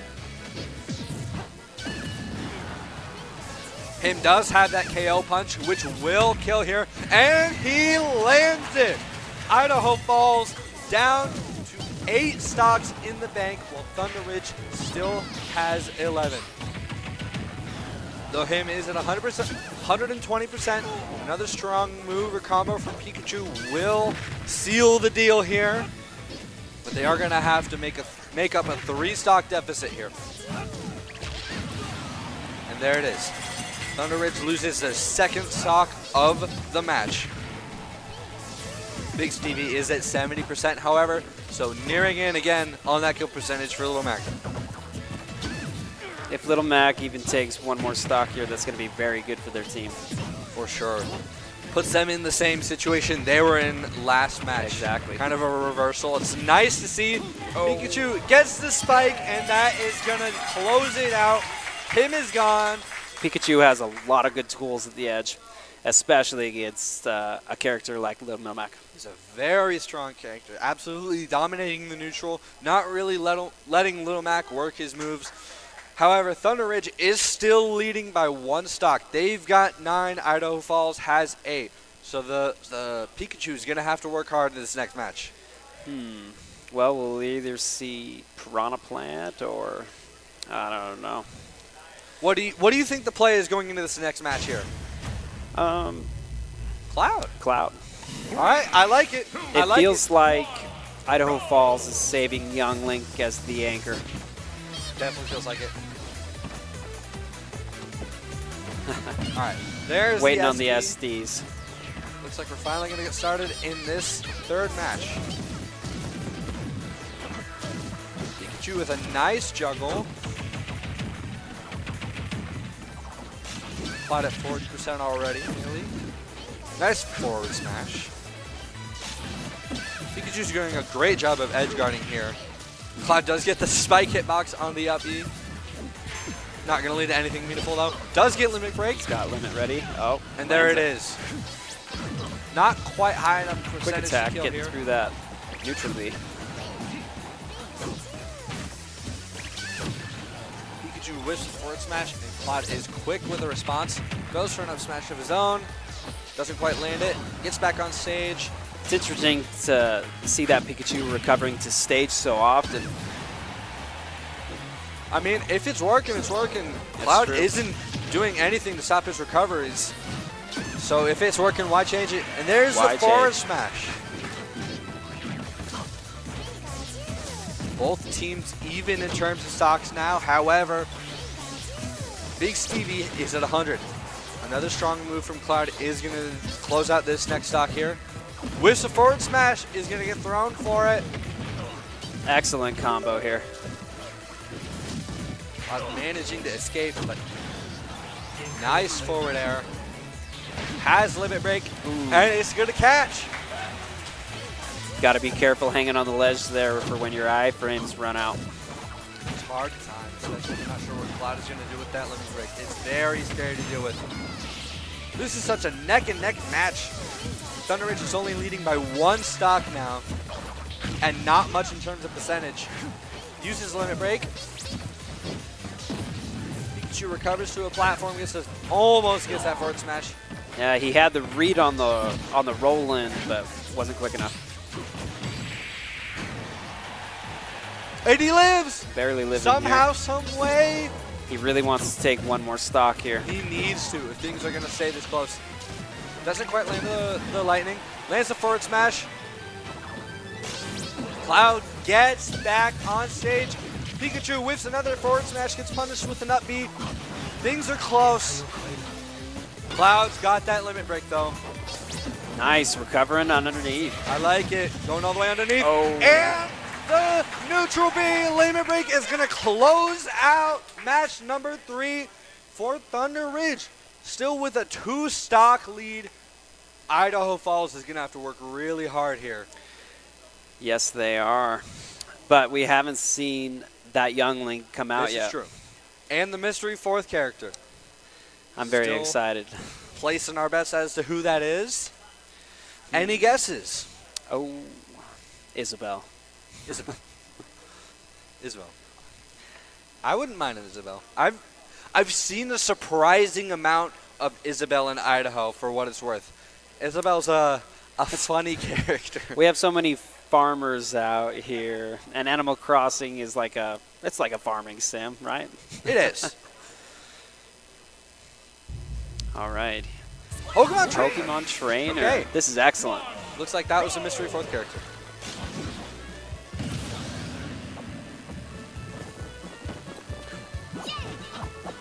All right, looks like both players are starting off here.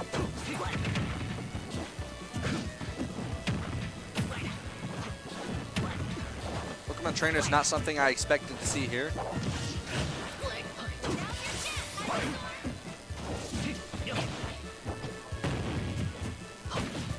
Both players just kind of trading blows, not really landing much. Seems like Burley just beat Rigby. They'll be moving on to the semifinals. It looks like they are going to be facing Boise High School soon. Okay. And I believe the winner of that will move on to grand finals. Exactly.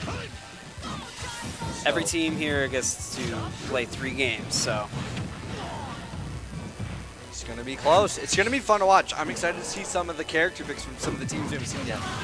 Charizard eliminates Cloud's 2nd stock. His 1 remaining.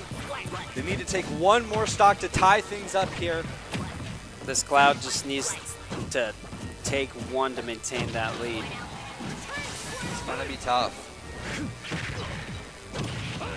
All right, 100%, so definitely within kill percentage, but Cloud is nearing in on that number as well. Has limit break, gets thrown.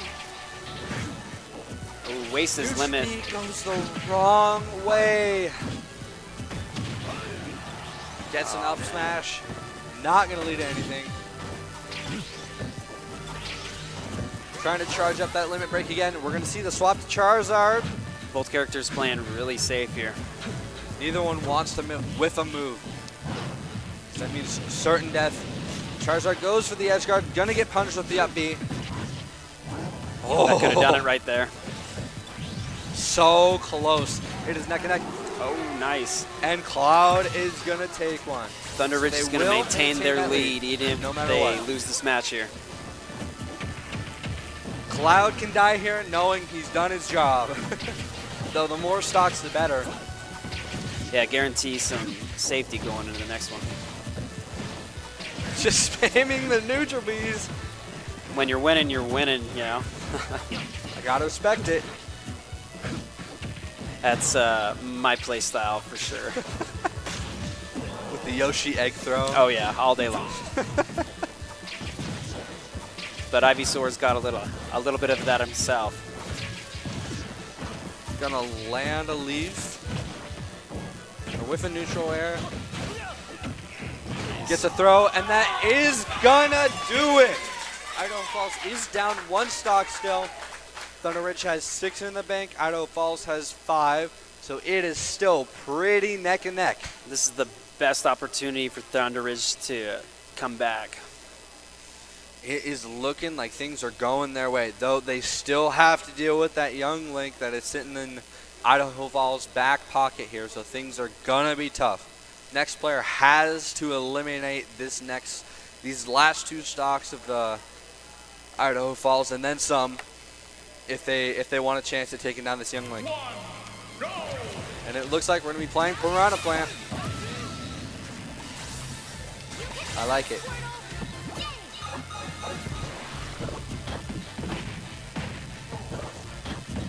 This is an interesting, well, any matchup with the Pokemon Trainer is interesting. Getting access to the 3-hole movesets. Yeah, 3 characters for one. You gotta notice. Ooh, and a shield break early. Ooh. Gonna get a nice conversion and immediately kills, getting a 2-stock lead in this match for Thunder Ridge. The Poison Cloud to guarantee the kill there was great. It was nice play by Turbo. Gonna get a jab of his own there. It's thrown off stage, but he gets back. It's Piranha play it. Drag down neutral air to jab. Fishing for another shield break. Boring says, no, I know what you're up to. Not gonna let it happen again. Gets the up air. Turbo is in kill percentage here, though he does have the fully charged down B. And Ivysaur loves to kill off the top. This is one of the smaller stages. It's Battlefield. This is small Battlefield. Yeah. Small Battlefield. So it is a relatively small blast zone. Both players trading blows.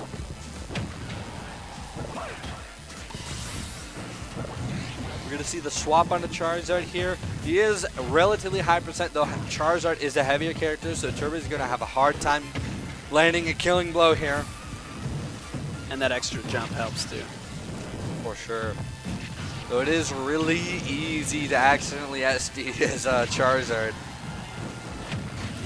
And he's going to tie things up.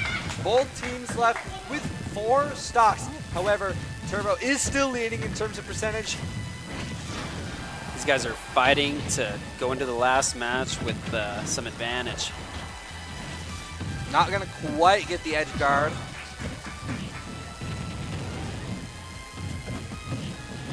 Only a couple more hits from Turbo is going to close it out here. Though Charizard does so much damage that only a couple more hits from him are going to do it. Oh, misses the Flame Blitz. Whiff punish wasn't there. Not quite. Oh, Patui. The spike ball. Such a safe option. Thunder Ridge is still maintaining their lead. 1 stock ahead. 4 stocks to 3. This is close. This is a nail biter. Although this Young Link player is phenomenal. This is true. He anchors for a reason. I'm excited to see how this last 2 matches hopefully are going to go. Can Thunder Ridge pull it off and bring us into a game 3, or is Young Link going to take it all? Oh, man. My money's on Young Link right now. You think so? I think so. His level of play is up and above. I believe in Turbo. I'm a Turbo fan. If he could just take 1 stock here, that'll help a lot. Oh, absolutely. 1 stock going into the final character for Thunder Ridge would mean everything. Both players playing insanely safe. There's a little poison cloud. Good combo there. Patui doing a lot of work for him. Absolutely. Young Link's having trouble dealing with all the zoning tools that Piranha Plant has, surprisingly. Both characters just trying to play safe from distance.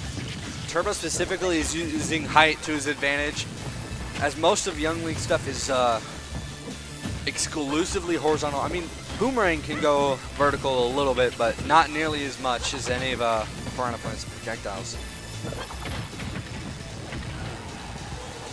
Still, both players just trading blows.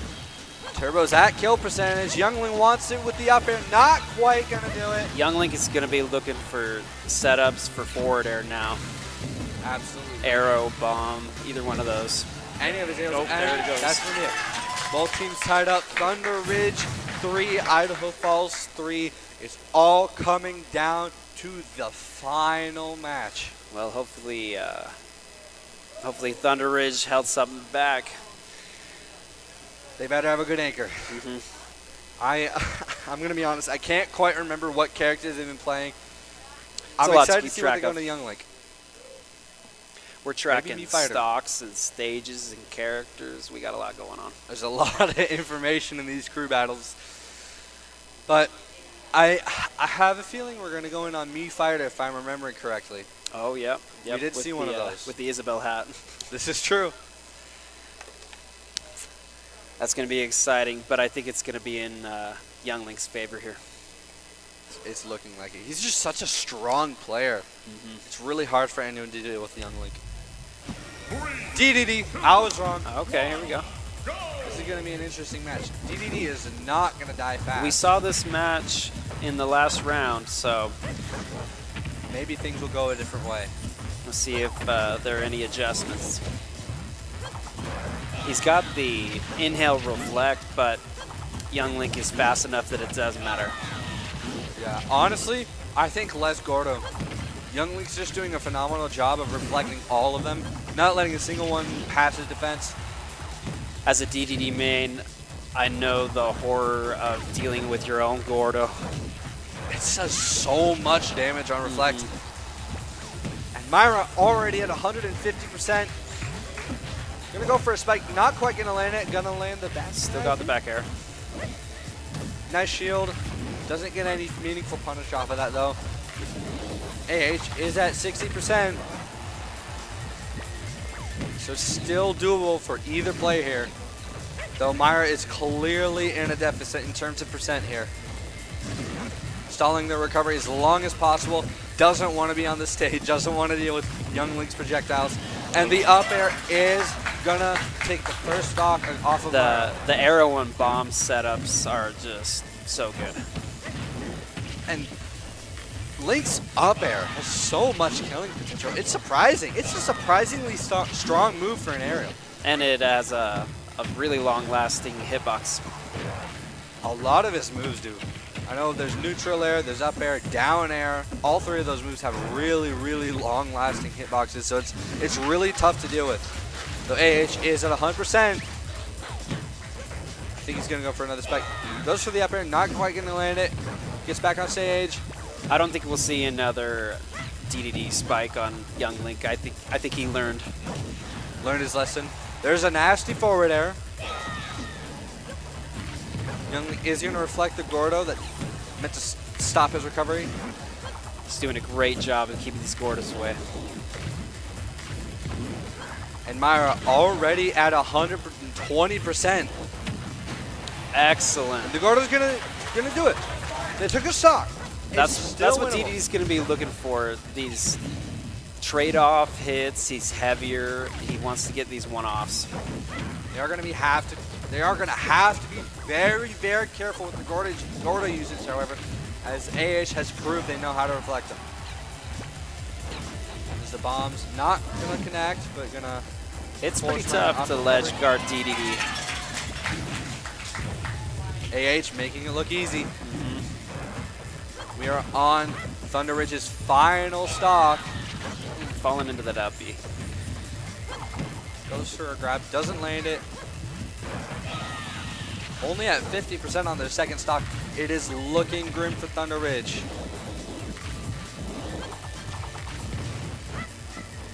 Nice arrows. Smire off stage again. Doesn't quite land the edge guard. The up air is going to connect. It gets the Gordo to reflect. Nice boomerang. DD gets the up tilt. Goes for an up air. Doesn't quite land it. Gets a forward throw. Oh, rocket hammer doesn't quite connect. That move has an intimidation factor to it. Oh, absolutely. Youngly gets hit by the lingering Gordo.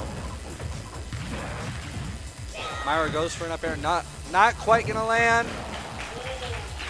Both players at kill percentage, so AH does have another stock in the bank. Goes for the Gordo instead of a spike. Oh, the bomb saving him there. He makes it back. What a recovery. That was an excellent choice, holding on to that bomb. Gonna close it out. Idaho Falls takes the set and the match 2-0 against Thunder Ridge. Congrats to Idaho Falls. A bunch of really, really strong players from that team. Though I gotta admit, Thunder Ridge had some impressive players of their own. Yeah. Both teams looking strong. I was really glad to see the Little Mac taking as many stocks as he did. He was him. I love Little Mac. It's always nice to see an underdog like that have a good run. For sure, for sure. Well, congrats to Thunder Ridge as well. Absolutely. And I believe that puts them in grand finals, if I'm not mistaken. Idaho Falls, yeah, I believe so. Yeah. So to be a recap of our Valerant. And here we are with the bracket. So yeah, Idaho Falls is going to be moving on into the finals. Thunder Ridge, however, still going to take either third or fourth, which is a respectable placing. Out of all the schools, third or fourth is still really, really good. With as many teams as that participated this year, yeah, that's a great finish. Absolutely. However, after this, we're going to be moving on to our grand finals match. So we're gonna throw it a little bit break, and then we'll be back with Smash Bros. High School Idaho State's grand finals. So we will be back.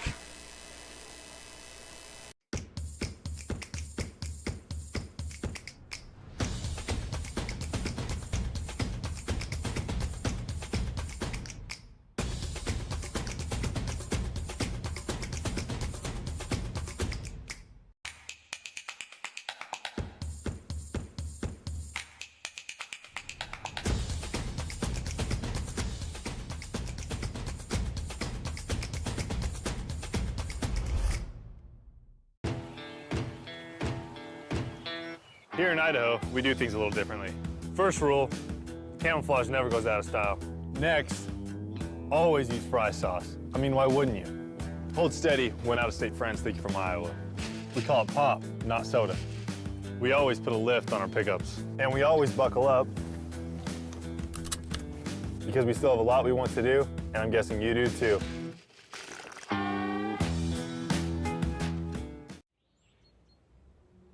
Once there was a traveler whose feet never left the ground. With only his mind as his map and his senses his compass, he raced into the great unknown. Armed only with the speed of legend.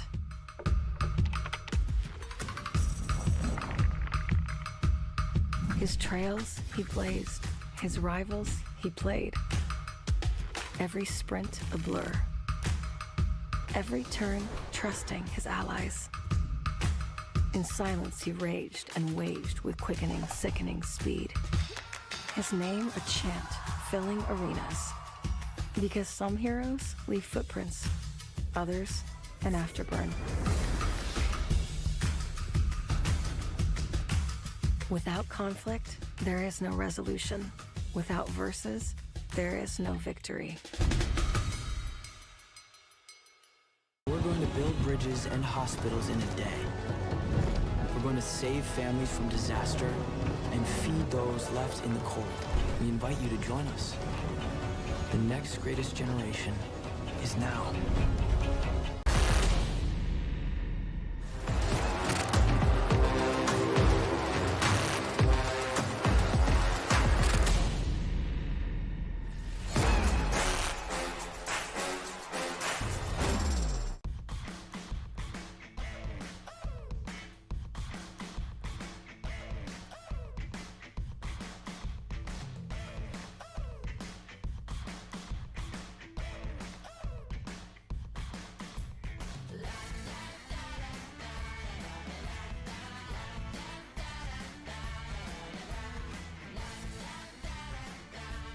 Idaho's Central Credit Union, looking after your daily balance. It's the end of a good day's work in Idaho. Time to punch out. Time to check in and catch up. Time to remind ourselves that what we work for isn't a paycheck. It's to make the good things we have even better.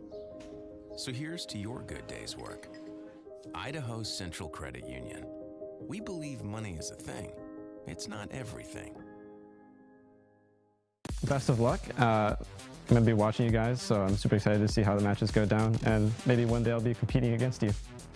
So looking forward to it. Good luck. I don't know. I'd say don't get nervous. Understand that everyone's there to do the same thing, and so just doing the best that you can, no matter what that is going to be the best outcome for you. I mean, good luck, obviously. Give it your best, and know that there's always more afterwards. I know sometimes we feel like it's the end-all, be-all. You know, it is win or go home, but I do think that there is more to esports than just the competition itself. I'm most excited about trying to win, trying to do my best, and hopefully get in a top 3 at least this year. Just playing specifically offline is going to be really fun, and I think a lot of the players here are like really friendly, which is nice. So it's going to be pretty fun no matter what happens. I'm excited for playing offline specifically because it's fun to put a face to the player on each team and like meet them in person. I think it's really cool to come together in person like that. In person, it's a lot different play style to play in person, and I think it'll be a lot more competitive and fun.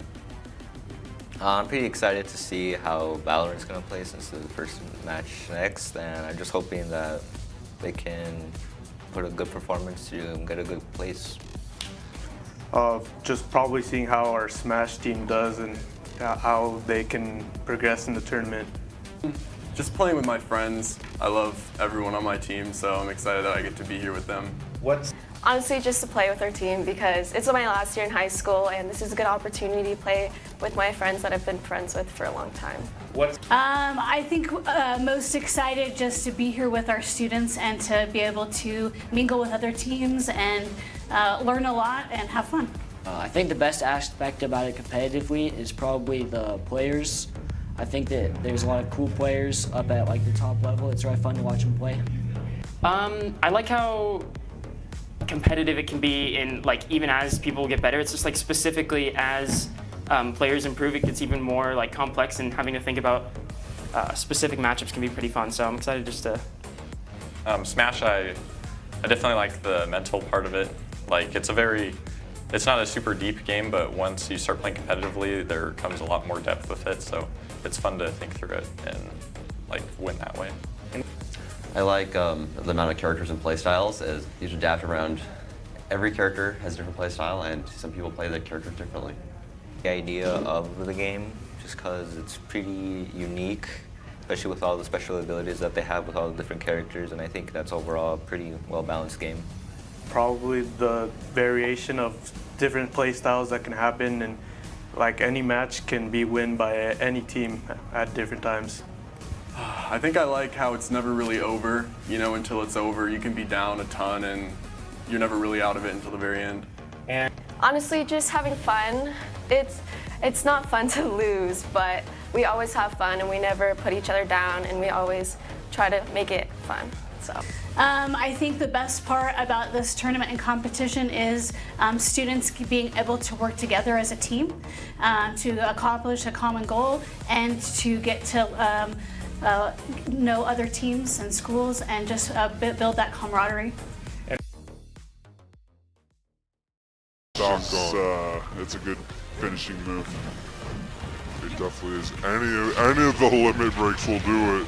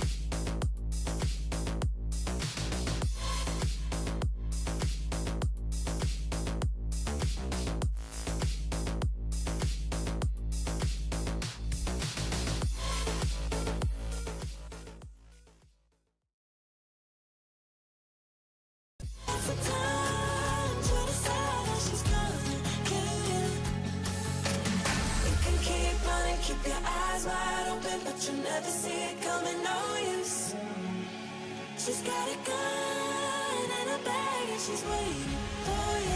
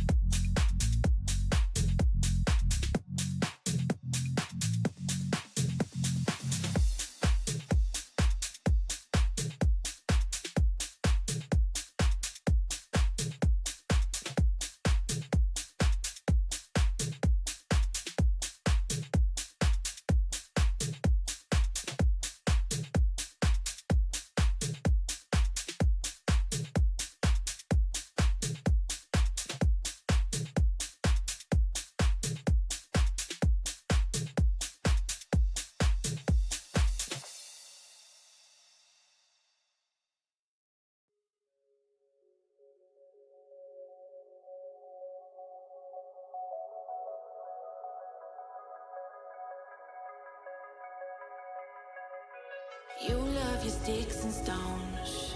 You throw them my way to make a point, but I don't have hollow bones, so you'll never take away my voice. You used to be like home, but now the whole place is so destroyed, and I'll survive on my own. I'm stronger than when I started, even through all the times I hit the ground.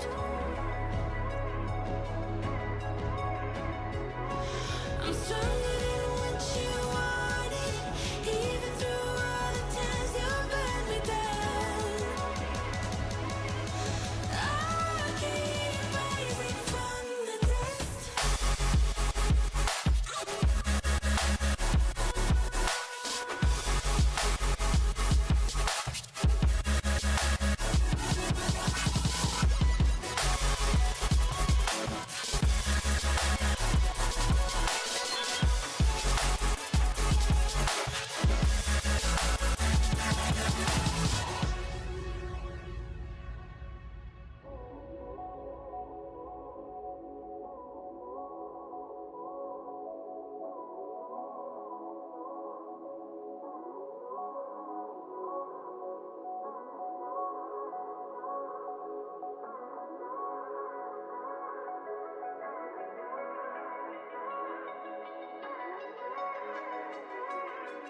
You used to always say words that were laced with poison love, and you thought I'd always stay.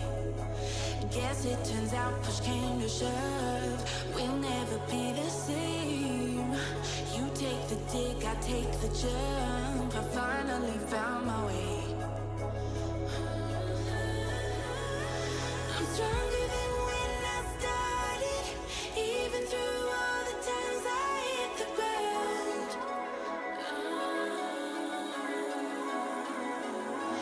I'm stronger than what you wanted, even through all the times you burned me down. I'll keep rising from the dust.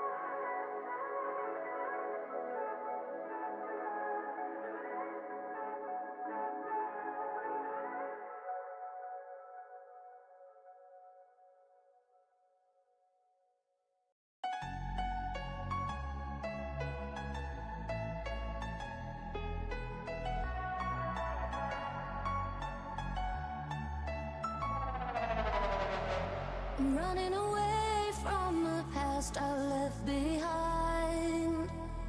I'm looking for answers, but I'm blinded by the light. I'm lost in the music, and I stay here for the night. I promise I'll be gone in the morning, out of sight and out of mind.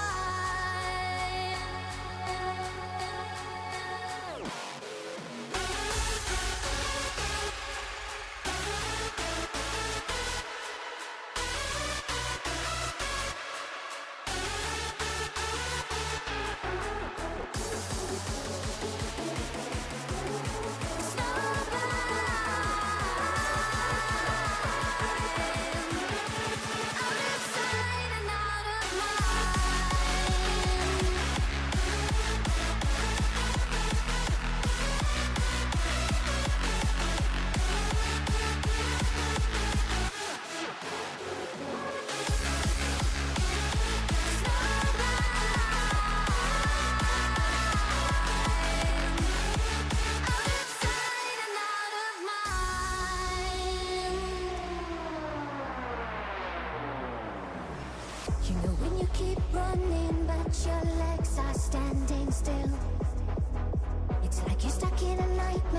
but you keep doing it for the thrill.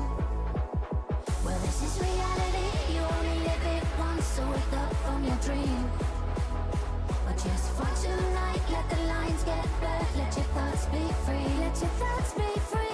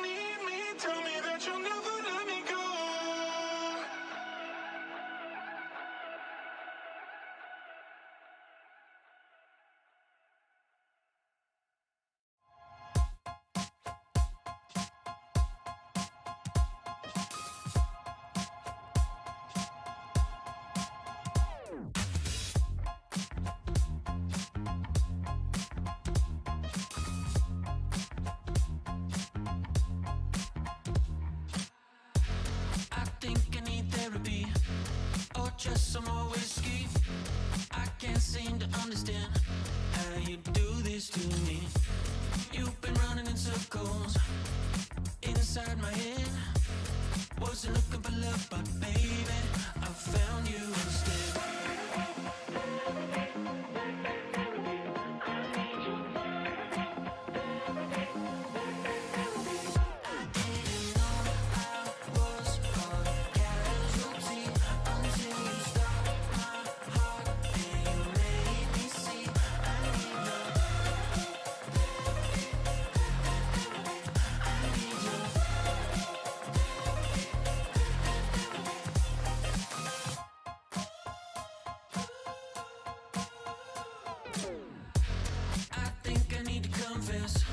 Saw you in the red dress. I can't seem to understand how you got all that finesse. Still been running in circles inside my head. Wasn't looking for love, but baby, I found you instead.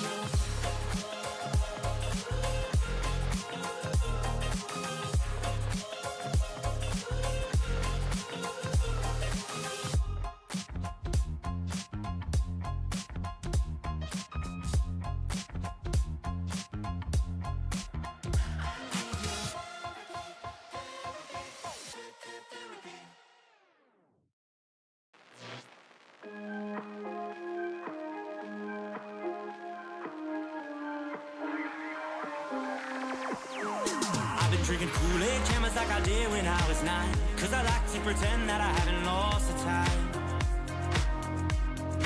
In the end, the nostalgia, though it tastes fine, I can only drink a couple cause it feels like a lie. We'd play Halo and we'd lay low in our basement until the sun began to rise.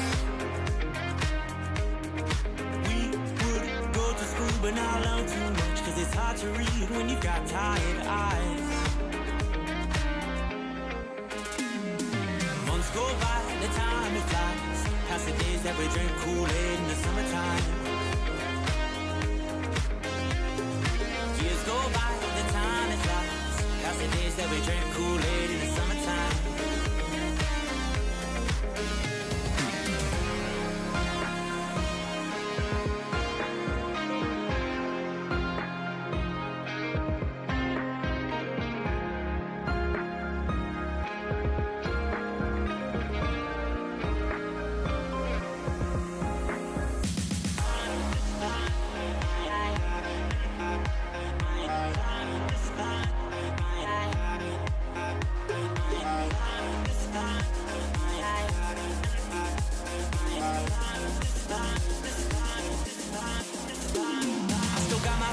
They've been with me for some time, and it's nice to know that they still by my side.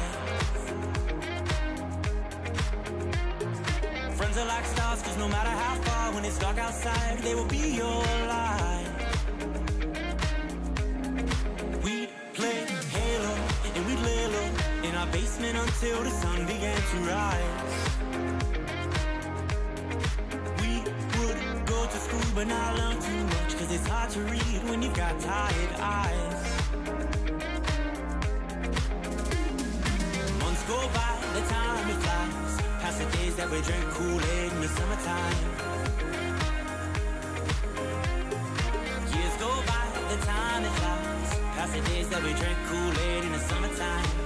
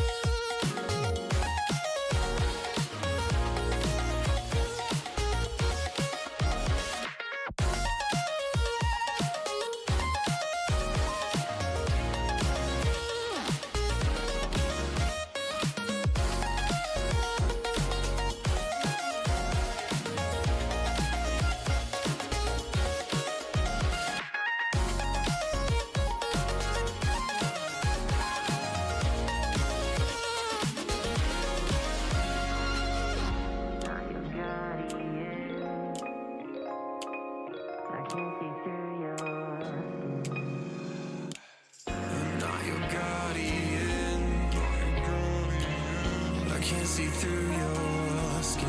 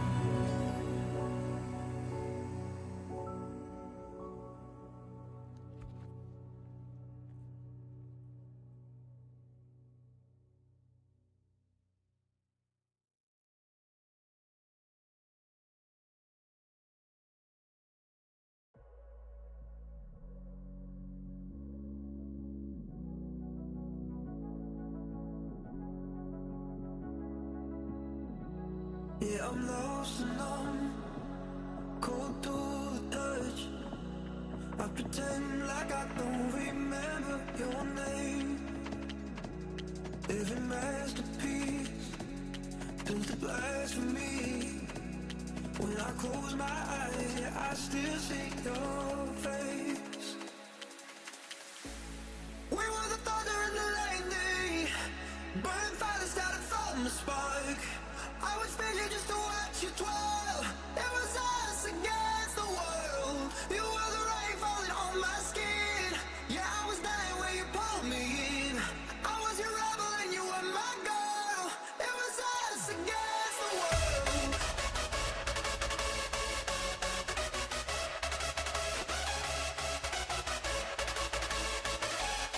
It was us against the world.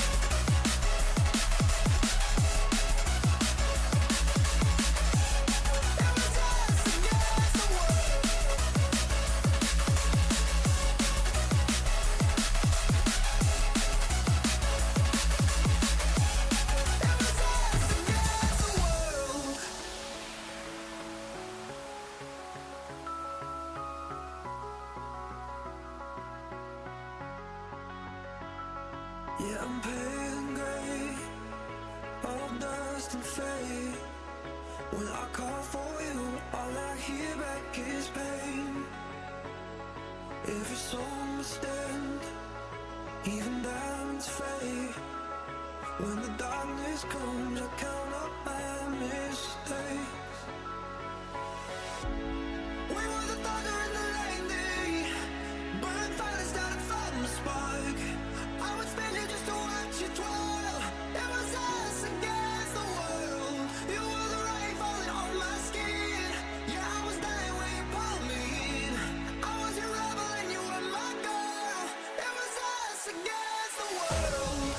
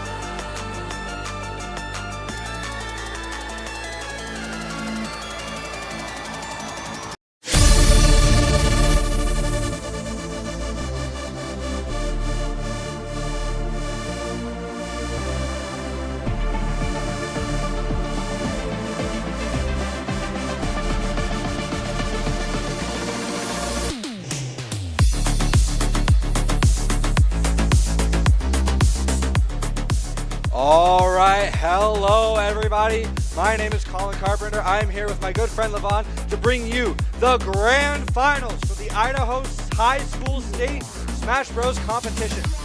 On the stage, we have Boise High School versus Idaho Falls High School. Both very, very solid teams. This is sure to be a very close match. Levon, going off of what we've seen previously in this tournament today, what do you think is going to be the deciding factor to decide this match? I think the deciding factor is going to be if Idaho Falls can figure out the Inkling matchup. Definitely. I think the Inkling has been a strong pick for Boise High School, taking a lot of stocks. I heard in their last match they took a straight 11 stocks in a row. That's the sign of a really good player. Burley only lost to the Inkling player, so it's going to be wild. Yeah. So are we feeling that the general strategy is put out all our other players and then save the Inkling for last, or that seems to be their strategy so far. All right. And what do you think in terms of stage picks we're going to be seeing? I don't know. I don't think it's going to make too big of a difference here. Is understandable. I think we're probably going to see something with a generally smaller blast zone, just because both teams love playing characters that kill off the top of the stage, so they want to get that as early as possible just to get a nice stock lead. But we will see how it goes. Both of our teams are getting set up right now. I personally can't wait to see how these matches go. It's going to be a nail biter. I think so. I hope we get to a game 3. That would be awesome to see. I don't believe we've seen one of those, at least on stream yet. It's been a fairly consistent stream as 2-0s. Mm-hmm. So this is definitely going to be a very exciting match. Hopefully we see some interesting character picks. And here we have Doc's keys to the game. In state championships, set your play style. Never underestimate your opponents. If it's not working, change it. And most importantly, have fun. Doc's keys to the game are brought to us by Drop-In Gaming. Drop-In Gaming is the premier online platform for gamers who seek competition. Play your favorite games to win cash and prizes through free and paid entry matches and tournaments. Whether you are new to the scene or a seasoned veteran, Drop-In Gaming has the right games and competition for you. To begin your competitive gaming journey, sign up at dropingaming.com. Big thanks to our sponsors. So going off of Doc's keys, I think the big thing for Boise is to never underestimate their opponent. So they may be coming in confident off of their last win, but it is important to never underestimate the power behind Idaho Falls. We saw them. They have a really solid lineup of some really good players. If I'm not mistaken, they had the young Link. I agree. And that's the matchup I'm most excited to see. I'm looking forward to it as well. We saw that young Link just absolutely controlling the flow of those matches, so it's going to be interesting to see how this plays out. Looks like we'll be starting on Bowser versus Pokemon Trainer. Definitely a bit of an interesting matchup. An easy Pokemon 40%. Trainer, you essentially get 3 characters in one, 3 different play styles. And I'm excited to see the Charizard come out against Bowser here. For sure. I think we'll see mostly Squirtle, just because Bowser's easy combo food. This is true. However, Charizard does have that kill power. Bulbasaur has a fair bit of it too, and we are on PS2. So there is opportunity to kill off the top of the stage as Bulbasaur here. But it's going to be a little tough. I don't think we saw Bowser in the previous match with Idaho Falls. I believe you're right. It's a new pick, but a welcome one for sure. Charizard going for the up throw, not quite going to get a kill. Even landing on the platform and get it.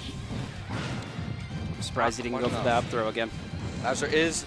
Oh, the gift with the fire is not enough mashing on that up B. Stock for Idaho Falls. Bringing it right back. Boise bringing it right back. We are 11-11, neck and neck, even on percent. We're going to see the swap back over onto Charizard, getting a nice couple of hits for an easy 50% on Bowser. 70. Goes for the down air, but gets punished by getting hit off stage. Charizard just holding shield, very smart there. The back air, knocks Bowser off stage, goes for the fire gift again, and he's gonna land it again. 0 to death from boring. Definitely not boring gameplay there. Josh is on his last stock here, the first match. Now, I wonder if we'll see any Bowser sides tonight. Bowser bomb would be really funny. Yeah, Bowser's side B can fall off the edge, so I wonder if we'll see any suicide kills here. The one thing with that, though, is I believe he usually dies first. He does, for sure. So at this point, it's not really worth going for because Boring would still be up 2 stocks here. You're right. It might not matter though. Boring is looking to clean things up right here, right now. Gets a Good nice whip up air. punish. That's at 180% on his last limbs here. He's got to make something happen. There's the down throw, I believe. And the up air to close things out for match 1 in favor of Idaho Falls. They have a 2-stock lead going into game 2 of this grand final set. Now, this is what we've seen in the other matches, is that Boise will go into a deficit and then bring it all back at the end. It's been working out for them so far. However, that young link for Idaho Falls really makes me doubt the strategy here, because both the Inkling and the young link are very, very solid players. They've put on a show for us up here. For sure, it's been very exciting. So I'm hoping they play each other. It might not happen, but that's the matchup I'm sure we'll see that. Good. That's the matchup I'm looking forward to. And maybe some new characters. Like we saw Bowser. We haven't seen a Bowser all day yet. Yes. Do you anticipate any sort of roster or character selection choices from either of these teams? I mean, they all have more than 4 players here, so we might see totally different players in the different sets. This is true. I am confident, though, that they're going to leave in the Inkling and the Young Link. Oh, for sure. Those are serious contenders for the most strong players here. Yeah, so definitely. I'm excited to see how things are turning out. Looks like we're just getting set up for our second game. There's the fist bump in the background there. Looks like we should be going in any minute now. And here we are, Meta Knight. Another pick we've seen earlier in the day.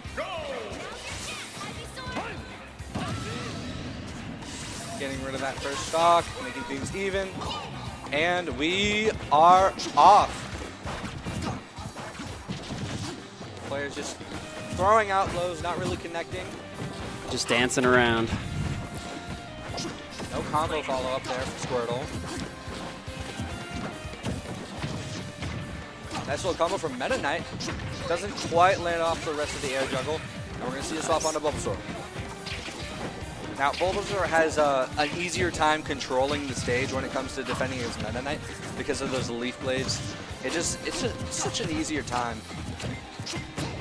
As long as you can keep Meta Knight out. He is a little hard to hit with his smaller hurt box, but For sure, and he's very fast in the air. He's one of the faster characters in the game, if I'm not mistaken. He's gonna, oh, nice down air from Bulbasaur, denies the combo, gets a back throw, and up air almost. That Ivysaur up air is excellent. It's a scary move. If you're not expecting it, it kills way early. And there it is. Ooh, there it is again. Got to be careful on those platforms. The drop down aerials are scary. For sure.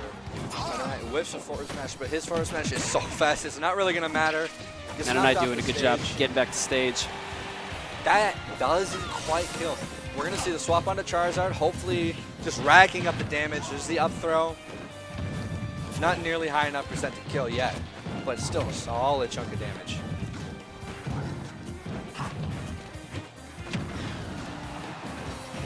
Nice hit from Meta Knight. Not going to land the up air. Almost. Not quite there. He's going for the flame grip. Meta Knight gets back on the stage. Doesn't follow up on the whiff. Knock Charizard up in the air. Doesn't quite follow up. Whiffs a side See if he beat. gets that whip punish. There we go.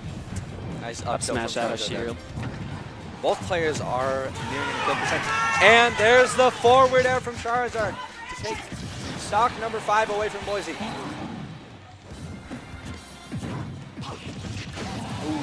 And we're right back at it with the up smash. Second stock taken away from Idaho Falls. Both players are at 0% once again. Meta Knight is going to have to work hard and take at least another stock or two if he wants to leave his team looking good for the next couple of games. Almost finished him off with that up air, up B combo. It's close. Nice smash attacks from the Bulbasaur. Doesn't quite land the back air. Great usage of that lead play, just kind of forcing Meta Knight to slow down, get off me. Nice get off me tool. And we're right back on Charizard. Meta Knight is at 100%, so he's definitely killable for Charizard here. Oh, and wow. the Flameless is gonna close it out. 6 stocks taken away from Boise. Only 2 taken from Idaho Falls.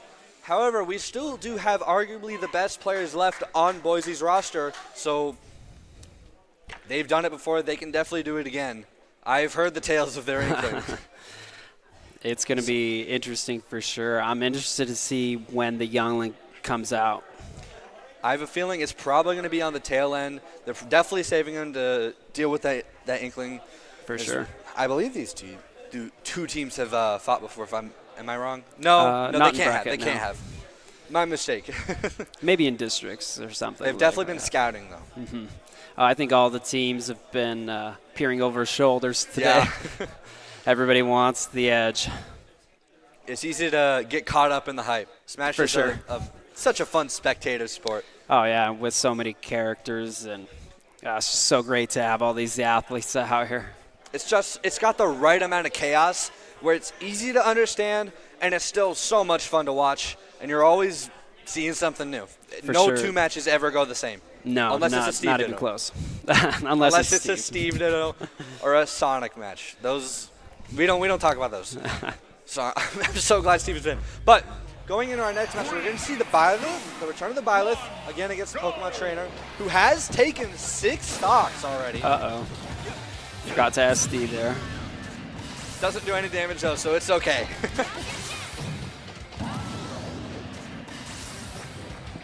All right. Match number 3 of set number 1 of our grand finals. We are off. Nice combo for an easy 50% from Squirtle there. Doesn't quite get the edge guard. Swap is going to get him out of that combo. Seems like he's quick to swap off Squirtle. I mean, he's been racking up the damage, and just like that, stock number 7 for Boring. Definitely keeping things exciting here.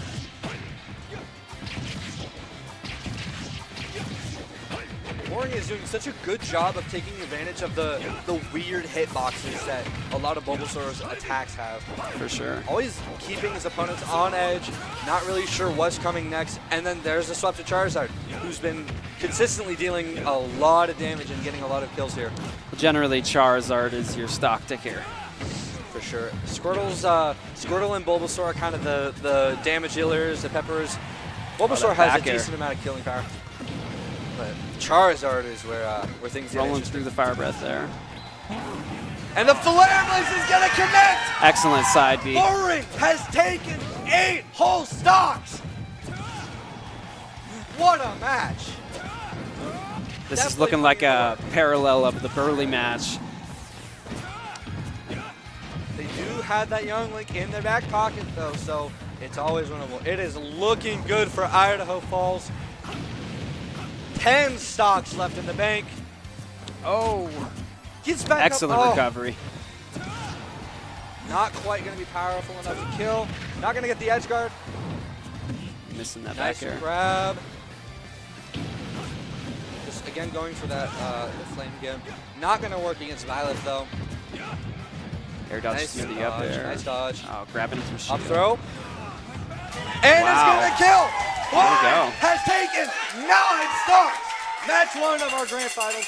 This is insane. This is wild. Now, if you're Boise, you're panicking. However, I don't think Boise they do is have panicking at all. their ace in the hole, card up their sleeve. They have that Inkling player, which I am near positive is going to be coming out next. This They is are gonna a have to mirror image of the Burley match. The first Burley player took the same amount of stocks here, and they still ran it back. It happens. However, Idaho Falls has 10 stocks and some really solid players left in the bank. We'll see I how still it think goes. it's going to be close. It's going to be really, really close. I think we're about to be blown out of the water by this Inkling. I'm looking forward to seeing how it goes. Looks like all of our players are getting set up back behind us. Just Probably some nerves on the side of Boise. If you're the anchor, all the pressure is on you. I mean, we've seen it happen before, though. The Inkling can carry. So we'll see if the tale repeats itself or if Idaho Falls is going to take set 1 of our grand finals here. I'd love to see it. I really want to see a game 3. It would be a spectacle. Well, we want to put on a show for everybody here, don't we? Absolutely, we do. So we've seen the Pokemon trainer from Idaho Falls, and we know they have the Young Link. And it looks like we are going to see Diego on the Inkling. It is time. He's going to SD. Getting ready for potentially, but probably not, the last match of this first set. I expect it's going to go on past this. Both players just kind of throwing out moves. Squirtle with a nice little startup, but doesn't quite get a combo off of it. Both just throwing out hitboxes. There we go. Diego with a nice combo of his own and a berry. Not enough damage to keep him in there. No confirm. Nice forward air, gets him off stage. How the tether grab gets him back on. Nice bomb. Oh, he wanted that spike. He wanted that spike. And Boring already at 120%. That's gonna be the last stock for Boring. However, Idaho Falls still has 9 whole stocks in the bank. 3 more characters to go. I can't imagine what it's like for that Inkling player to hold his whole team on his shoulders. It is a feat. He makes Sisyphus proud. I'm excited to see how the rest of this match goes. I'm especially excited for hopefully Inkling versus Young Link. That is keeping me on the edge of my seat. We're gonna see a Sheik. Okay. Oh. I'm thinking we had some, maybe a name choice or something. Something went wrong. That was the quickest match ever. So you're probably right. It probably was a wrong name choice there, which happens. It's annoying, but unavoidable. Basically, at a bigger tournament, you're always gonna have someone mess up their name. And these players, I'm sure they've got nerves and all sorts of things going on. Up there on the big stage, it's nerve-wracking, but it's really fun. And it's the Young Link versus the Inkling. Okay. It's the match. All right, here we go. The match we personally have been waiting for. Young Link with a nice bit of early damage, getting a nice easy 30% on Inkling. I think we're going to see a lot of this zoning. Oh, absolutely. However, Diego's found his way in and takes the first stock off of Makar, leaving Idaho Falls with 8 stocks left in the bank. Nice up B into up air confirm. Nice grab. He's gonna go for the edge guard with the bomb, not gonna land it. That's right, he's landing his projectiles. That's what he wants. He wants to keep Diego away and rack up the damage with the fire and the boomerang and the bomb. Rack it up, and then he's going to be searching for bomb, arrow, and boomerang setups to forward air. And up air. Up air is a really, really good move right now. Wow, one stock down. All right, he's taking the first stock off of Diego. 2 left for Boise. And Idaho Falls still sitting with 8 stocks. Young Link lifts those. 111%. Both players tied up in terms of stocks. Diego has a massive percentage lead. Not going to quite land the smash attack. Carr doing a great job. Missing that up, but B was a big deal. But he lives those. He lives those. Time to get up from the bomb, and the up air is going to take it. Idaho Falls, 7 stocks remaining. Now, if you're Makar right now, you need to take at least 1 more stock off of this Inkling to have a confident shot at winning this first match. It's doable. It's going to be tough.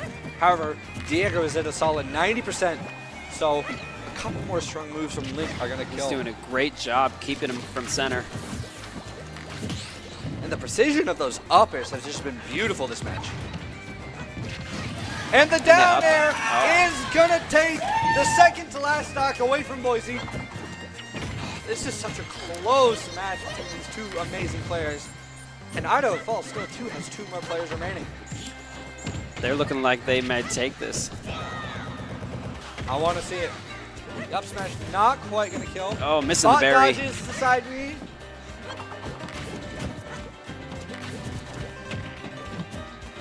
Young Link showing immense control of the stage and the neutral game. Nice confirming in neutral air. Another nice boomerang setup. Nice parry. Diego's at 98%. A lot of safe plays happening. And the forward smash, not going to quite kill, but racks up another huge amount of damage. Diego is at kill percent now, so one more strong move from Makar is going to do it. Almost lands a fire arrow on that one. Forward tilt. Into the bomb. Oh, missed his chance there. The back throw. Looking for back air to finish, but up B. Up B is going to close it out. Idaho Falls takes game 1, set 1 of our grand final. Wow. I'm impressed. I'm defying my expectations here. I'm impressed. I knew that Young Link versus the Inkling was going to be a matchup. They both showed up. They put on a show. Idaho Falls comes out victorious in game 1 of our grand finals. What a match. I'm surprised they didn't wait on that Young Link. It worked. It worked. They wanted to get their best players out right out of the gate with the Pokemon trainer taking, 9 whole stocks in a row, and then the Young Link cleaning up that Inkling. Playing your strongest players first is a very valid strategy if you know what your opponent's going to do. For sure. You can get rid of a lot of stocks really quickly. And now Boise's definitely on the back foot a little bit. They've been rolling their matches, so they're definitely feeling the heat a little bit. If this were you, what would you do to kind of reset mentally, prepare for the next game? Where are you at right now? I think that Inkling player is going to rethink that matchup a little bit, and maybe we'll see a character change. I would love to see some swaps. Maybe something a little more focused on taking out that Pokemon trainer, because the 9 stocks in a row on Pokemon trainer is we only saw insane. 2 characters from IF, so I mean that must be all they need. I wonder if we'll see the same strategy coming from Idaho Falls going into set 2 here. Just lead with Pokemon trainer again. I think it's the play. It clearly works against Boise's team. Mm-hmm. Unless they lead with that Inkling, then we gotta bring out that Young Link again. They quick. haven't done it all year long. They've anchored that Inkling. I mean, losing first match to Idaho Falls, though, maybe they have to rink their strategy a little bit. We'll see. Do you anticipate a change in the stage we play on here? Yeah, I think so. No more PS2? I hope not. Yeah. As much as I love the Pokemon music. What would you ideally want to see? I love small battlefield. I like the variety of music you can get on that stage. And I like the smaller blast zones, too. And you're going to get your wish. Here we are in small battlefield. Pink Ronin on Byleth versus Kirby Rose Meta Knight. Both players just trading blows right now, trying to get something started. Very tied up in percent right now. Kirby Rose hitting 50%. Gets back on the stage. Nice forward air. Goes for the up air juggle, not quite going to land it. Smart waits for the attack to be done. You can't underestimate the power of those Byleth smash attacks there. Oh, they're brutal. They're big, too. They're very predictable, though. So if you know they're coming, you can just wait them out and then play the punish game, which is what I anticipate. Meta Knight should be able to do that with the speed. I believe he has one of the fastest forward smashes in the entire game. So he's definitely going to want to play the punish. That was an SD. Unfortunate SD from Boise here. Putting them at 11 stocks. Not quite going to take the stock from Idaho Falls quite yet. Kirby Rowe just trying to rack up that percent against Violet before they get their stock taken away. Both players just kind of sitting in shield there for a second. And Pink Running is going to take that first stock from Idaho Falls. Doesn't land a confirm from the neutral air. Kirby Rowe with a nice little percent lead. Nearing in on kill percentage. Not quite there, though. Gonna have to work for it. He's doing a real good job playing safe. Absolutely. Like we said, he's just playing the punish game. He waits for Pink Running to throw out those big special moves, and then it's his. There's that F smash.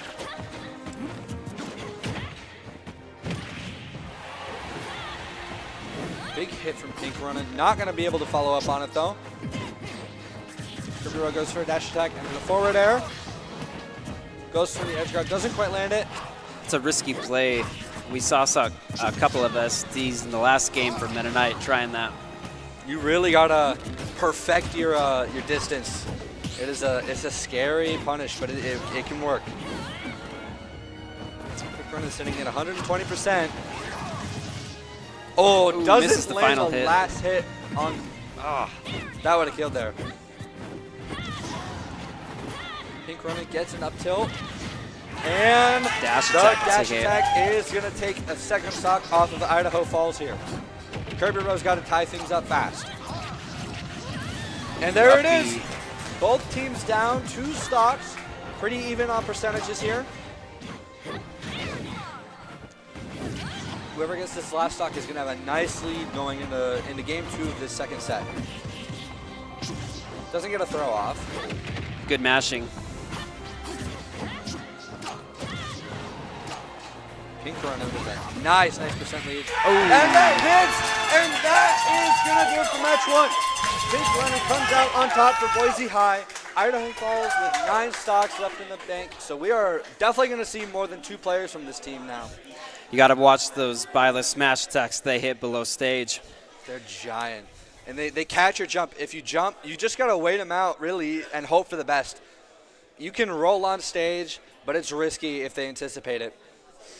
Yeah, you're always looking for the reads, but wow. Very close first game. I'm excited to see what Idaho Falls has in store with the rest of their character picks. Mm-hmm. Oh, let's see. The Byleth pick is also a very solid choice there. I'm surprised we didn't see the Pokemon trainer on the side of Idaho Falls there, just kicking it off. No, maybe they're changing up their starter. Just get some more players some play time on the big stage. I think everybody's playing to win here. For sure. That's what you got to do. It's grand finals for a reason. We are here to win it.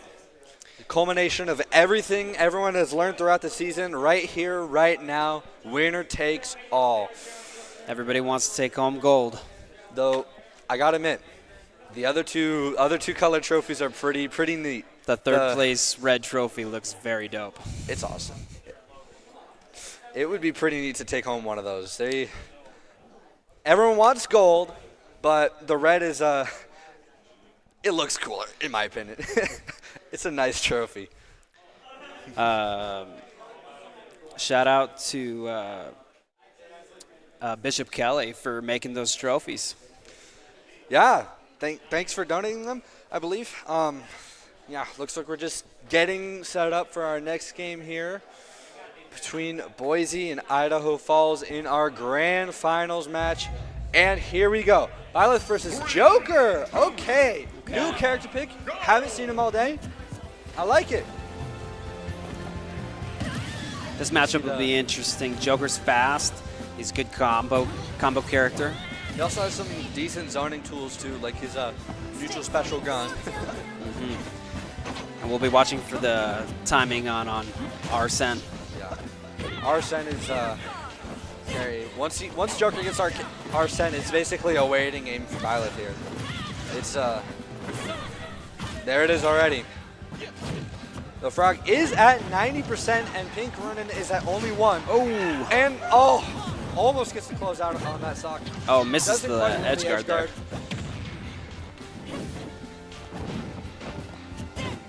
Frog again missing the edge guard. It's a decent amount of damage on a Pink Ronin, however.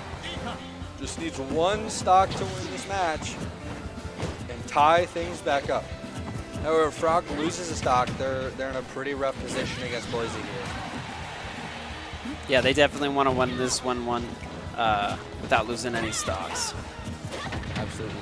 Even just down 1 is devastating throughout the course of the rest of the match. So they're going to do their best. Living at 160%. Oh, nice lands counter. the counter, gets Arsene out, lives off stage, gonna land the projectile to prevent the edge guard from happening. Pink Ronin at 120%, and he lands the dash attack. Is it gonna be enough to kill? Not quite, doesn't get the edge guard. Both players at kill percentage. Next hit wins the game. It's a nail biter. Both playing safe, looking Gets for the their parry setups. into the dash attack. Not quite enough. Gets rid of Arsene. With the up tilt. And that's gonna do it. Pink Ronin takes the stock off Frog. So no matter what, Idaho Falls is going to be in this next match down at least 1 stock, which is not somewhere you want to be. Finishing it off with Arsene there. Pink Ronin living to nearly 200%. Yeah, he was doing a great job there. The DI is immaculate. I don't know how he lived half of those hits. Being prepared. You don't see that every day. No. Close matches. Idaho Falls will be going into our next game down 1 stock against Boise. So we are going to see another new character from Boise. Do you anticipate any character swaps from them, or do you think we're going to see what we've seen already from them? No, I think we'll see a couple new characters. Any predictions? No, I can't remember what they played last game, so I'm still got my fingers crossed on back to Pokemon Trainer. There it is.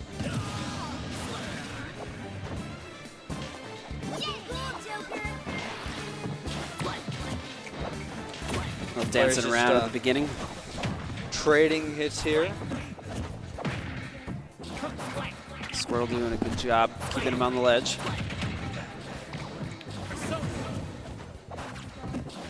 Has a nice percent lead already, though. Arsene is out. Squirtle just doesn't care. Not playing the avoid game. He's going for that edge guard. Wow. The triple water gun. That was tough. Arsene actually hurt him there. He would have tethered if he wasn't in Arsene. Very smart plays from Boring Hour.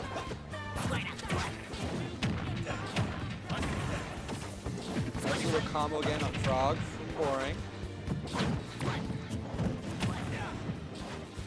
Both players even and we're going to see the swap onto the Bulbasaur and the up air. Ooh, the up B. Not killing quite. Oh, how is Frog alive? And the up air is going to do it. That'll do it. Evening it up. Now, if I have my calculations correct, Boise still has 9 stocks left, whereas Idaho Falls has 6. So it's still going close. in Boise's favor right now. And they've got that Inkling to anchor on. They do. It's scary, scary character. We'll see if the youngling can do it again. Yeah, Idaho Falls definitely on the back foot. I'd anticipate they're saving youngling for last this time around. Or just as a response to Inkling. For sure. I think that's the play. See Boring versus Laliette. We haven't seen a Corrin yet. That's an interesting pick. Yeah, it will be interesting. They've got some interesting mechanics. The stun projectile is a little goofy, but it's funny when you land it. Boring just nasty with the combos, getting a nice percent lead of nearly 100. Probably going to close it out with Bulbasaur here soon. 120% to 0, and there's the swap onto Bulbasaur. Probably fishing for an up air. A relief blade. Doesn't quite get the edge guard. Oh. And there's the Read the forward neutral smash. get out. Naruto falls on 5 stocks remaining.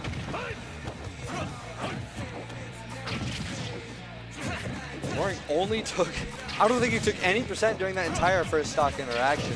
Absolutely insane gameplay there. Wow, he's doing a great job here. Great spacing. Definitely. Really good at getting him on the platforms with that up air.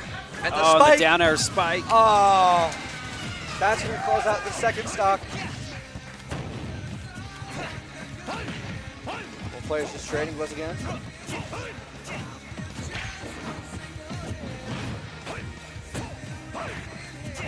No, just trading blows. Nice neutral air from Boring.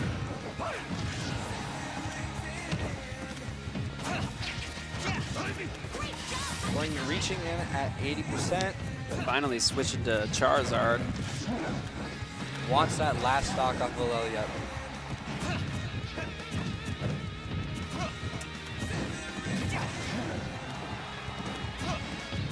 115%.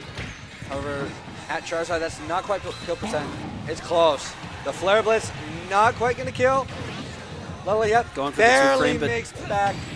And the forward smash is going to close it out. What a showing. Pokemon Trainer is really doing a good job today. Another one of those carry picks here. So, if I'm not wrong, Idaho Falls only has 3 stocks left. Which means Young Link needs to take 9 on his own. It's looking rough. That's going to be a tough... rough. Yeah. So he's going to have a rough time of it, but... I mean, he beat that Ink Linking, so... He did. It's definitely doable. If there's a will, there's a way. Anything can happen in grand finals. Oh, this yeah. is the time, the place to make anything happen. The So, reverse 9-0. it would be something to see. I want to see it. I'm cheering for it. I'm rooting for it. Am I expecting it to happen? Maybe not. But either way, it's been an amazing game so far, and I'm excited to see what we have left in store for us. For sure, this is almost a mirror of the last match. Yeah. Boise went in with 9 stocks to their 3 on the last one. It's definitely interesting to watch happen. Looks like our players are just getting set up for what could potentially be the final match of tonight. Well, not tonight. The final match of this set. We got a last match to go. I'm looking forward to it. 3, 2, 1, go!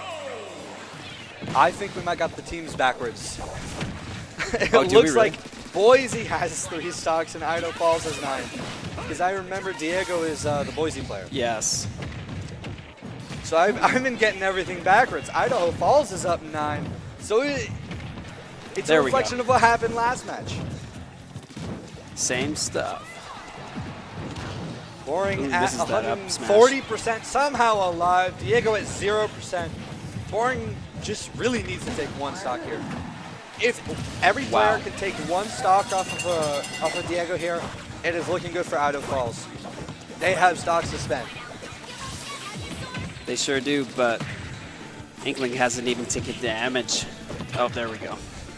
A measly 5%.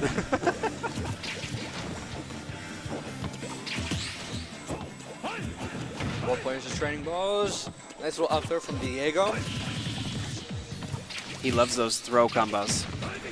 Absolutely. He's times the starts absolutely perfect. Into the up air juggle. Not going to land the bomb. Goes for the side B, doesn't quite land it. Boring really needs to get some sort of offense started here. Yeah, he's really just on defense. think he needs to utilize those projectiles a little better. Even if it's just to force out the shield from Diego to set up a Thornmax stock. And there's another stock taken off of Idaho Falls. And we're going to see the Charizard. No, the Squirtle. A big damage dealer. Nice little combo for a nice 40%. There we go. All right, all right. Using the speed. Nice throw. Looks like the neutral B was faced the wrong way, unfortunately. Swap on the Bulbasaur. Honestly, the Bulbasaur has not been working in Inkling here. I would say the play is swap on the Charizard as soon as possible. Or keep working with that Squirtle. That too. The combos are nasty. On kill percentage, both players at 90%. We really just want to see one stock taken here. It's not looking great for Boring. Doesn't set up for the up throw. And the up smash is going to close out the Pokemon trainer. 3 stocks just like that. Diego makes it look easy. It's insane. Idaho Falls still does have 6 whole stocks, 2 new players to work with, one of which is definitely still the young Link. Do you think they'll anchor him this time? Or Honestly, I think they want the next player to take as much off of him as possible and send in young Link as the anchor to clean up. That would be the play. If you can send young Link into that matchup at an advantage, that puts you in such a good spot, because the match we saw between those 2 players already was so incredibly even. You need to set yourself up for any possible advantage you can potentially have. Exactly. That's where we see that team play here. Pikachu. Even just 1 stock here from Big Stevie would be massive for Idaho Falls. Still, both players just kind of throwing out hits. Another up throw. Doesn't quite land the up air.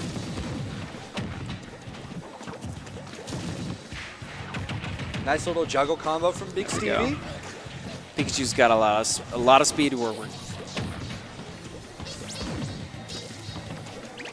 Nice air dodge. Goes for the F smash. Doesn't quite land it. Staying safe with T-Jolt. There's that up throw. Quick attack. Oh. There it is. Diego already at 40%, so it's looking better than our last match. This is going to be close. If Big Stevie can take a stock here, that would mean everything for Idaho Falls. So I have faith that the young Link can pull it off. It would be incredible to see a 9-stock sweep from Diego, however. I mean, we live to see it, right? With the side B, Stevie not really getting any sort of recovery. As the lightning doesn't Good connect. air dodge. Diego going for an edge guard. Ooh, doesn't quite make it. Doesn't. With the recovery. And just like that, Idaho Falls is down to 4 stocks left. Pikachu has one of those more technical recoveries. Yeah, you got to know absolutely what angle to hold the stick, what buttons to press, what you're doing. It's tough. Very easy to mess up if you're under a lot of pressure. Grenade is doing good stuff for Inkling. Gets hit by the side B, and that is going to another 3 stocks. 3 stocks. Well, that's 9 stocks and counting, right? Or yeah, both teams left at 3 in the bank. We might be seeing a 9-stock sweep from Diego here. Insane. We do have the Inkling left, or the young Link left, I believe. I hope he can do it. We saw the last match. It was close. It was really close. It could honestly go either way here. I'm hoping for Game 3. It would be fun to watch. And here it is. Makar versus Diego, Young Link versus Inkling. Could potentially be the final game of our grand finals. Both or just leading us into starting with projectiles. Set 3. And it's one of those airs into a grab, into an up air. Nice combo. He gets punished by the neutral B. Lands the up B, however. And the back air doesn't get an edge guard, but throws out the boomerang, lands on neutral air. And again, Diego's back on the stage. Makar with a massive percent lead, however. It is looking good. Using those B reverses to get around the stage. Those are tough to pull off consistently. Yes, under they pressure. take practice for sure. Especially under the kind of nerves Makar must be under. It's impressive. Diego already at 120%. Makar's sitting at a nice 50%. Lead is insane here. Goes for an edge guard with the bomb, doesn't quite land it. Just fishing for one of his aerial move setups. There's a neutral air, knocks Diego way off stage. He's gonna recover. And there's the up air, not quite gonna kill. Another arrow. Diego at 160%. Gets a throw, knocking the car off stage. However, he is getting back on easily. Ooh, wall jump. Wow. And Diego's going to take the first stop. Makar's really got to put in the work here. Going for Searching for that forward air. Not quite landing it. Goes for an up air. Not finding it either. And there it is. That is the first stop off of Diego. Both players even on stocks and percent. This is anyone's game right now.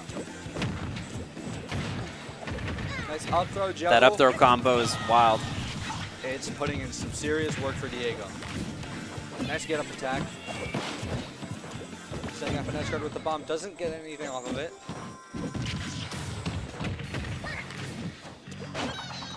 Down air into the back. He's evened it back out. Double bombs. Looks like that fire arrow went the wrong way. This is such a neck and neck match. It is so close. Both players at essentially the same percent. Not only landing a nice neutral air. Get off me, Diego.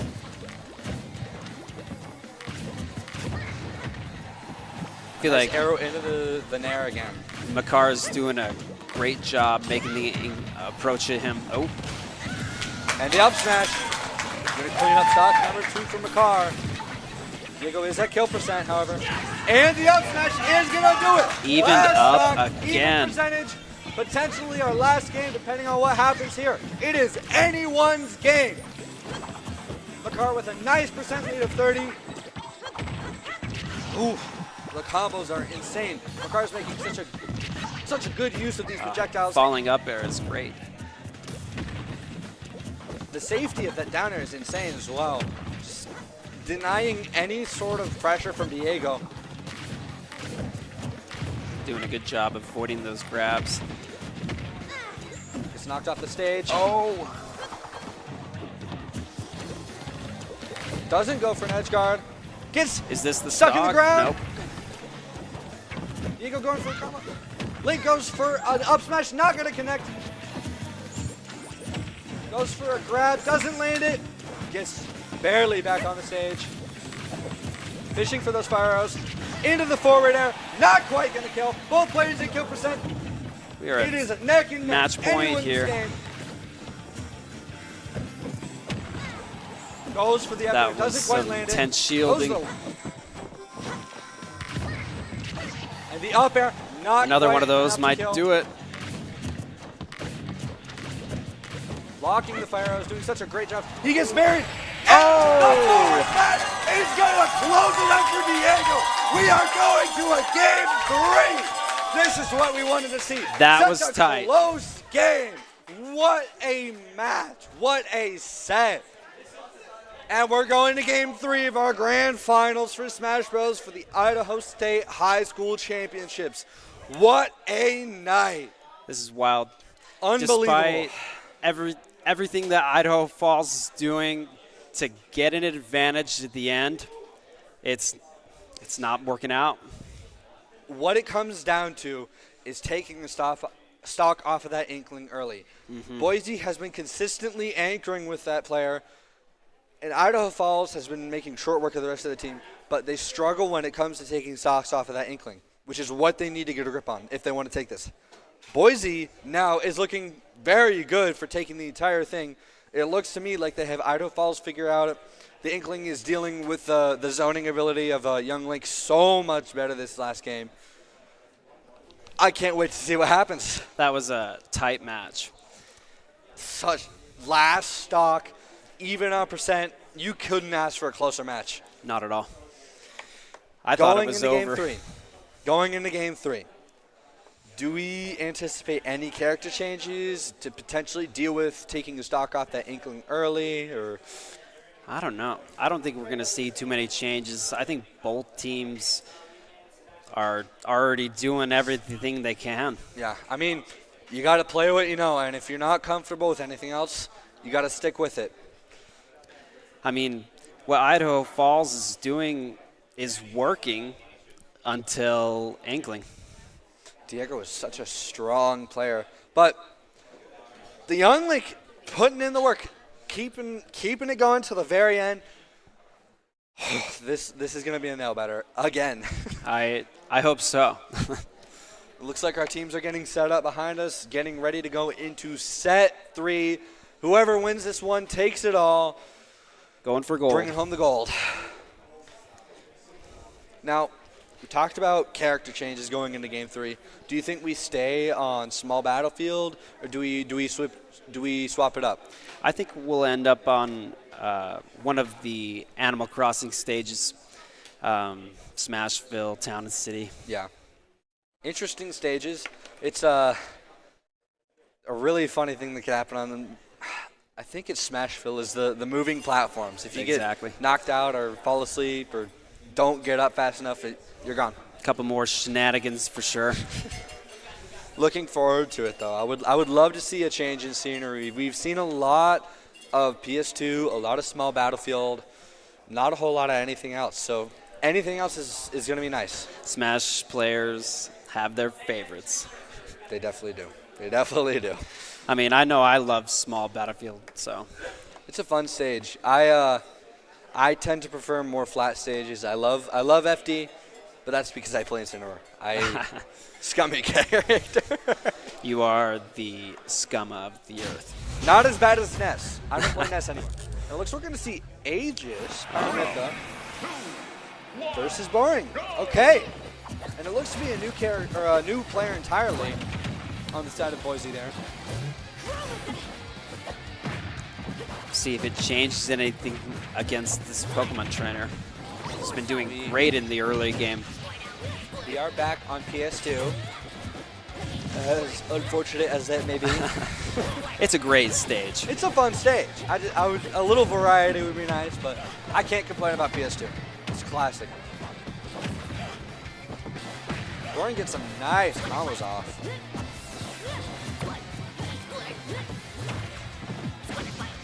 Again, Boring's combo game for this entire set has just immaculate. He's been doing a good job stringing them together. For certain. Leukemia already at 120%. And the spike from Boring! What a spike! Punches the Myth or side B. That's got to be devastating for Leukemia. Another nice combo from Boring. Nice and easy, 60%. The switch to Pirate there. Kimi wants to take a stop. I think so. We'll see if 60% is enough. The down throw into the... And that's going to close out. Stock number 2 for Boise. Boring is looking good to sweep. Good air dodge, get back to stage. Boise. Another up air, another that up falling air, up air is good. Oh! And that's stock 3! A nice clean 3-0. Game 1, set 3, grand finals from Boring. I think we're going to see a lot more of that platform play there with the Ivysaur. Absolutely. It has been working out. It's insane how good Boring is making use of those platforms. It's beautiful to watch. And his combo game early in every match, a consistent 40, 50%. It is disgusting. Doesn't even need to pull out the Incineroar, just cleaning up with the Charizard. Or the Charizard. I get them mixed Different up. fire Pokemon. I can't keep track of all of them. I've been calling him Bulbasaur this entire time. It's Ivysaur. Ivysaur. Squirtle Ivysaur, Charizard. I'll keep it straight in a second. And we're going to see Kirby Bro in the meta net again. Potentially more combo food for Boring. There it is again. There's a consistent nice 50%. 40%. And just like that, Meta Knight is halfway to 100. Falling into that. She's just bring out the Ivysaur. Gets caught by the jab again. Needs to learn some SDI, I think. It's going the wrong way. That Wow. up B is Wow. sneaky. That's going to close out Kirby Bro's first stock. Again, just getting a nice early 40% again. This combo game is flawless. As the Leaf Blade hits him through the stage. Not going to kill though. We like sharking moves like that. My favorite's got to be Sephiroth's charged up B. DDD up air. That too, that one's funny. Boring looking to clean up this second stock from Kirby Bro. Oh! Is gonna die to the Excellent up. read. And that is Boring's first stock gone. Boise sitting with 8 stocks left in the bank, whereas Idaho Falls has 11. Idaho Falls, very solid position.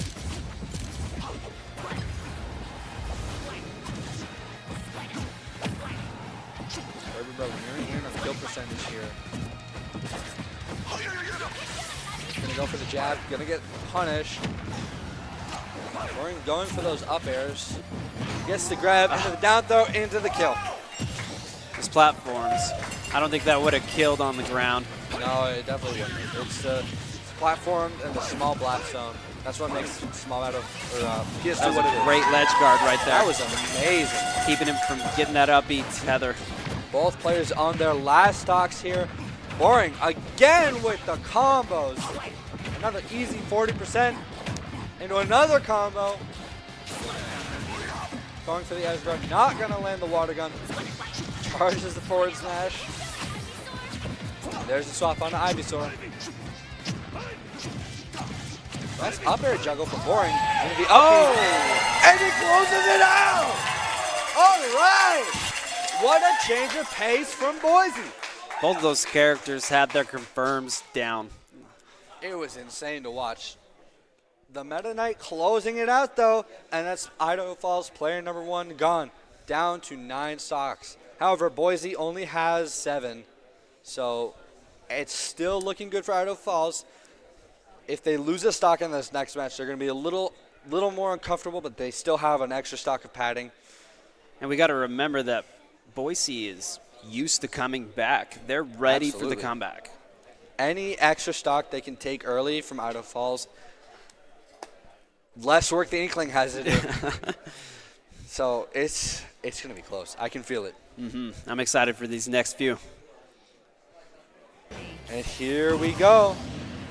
The SD from Kirby Bro. We're going to bring out Pink Ronin on the Byleth once again. Get our taunt to start. And we're off. Sure, forward smash doesn't quite land it. Nice juggle, doesn't quite land the smash.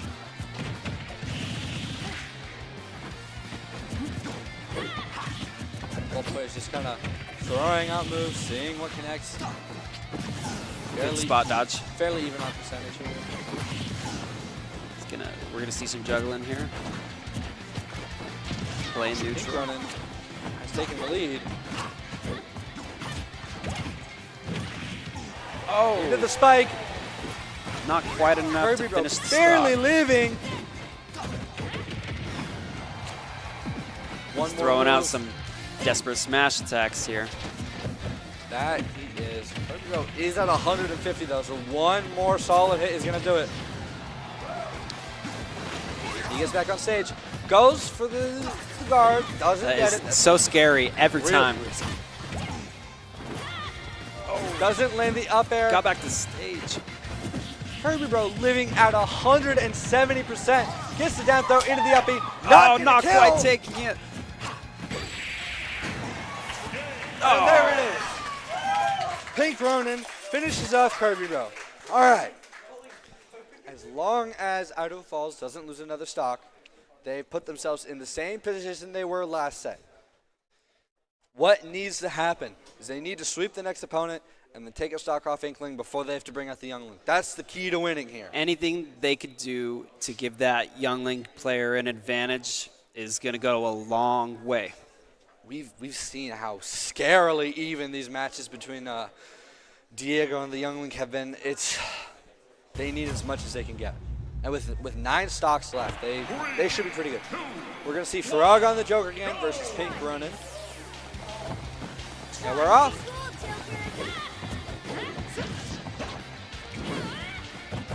Frog getting the first blow. No combo though. You could tell these guys have some nerves. They're forgetting some of the protocol at the beginning of the match. So, definitely. I mean, it's game 3 of grand finals, so understandable. But if you really want to take home the gold, you got to get those under control. This is as much a mental game as it is a skill game. For sure. Even more so, maybe. Yeah. I mean, this is... If your mental's shattered, then you're not going to have the skills you're used to having. Both players just throwing out attacks. Oh. Got to be on the lookout for At the those spike. big smashes from... Arsene is out. Goes for the forward smash, but gets interrupted. Nearing in on kill percent. Goes for the counter. All evened up. Doesn't get an edge guard. Nice back Oh, throw. Arsene is about to run out. He's gone. Barely making it back on the stage. Nice Joker throw again. recovery is infinite. Yeah. With both of these guys having tether recoveries, it's going to be hard to get 2 frames. Yeah, it's tough. Pink Ronin going to close out Frog's first stock, however. Pink Ronin is at 140%, so any strong hit, any hit with Arsene again is gonna do it. Taking another stock right off the bat! Pink Ronin, what are you on? This is not looking good for Idaho Falls. Boise down to 4 stocks left in the bank. Idaho Falls still at 9. Frog is at 64%, gets hit by the up tilt. Pink Ronin somehow alive against Arsene at 150%. Arsene nearly out, gets hit by the projectile, but there's no meaningful follow-up. Again, and Arsene's gone. Let's see if he can finish this stock without it. The amount of rage Pink Ronin has is gonna... goes for the reverse. All right. Frog took a stock. Idaho Falls has 8, Boise has 4. However, Frog is at 100% and very killable here. Pink Ronin goes for the edge guard. Joker barely making back on stage. Gets hit with the arrow. Pink Ronin gonna go for the back spike. air. He gets the back air. Not enough Frog's from getting it across back the on, stage. and he has Arsene out now. Very, very scary for Pink Ronin. Oh! And the arrow! The arrow's gonna close it out! What a shot! I'm blown away. The accuracy of those arrows. He has gotten quite a few stocks that way. Beautiful, beautiful. All right.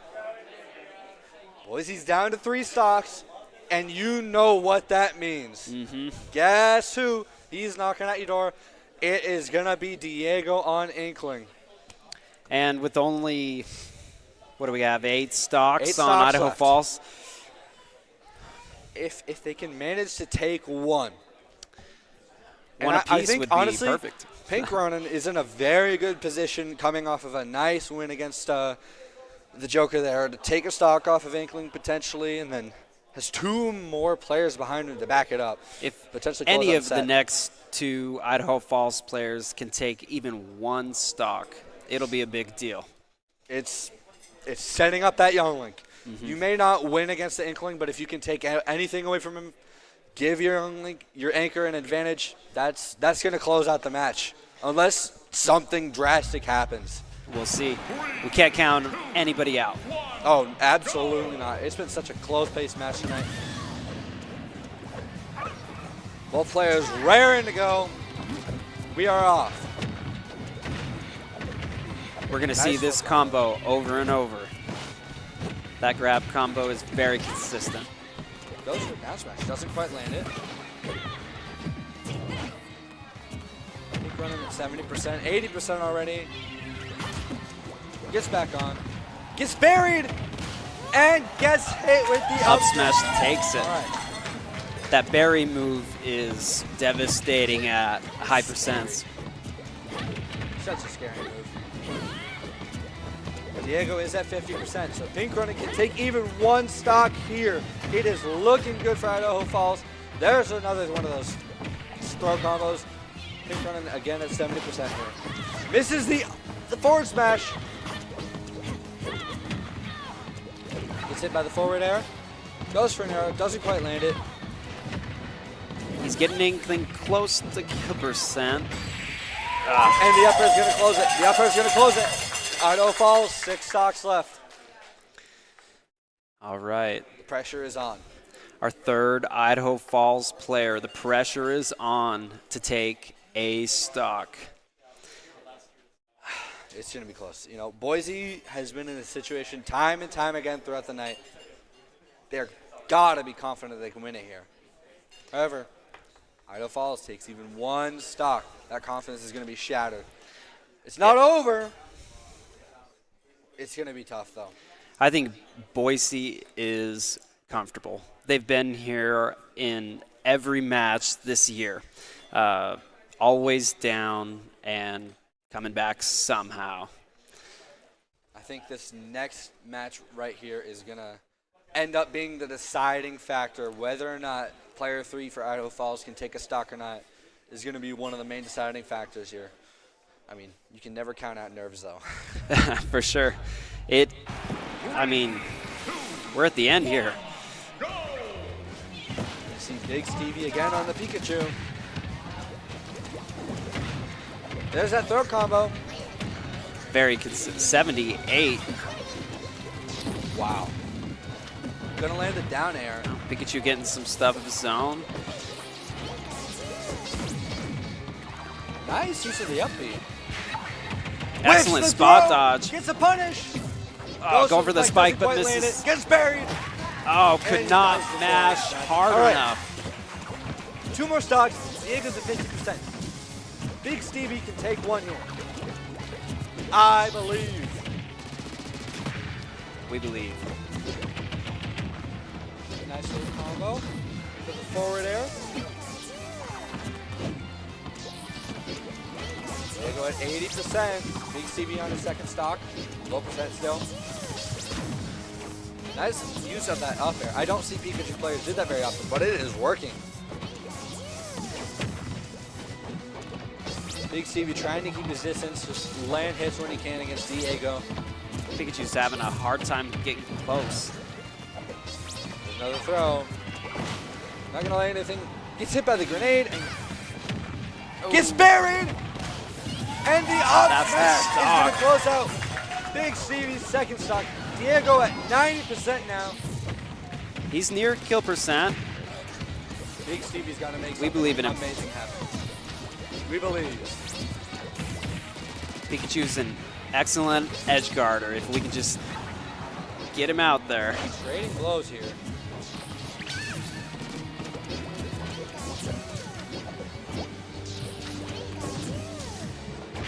So close. Lands the up air.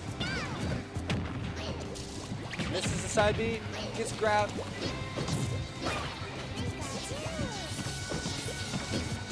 Throwing out loose, trying to get whatever he can get out. Trying to play as safe as he can. It's a neutral He's air. got to take this stock, though.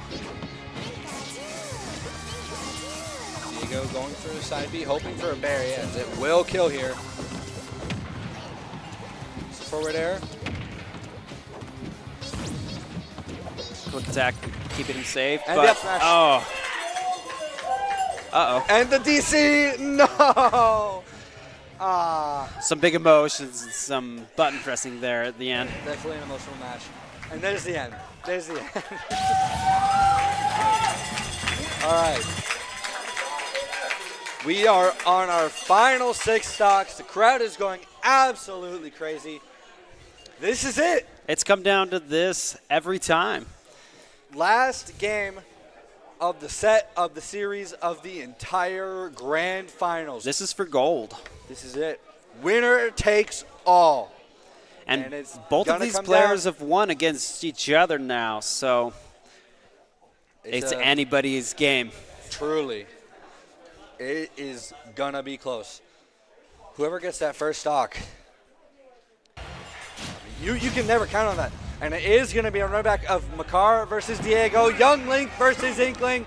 Let's hear it for these two fantastic This is it. players. Two of the best players Last game, in the last state. set, last 3 stocks. We are off. There's that There's combo. that throw combo.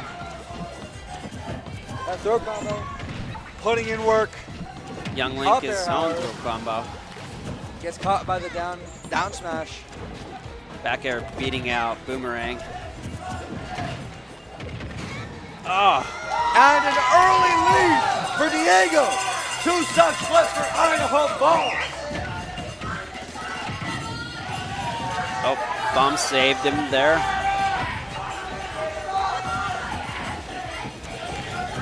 The crowd is wild in here. Carr trying to close the gap. Diego nearing in on kill percent. Young Link's doing a good job playing safe. Oh. There's Makar off stage. There's Not quite the down enough. air. Spamming those arrows. Goes for the up smash, not gonna land it. That Inkling does not miss his punishes. No, and he's doing such a great job of avoiding and reading what Makar is going to do next. Anticipating his every move. Nice neutral air from Makar. He's going to close out the stock and fast. He's down 80% and a whole other stock. Not and the quite. forward, not quite enough to kill. Young Diego Link making it back needs on some the stage. specific stuff. There we go. Neutral air, the kill. Makar taking the first stock of Diego. Let's see if he can even this back up before he loses stock. Down 100%, however. Young Link can rack up the damage, especially with combos like that. There's an easy 40%. Still anyone's game.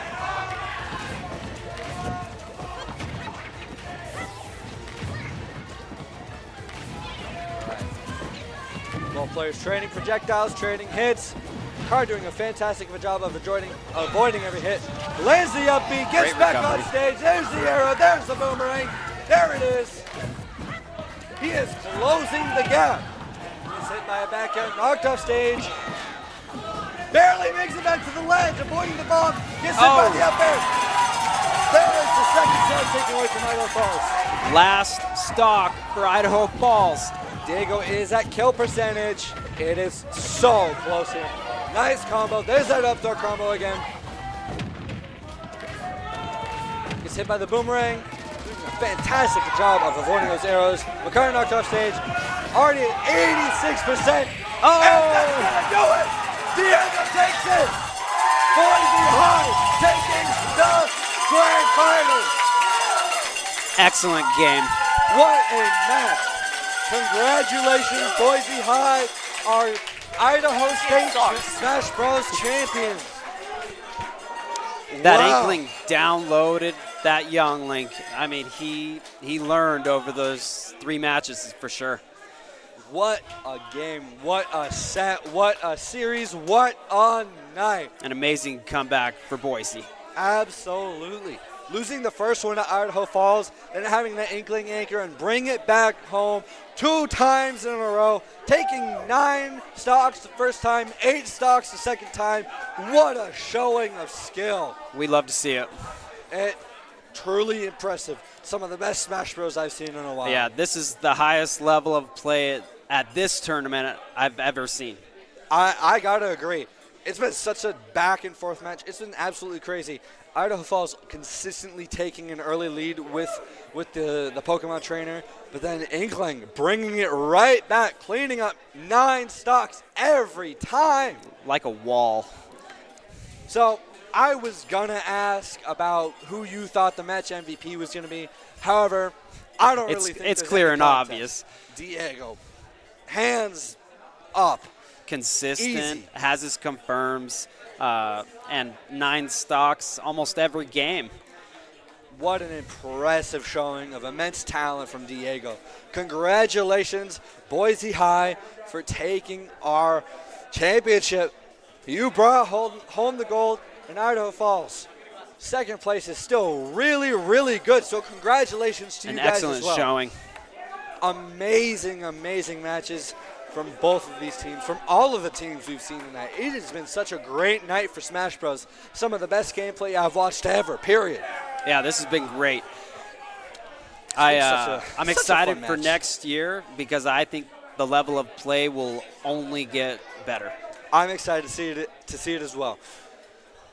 Hopefully these kids are putting in some work over the summer, over the fall, hoping to take that home that gold next year. Mm-hmm. Wow. My heart is racing. What a match. My voice is getting a little sore screaming. Worth it, though. Such a fun match to watch. So congratulations to both of those teams and to the rest of our teams for the amazing job they've done in our tournament tonight. For sure. Do we have an update on 3rd and 4th? I have not seen anything as of yet. Here we go.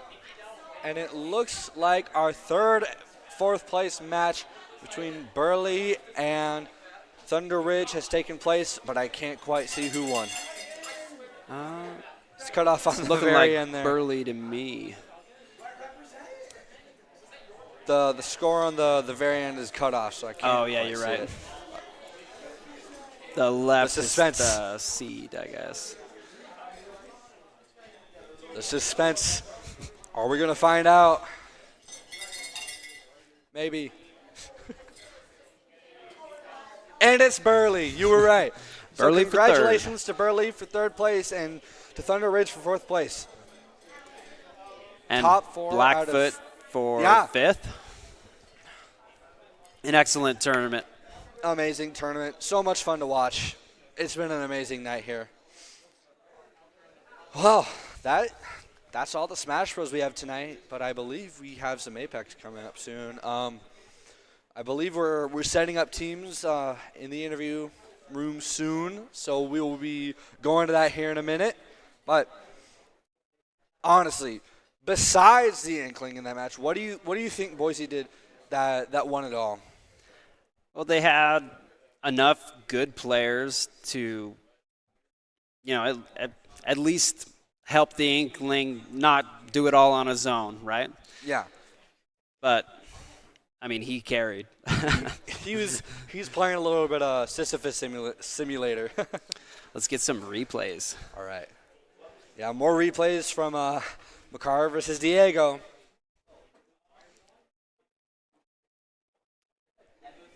Diego just timing the shields perfectly, and the up smash punish from Makar was absolutely insane. I can only imagine the plays are going to be full of these two. Oof. Nice forward smash from Diego. Diego did a great job punishing whiffs and...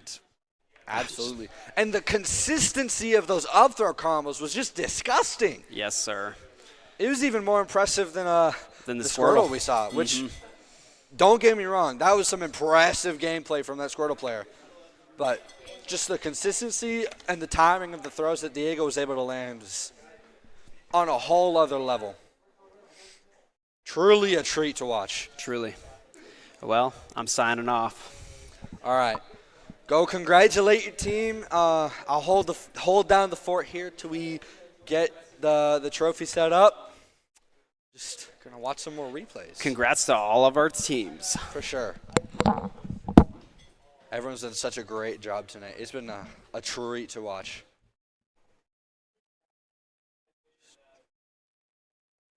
We're going to see a little bit of Pink Ronin versus Kirby Bro. Another really, really fun match to watch. Both players just nailing their punishes.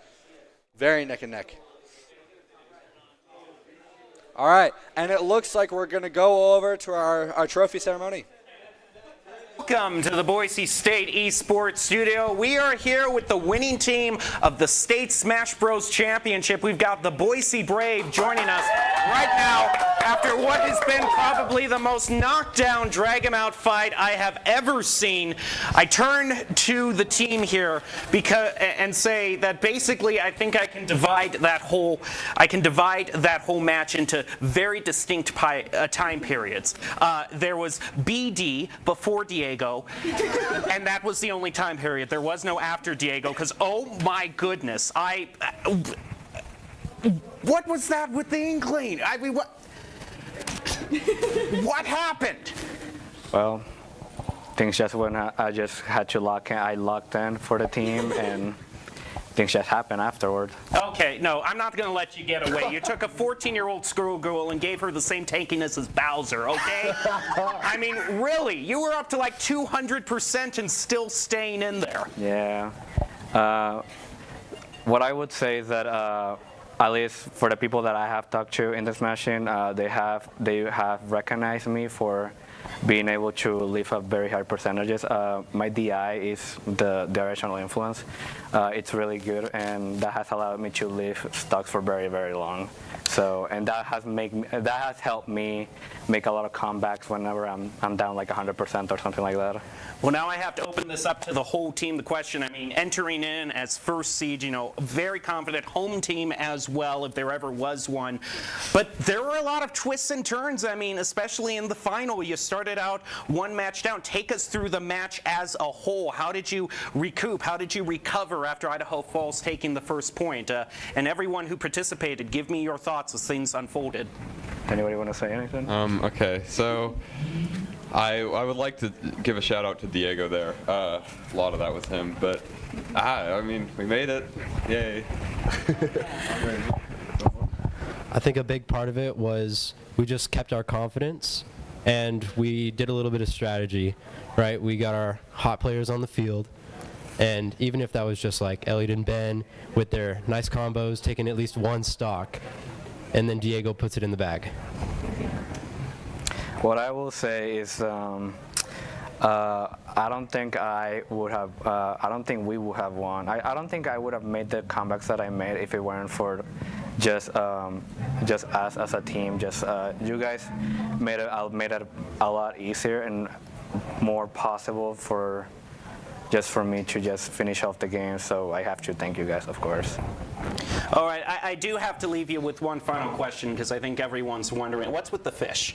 I mean, because I can get the Meta Knight, I can even get Shadow. I mean, Assist Tro is still in the game represented. What's the purpose of this giant fish pillow? That's on you, Elliot. So it's a good luck charm.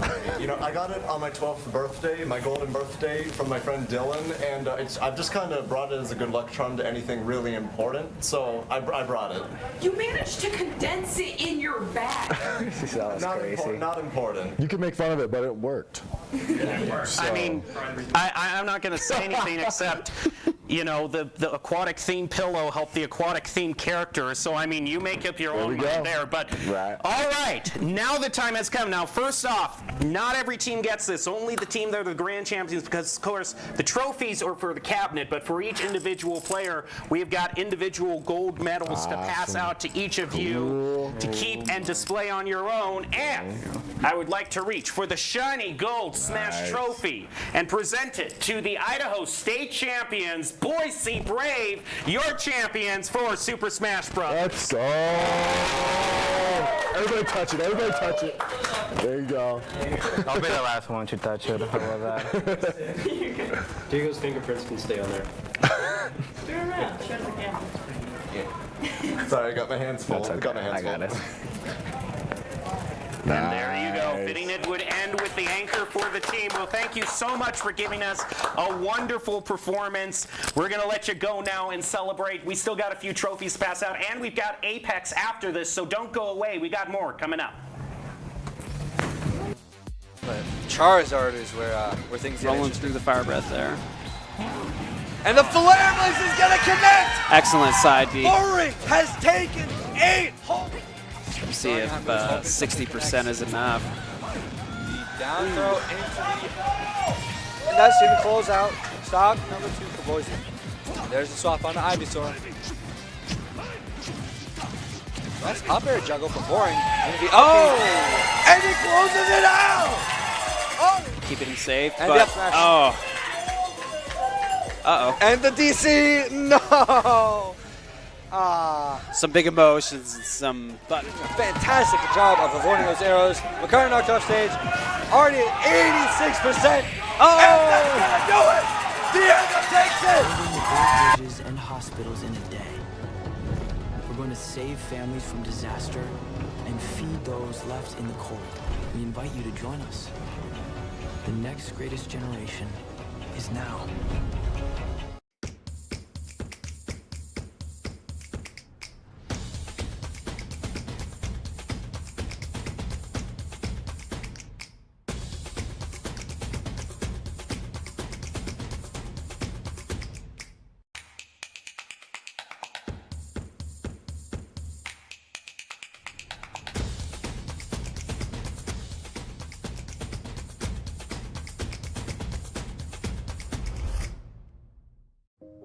It's the end of a good day's work in Idaho. Time to punch out. Time to check in and catch up. Time to remind ourselves that what we work for isn't a paycheck. It's to make the good things we have even better.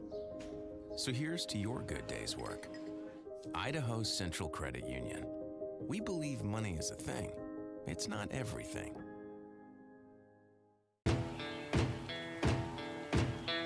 Here in Idaho, we do things a little differently. First rule, camouflage never goes out of style. Next, always use fry sauce. I mean, why wouldn't you? Hold steady when out-of-state friends think you're from Iowa. We call it pop, not soda. We always put a lift on our pickups. And we always buckle up because we still have a lot we want to do, and I'm guessing you do too.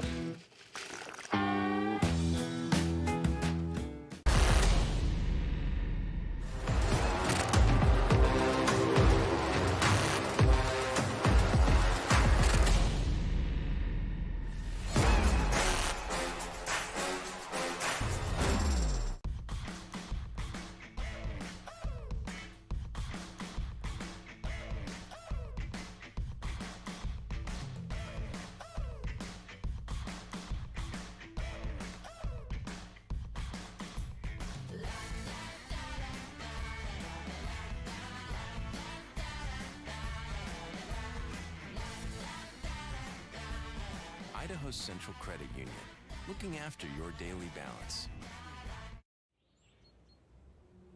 Once there was a traveler whose feet never left the ground.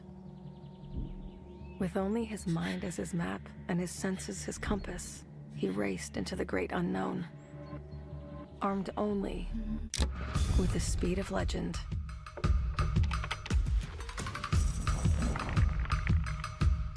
His trails he blazed, his rivals he played. Every sprint a blur. Every turn trusting his allies. In silence he raged and waged with quickening, sickening speed. His name a chant filling arenas. Because some heroes leave footprints, others an afterburn. Without conflict, there is no resolution. Without verses, there is no victory.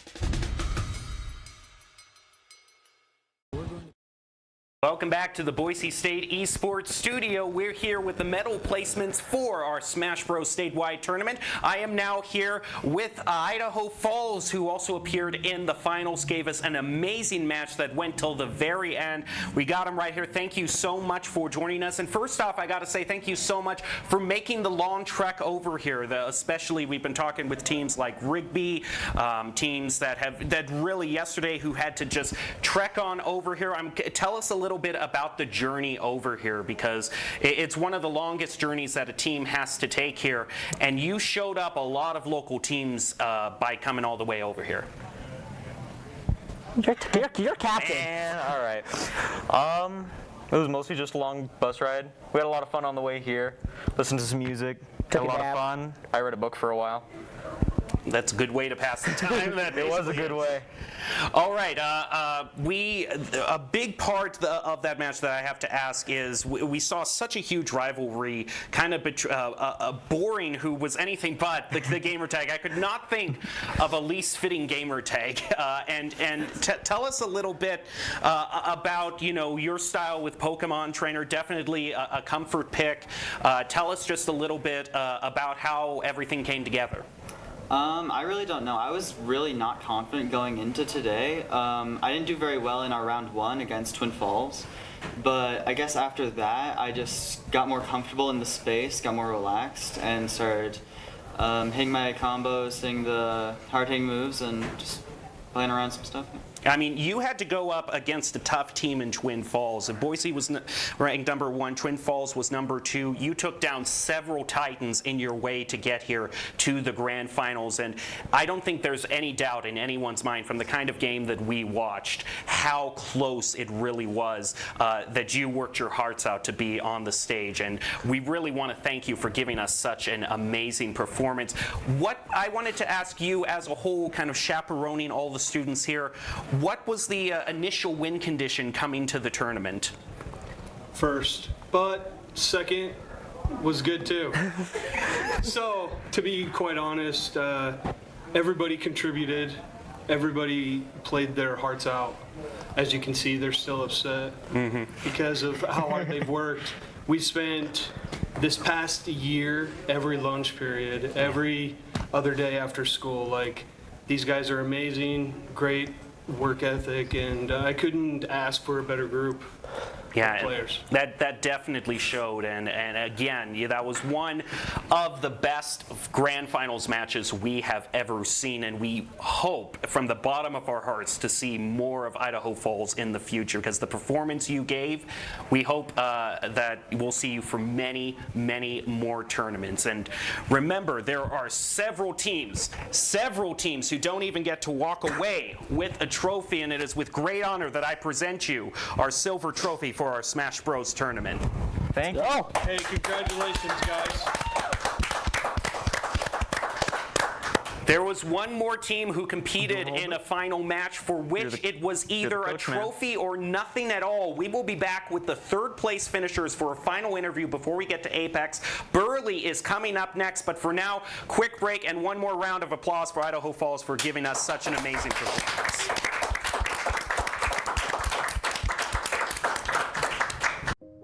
It's the end of a good day's work in Idaho. Time to punch out. Time to check in and catch up. Time to remind ourselves that what we work for isn't a paycheck. It's to make the good things we have even better. So here's to your good day's work. Idaho Central Credit Union. We believe money is a thing. It's not everything.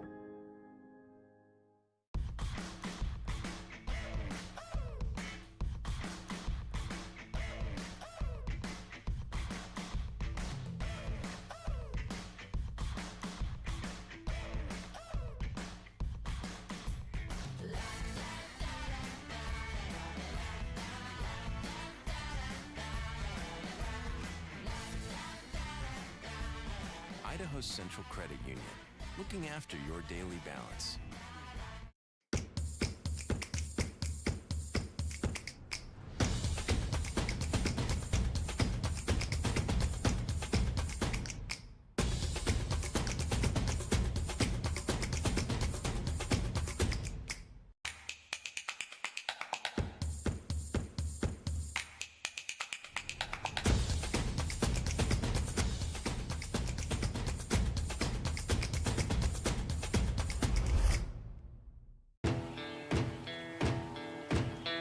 Here in Idaho, we do things a little differently. First rule, camouflage never goes out of style. Next, always use fry sauce. I mean, why wouldn't you? Hold steady when out-of-state friends think you're from Iowa. We call it pop, not soda. We always put a lift on our pickups. And we always buckle up because we still have a lot we want to do, and I'm guessing you do too.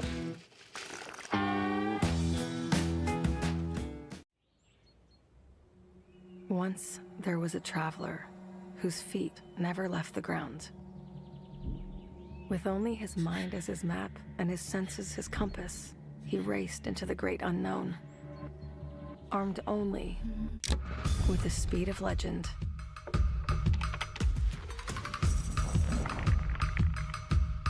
His trails he blazed, his rivals he played.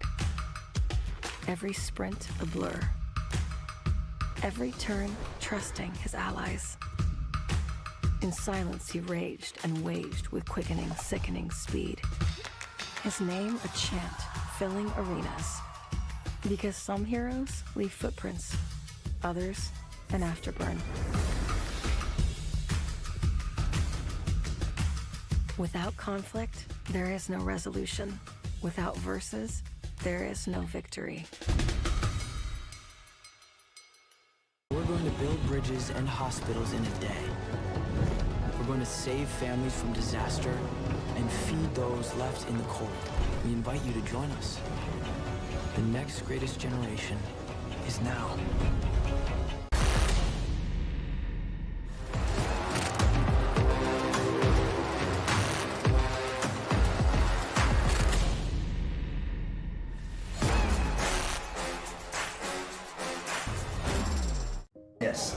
Which is why sometimes it's best to be in that bronze medal position, because you recognize all that you overcame to be where you are, and you're great among those that are there, right? Doc, I hate to interrupt this amazing, yeah. Are in fact back in the Boise State studio with the Burley Bobcats, our third place finishers, and unironically, I'll say it for the 14th time here today, the winner of the most stylish trophy. Every single team agrees, the coveted red trophy. You know, this is gonna be like a rare trading card in the future. Okay, everyone's gonna be asking for the red trophy. But I have to ask about the journey you took overall. I mean, you had to go up against several teams that were favored, and the first match was against an online opponent. You went up against Rigby. That one was one of the longest. It was a marathon to get through that one. Take us for that first match and how things developed throughout the day. I think online definitely messed with their playstyle a little bit. It was really hard to get used to, adapted. We've been playing in friendlies all day in person, and the switch they almost got us, and then thanks to Carter here, we made it, and we moved on to Boise. It's always good to win that first match, because in this tournament structure it guarantees that you're still in the running for a trophy. I have to ask though, you know, one of the best things to say in a tournament is sometimes unfortunately you don't win everything, but if you're going to lose one game, you might as well say it was to the one that ended up taking it all. You faced a Titan going up against Boise. Take us through that match in the second. Well, it was a good match. You noticed they had players that we were more evenly matched with to begin their lineup. And then their last player just kind of was on a different level than the rest of us. Yeah. So it was, I did my best to keep up, almost did. When I came to him, couldn't quite clutch it out. But I feel like as a team, like, we did well. And let's go to what ultimately got you this trophy, which I always kind of, for me, a little bit, there's a little bit of a special stakes in a third place match, because a first versus second place match, you're guaranteed at least some hardware for the trophy cabinet. Here, it's either win or you get nothing. Take us through, because unfortunately, I mean, I don't want to say unfortunately, because if you saw that grand final, that was probably as close of a grand final as we could get, but we do not want to take any spotlight away from your fight with Thunder Ridge. Take us through that and how you ultimately achieved victory going up in the third place match. We've been played. Did you? So during the Thunder Ridge match, we had Carter who kind of carried us. I let out the first game to get us a decent lead. And then we had Jaden who finished for us. It was a very fun match. And I just want to clarify, because we've been kind of looking at the people who have really swept, gotten a huge amount of stocks up there. We've clarified the Pokemon trainer with Idaho Falls, the Bowser disguised as an Inkling girl for Boise, and now I need to know what you ran personally. So we have kind of the three top, threats to look out for next tournament. I was playing Captain Falcon. Okay, the Captain Falcon. Yes, I do remember that. I also want to say I was there behind in the first match when you were going up against Rigby. That was a really exciting one because he was the last player, was down 2 stocks to 3 and managed to clutch it. So there were a lot of moments, you know, don't take my word for it, where this team faced tough odds and managed to clutch it out, and definitely deserves the stylish, coveted ruby red trophy for Super Smash Brothers. Congratulations, Burley. Thank you.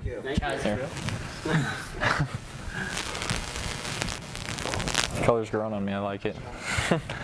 Yeah, I'll take it.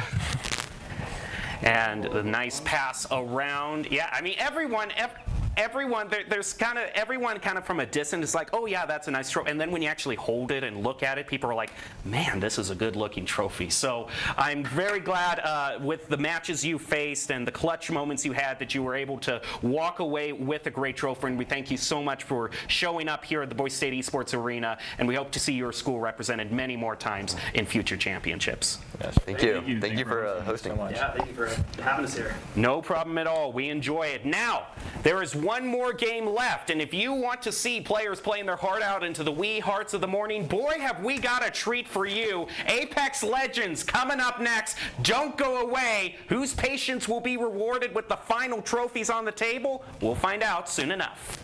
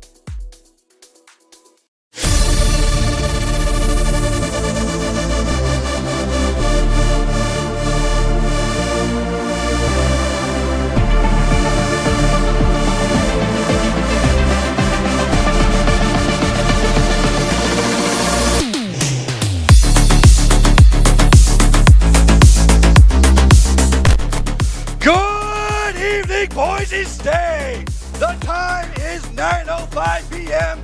and we are here with our final game of the evening, Apex Legends. My name is Colin Carpenter, and I'm here with my good friend Nate Sarazola, and we are here to call the action in Apex Legends tonight. We're getting ready to launch into our games, just waiting on our lobby start. There is a 30-second delay, but before we get into our games, can you give us a rundown of how this is going to work? Absolutely. So, we are going to play 4 exhilarating games of Apex Legends today. We are going to drop into 2 matches in Stormpoint and 2 matches into World's Edge. The teams, they're going to compete in these 4 games. The team that earns the most amount of points across the 4 will go home our champion. All right, and can you tell us exactly how points are in this game mode?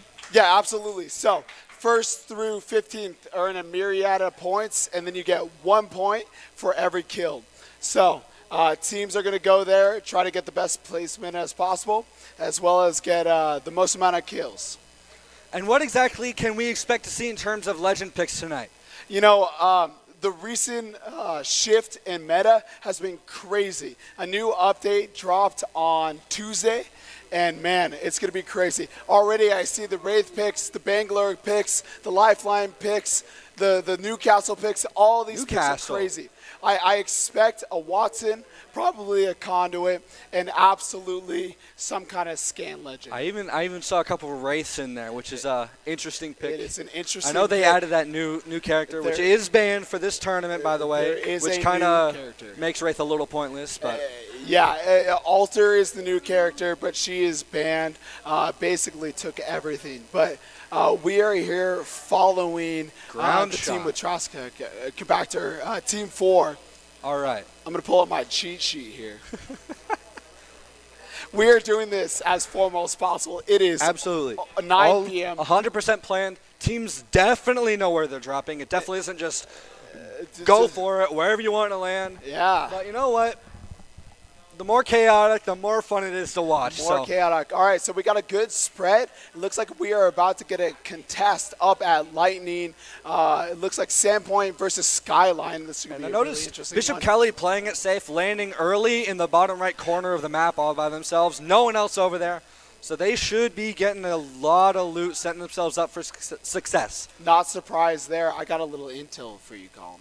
Our 3rd player started playing 3 days ago. Did he actually? Absolutely. You know what? No. If we can have the insane run like we did in Overwatch and Apex, I'll take it. I'll take it. I'll take a top 10 today. Absolutely. Right. Yeah, they're picking up. Idaho Falls already with a drop. Team number 2, that's Wood River. It looks like they're taking a contest right now. Team number 3 eliminated. That's Idaho Falls. That's our 3rd best team.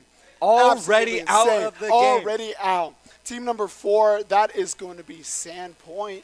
18 squads left, 53 players remaining. Now we're starting with 19. Capital Gold unfortunately had a drop last minute, but you know what? An almost full lobby, we'll take it.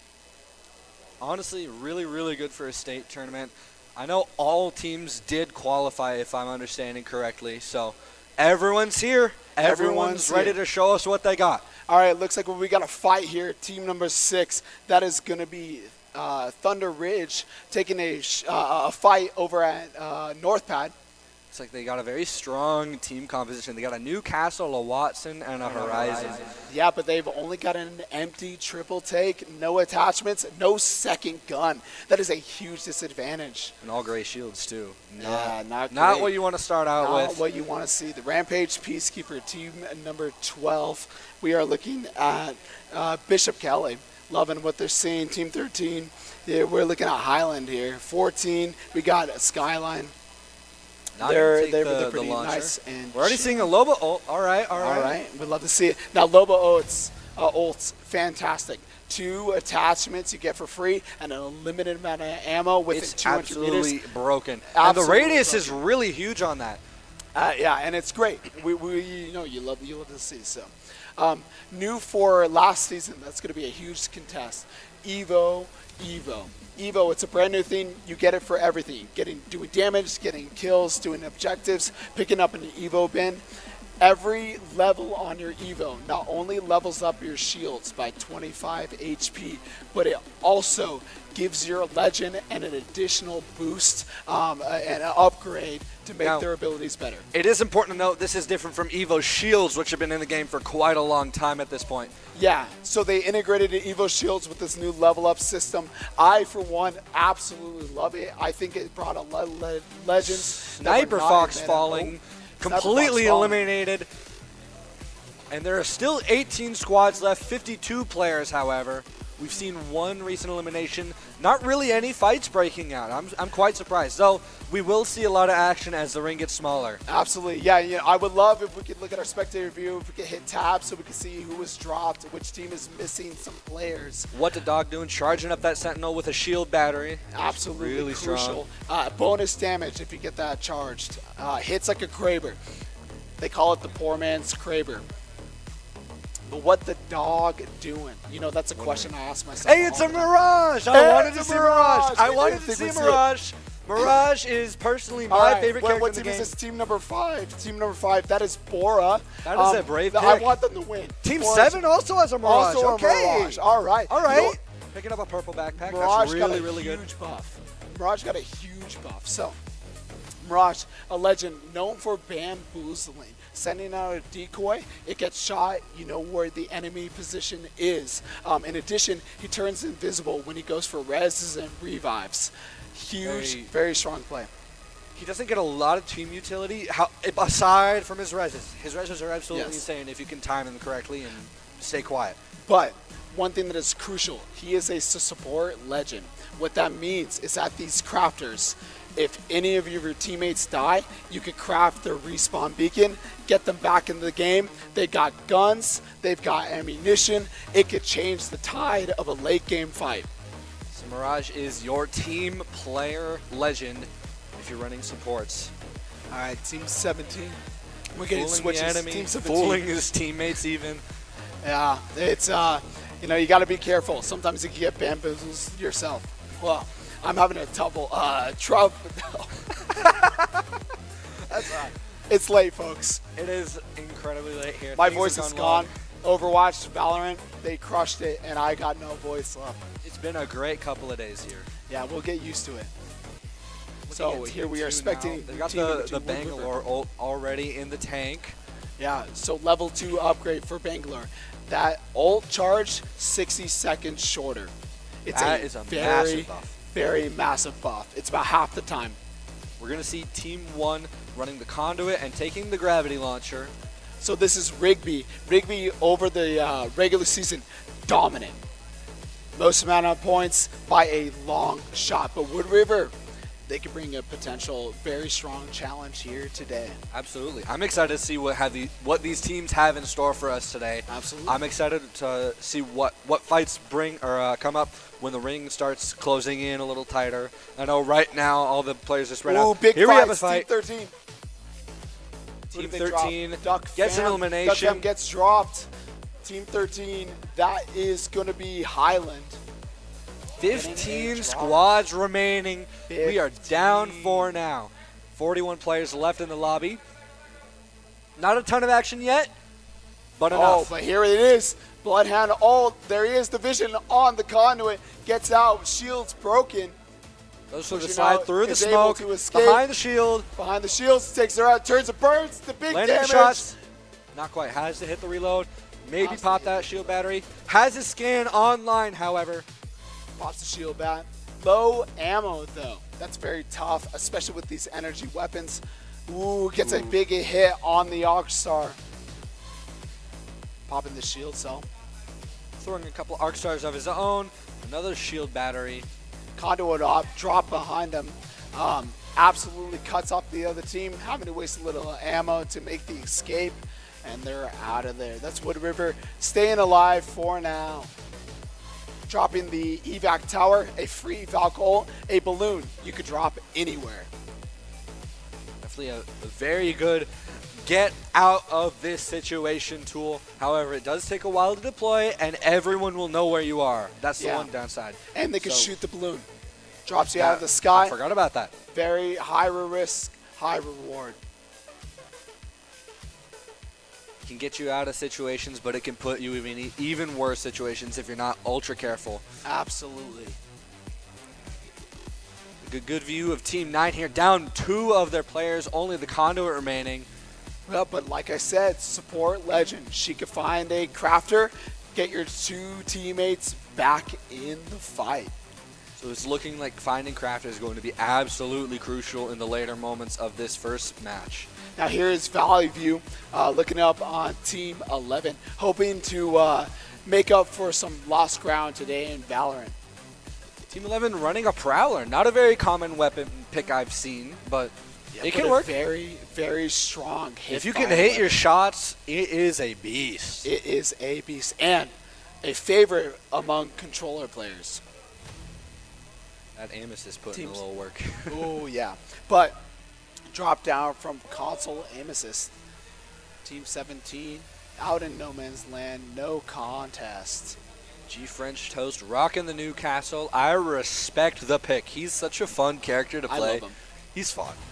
Just my heart will always be with Mirage and Seer. My boy got nerfed into the ground. You know, I'm a Horizon main. People hate me. As they should. Yeah, but they released Alter to take care of my character. So that, yeah, from what I've seen, Alter's disgusting. Rigby making a rotate from a balloon, getting out towards that care package. Strong weapons there. It might be the Devo, the new Devo bus in the care package. Fun fact about it, the longer you hit fire, the more accurate it gets. Turns into a laser, instant death. Strong weapon, pickup. Maybe a little overpowered, but maybe a little bit. It wouldn't be a competitive game without some stupid overpowered stuff. But yeah, no matter what, it'll come down to skill. How is Bishop Kelly doing? I want to see Team 12. Team My 12. boys, if they're still alive. I know they have been streaming the match from their point of view. Yeah. Hopefully. I'm excited to see how they end up doing. Yeah, me too. Just Team 18. Team 18. Down that a is banner, however, they do have a lifeline, so they are going to be able to craft it. Exactly. Bora yellow. Skirted it in, second team, making it into this final lobby. Rookie Bait taking a fair amount of damage from the ring, gets back in. Being in the replicator, though. They're there. They're going to go make that res. Love to see it. Big thing about the replicators as well, you can only craft one item. So, either your teammate's banner or a shield bat. Both options, strong picks. If you're crafting banner, does it craft both of your teammates' banners, or one it banner does. per? Yep. Okay. Yep, okay. yep. So it'll craft both. But an Octane. All right. Yeah. So Team 12, Octane got a the gentleman, huge buff. my boy Tim on Octane, Chronic Love it. Ash on Conduit, and TBK 36 on the Watson. I like this team comp. A very bunkered down, shield heavy. All right, team number 1, Rigby, getting shot at. Popping the med kit, hoping to stay alive, pinging the team behind the rock. Big fights happening up at Caustic Control Barrels Tower. are out and spewing There's the gas. Sandpoint dropping nades. Are they going to take the fight? They have to. Sandpoint, an underdog, came in late into the season. The first week wasn't a strong performance. After that, very, very strong performances, landed them 4th. I'm excited to see the performance they put up today. Absolutely. They've absolutely layered the building with those Ooh, Caustic big damage. Team 1. Rigby. There it is. Purple shields. Multiple teams Octane around. gonna go down. Are they going to get the res off? It's looking Looks like like Conduit's going to get it off. Be safe. It might be safe. It's close. And he's up. Oh, there it is. Getting the split charge. Conduit. Her level 3. Oh, wait. Hold up. We're getting fights. Knocks running Octane away. once again. Probably not going to get a res off. Going to have to take this fight down a player. Kurt Gets TGM going to dropped. fall. Octane goes down Rigby, and the 1, Wraith 2. is going to escape. Wraith is left, but big damage coming in from the Wraith. Oh, And gets third party. Rigby is out. Rigby is out of the game. Oh, 12 cow. squads left, 34 players. Team 1 is done. Your number 1 team eliminated 13th, 1 point for that placement. Team number 4 eliminated that Sandpoint out. Big damage coming the in. ring taking out 3. That's so unfortunate. This is Wood River Getting big damage and shield cracks. Can they finish this up? No, they cannot. So these are Rampart shields. How common of a pick is Rampart? I haven't seen many teams running her. She's had lots of high popularity recently. Her level ups make her a huge team player. She can pick up ring consoles for intel on where the next ring is going to be. She's a very, very, very, very, very strong pick. I'm excited to see how those level up rewards are going to impact Team 2's progression through the game here. Absolutely. And having mobile cover is big. Oh, it's absolutely insane for Team 2. Especially on Stormpoint, where a lot of maps end up in a very open space. You only got a rock to play with. Now you can extend your cover out just a little bit those further. one-way shields allow for absolutely nasty shots. Bishop Kelly eliminated. Unfortunate. In 11th, though, we'll take it. We take it. We take those. Team number 2, Wood River, going up for that Evo. Hopefully getting max shields there. Triple take. Trying to get the poke damage. Thunder Ridge in a very strong position, but unfortunately has to leave their nest to get still to final 10 ring. squads left throughout the map. Yeah, expect the big damage coming in. Team number 8, that's Rocky. 10 squads still left. The number of players rapidly falling. We are at 23 players and whoa, losing big damage, but gets knocked from behind a third party. Not quite out of the fight yet. If he can get res, has a purple knockdown shield. And there's the Bangalore ult. Big Bangalore ult, hopefully zoning out. I hate that end circle, by the way. You're playing on a whole hill. Top height gives you an advantage here. So we'll see how this plays out. We get gameplay. You know, this is exhilarating gameplay of my face. And mine. And mine as well. So we're just waiting to get back in onto the action. Oh, we're back. Lights are back on. Lights, camera, action.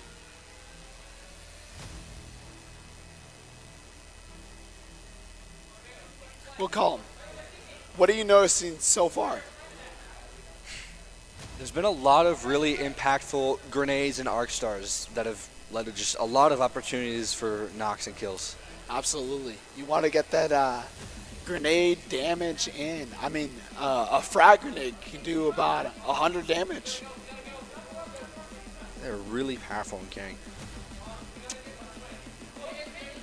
Not quite sure where our gameplay has gone. I hear Wood River yelling.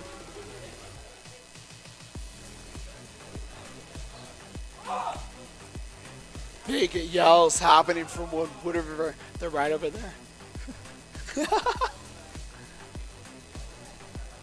But, you know, Colm, this first game, I think some big shocks so far. Rigby going down pretty early. Absolutely. Bishop Kelly lasting a decent amount of time. They did.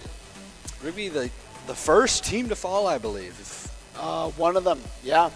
That's really got to be devastating, especially from one of the expected top performers. Totally, yeah.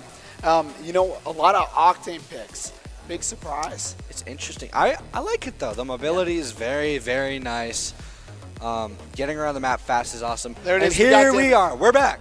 Round seven ring, squads seven left, squads left. 14 players. Team 17 with the new castle. Got Ultimate online, looking good. They are on low ground though, so this next fight is gonna be rough. The beams coming in from other Rigby team. Rigby French Maroon. Toast getting There it is. melted. Getting what a clutch H-on, shield! though. Almost taking out the conduit. There's There's big the Newcastle clutch putting ultimate. And the conduit walls off as his well, getting the overshields. Bora Yellow getting eliminated. Ooh, here, big beams. Big beams coming in from Roka Rigby. Shield The and knock, gets the the elimination. That's Team 13 and Team 5 out of the game. Four squads left, 11 people remaining. The Revenant with his bonus shield doesn't do too much, but two get dropped from Rigby. The Revenant playing aggressive. Assault is knocked down. Getting the 2 Wraith. kills. That's It's Valley View. all on French Toast here. 4 squads, 9 people remaining. French Toast taking shots, gonna fire back, gets third party, and that is Team 17 gone. Still really good placement points though. The beams. See that? They're insane. What, 4 squads shooting at the one guy? Hoping Team you're 7 the one is that in a gets the great kill. spot here. Got all 3 players left alive, and they're running a Caustic, Bloodhound, and Mirage. So they can send out those decoys to confuse the other 2 teams and capitalize on knowing the other team's positions. But They've Mirage. also got the ultimate online, which is really funny. 8 bullets left in that Nemesis for Mirage. That's nothing. Not nearly enough. They're running double energy. Maybe the the Bloodhound can share some of his 180, right? You would think. You would think. I know Mirage is supposed to be the team player though. Yeah. So he's you like, know. nah, I don't need it. I got my fists, or maybe trophy.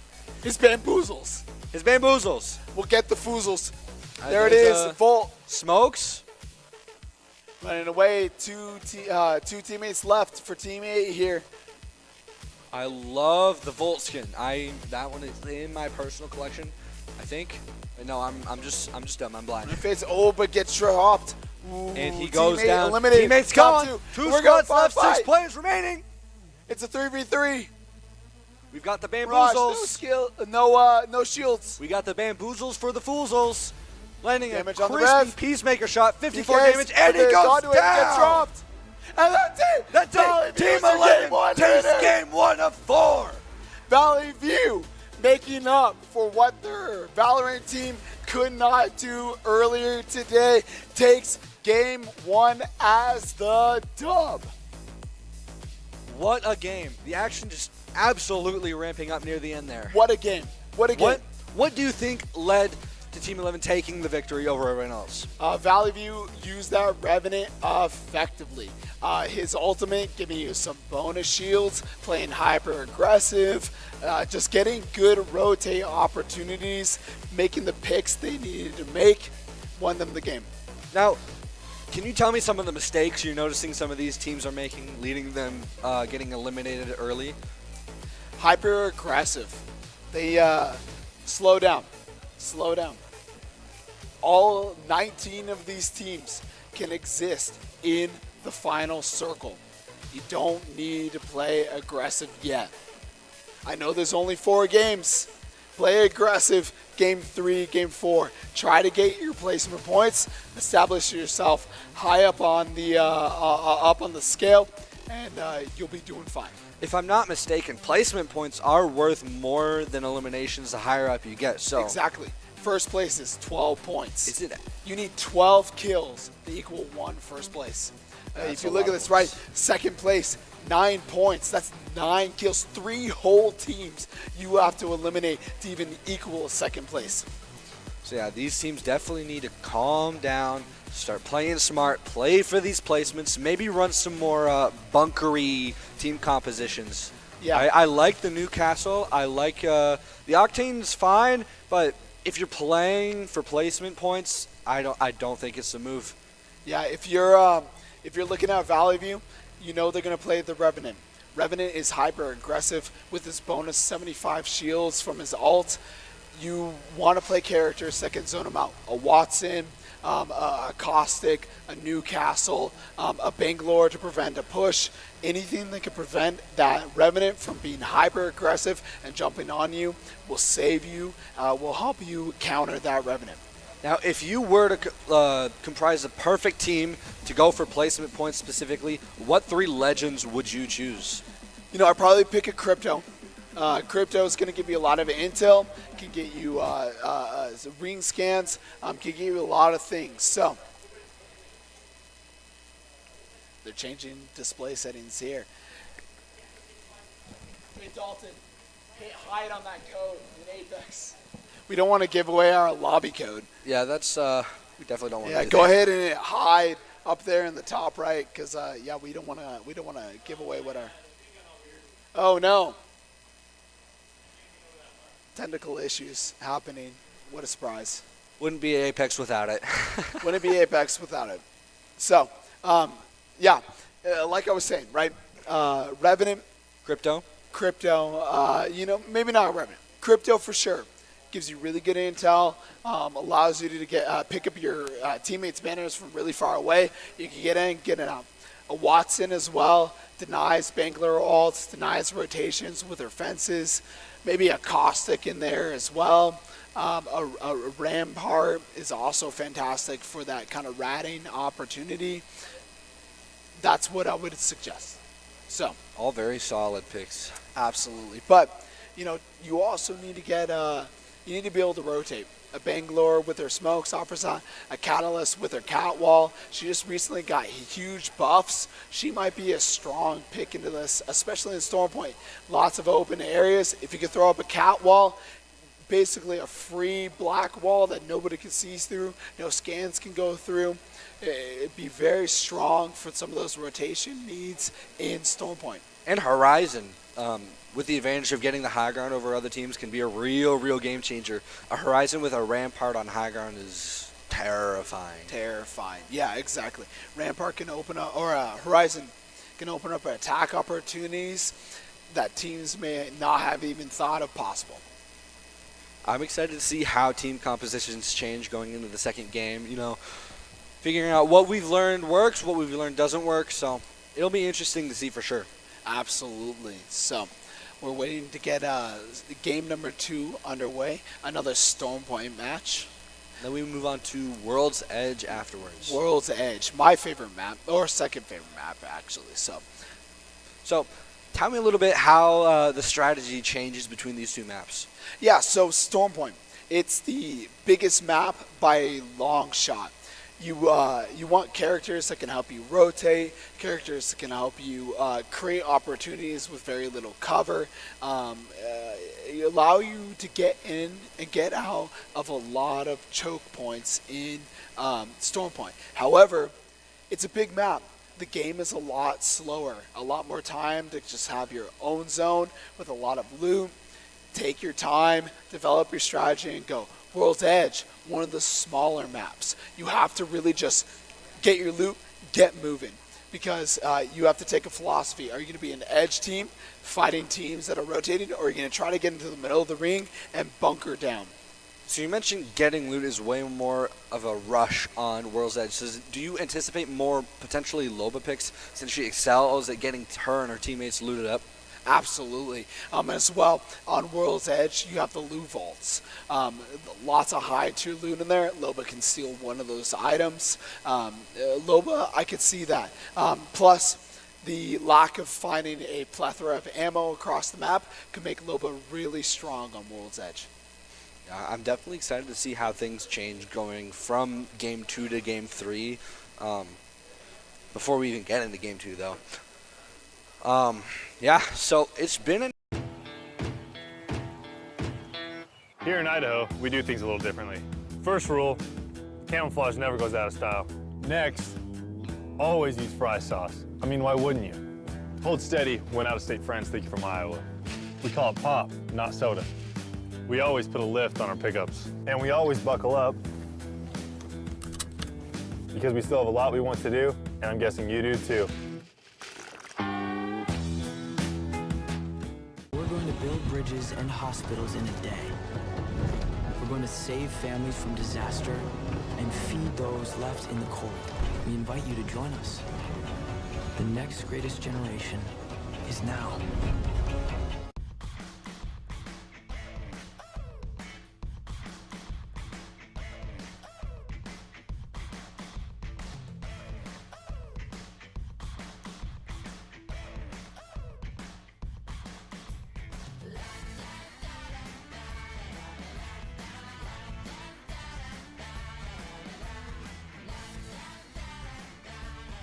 Idaho's Central Credit Union, looking after your daily balance.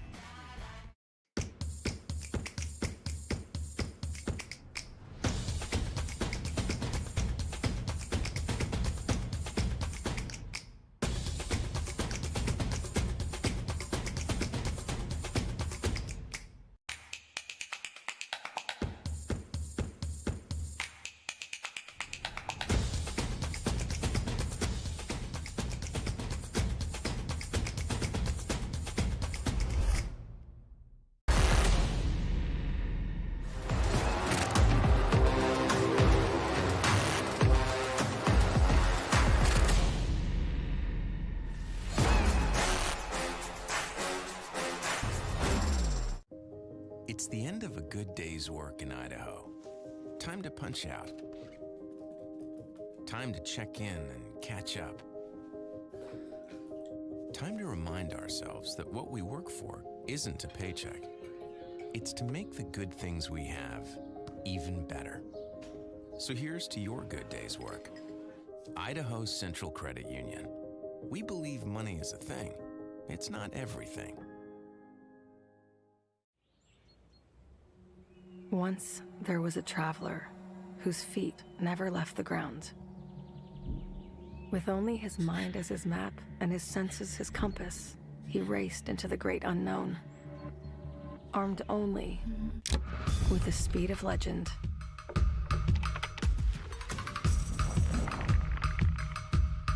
His trails he blazed, his rivals he played. Every sprint a blur.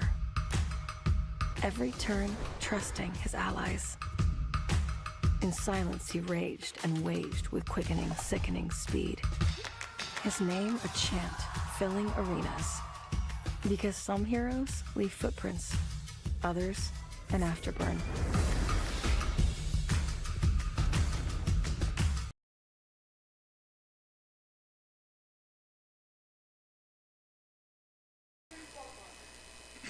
Are we good now? We're good now. We're back. We're Yes. back. After some minor tech issues, we are going into Game 2 on Storm Point.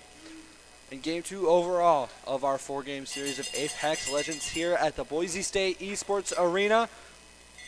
And here we go. Here we go. Deciding to see what new legend picks appear.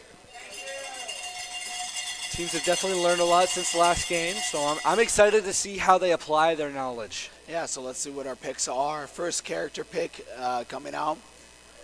We got nothing so far, but it looks like it's we got a Rampart, we got a Vantage. We got a Mirage on We got a Team Mirage. PK. I like it. I like it. I like it. We got a Gibby. Gibby. We Let's got a go, Valve Gibby. for the rotates. We got a couple Caustics. We've got a... We do. And we got a Seer. Ooh, Seer for BK. interesting. Okay. Okay. I like it. I know he's not that great, but he's one of my favorites. He's so much fun to play. It sure is a choice.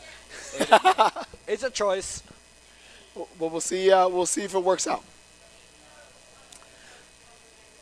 So the hot drop. let's is see where we Storm drop. Catcher, so we can expect a bunch of teams to be dropping there or near there. Absolutely. We got Idaho Falls going down Beast. We got look at that team up at North Pad. We've got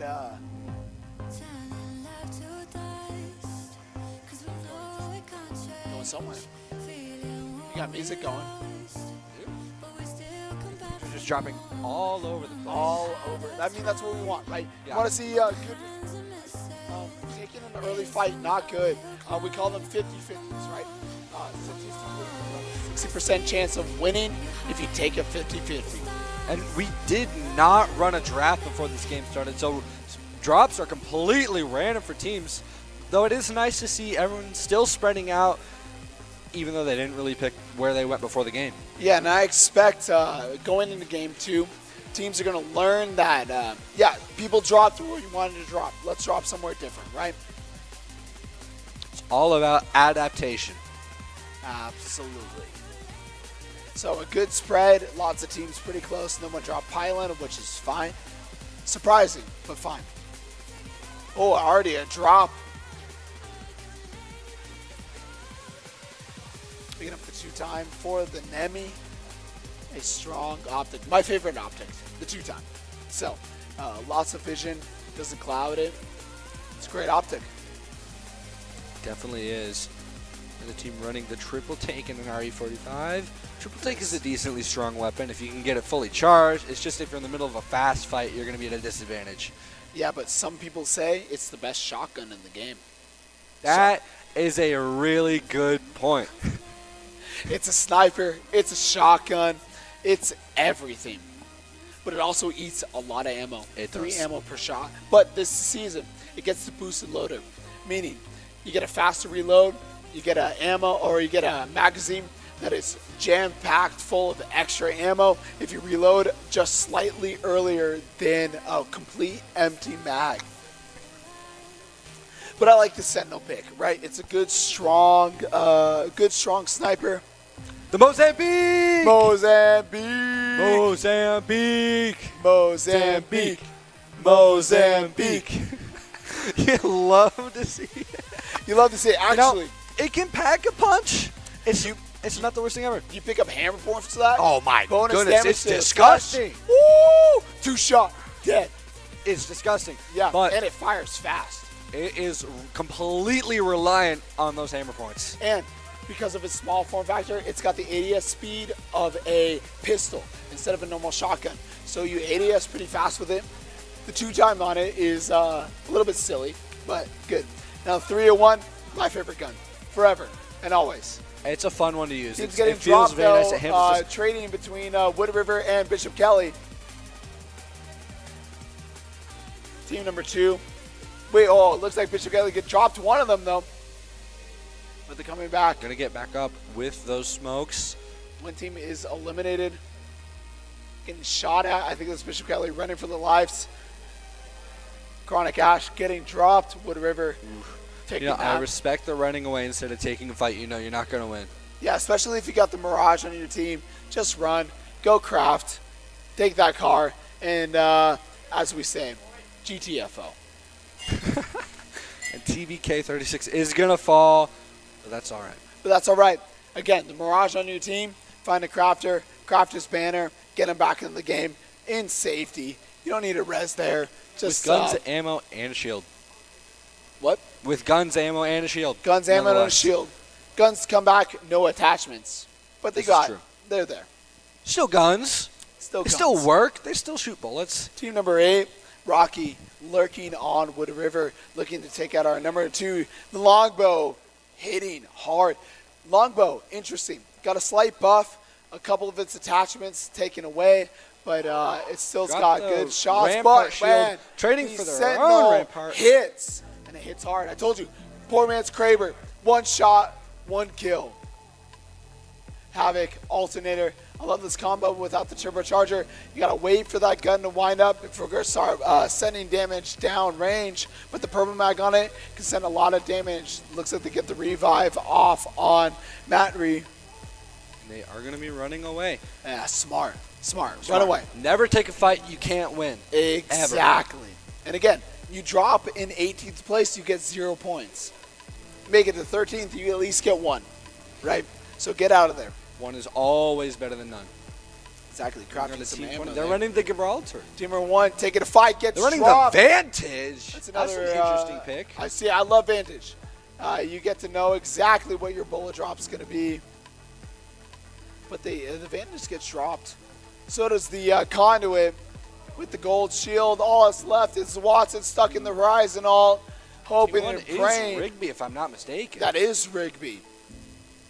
They're going to fall early. And it looks like Rigby getting dropped. Team number 1 eliminated in 18th place. 18th place. 0 points by Thunder Ridge. 2 points on the board for them through KP. Very strong. Now the Bangalore Alt, the third party coming in, but the Watson Alt luckily saving them a gift from Rigby for Thunder Ridge, but the balloon hoping to make an escape, but you're stuck on a single zip line. Are they going to get beamed off that zip line? It looks like 1 gets dropped. He's looks going. like 1 gets away. 2 get away. 2 get away. Luckily, thank goodness, but that 1 drop, that's 1 free KP. That looks like it's Sandpoint getting the 1 KP and a gold shield for them. Gold shield gives you a bonus health and 50 shield on res. A little bit when you get res, it goes a long way. Thunder Ridge, though, finding a crafter to craft the banner of their fallen teammate. Team number 7 here, looking to make some moves here. This is Capital Black. 1 member remaining. It looks like no shields, hoping to rat their way to a final ring. Doesn't look like they had a support, so it's 1 player trying to get as far as possible. But these fights coming in. Team number 12 eliminated. Oof. That's Bishop Kelly out in 16th so unfortunate. place. And they were running this here. You hate to see it. You hate to see it. But that's okay. Still 2 more games left to go after this one, so there's still plenty of opportunity to get those placement points. Of opportunity. Team 17 rotating around the ring, trying to find their way back in. Hopefully it all works out for them. Let's see.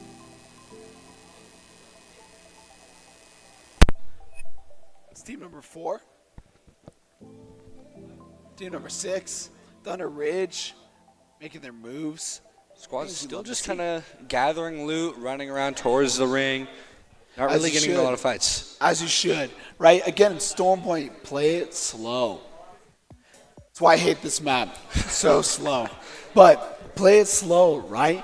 Make your rotates. No need to force early fights. Luckily for these teams, though, we are off Storm Point after this one. Hop off. Was going after a recon beacon, even though she can't access those. Well, you know, sometimes you have a hope and a prayer, and that hope and the prayer doesn't work out, but, you know, sometimes you got it. Team 15, the duo. Team 17, this is our Team 20. This is our unsung heroes. Ryrie, Mama number 5, 3. Team Idaho 3 with Falls. a red shield already. That is really, really strong. Optimize your Evo. You know, fun fact for you, Colin.